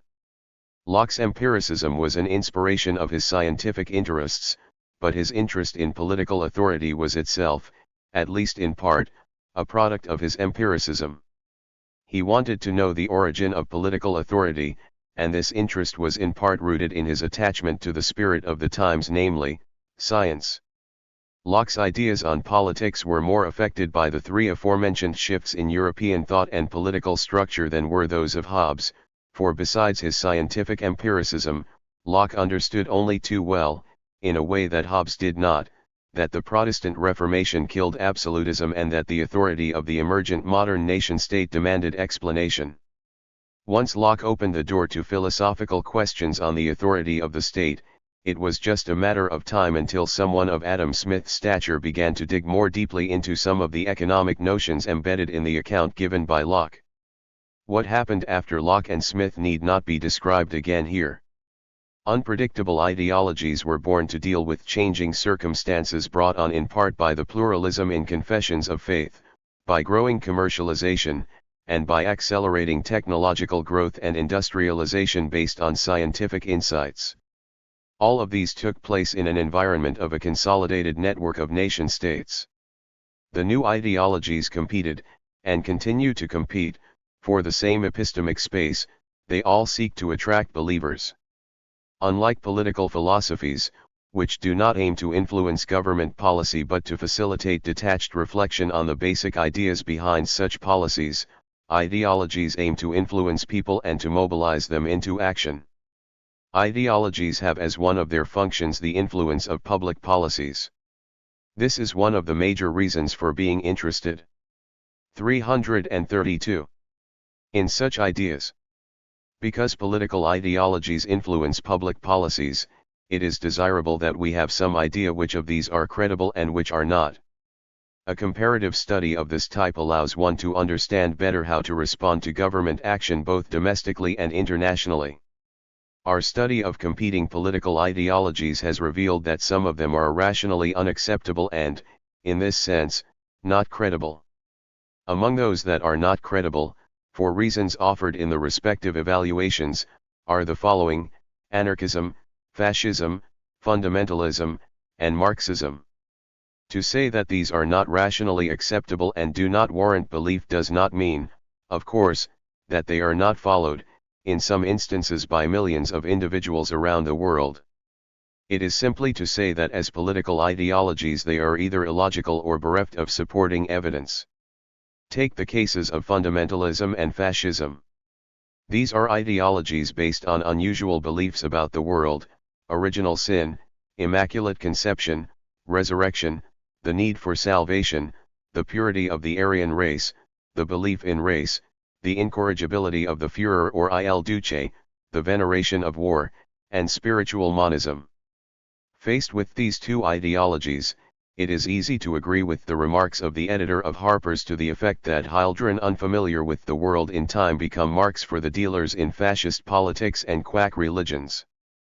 Fail to nurture children on natural history and human history, and the results, in the end, can be quite heartbreaking. Religious wars or xenophobic national wars occur that cause grief to millions of people, or domestic policies take a regressive turn, costing people health and happiness and security. It is best to be done with these ideologies. But what of the other ideologies that are listed as not credible in the light of reason? What about Marxism? Can anything be said to support that claim that Marxism is credible as a political ideology in the present world? It seems unlikely. Marxism, with its materialistic monism coupled with its inability to see the adaptability of capitalism to changing modes of production, to the formation of unions, to the issues of human rights, and even to environmental degradation, is simply not supportable as a political ideology. Added to this list of Marxist weaknesses are its affirmation of violence and its propensity, through the dictatorship of the proletariat, to give rise to totalitarian and brutal regimes such as those of Joseph Stalin, Mao Zedong, and Pol Pot. John Maynard Keynes may have overstated the matter, but he was not far wrong when he said, "But Marxian socialism must always remain a portent to the historians of opinion how a doctrine so illogical and dull can have exercised so powerful and enduring an influence over the minds of men, and, through them, the events of history." And what of anarchism? As engaging and imaginative as are the anarchistic ideas of Godwin, Proudhon, Bakunin, Goldman, Kropotkin, Goodman, and Bookchin, these ideas, collectively or independently, do not amount to a credible ideology. The existence of the anarchism of the Doukhobors of British Columbia proves at most only that this ideology can be sustained as the ideology of cells or sects within a vibrant political state. So the very success of Doukhobor anarchism is dependent on the rule of law, legislatures, bureaucracies, and military/police. But the most serious problem with this ideology generally is its inability to come to grips with the development of larger protective associations, including those that would qualify as what Robert Nozick calls ultra-minimal or minimal states. Such groups, for reasons of security, will certainly arise and displace small groups standing at the base of anarchism. Among these larger groups will be those that are exploitive and unjust, promoting some of the very conditions that anarchists wish to avoid in governed societies. 15 Conclusion 333. Having disposed of the four aforementioned ideologies, what is one to say of the remaining ones: classical liberalism, conservatism, reform liberalism, democratic socialism, pacifism, feminism, environmentalism, neoliberalism/libertarianism? Let us begin with some of the more vulnerable ideologies in this list. Notwithstanding the engaging defense of conservatism presented by writers from David Hume, to Michael Oakeshott, and finally to Roger Scruton, the compelling impression one is left with is that conservatism, as the politics of delay and the ideology of deference to tradition, offers a magnified rationalization for the status quo in the interest of those who are its beneficiaries. Deference to tradition and veneration of delay turn out to be, in some societies, a recipe for the justification of such odious practices as slavery, male domination, and commercial whale hunting.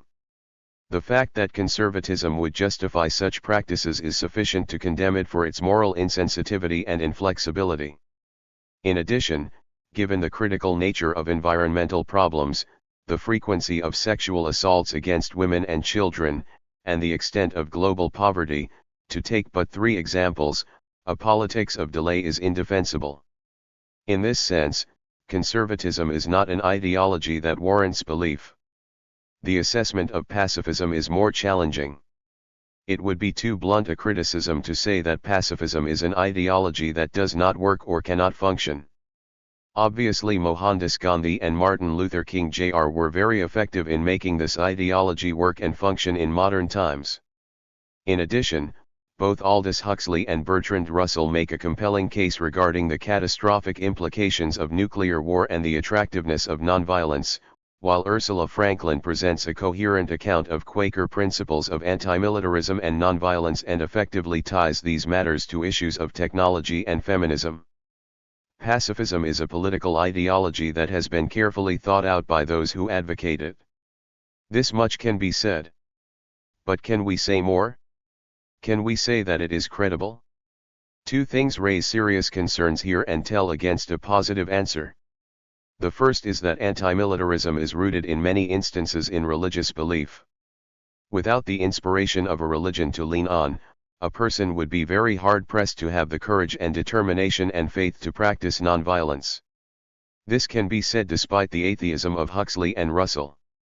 It is no accident that those who have practiced pacifism effectively have been those with deep religious convictions. In a secular age, such as found in present-day industrialized democratic states, there is insufficient inspiration provided by religion to give strength to pacifism. The second thing that needs to be said is that, though nonviolence and antimilitarism can work in some situations, there are many situations where the evidence suggests strongly that pacifism will not work. A government or state confronting drug cartels, human trafficking, and those who generally do not respect life would be hard-pressed to make nonviolence work effectively. And an individual person, alone in a dark alley on a Saturday night in a big North American city, would be better off, on many occasions, taking action against an adversary than simply being nonviolent. So it seems that, all things considered, pacifism is not credible. What we are left with are the following ideologies: classical liberalism, reform liberalism, democratic socialism, feminism, neoliberalism/libertarianism, and environmentalism, as well as the philosophical stance of secularism. Classical liberalism and neoliberalism/libertarianism are, as it were, 2 peas in the same pod. The one is the intellectual parent of the other, and so it makes sense to treat them together.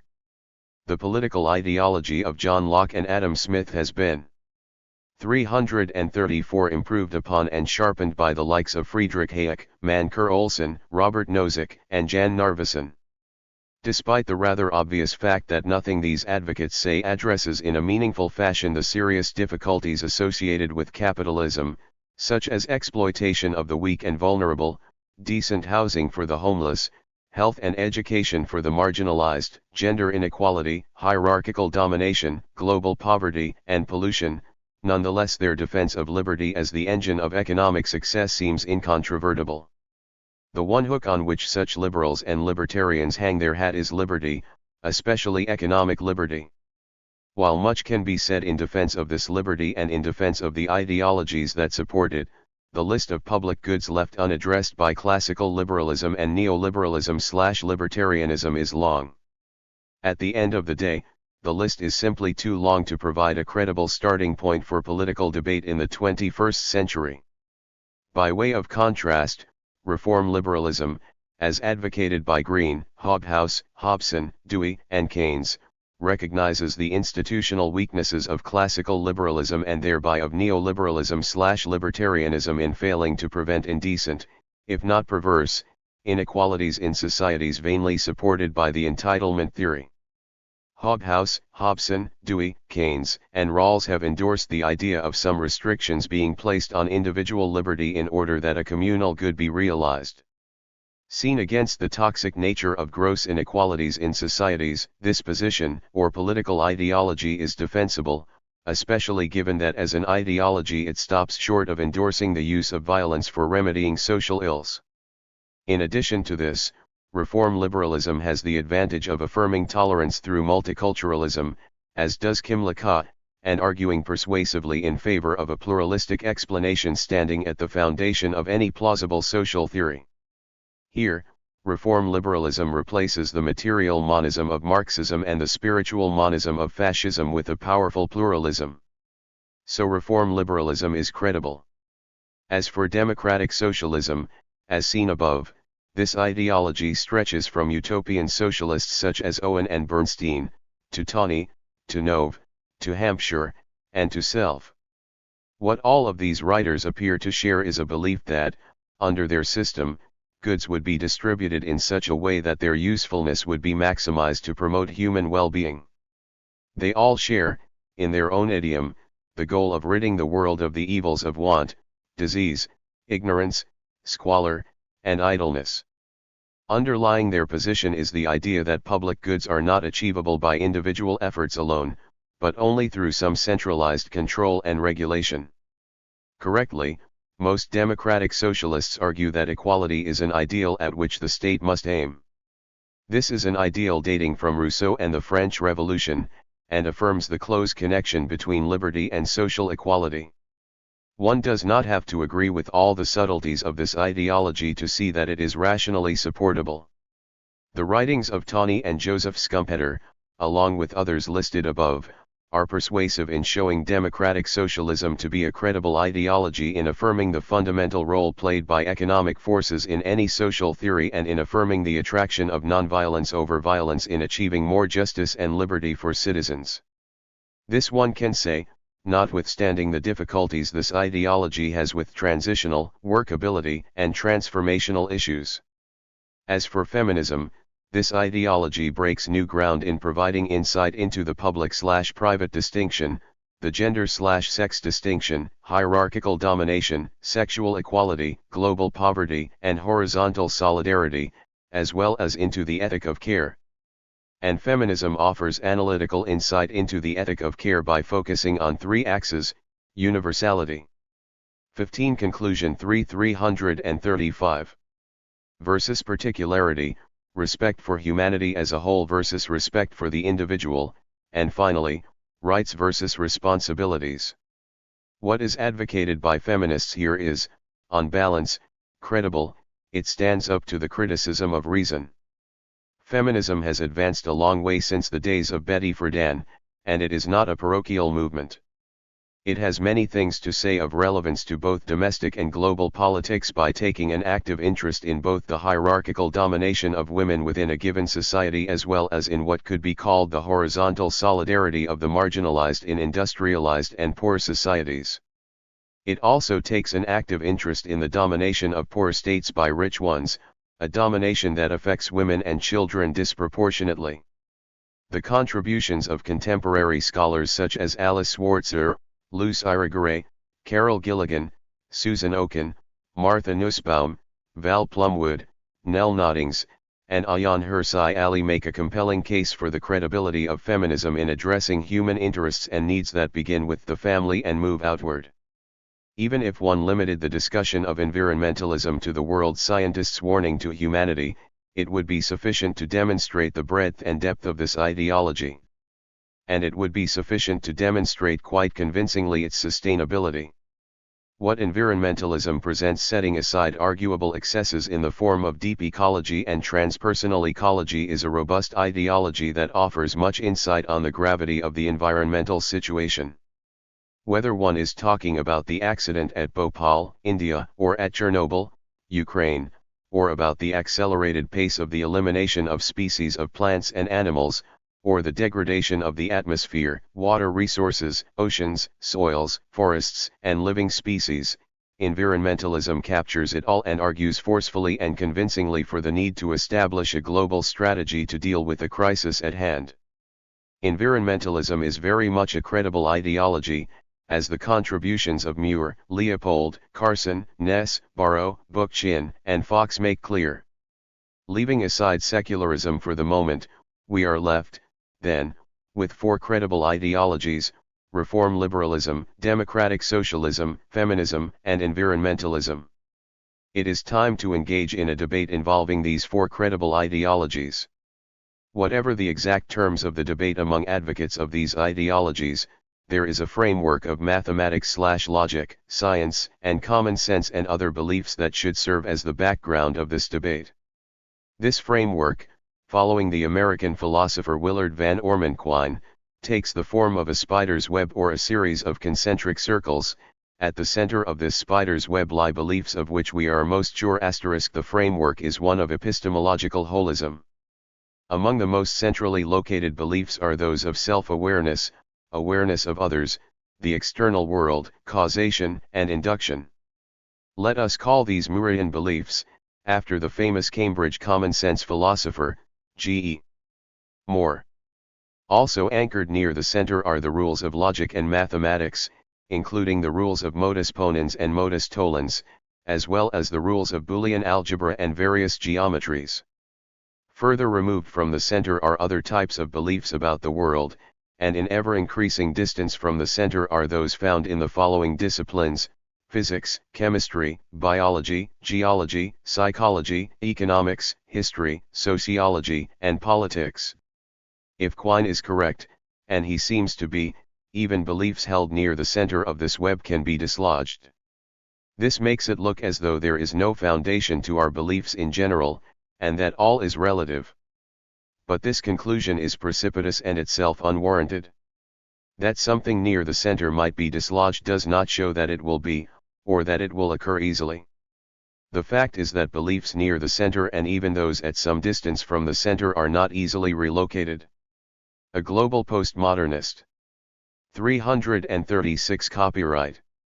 Who endorses relativism, may wish to dismiss the idea of the centrality and foundational nature of some beliefs, but to this one can reply by saying that such a postmodernist view has not yet been built, registered, and is implausible if it chooses to make truth relative to culture, or social class, or gender, or sexual preference.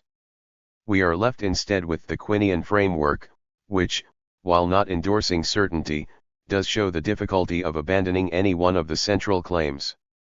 Quine's web of belief provides the framework for adjudicating the worthiness of the beliefs found in all ideologies.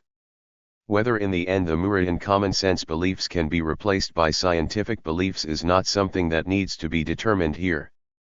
Over 50 years ago, Wilfrid Sellars made it clear that some unresolved tension exists between the common-sense image of man in the world and the scientific image of man in the world registered, but there is no doubt that in assessing the credibility of ideologies, scientific beliefs and Muirian common-sense beliefs stand like two sentinels guarding a pass through which all ideologies must go. The web of belief, outlined by Quine, makes for a useful framework in future assessments of feminism, environmentalism, reform liberalism, and democratic socialism. What role in this debate is played by the political philosophy of secularism? As already stated in the chapter on secularism, this political stance is not, in fact, an ideology. The reason for this is simple: it is subject to refutation, is corrigible, and is falsifiable. The secularist asserts quite categorically that there is no evidence in favor of belief of things not empirically verified. The secularist therefore discounts the existence of supernatural entities. However, the secularist is prepared to abandon disbelief in the face of contrary evidence. From this perspective, feminists, environmentalists, reform liberals, and democratic socialists could all be secularists. The secularist could adopt any one of these perspectives, but nothing in that individual secularism demands that she or he do so. As someone largely espousing scientific values and rational thought, the secularist says nothing about topics we have discussed in connection with political ideologies, human nature, rebellion, justice, liberty, equality, origin of the state, political obligation, community, power, ends of government, preferred forms of government, rights, change, and violence. The secularist may indeed have views on each of these, but not as a feature of her or his secularism. What is rejected, however, are those ideologies, notably religious fundamentalism, that presuppose the existence of things unverified. In a sense, secularism as a political philosophy is topic neutral with respect to those listed above and, in a sense, could be said to stand very near the center of Quine's web of belief. Note, secularism adopts a position of neutrality with respect to the above headings, with the one caveat that no reference can be made to metaphysical entities such as gods, ghosts, goblins, or other such invisibles that are not empirically verified. Glossary. Note, this glossary includes highlighted terms in the text as well as additional terms that act as semantic markers to assist those undertaking further research. Absolutism, a form of government in which all political power is concentrated in the hands of either one or a few individuals. Abstract rights divorced from history and tradition, singled out for praise by French revolutionaries, and for criticism by the conservative Edmund Burke. Activism, the struggle for social change.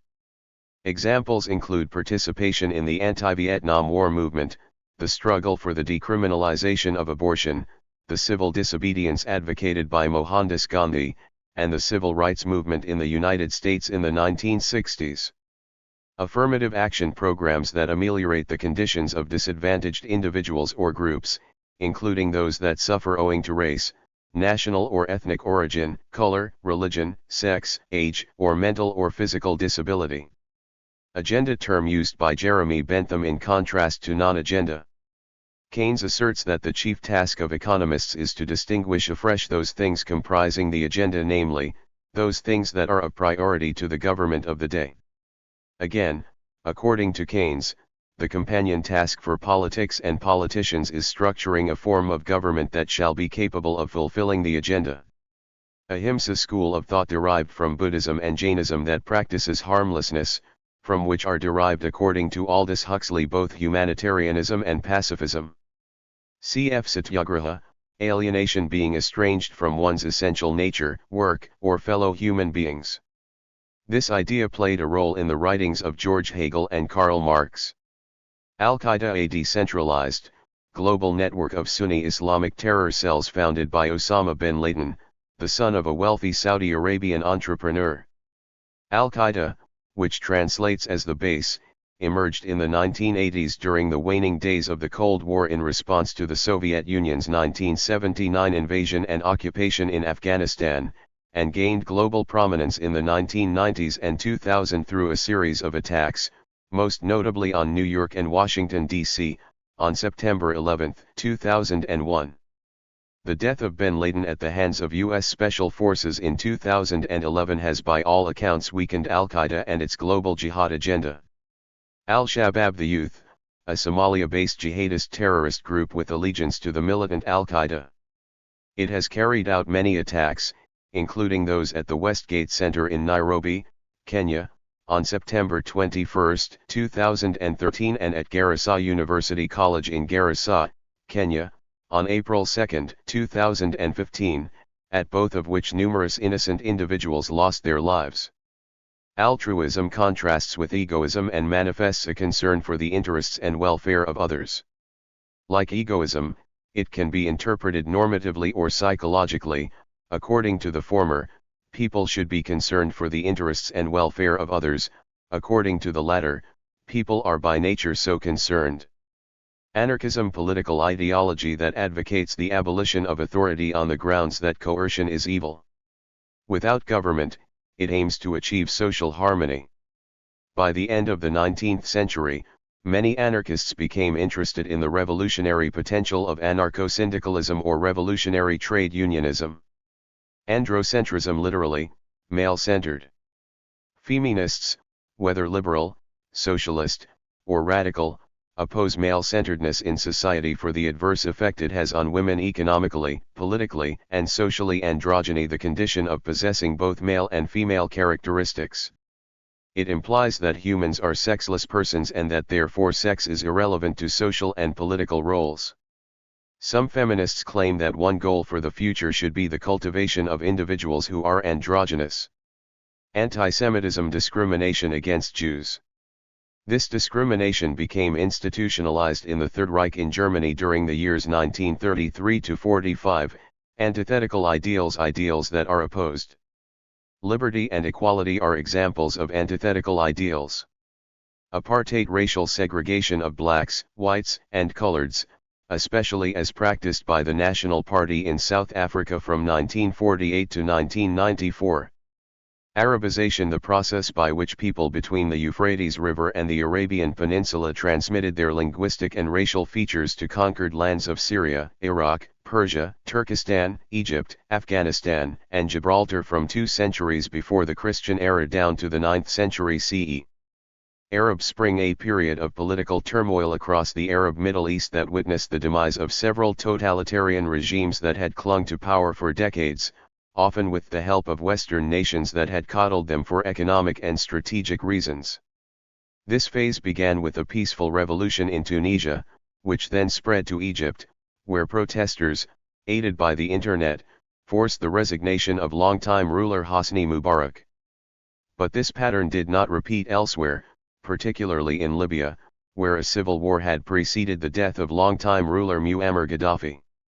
Aristocracy, rule by the best, usually comprising the elite or prominent citizens. One of 6 constitutional regimes as identified by Aristotle, the others being monarchy, polity, tyranny, oligarchy, and democracy. Aryans in Nordic mythology, a pure-blooded and noble race of Northern Europe, especially those of German stock. Belief in this mythology served as the background for belief in Aryan supremacy as found in the Nazi Party. Aryan Society, otherwise called Arya Samaj, a Hindu organization founded in 1875 for the purpose of purifying Hindu religion. It affirmed the ultimate authority of one formless, omniscient God, the source of all knowledge and the authority of the Vedas. Atheistic materialism, position that affirms the centrality of material or natural forces in explanation of social phenomena while rejecting the belief in a god or gods. Autarky, an economic policy that emphasizes self-sufficiency through the reduction of imported goods. In pre-Nazi Germany, this idea was used by Johann Gottlieb Fichte and Friedrich List to explain the failures of economic policies based on free trade and to attack the positions of Adam Smith, Richard Cobden, and David Ricardo. Authority, legitimate political power. Autonomy and reciprocity, presupposition of classical and neoliberal economists. This presupposition, at least as developed by James Buchanan, implies the normative claim to the effect that all persons in the trading context are natural equals, each one assumed to be equally capable of making exchanges and living with the consequences. Banlieue Revolt, a series of violent clashes between French police and youth that occurred in the poorer suburbs of Paris and other French cities in 2005. The riots, which lasted some 20 nights from late October through the middle of November that year, caused extensive property damage and 2 deaths. It also exposed the deep cracks between the mainstream of French society and its growing underclass of disaffected, unemployed. Glossary 343. Muslim youth of North African and Middle Eastern heritage. Barely visible family, the minimal recognition given the family in John Rawls's A Theory of Justice. Rawls gives this minimal recognition in spite of his assumption that families are not only just but also are where moral development takes place in the first instance. Susan Oken finds this minimalism on the part of Rawls counterintuitive and in need of serious modification.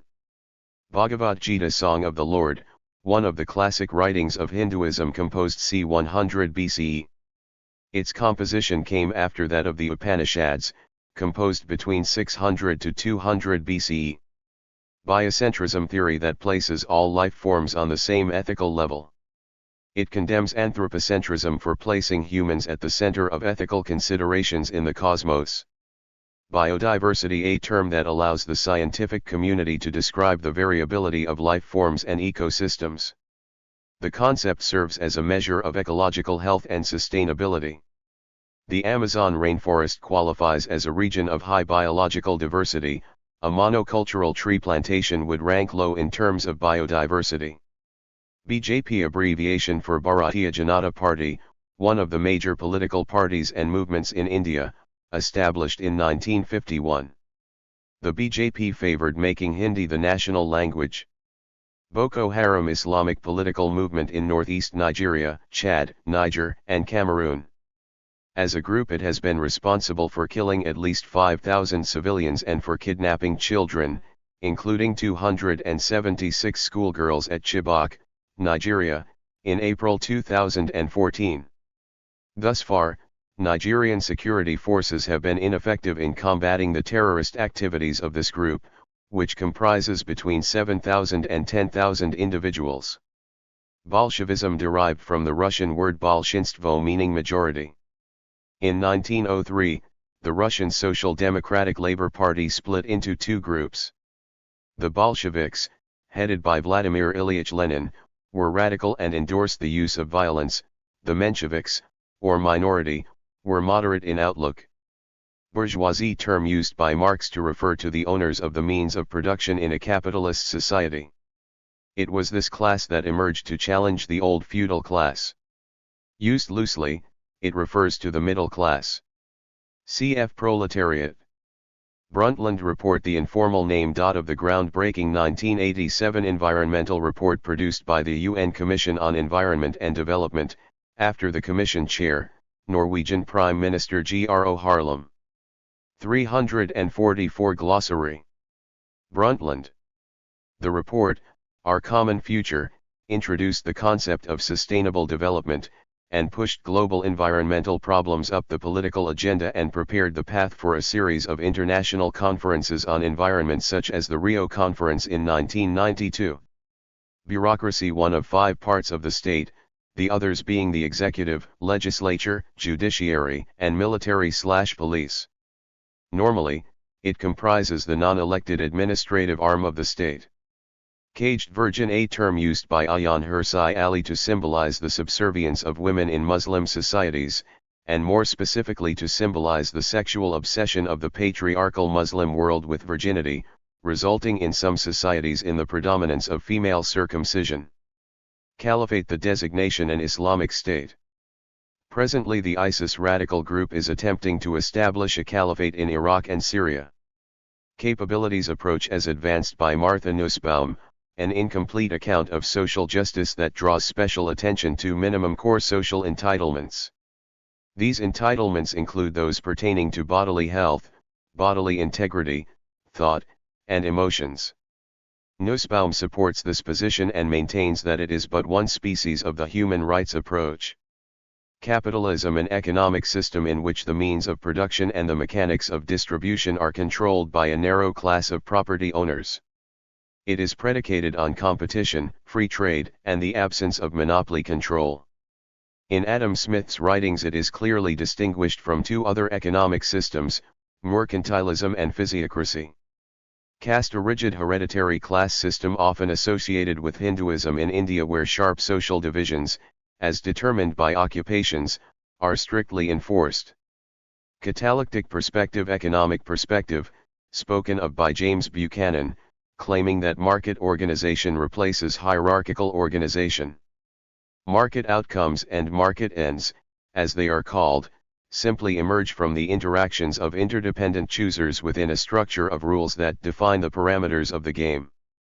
On this view, the anarchism feared by Thomas Hobbes can be avoided, not by requiring an all-powerful and hierarchical sovereign power, but a market backed by a limited sovereign who enforces the laws of property and contract. Chabad Lubavitch, a 250-year-old Hasidic movement. It has gained prominence and influence under the direction of the late Reb Menachem Mendel Schneerson of Brooklyn, New York.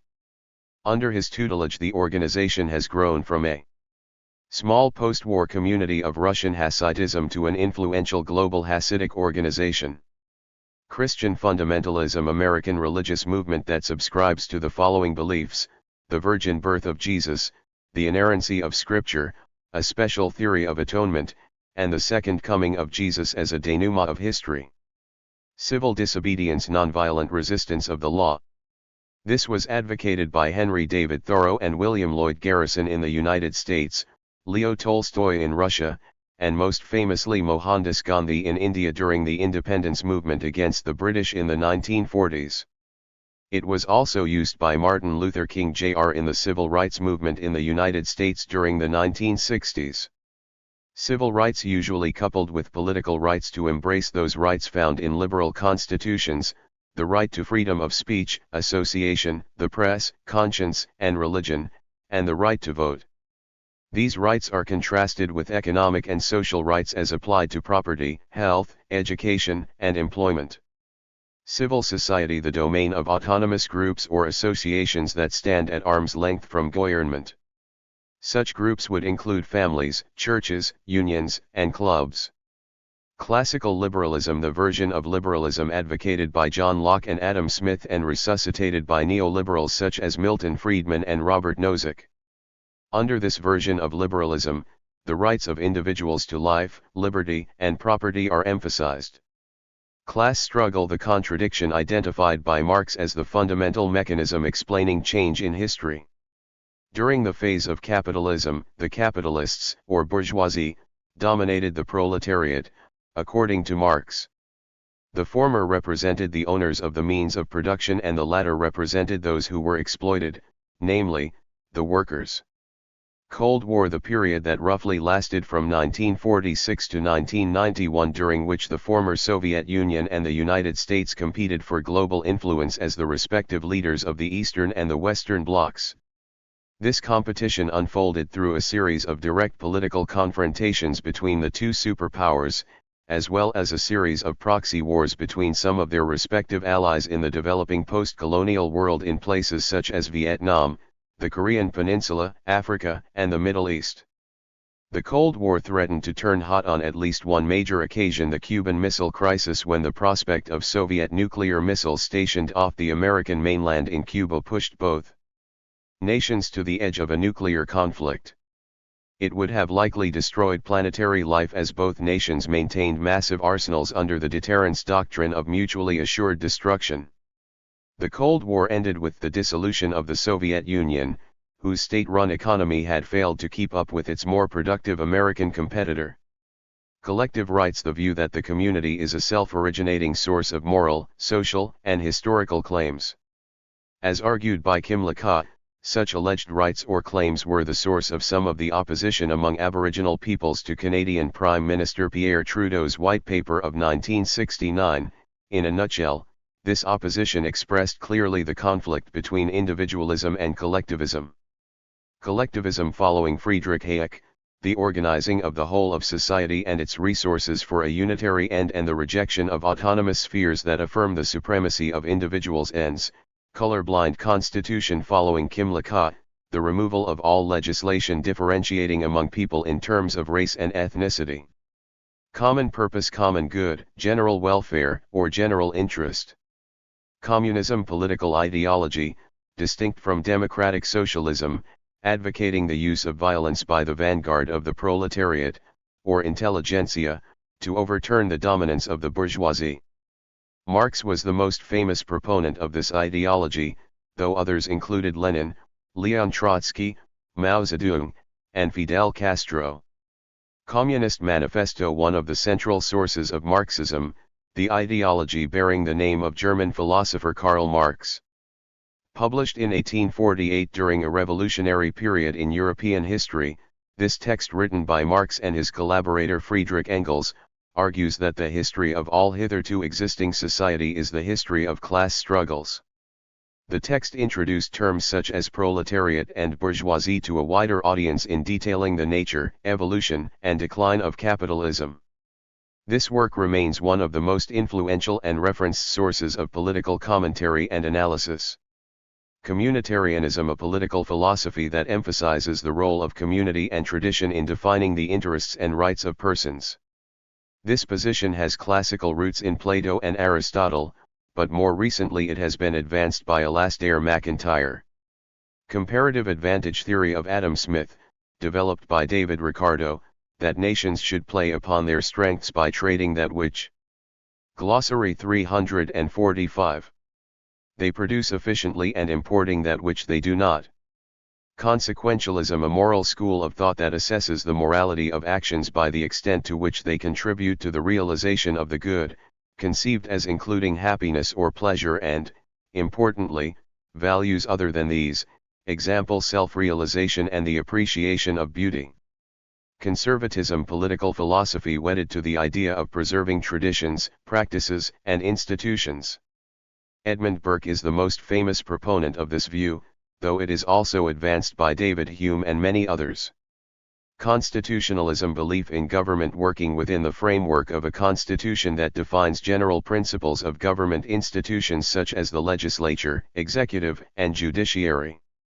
Sometimes, though not always, these general principles will specify political rights. Convention, unwritten law that lacks legal enforcement but includes various political, social, and economic penalties if not followed. Conventions play a particularly important role in the life of states, whose political institutions draw inspiration from the parliamentary traditions of the United Kingdom, where conventions are treated as if they were codified laws.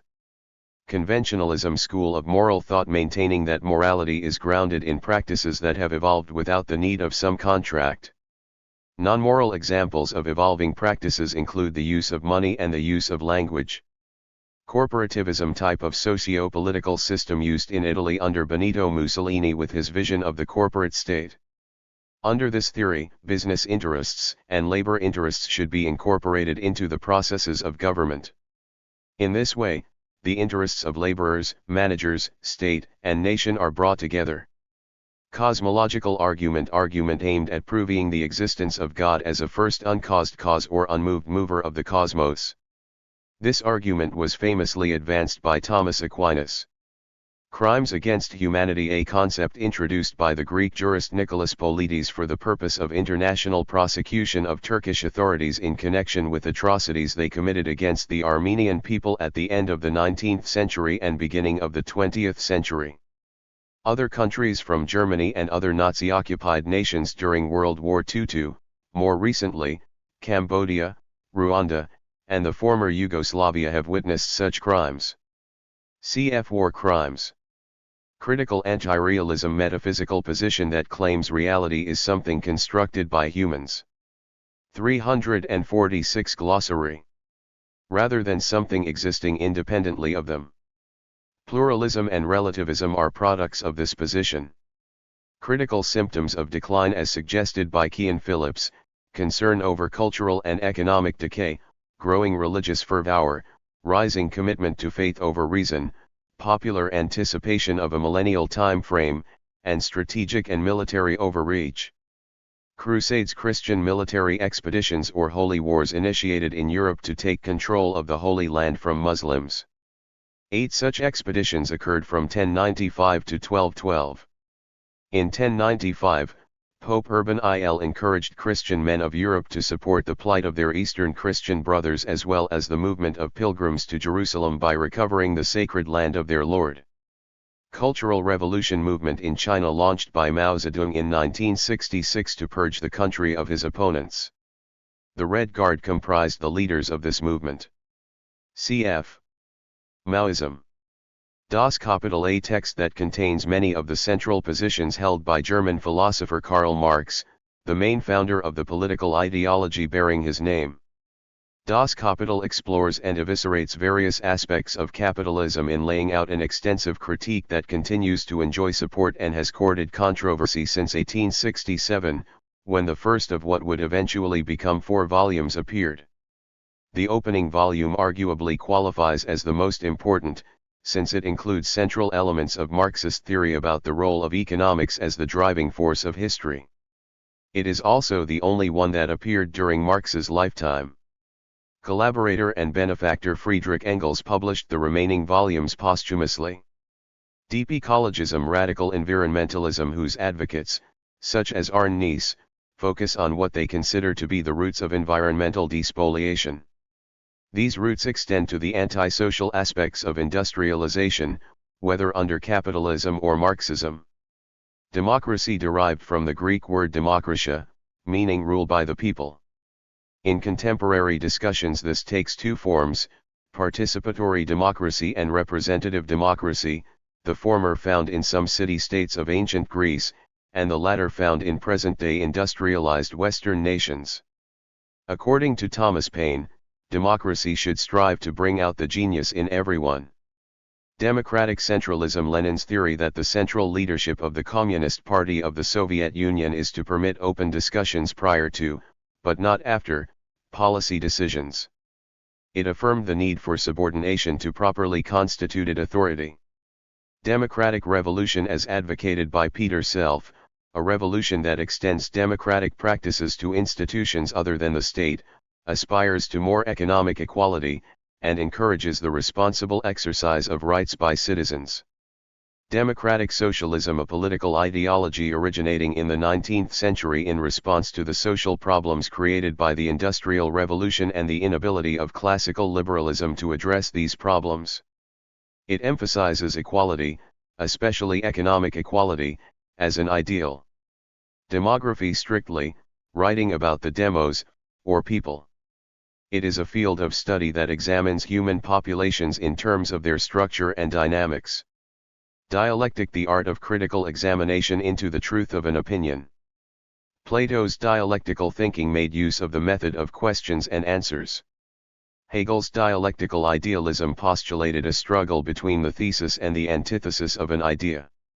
Marx turned Hegel's dialectic on its head and established a position called dialectical materialism, in which material things formed the entities that engaged in the struggle as thesis and antithesis. In the thinking of both Hegel and Marx, the dialectical struggle resulted in a new synthesis being reached, which in turn formed the thesis of a new struggle. Dialectical materialism. Marx's conception of social systems driven by modes of production and property relations. These causal forces influence law, religion, art, and philosophy, among other things, in a dialectical or Hegelian fashion. Dialectical naturalism, a term that American philosopher Murray Bookchin coined to highlight the interplay between social and ecological problems. As such, dialectical naturalism stands in philosophical opposition to the dialectical materialism informing Marxism, since it ignores ecological concerns in framing history as the outcome of economic forces.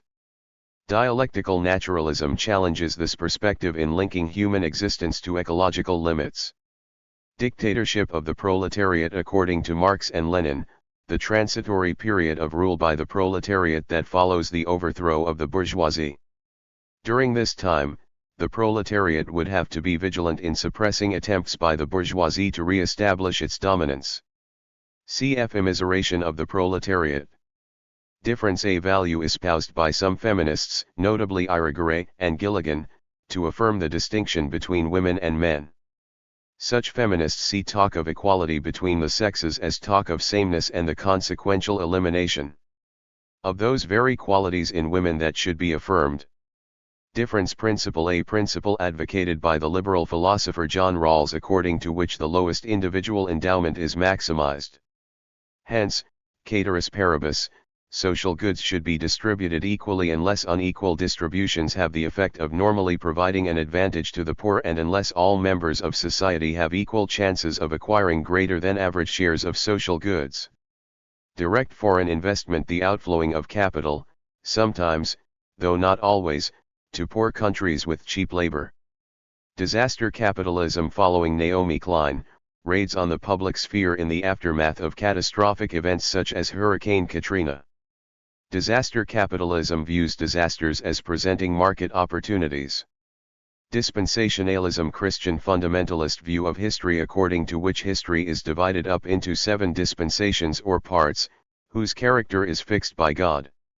Division of labor, the practice of specialization in labor, noted and advocated by Adam Smith and David Ricardo in the 18th and 19th centuries, but also recognized by Plato in the Republic, written in the early part of the 4th century BCE. Doctrine of surplus value, a concept critical to the understanding of Marxism. Marx argues that the success of capitalism lies in its ability to accumulate the value, which workers create in excess of their labor costs. Entrepreneurs collect the surplus as profit, then reinvest portions of it into additional production capacities, thereby improving their potential to accumulate additional investment capital, not to mention profits. Dogma of heterosexuality. According to Schwarzer, a culturally induced belief that ensures male sexual monopoly. Dominant protective association. In the absence of government, the dominant association that exists to protect the interests of certain persons. Churches, unions, and gangs are examples of such associations that exist even in the presence of government. Cf. Protective association. Ecology. The study of the interactions of organisms with their physical environment and with each other. Economic determinism. The theory that economic matters determine social and political matters. Egalitarianism. School of thought that affirms a principle of procedural and substantive equality. Glossary 347. Elitism. Belief in rule by a minority justified either on the grounds of merit or on the grounds of inevitability, other forms of leadership being inefficient, impractical, or unattainable. Enabling Act. Legislation passed in March 1933 in Germany that transferred all legislative powers to Hitler's cabinet, including the power to amend the constitution. The third clause of the bill provided that laws enacted by the government should be drafted by the Chancellor and should come into effect the day after publication. Enlightenment. An intellectual movement of the 18th century in Europe that aimed to rid persons of their self-incurred subordination. It promoted the understanding of the universe, society, and humans based on reason and empirical research. Immanuel Kant is perhaps its most famous proponent. Environmentalism. Political philosophy that advocates heightened sensitivity for the environment, popularly referred to by the use of the adjective green. Its advocates range from proponents of moderate change to those such as the organization Greenpeace and deep ecologists, who are more aggressive in their approach. Equality. One of three ideals of the French Revolution, the other two being liberty and fraternity, that has found its way into constitutions of liberal societies as a protected ideal. It applies most frequently to the idea of procedural rather than substantive equality. Cf. Legal and political equality. Equal liberty principle. A principle advanced by John Rawls guaranteeing all members of liberal society equal political liberties, liberties of conscience, property rights, and legal rights. Essentialism. Philosophical position asserting that the essence of any natural kind found in the sciences comprises a set of characteristics required of members of that kind. Applied to inanimate things, such as chemical elements, this position works better than it does when applied to biological species, such as humans, especially in light of Darwin's theory of evolution. Specifically applied to the human species, essentialism maintains that humans have an essence that exists independent of free choice. Cf. Existentialism. Ethic. Off-care position of some feminists that women differ from men, with the former having an ethic of responsibility and relations in contrast to an ethic of justice and rights. European Union. Union of 27 counties in Europe. It evolved from the European Coal and Steel Community, the Common Market, and Euratom in the 1950s. Today, in many parts of Europe, it allows for free movement of goods, services, and labor. 348 Glossary. And most recently makes use of a common currency, the euro. Events of 9/11. A shorthand reference for the attacks on New York and Washington, D.C., by Al-Qaeda on September 11, 2011. The attacks began when 19 suicide terrorists of Arab Muslim background seized 4 commercial passenger jets. The hijackers eventually crashed 3 of the planes into their intended targets, 2 planes hitting the Twin Towers of World Trade Center complex in New York and a third plane striking the Pentagon outside Washington. A fourth plane intended for Washington, D.C., crashed in rural Pennsylvania after passengers rose against the hijackers. The Republican administration of U.S. President George W. Bush responded to this particular event, which claimed some 3,000 victims that day, with its global war on terror. Exchange. Following base jihad, the calculation made by all to discontinue direct production when obtaining it indirectly saves time and money. Exchange value. According to Irigaray, a use, value or commodity our society or culture attaches to women and upon which our society is based. Existentialism, philosophical school of the 20th century that emphasized freedom, individuality, and the human condition generally. Captured nicely in Jean-Paul Sartre's phrase that we are what we choose to be. Externalities, the effects on third parties resulting from transactions between two other parties under the conditions of a free market. Such externalities might include diseconomies or economies, factionalism, adverse division among the citizenry. This division results in the promotion of the interests of some citizens against the interests of the wider community.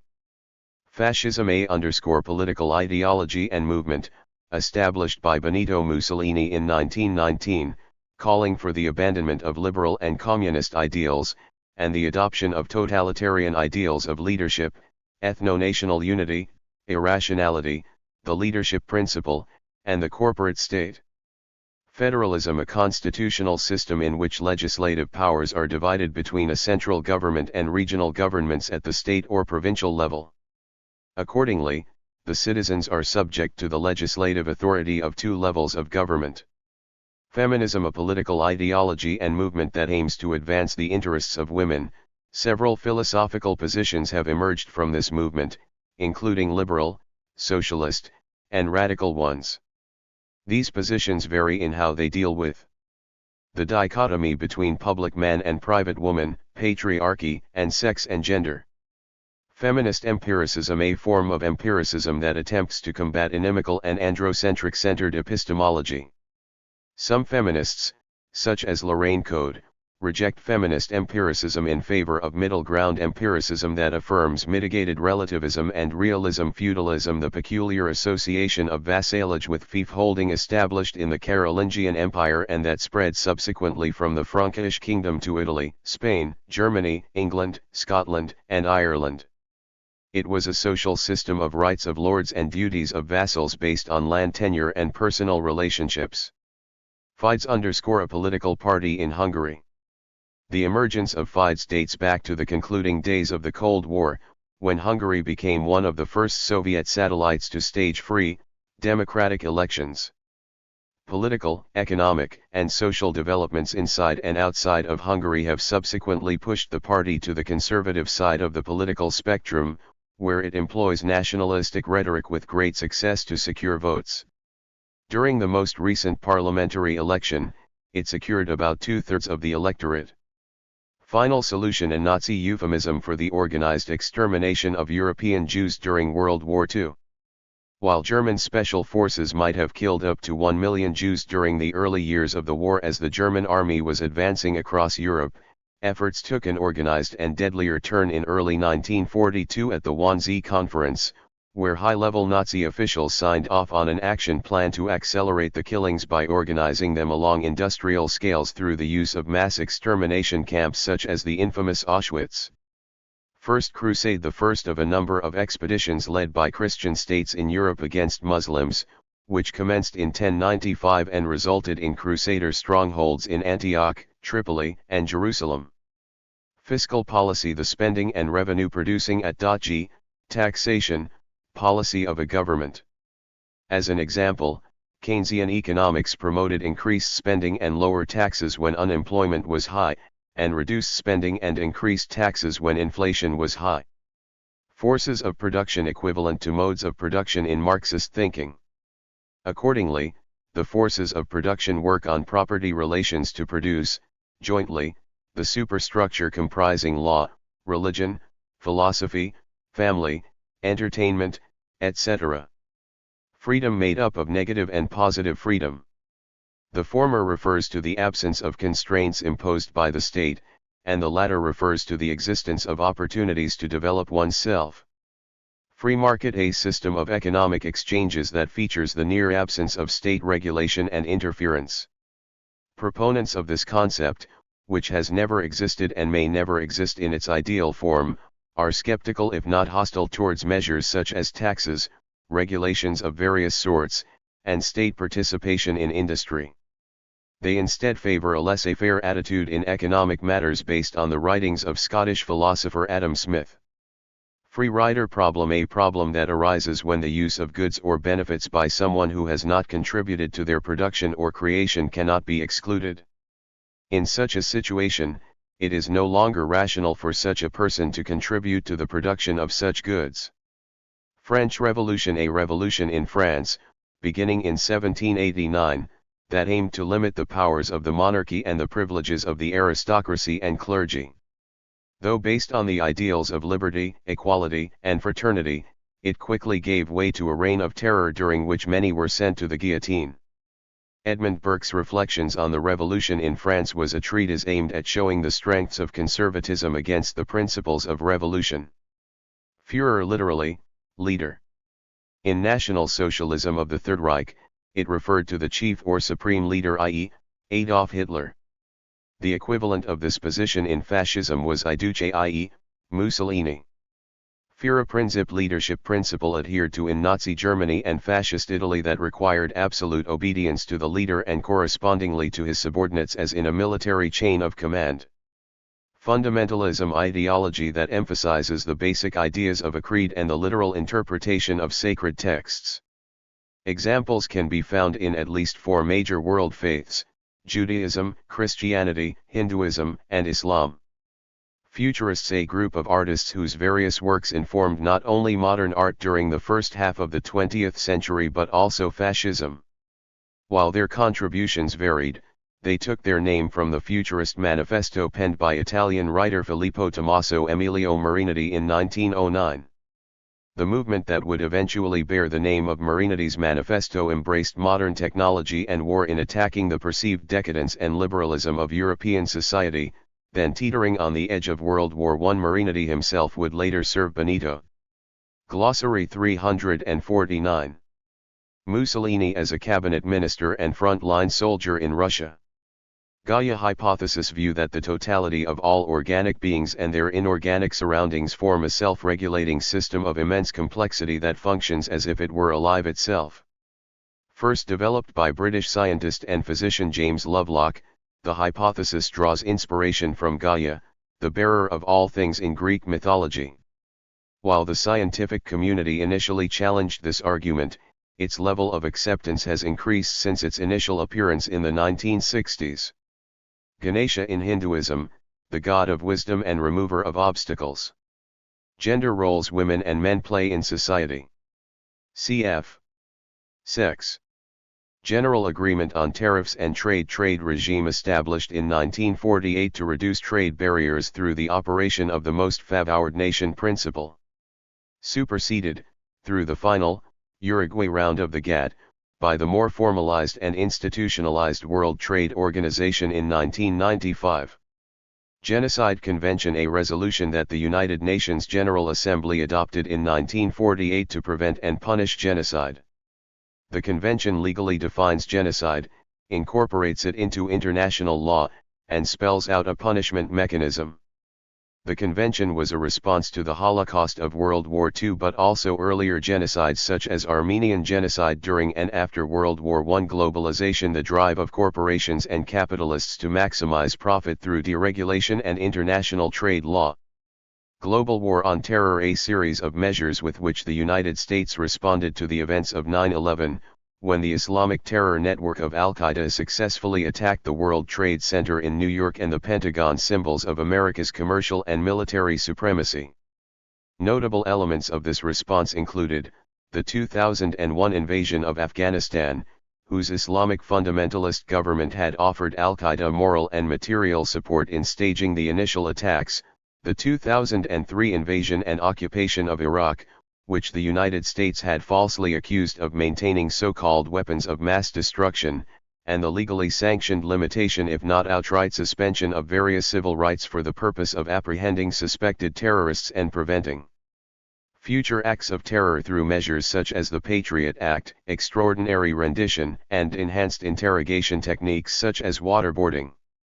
Critics of this global war have argued that it has undermined the moral and economic standing of the United States. 353 Glossary. Gnosticism, a syncretic religious and philosophical movement in the 2nd century CE that emphasized esoteric knowledge. This knowledge was of the mysteries of the universe, and through gnosis came the power to overcome the demons of the universe and to answer such questions as whence evil, and whither man, government in a broad sense, the central mechanisms of the state, the executive, the legislature, the bureaucracy, and the judiciary. A strikingly different definition is given by Frederick Bastiat: government is the great fiction, through which everybody endeavors to live at the expense of everyone else. Great society, an ambitious but unrealized agenda proposed by Democratic President Lyndon B. Johnson in the 1960s to drain the remaining pools of poverty in the United States. Developed during a period of unprecedented American political influence abroad and economic prosperity at home, this blueprint for reform followed in the ideological footsteps of the New Deal. But its success was questionable from the very start, as it clashed with the challenges of the Vietnam War and the emerging conservatism of Republican Senator Barry Goldwater, whose extremist defense of personal virtues such as individual responsibility left no room for the perceived vices of the welfare state. Great Western transmutation, term coined by Marshall Hodgson to refer to the irreversible occurrence of cultural change, including industrialization, that occurred at the end of the 18th century. Cf. Industrial Revolution. Growing inequality of income considered by neoliberals to erode the support for the competitive market. Neoliberals see job losses as an old problem in new dress, but believe growing inequality of income to be a new problem that must be addressed by policy action where appropriate. The policy action that neoliberals endorse turns on better education and the easing of immigration, Guantanamo Bay detention camp and interrogation complex for individuals suspected of being terrorists, located within the U.S. Naval Base at Guantanamo Bay, Cuba. Opened after the events of 9/11 in 2001 and the American-led war against the Taliban in Afghanistan, with nearly 800 detainees originally imprisoned there, the site with its peculiar legal status has become synonymous with American excesses in its interrogation tactics. While the treatment of prisoners has improved in the aftermath of various court rulings and political pressure, the site remains a controversial part of the American response to so-called Islamic terrorism.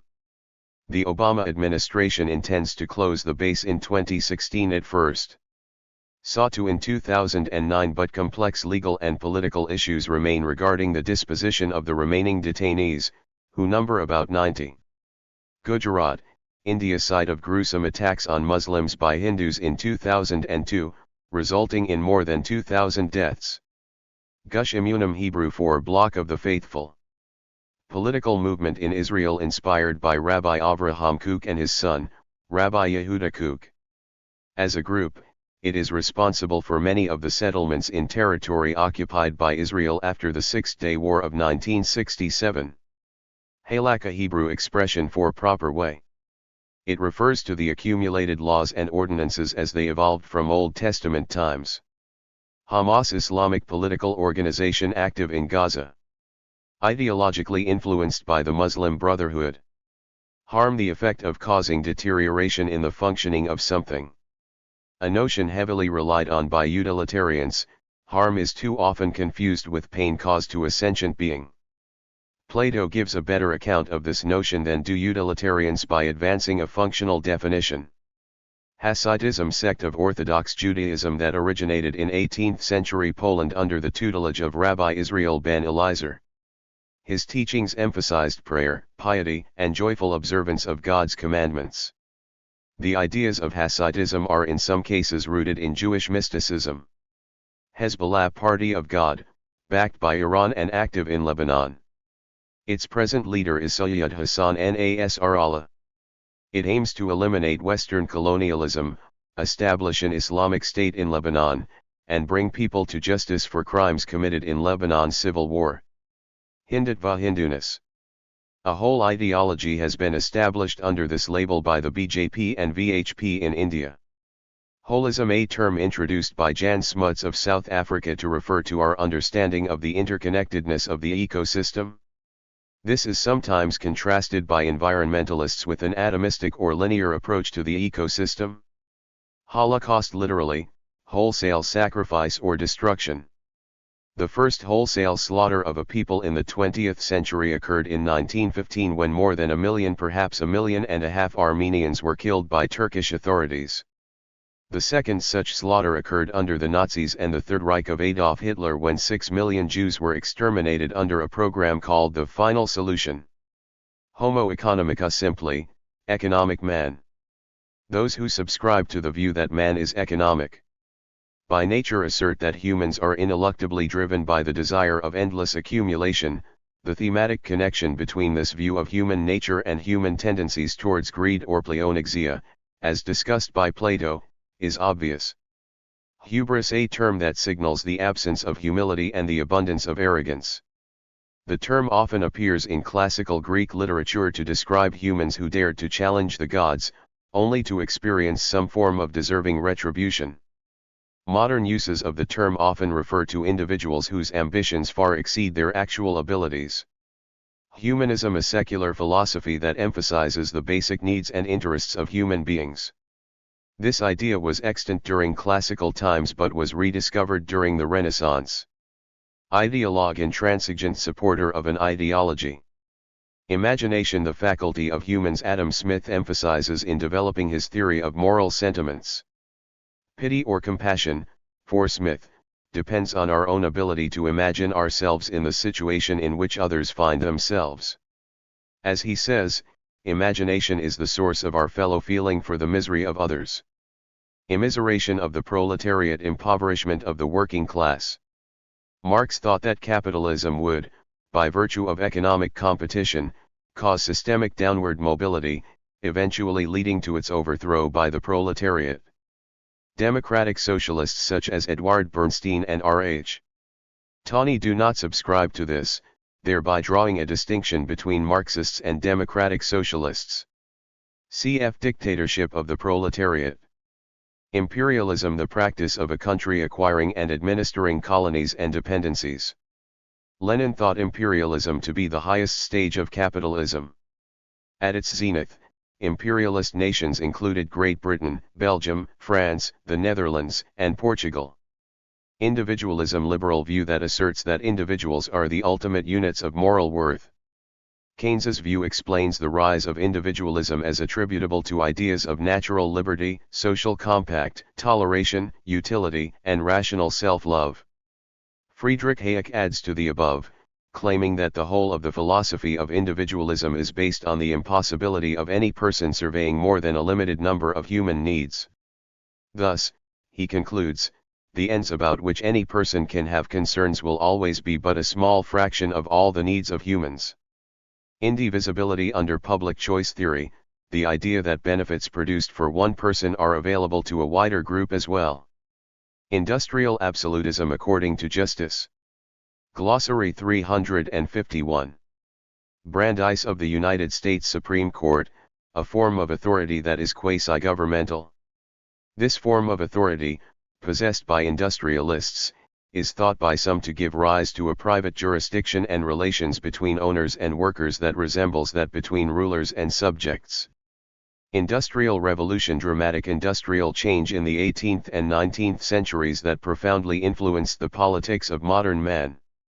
This period witnessed the transformation of the modes of production from handcrafted work to mechanization, and still later to automation. The Industrial Revolution was the product of the rise of modern science, beginning with the foundation of professional scientific bodies, such as the Royal Society of London in 1660. Cf. Great Western Transmutation. Inerrancy, a belief in religious fundamentalism that all sacred scriptures, being divinely inspired, are without error. Institutions rule governed structures in society. These include public institutions, such as courts, schools, and governmental and administrative units, as well as private institutions, such as the Red Cross, Exxon, and the Royal Bank of Canada. International Monetary Fund, established together with the World Bank under the Bretton Woods system in 1944. This organization was originally created to help ensure stability of foreign exchange. In contemporary times, the organization assists debtor and developing states. Often the assistance to debtor states is tied to the introduction by the debtor state of particular policies. A good example of this occurred under Anwar Sadat of Egypt in the early 1980s, who accepted loans from the IMF in exchange for removing subsidies for bread in Egypt, an action that eventually led to his assassination. Another example is presently underway as the IMF, together with the European Central Bank and the European Commission, aim to salvage the euro by demanding a trimming of the sovereign debt of Greece in exchange for economic bailouts.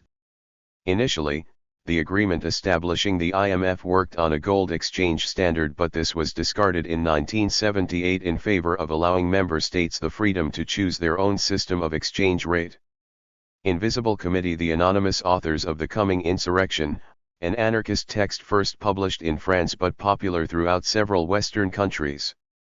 Several media accounts have linked this group with the Tarnac Nine, a group of middle-class French graduate students accused of plotting to commit various acts of terrorism.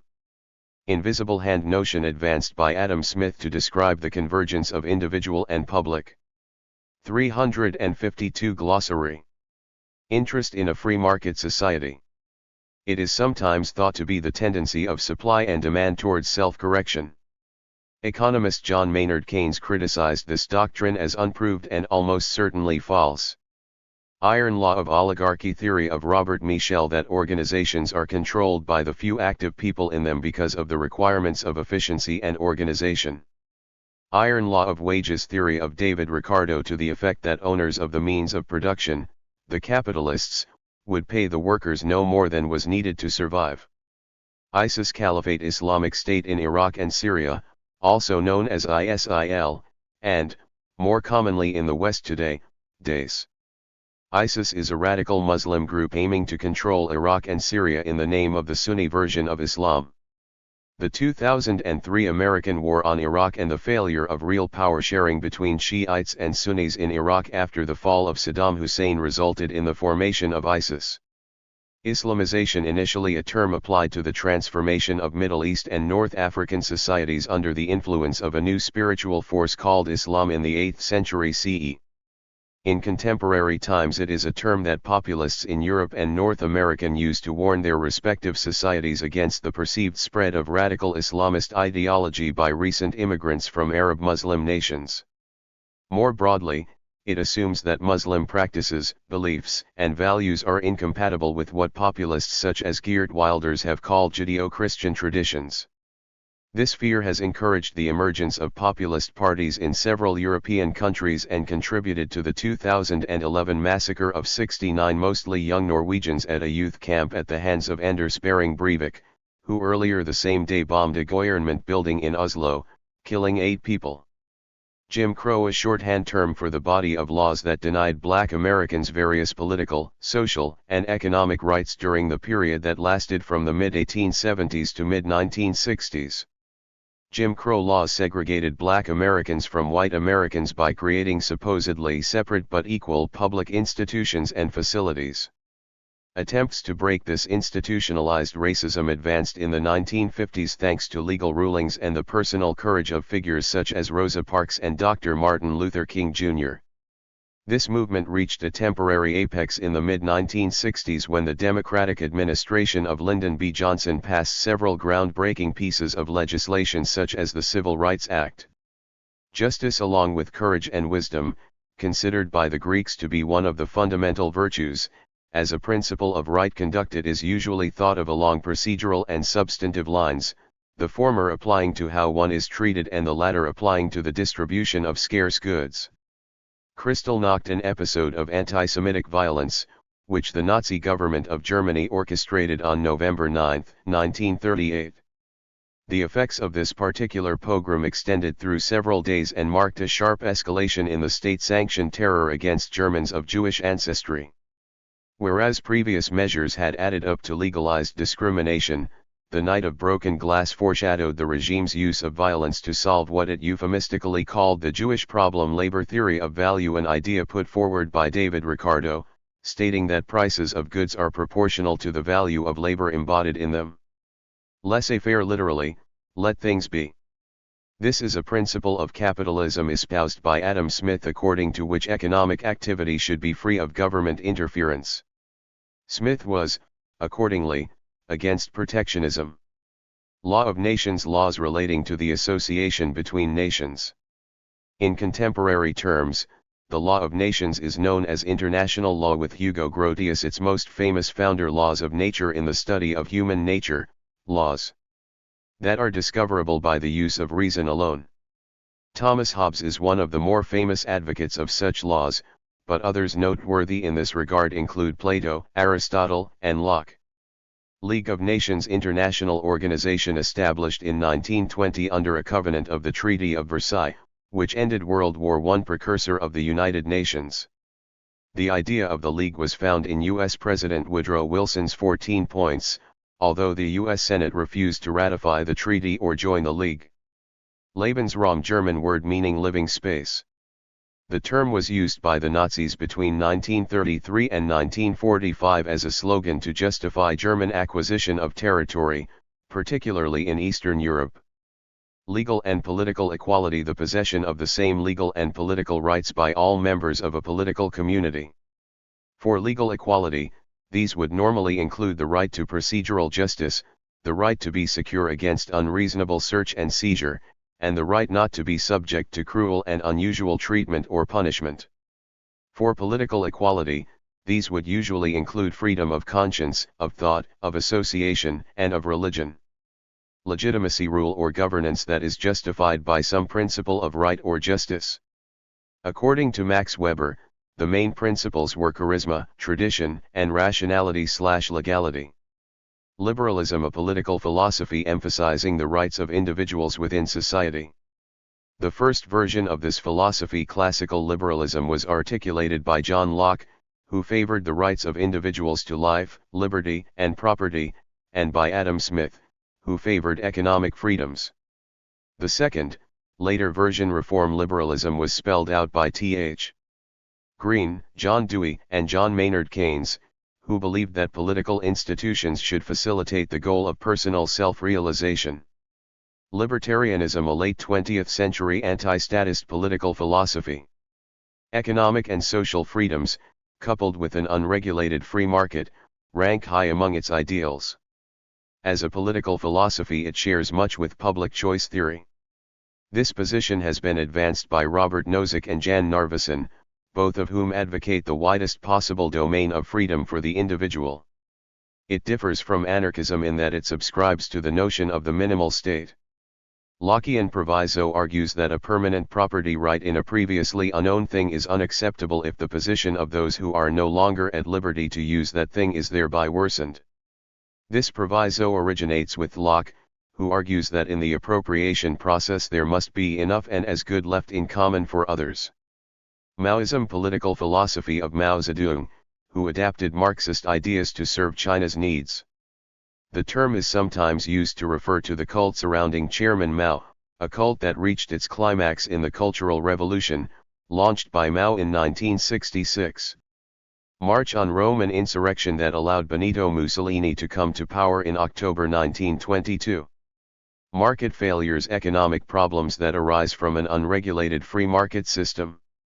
Such problems include pollution, ugliness, and congestion. Marxism: school of political thought advocated by Karl Marx and Friedrich Engels and developed by Lenin and others. According to this ideology, the modes of production and property relations constitute the economic foundation upon which are built the political and legal superstructures.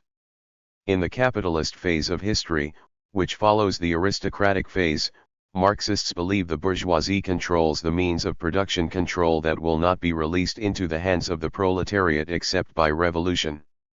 Materialism: in political theory, the belief that natural resources and modes of production are the Glossary 2353. Primary explanation of social and political structures and activity. In philosophical theory, the belief that the mind can be reduced, without residue, to the brain. Mein Kampf book that Nazi leader Adolf Hitler published in mid-1920s. Part autobiography, part political blueprint, part anti-Semitic tirade, Hitler wrote portions of Mein Kampf while serving a relatively light prison sentence for his treasonous role in the Beer Hall Putsch, a failed attempt by a group of German politicians and former military leaders to seize power during the early years of the Weimar Republic, the period of parliamentary democracy that defined Germany from the end of World War I in 1918 to 1933, when Hitler seized power through a combination of electoral politics and political violence and intimidation, Mensheviks literally, the minority.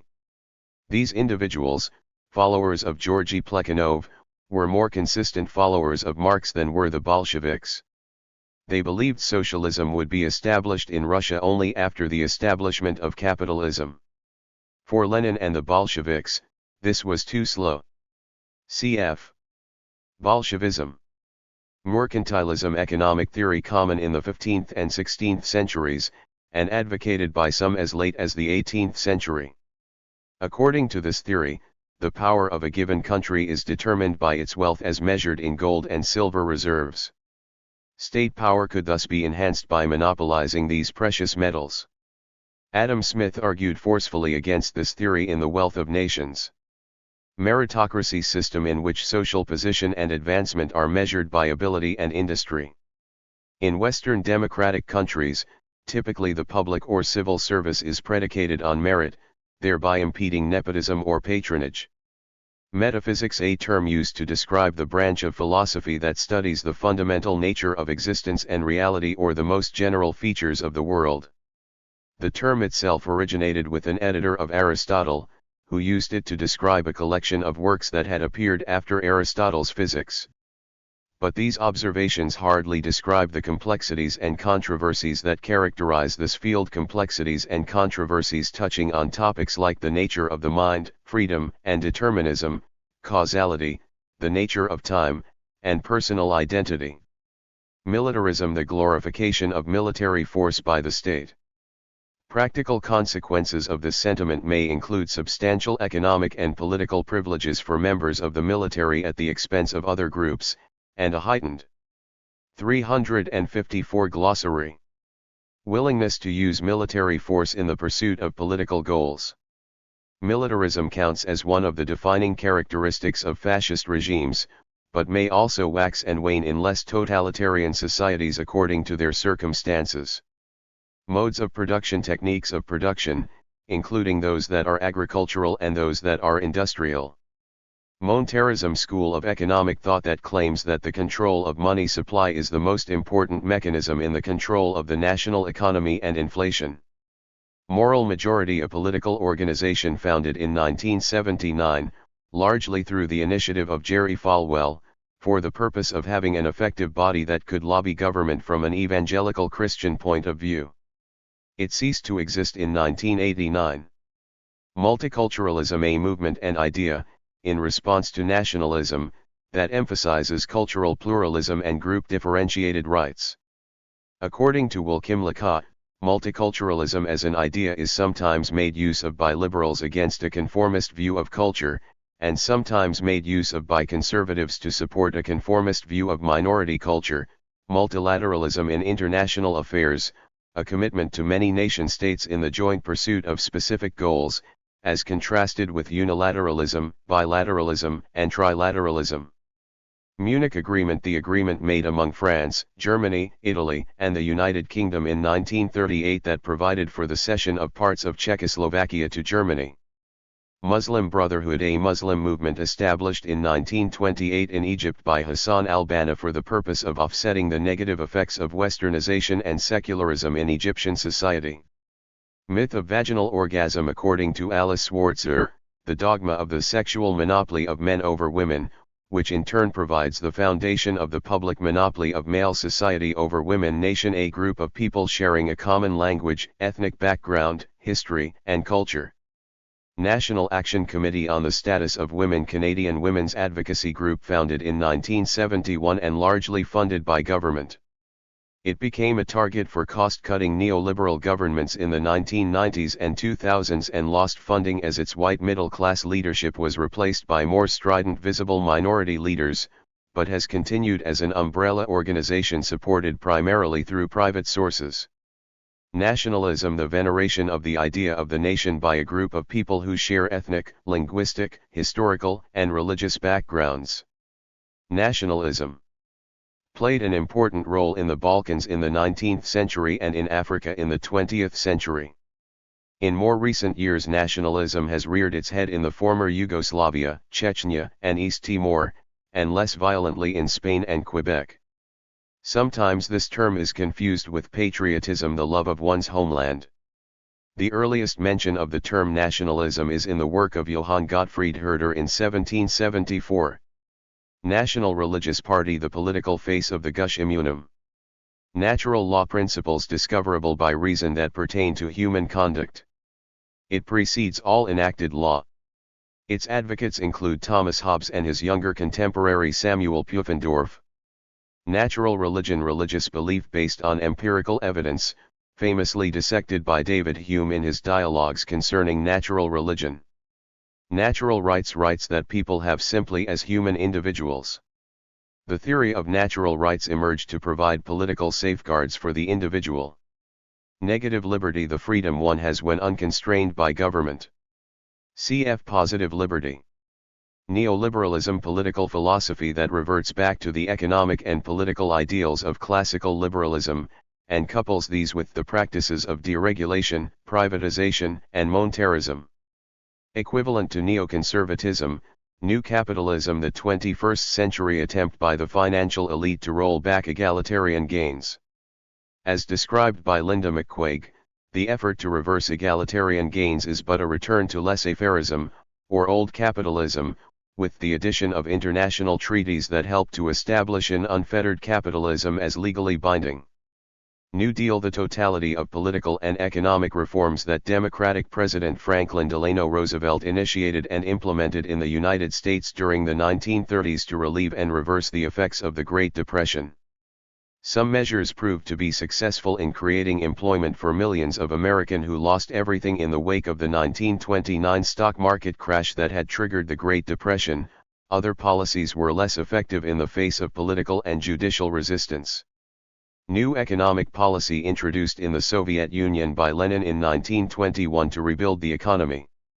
It resulted in a temporary withdrawal from centralization and doctrinaire thinking. Freedom of trading and overtime for workers were permitted, as was the privatization of agriculture and small factories. Night watchman, metaphorical image used to capture the role classical liberals, neoliberals, and libertarians assign to the state. Accordingly, the state plays the role of ensuring the protection of the rights of life, liberty, and possessions. Nihilism, the radical rejection of values as found in morality, order, and authority. This idea was advanced by Friedrich Nietzsche. Niqab, face veil commonly worn by women in some Muslim societies. Non-excludability under public choice theory, the idea that goods, if supplied to one group, cannot be restricted to the people who organized its provision. Normative discourse, discourse that evaluates the moral element in persons' actions by means of criteria for what is right, wrong, good, or bad. NSDAP, acronym for National Sozialistische Deutsche Arbeiterpartei, the German National Socialist German Workers' Party. The Nazi Party emerged in 1920 out of the short-lived German Workers' Party, one of the countless nationalistic groups that had sprung up on far-right fringes of Germany's political spectrum following the end of World War I and the emergence of the Weimar Republic. Adolf Hitler eventually became its undisputed leader after he had become aware of it through his work as a government informant. Nulla pona sine leg, Latin for no penalty without a law. Nuremberg Laws, a body of laws that the ruling Nazi government of Germany passed in 1935 to legalize social Darwinistic ideas about eugenics. Primarily but not exclusively, the laws turned Germans of Jewish ancestry into second-class citizens subject to humiliating treatment. While this particular community had been facing various repressions and restrictions since the Nazis had risen to power in 1933, the Nuremberg Laws institutionalized this pattern of state-sanctioned force and lowered the societal threshold for actions that eventually culminated in the Holocaust. Nuremberg tribunals, a series of trials that prosecuted and punished the surviving leaders of Germany's Nazi regime following the end of World War I. Convened in the spiritual capital of the Nazi movement, the tribunals broke new ground in international law by holding leading politicians and generals personally accountable for their actions, particularly Germany's war of aggression. It also introduced new ideas such as the concept of crimes against humanity in the aftermath of the Holocaust. While the tribunals, particularly the main trial against leading figures such as Hermann Göring, have faded into historical memory, their methodology and outcomes have significantly. Glossary: this argument has had a checkered history, with those affirming its self-evidence and others denying its rationality. Original position: a hypothetical position advanced by John Rawls for determining principles of fairness. The position assumes a veil of ignorance, as free and equal citizens engage in cooperation in attempting to determine the principles by which they will live together. Ottoman Empire, major Muslim power that controlled southeastern Europe, the Middle East, and North Africa from the 13th century until the early part of the 20th century. The empire established itself in a significant way with the seizure of much of what was Byzantium in 1453. Pacifism: a school of thought that believes in the nonviolent opposition to the use of violence and injustice in any form. It has religious and anarchistic roots dating back to early Christianity and such figures as Tertullian and Origen.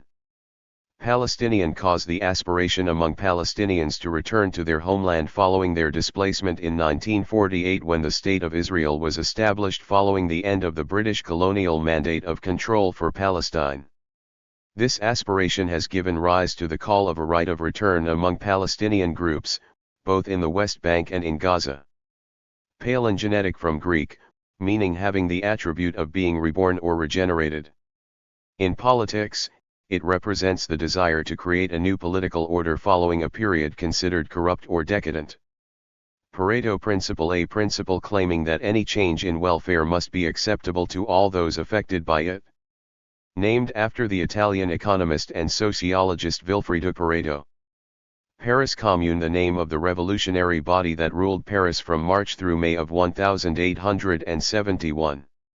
This council, whose leading members represented a wide range of Marxist, socialist, and anarchist factions, rose to power during the power vacuum that had appeared following the defeat of France during its war with Prussia, leading to the formation of the German Reich.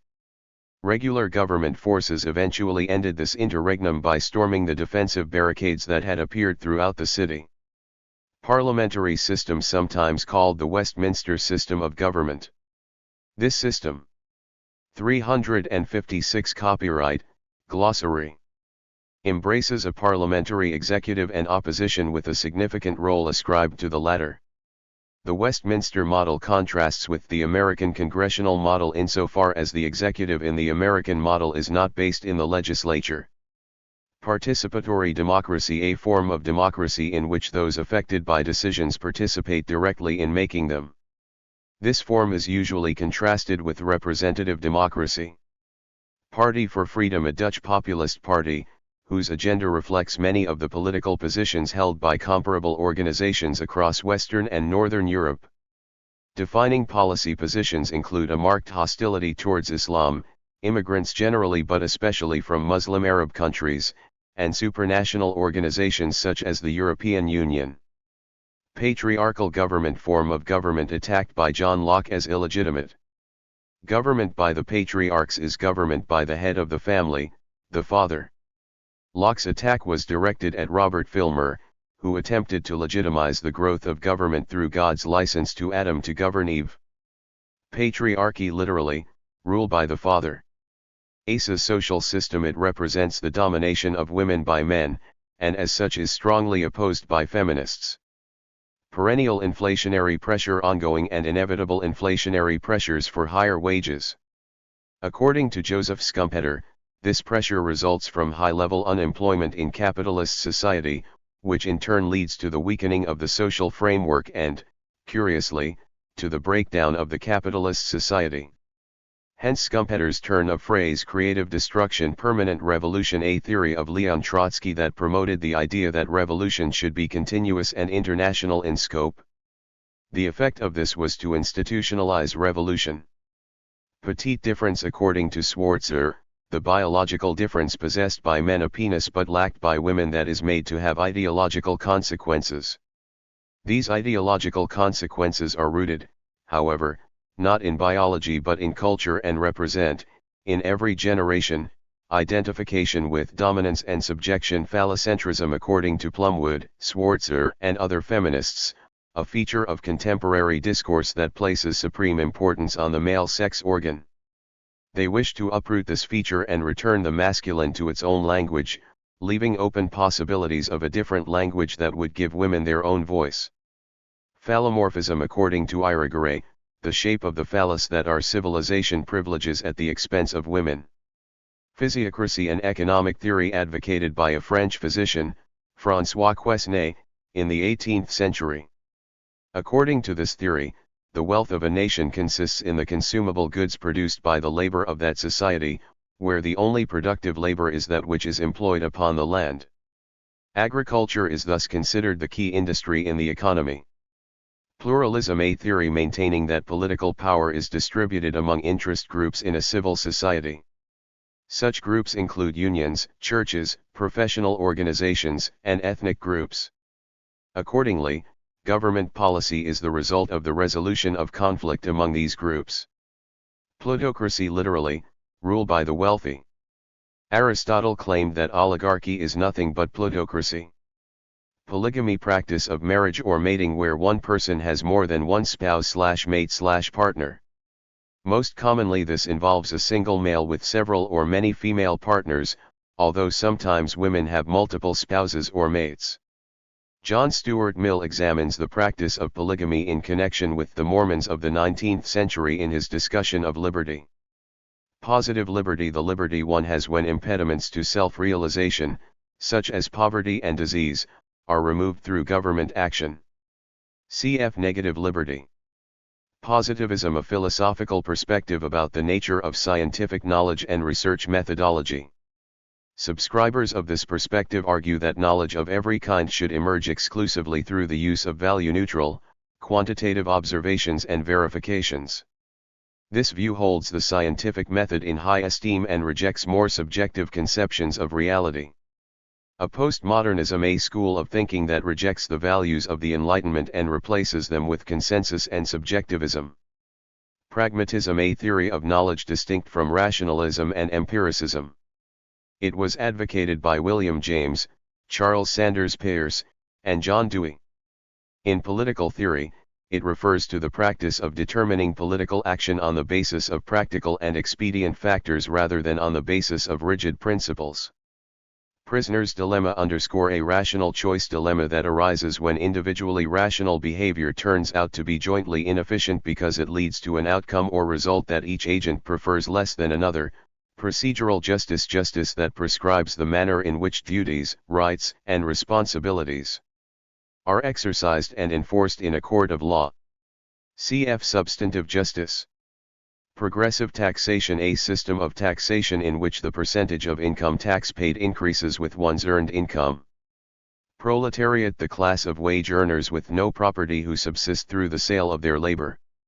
In Marx's dialectical materialism, the proletariat would ultimately be victorious over the bourgeoisie, but only after a violent revolution. Cf. Bourgeoisie. Property, the institution of ownership. It is divided, typically, into private and public, with the former owned by individual persons and the latter owned by the state. The right to private property has been a cornerstone of liberal thinking since Locke. The institution of property is thoroughly examined by Plato in the Republic and by Aristotle in Politics. Property relations, relations of production that during stable times influence the ideology as found in law, politics, religion, art, and philosophy, and that during unstable times come into conflict with the techniques or modes of production. Property relations form part of the substructure of the social system. Protective association, a term used by Robert Nozick to refer to protective organizations that naturally spring into existence in a state of nature such as that described by Thomas Hobbes and John Locke. Contemporary illustrations of such associations include gangs in urban areas, where the state, through its law enforcement agency, has lost control, i.e., where there is a no man's land. Public choice theory, a theory that represents the invasion of economists in the neoclassical tradition into the domain of political science. Supporters of this position, such as Mancur Olson, argue that all organizational life can be dissolved into the competing interests of individuals. Public goods whose benefit is indivisible. Illustrations of this are national defense and public health. Public sector of the economy embracing services rendered by the state, including education, transportation, health, and postal services. These and other services are subject to attack by libertarians and public choice theorists. Quakers Religious Society of Friends, Christian group originating in mid-17th century England and the American colonies, also known as the Friends. They advocate silent waiting for the inward light in the search for God. In addition, they were known for being nonviolent advocates of social reform under the leadership of George Fox. In this respect, they represented a rediscovery of pacifism rather than its continuation. Glossary 357. Quran, the Holy Manuscript of Muslims. Radicalism, a political philosophy looking for far-reaching and sometimes immediate change. Marxists and the Jacobins of the French Revolution are illustrative of this school of thinking. Rama in Hinduism, a mortal king elevated to the status of an avatar of Vishnu. Reactionary, the intransigent resistance to change, or, occasionally, the desire to return to the past. Realism, a metaphysical position affirming the existence of an independent and objective world. Realism and romance in sexual politics, contrast identified by Kate Millett between the approaches to sexual politics as found in the writings of J.S. Mill and John Ruskin from the 19th century. Reform liberalism, a version of liberalism that developed during the 19th and 20th centuries. Th. Green of England was the first spokesperson of this movement, with John Dewey of the United States and J.M. Keynes of England soon following. What these three thinkers shared was a recognition of the importance of individual liberties and of the need for forceful state action to create conditions favorable to the enhancement of these liberties. Regina Manifesto of the Cooperative Commonwealth Federation as adopted in Regina, Saskatchewan, in 1933. It promoted principles regulating production, distribution, and exchange that aimed at satisfying human needs rather than making a profit. Relativism, epistemological position that denies the existence of an objective and independent world. Mitigated relativism endorses a modified form of this position by affirming a form of objectivity conditioned by historic and natural matters rooted in time and place. In other words, things are not unequivocally objective. Renaissance, the rebirth of arts and sciences following the medieval period in Europe. It is usually associated with the humanistic works of Erasmus and the rediscovery, mediated by the Arabs, of the works of Plato and Aristotle. The forces of secularism and individualism began to dominate in a way they had not since the classical period. Noteworthy among the emerging class of humanists of this period were the likes of Leonardo da Vinci, Giotto, Michelangelo, Botticelli, and Titian. Representative democracy, a form of democracy in which elected candidates represent people in constituencies. It contrasts with participatory democracy, in which each citizen is free to participate in the decision-making of public policy. Republicanism, constitutional form of government. Republics stand in contrast to monarchies in lacking a monarch as head of state but 358 Glossary. Possessing a political or quasi-political figure as commander-in-chief. Revolution, radical or dramatic social change in a country. Illustrations of such events include the French, American, Russian, and Chinese communist revolutions. Rights, justifiable legal or moral claim to something or to some practice. Positively enacted rights are those created by legislation, while natural rights are those which has by virtue of being a human being or sentient creature. Both Hobbes and Locke made use of the notion of natural rights, and in time this notion became incorporated into the American Declaration of Independence. Still later, it became a clarion call of many constitutions and in the United Nations Universal Declaration of Human Rights. The notion is slow to emerge in political thinking, with hardly a trace of it to be found in the writings of Plato or Aristotle. RSS abbreviation for Rashtriya Swayamsevak Sangh, a cultural organization that applies itself to micro-politics in every field in India. Sapara Ode literally, dare to know. This was Immanuel Kant's motto of the Enlightenment. Satyagraha, a philosophy of Mohandas Gandhi that excludes the use of violence and embraces civil disobedience and non-cooperation. Cf. Ahimsa. Scientific image of the world. A term Wilfrid Sellars applies to a view of the world derived from the postulation of imperceptible entities and principles pertaining to them that help to explain the behavior of these entities. The scientific image is constructed making use of different procedures to connect theoretical entities, via different instruments, to intersubjectively accessible features of the manifest world. Sellars contrasts the scientific image with the manifest image of the world. Secularism position denouncing religious values while affirming rational ones. Religious fundamentalism opposes it as atheistic, materialistic, and focused on a transient and temporary reality. Seneca Falls Convention, a conference held in 1848 in Seneca Falls, New York, that marked the birth of the American women's rights movement. The convention adopted Elizabeth Cady Stanton's Declaration of Sentiments and called for female suffrage. Sephardim Jews who have gone to Israel from Arab lands. The ancestors of these people originally lived in Spain, but were expelled by Ferdinand and Isabella in 1492. Sermon on the Mount, the Discourse of Jesus, as found in Matthew 5-7, which sets forth the principles of Christian ethics. It includes the Beatitudes, Jesus's naming of those who are blessed, including the meek, the merciful, and the peacemakers. Sex, biological differences that separate men and women. Cf. Gender. Sharia, the religious law of Islam.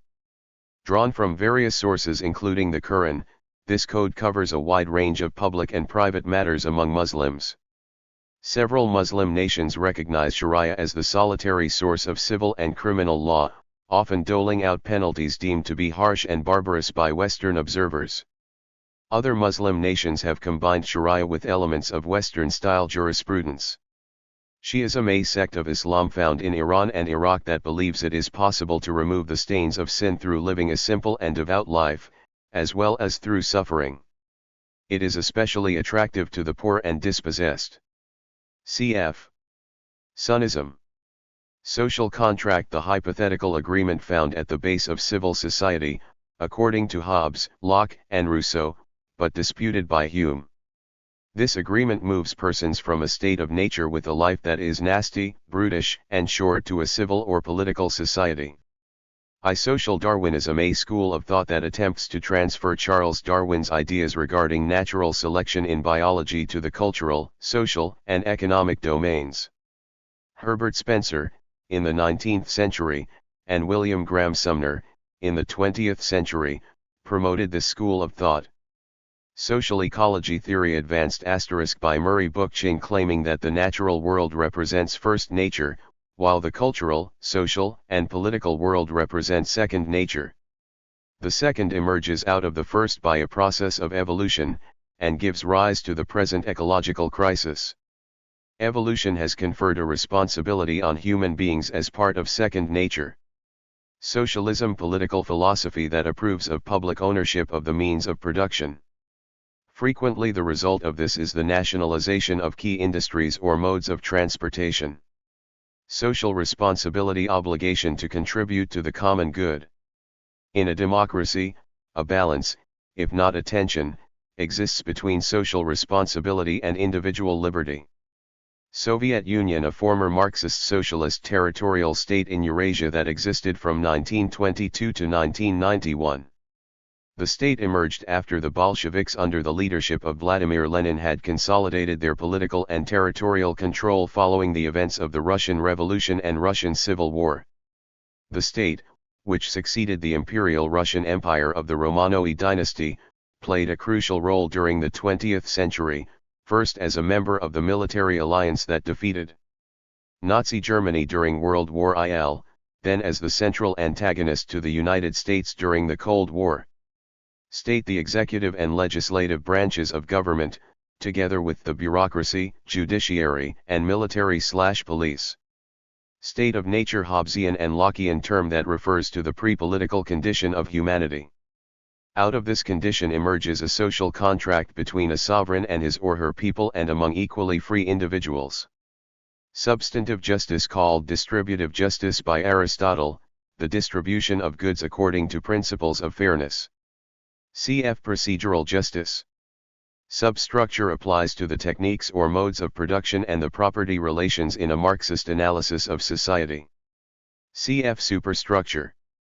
Suffrage, the right to vote in electing public officials. The Seneca Falls Convention in 1848 represented the first major initiative in the United States to advance women's right to vote, and similar initiatives occurred in other countries such as Canada and the United Kingdom. But historically the issue of suffrage has extended not only to women but also to other identifiable groups, including blacks in South Africa and the United States, First Nations people in Canada, those who are not property owners, and, in some jurisdictions, convicted prisoners and ex-convicts. With the demise of apartheid in South Africa in the early 1990s, the advance of the civil rights movement in the United States in the early 1960s, and amendments to the Indian Act in Canada in 1960, the franchise was extended in these countries to different recognizable groups. Sunnism, the dominant sect of Islam that embraces the traditional social and legal practices of the Muslim community. Cf. Shi'ism. Superstructure, the dimension of social life explained in terms of the means of production and property relations. According to Marxists, it includes religion, law, philosophy, culture, and the family. Cf. Substructure. Survival of the fittest, a term that English philosopher Herbert Spencer coined in attempting to extend Charles Darwin's theory of evolution into social realms. This extension earned Spencer posthumous membership in the School of Social Darwinism. Its various European and North American members argued that human societies must abide by the same laws as other non-human life forms.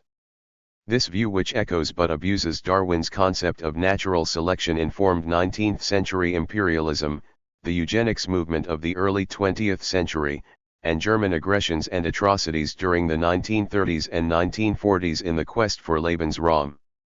Sustainable development, a pattern of economic development that considers ecological limits. While definitions for this concept vary, the Brundtland Report of 1987 defines it as development that meets the needs of the present without compromising the ability of future generations to meet their own needs. The usage of this concept, which challenges previous assumptions about the possibility of limitless growth, has since expanded beyond its initial environmental context into other public policy fields. Syndicalism, trade unionism. It specifically refers to the version of trade unionism before 1914 in Spain and Italy. TC, abbreviation for theological correctness. The term is inspired by its secular counterpart, PC, or political correctness. Temple Mount, Mount Moriah, the most sacred site of Judaism and the third most sacred site of Islam, located in Jerusalem. In 1966, a group of Orthodox rabbis affirmed that Jews were allowed to enter the Temple Mount. The first temple in Judaism was destroyed in 586 BCE, while the second temple was built in 516 BCE and destroyed in 70 CE. The hope of the members of the Temple Mount faithful is to build the next temple on Mount Moriah. Theism, belief in the existence of a god. Monotheism is the most common version of this in the Middle East and Western world. Theocracy, rule by the priestly class, or rule by those who emphasize religious beliefs in political decision-making. Theory of evolution, a scientific explanation of the diversity and changes in biological life. It rests on the writings of English naturalist Charles Darwin, who argued in his groundbreaking publication On the Origin of Species that all past and present forms of life share a common ancestry, from which they evolved in separate directions through natural selection, a process that favors populations capable of adapting to their circumstances. Lacking any knowledge of genetics, Darwin developed his theory by careful observation of natural life, most famously through his journey to the Galapagos Island, a Pacific archipelago about 1,000 kilometers off the coast of Ecuador. While the scientific community of Darwin's era initially treated his views with hostility, they have since become widely accepted, despite rearguard challenges from theories that favor a religious element such as creationism or intelligent design. Third Reich: the Nazi regime in Germany from 1933 to 1945. The passing of the Enabling Act in March 1933 ended the Weimar Republic and 360 glossary established a new political order in Germany. The First Reich was the Holy Roman Empire and the Second Reich was the German Empire. Hitler expected the Third Reich to last 1,000 years. Third Way: efforts by social democratic parties to readdress their policies in the post-1989 period in Europe. According to Anthony Giddens, the Third Way can be viewed as progressivism. Third World: the developing countries of Africa, Asia, and Latin America. The First and Second Worlds comprise the industrialized democratic countries and the Soviet bloc countries led by the Communist Party. Toleration: a moral dimension that reached a critical phase in European civilization during the Protestant Reformation. In contemporary times, following the works of J.S. Mill and John Rawls, discussions pertaining to it have focused on specifying how far liberal peoples are to tolerating non-liberal peoples' practices. The urgency of addressing this issue has arisen at the center of the talk of the clash of civilizations and fear of the Islamization of Europe.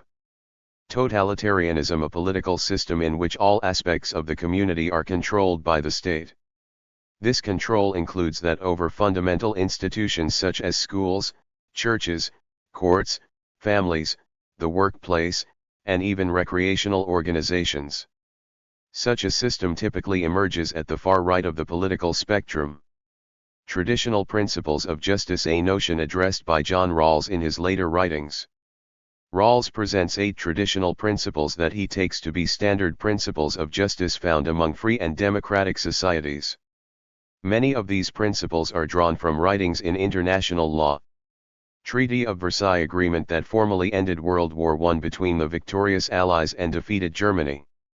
The treaty, which served as the center plank of the post-war settlement, imposed a range of penalties on Germany, including the loss of her overseas colonies, the loss of territory along her eastern and western frontiers, restrictions on the size and composition of her military, and extensive reparation payments. The treaty also included the so-called War Guilt Clause, which assigned Germany responsibility for the damages caused during the war. German nationalistic forces used the perceived harshness of these provisions to undermine the Weimar Republic. 25 points: a political action agenda proposed by Adolf Hitler in 1920 in which he foreshadowed many of the militaristic, racist, and later genocidal policies that would define the Nazi regime that ruled Germany from 1933 to 1945. The program appeared when the National Socialist German Workers' Party still existed under the label of the German Workers' Party. United Nations Charter: the treaty that founded the United Nations on June 26, 1945. Signed in San Francisco by the original member countries, the treaty describes the structure of the UN and its various bodies in spelling out organizational principles, purposes, and procedures. As of 2016, the United Nations has 193 member states. Utilitarianism: a school of ethics claiming that the value of actions is to be assessed in terms of their ability to produce pleasure or pain. Early members of this school included Jeremy Bentham, James Mill, and John Stuart Mill. According to Bentham, the proper course of action was always that which produced the greatest happiness for the greatest number. Utopia: an ideal state or condition, which English V.V. humanist, philosopher, and political advisor Thomas More first coined in the early 16th century to describe an imaginary, far-off island with a perfect political system.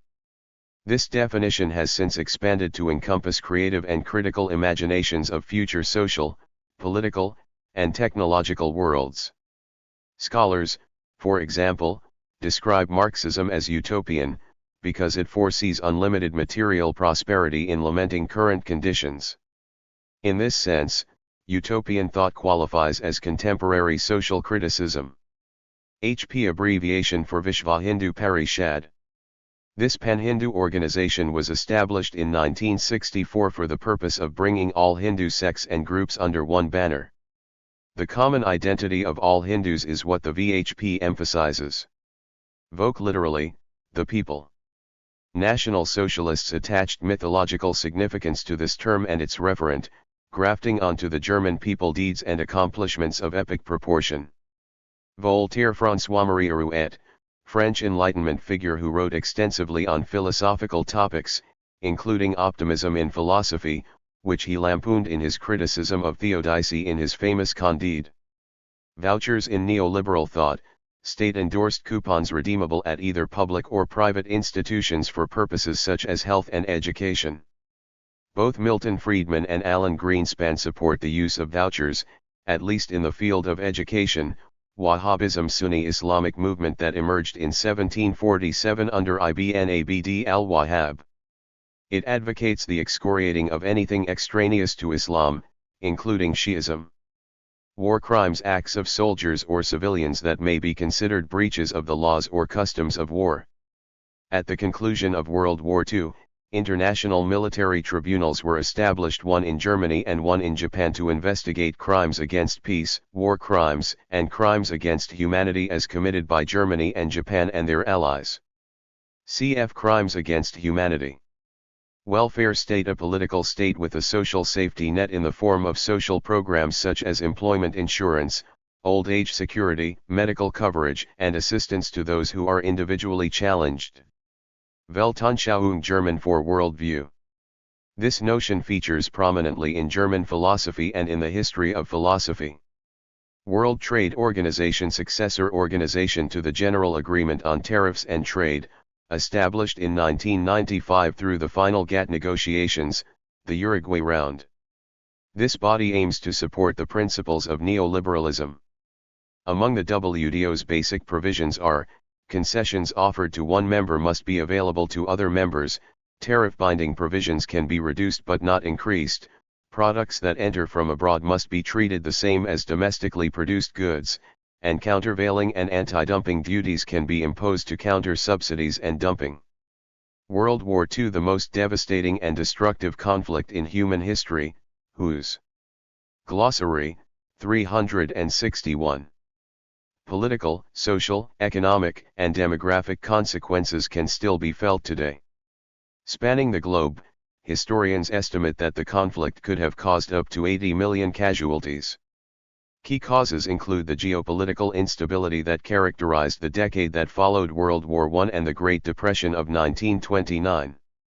This combination of events paved the path for the emergence of expansionist totalitarian regimes in Europe and Asia.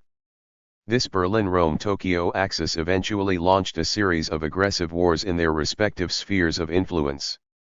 German aggression in Europe also featured a genocidal dimension. An alliance, which at its height included the British Commonwealth, the Soviet Union, and the United States, eventually succeeded in defeating this agenda due to superior military leadership and resources, including the inaugural use of nuclear weapons against Japanese targets during the waning days of the war, which also set the stage for the Cold War. Yeshiva school that instructs in Judaic learning. Its origins date back to 500 to 300 BCE, to the time of the men of the Great Assembly. Zionism, a Jewish nationalist movement and ideology whose goal was/is the creation and maintenance of a Jewish state in Palestine. This movement originated in Eastern Europe during the 19th century, and the first Zionist Congress was convened in 1897 by Theodor Herzl.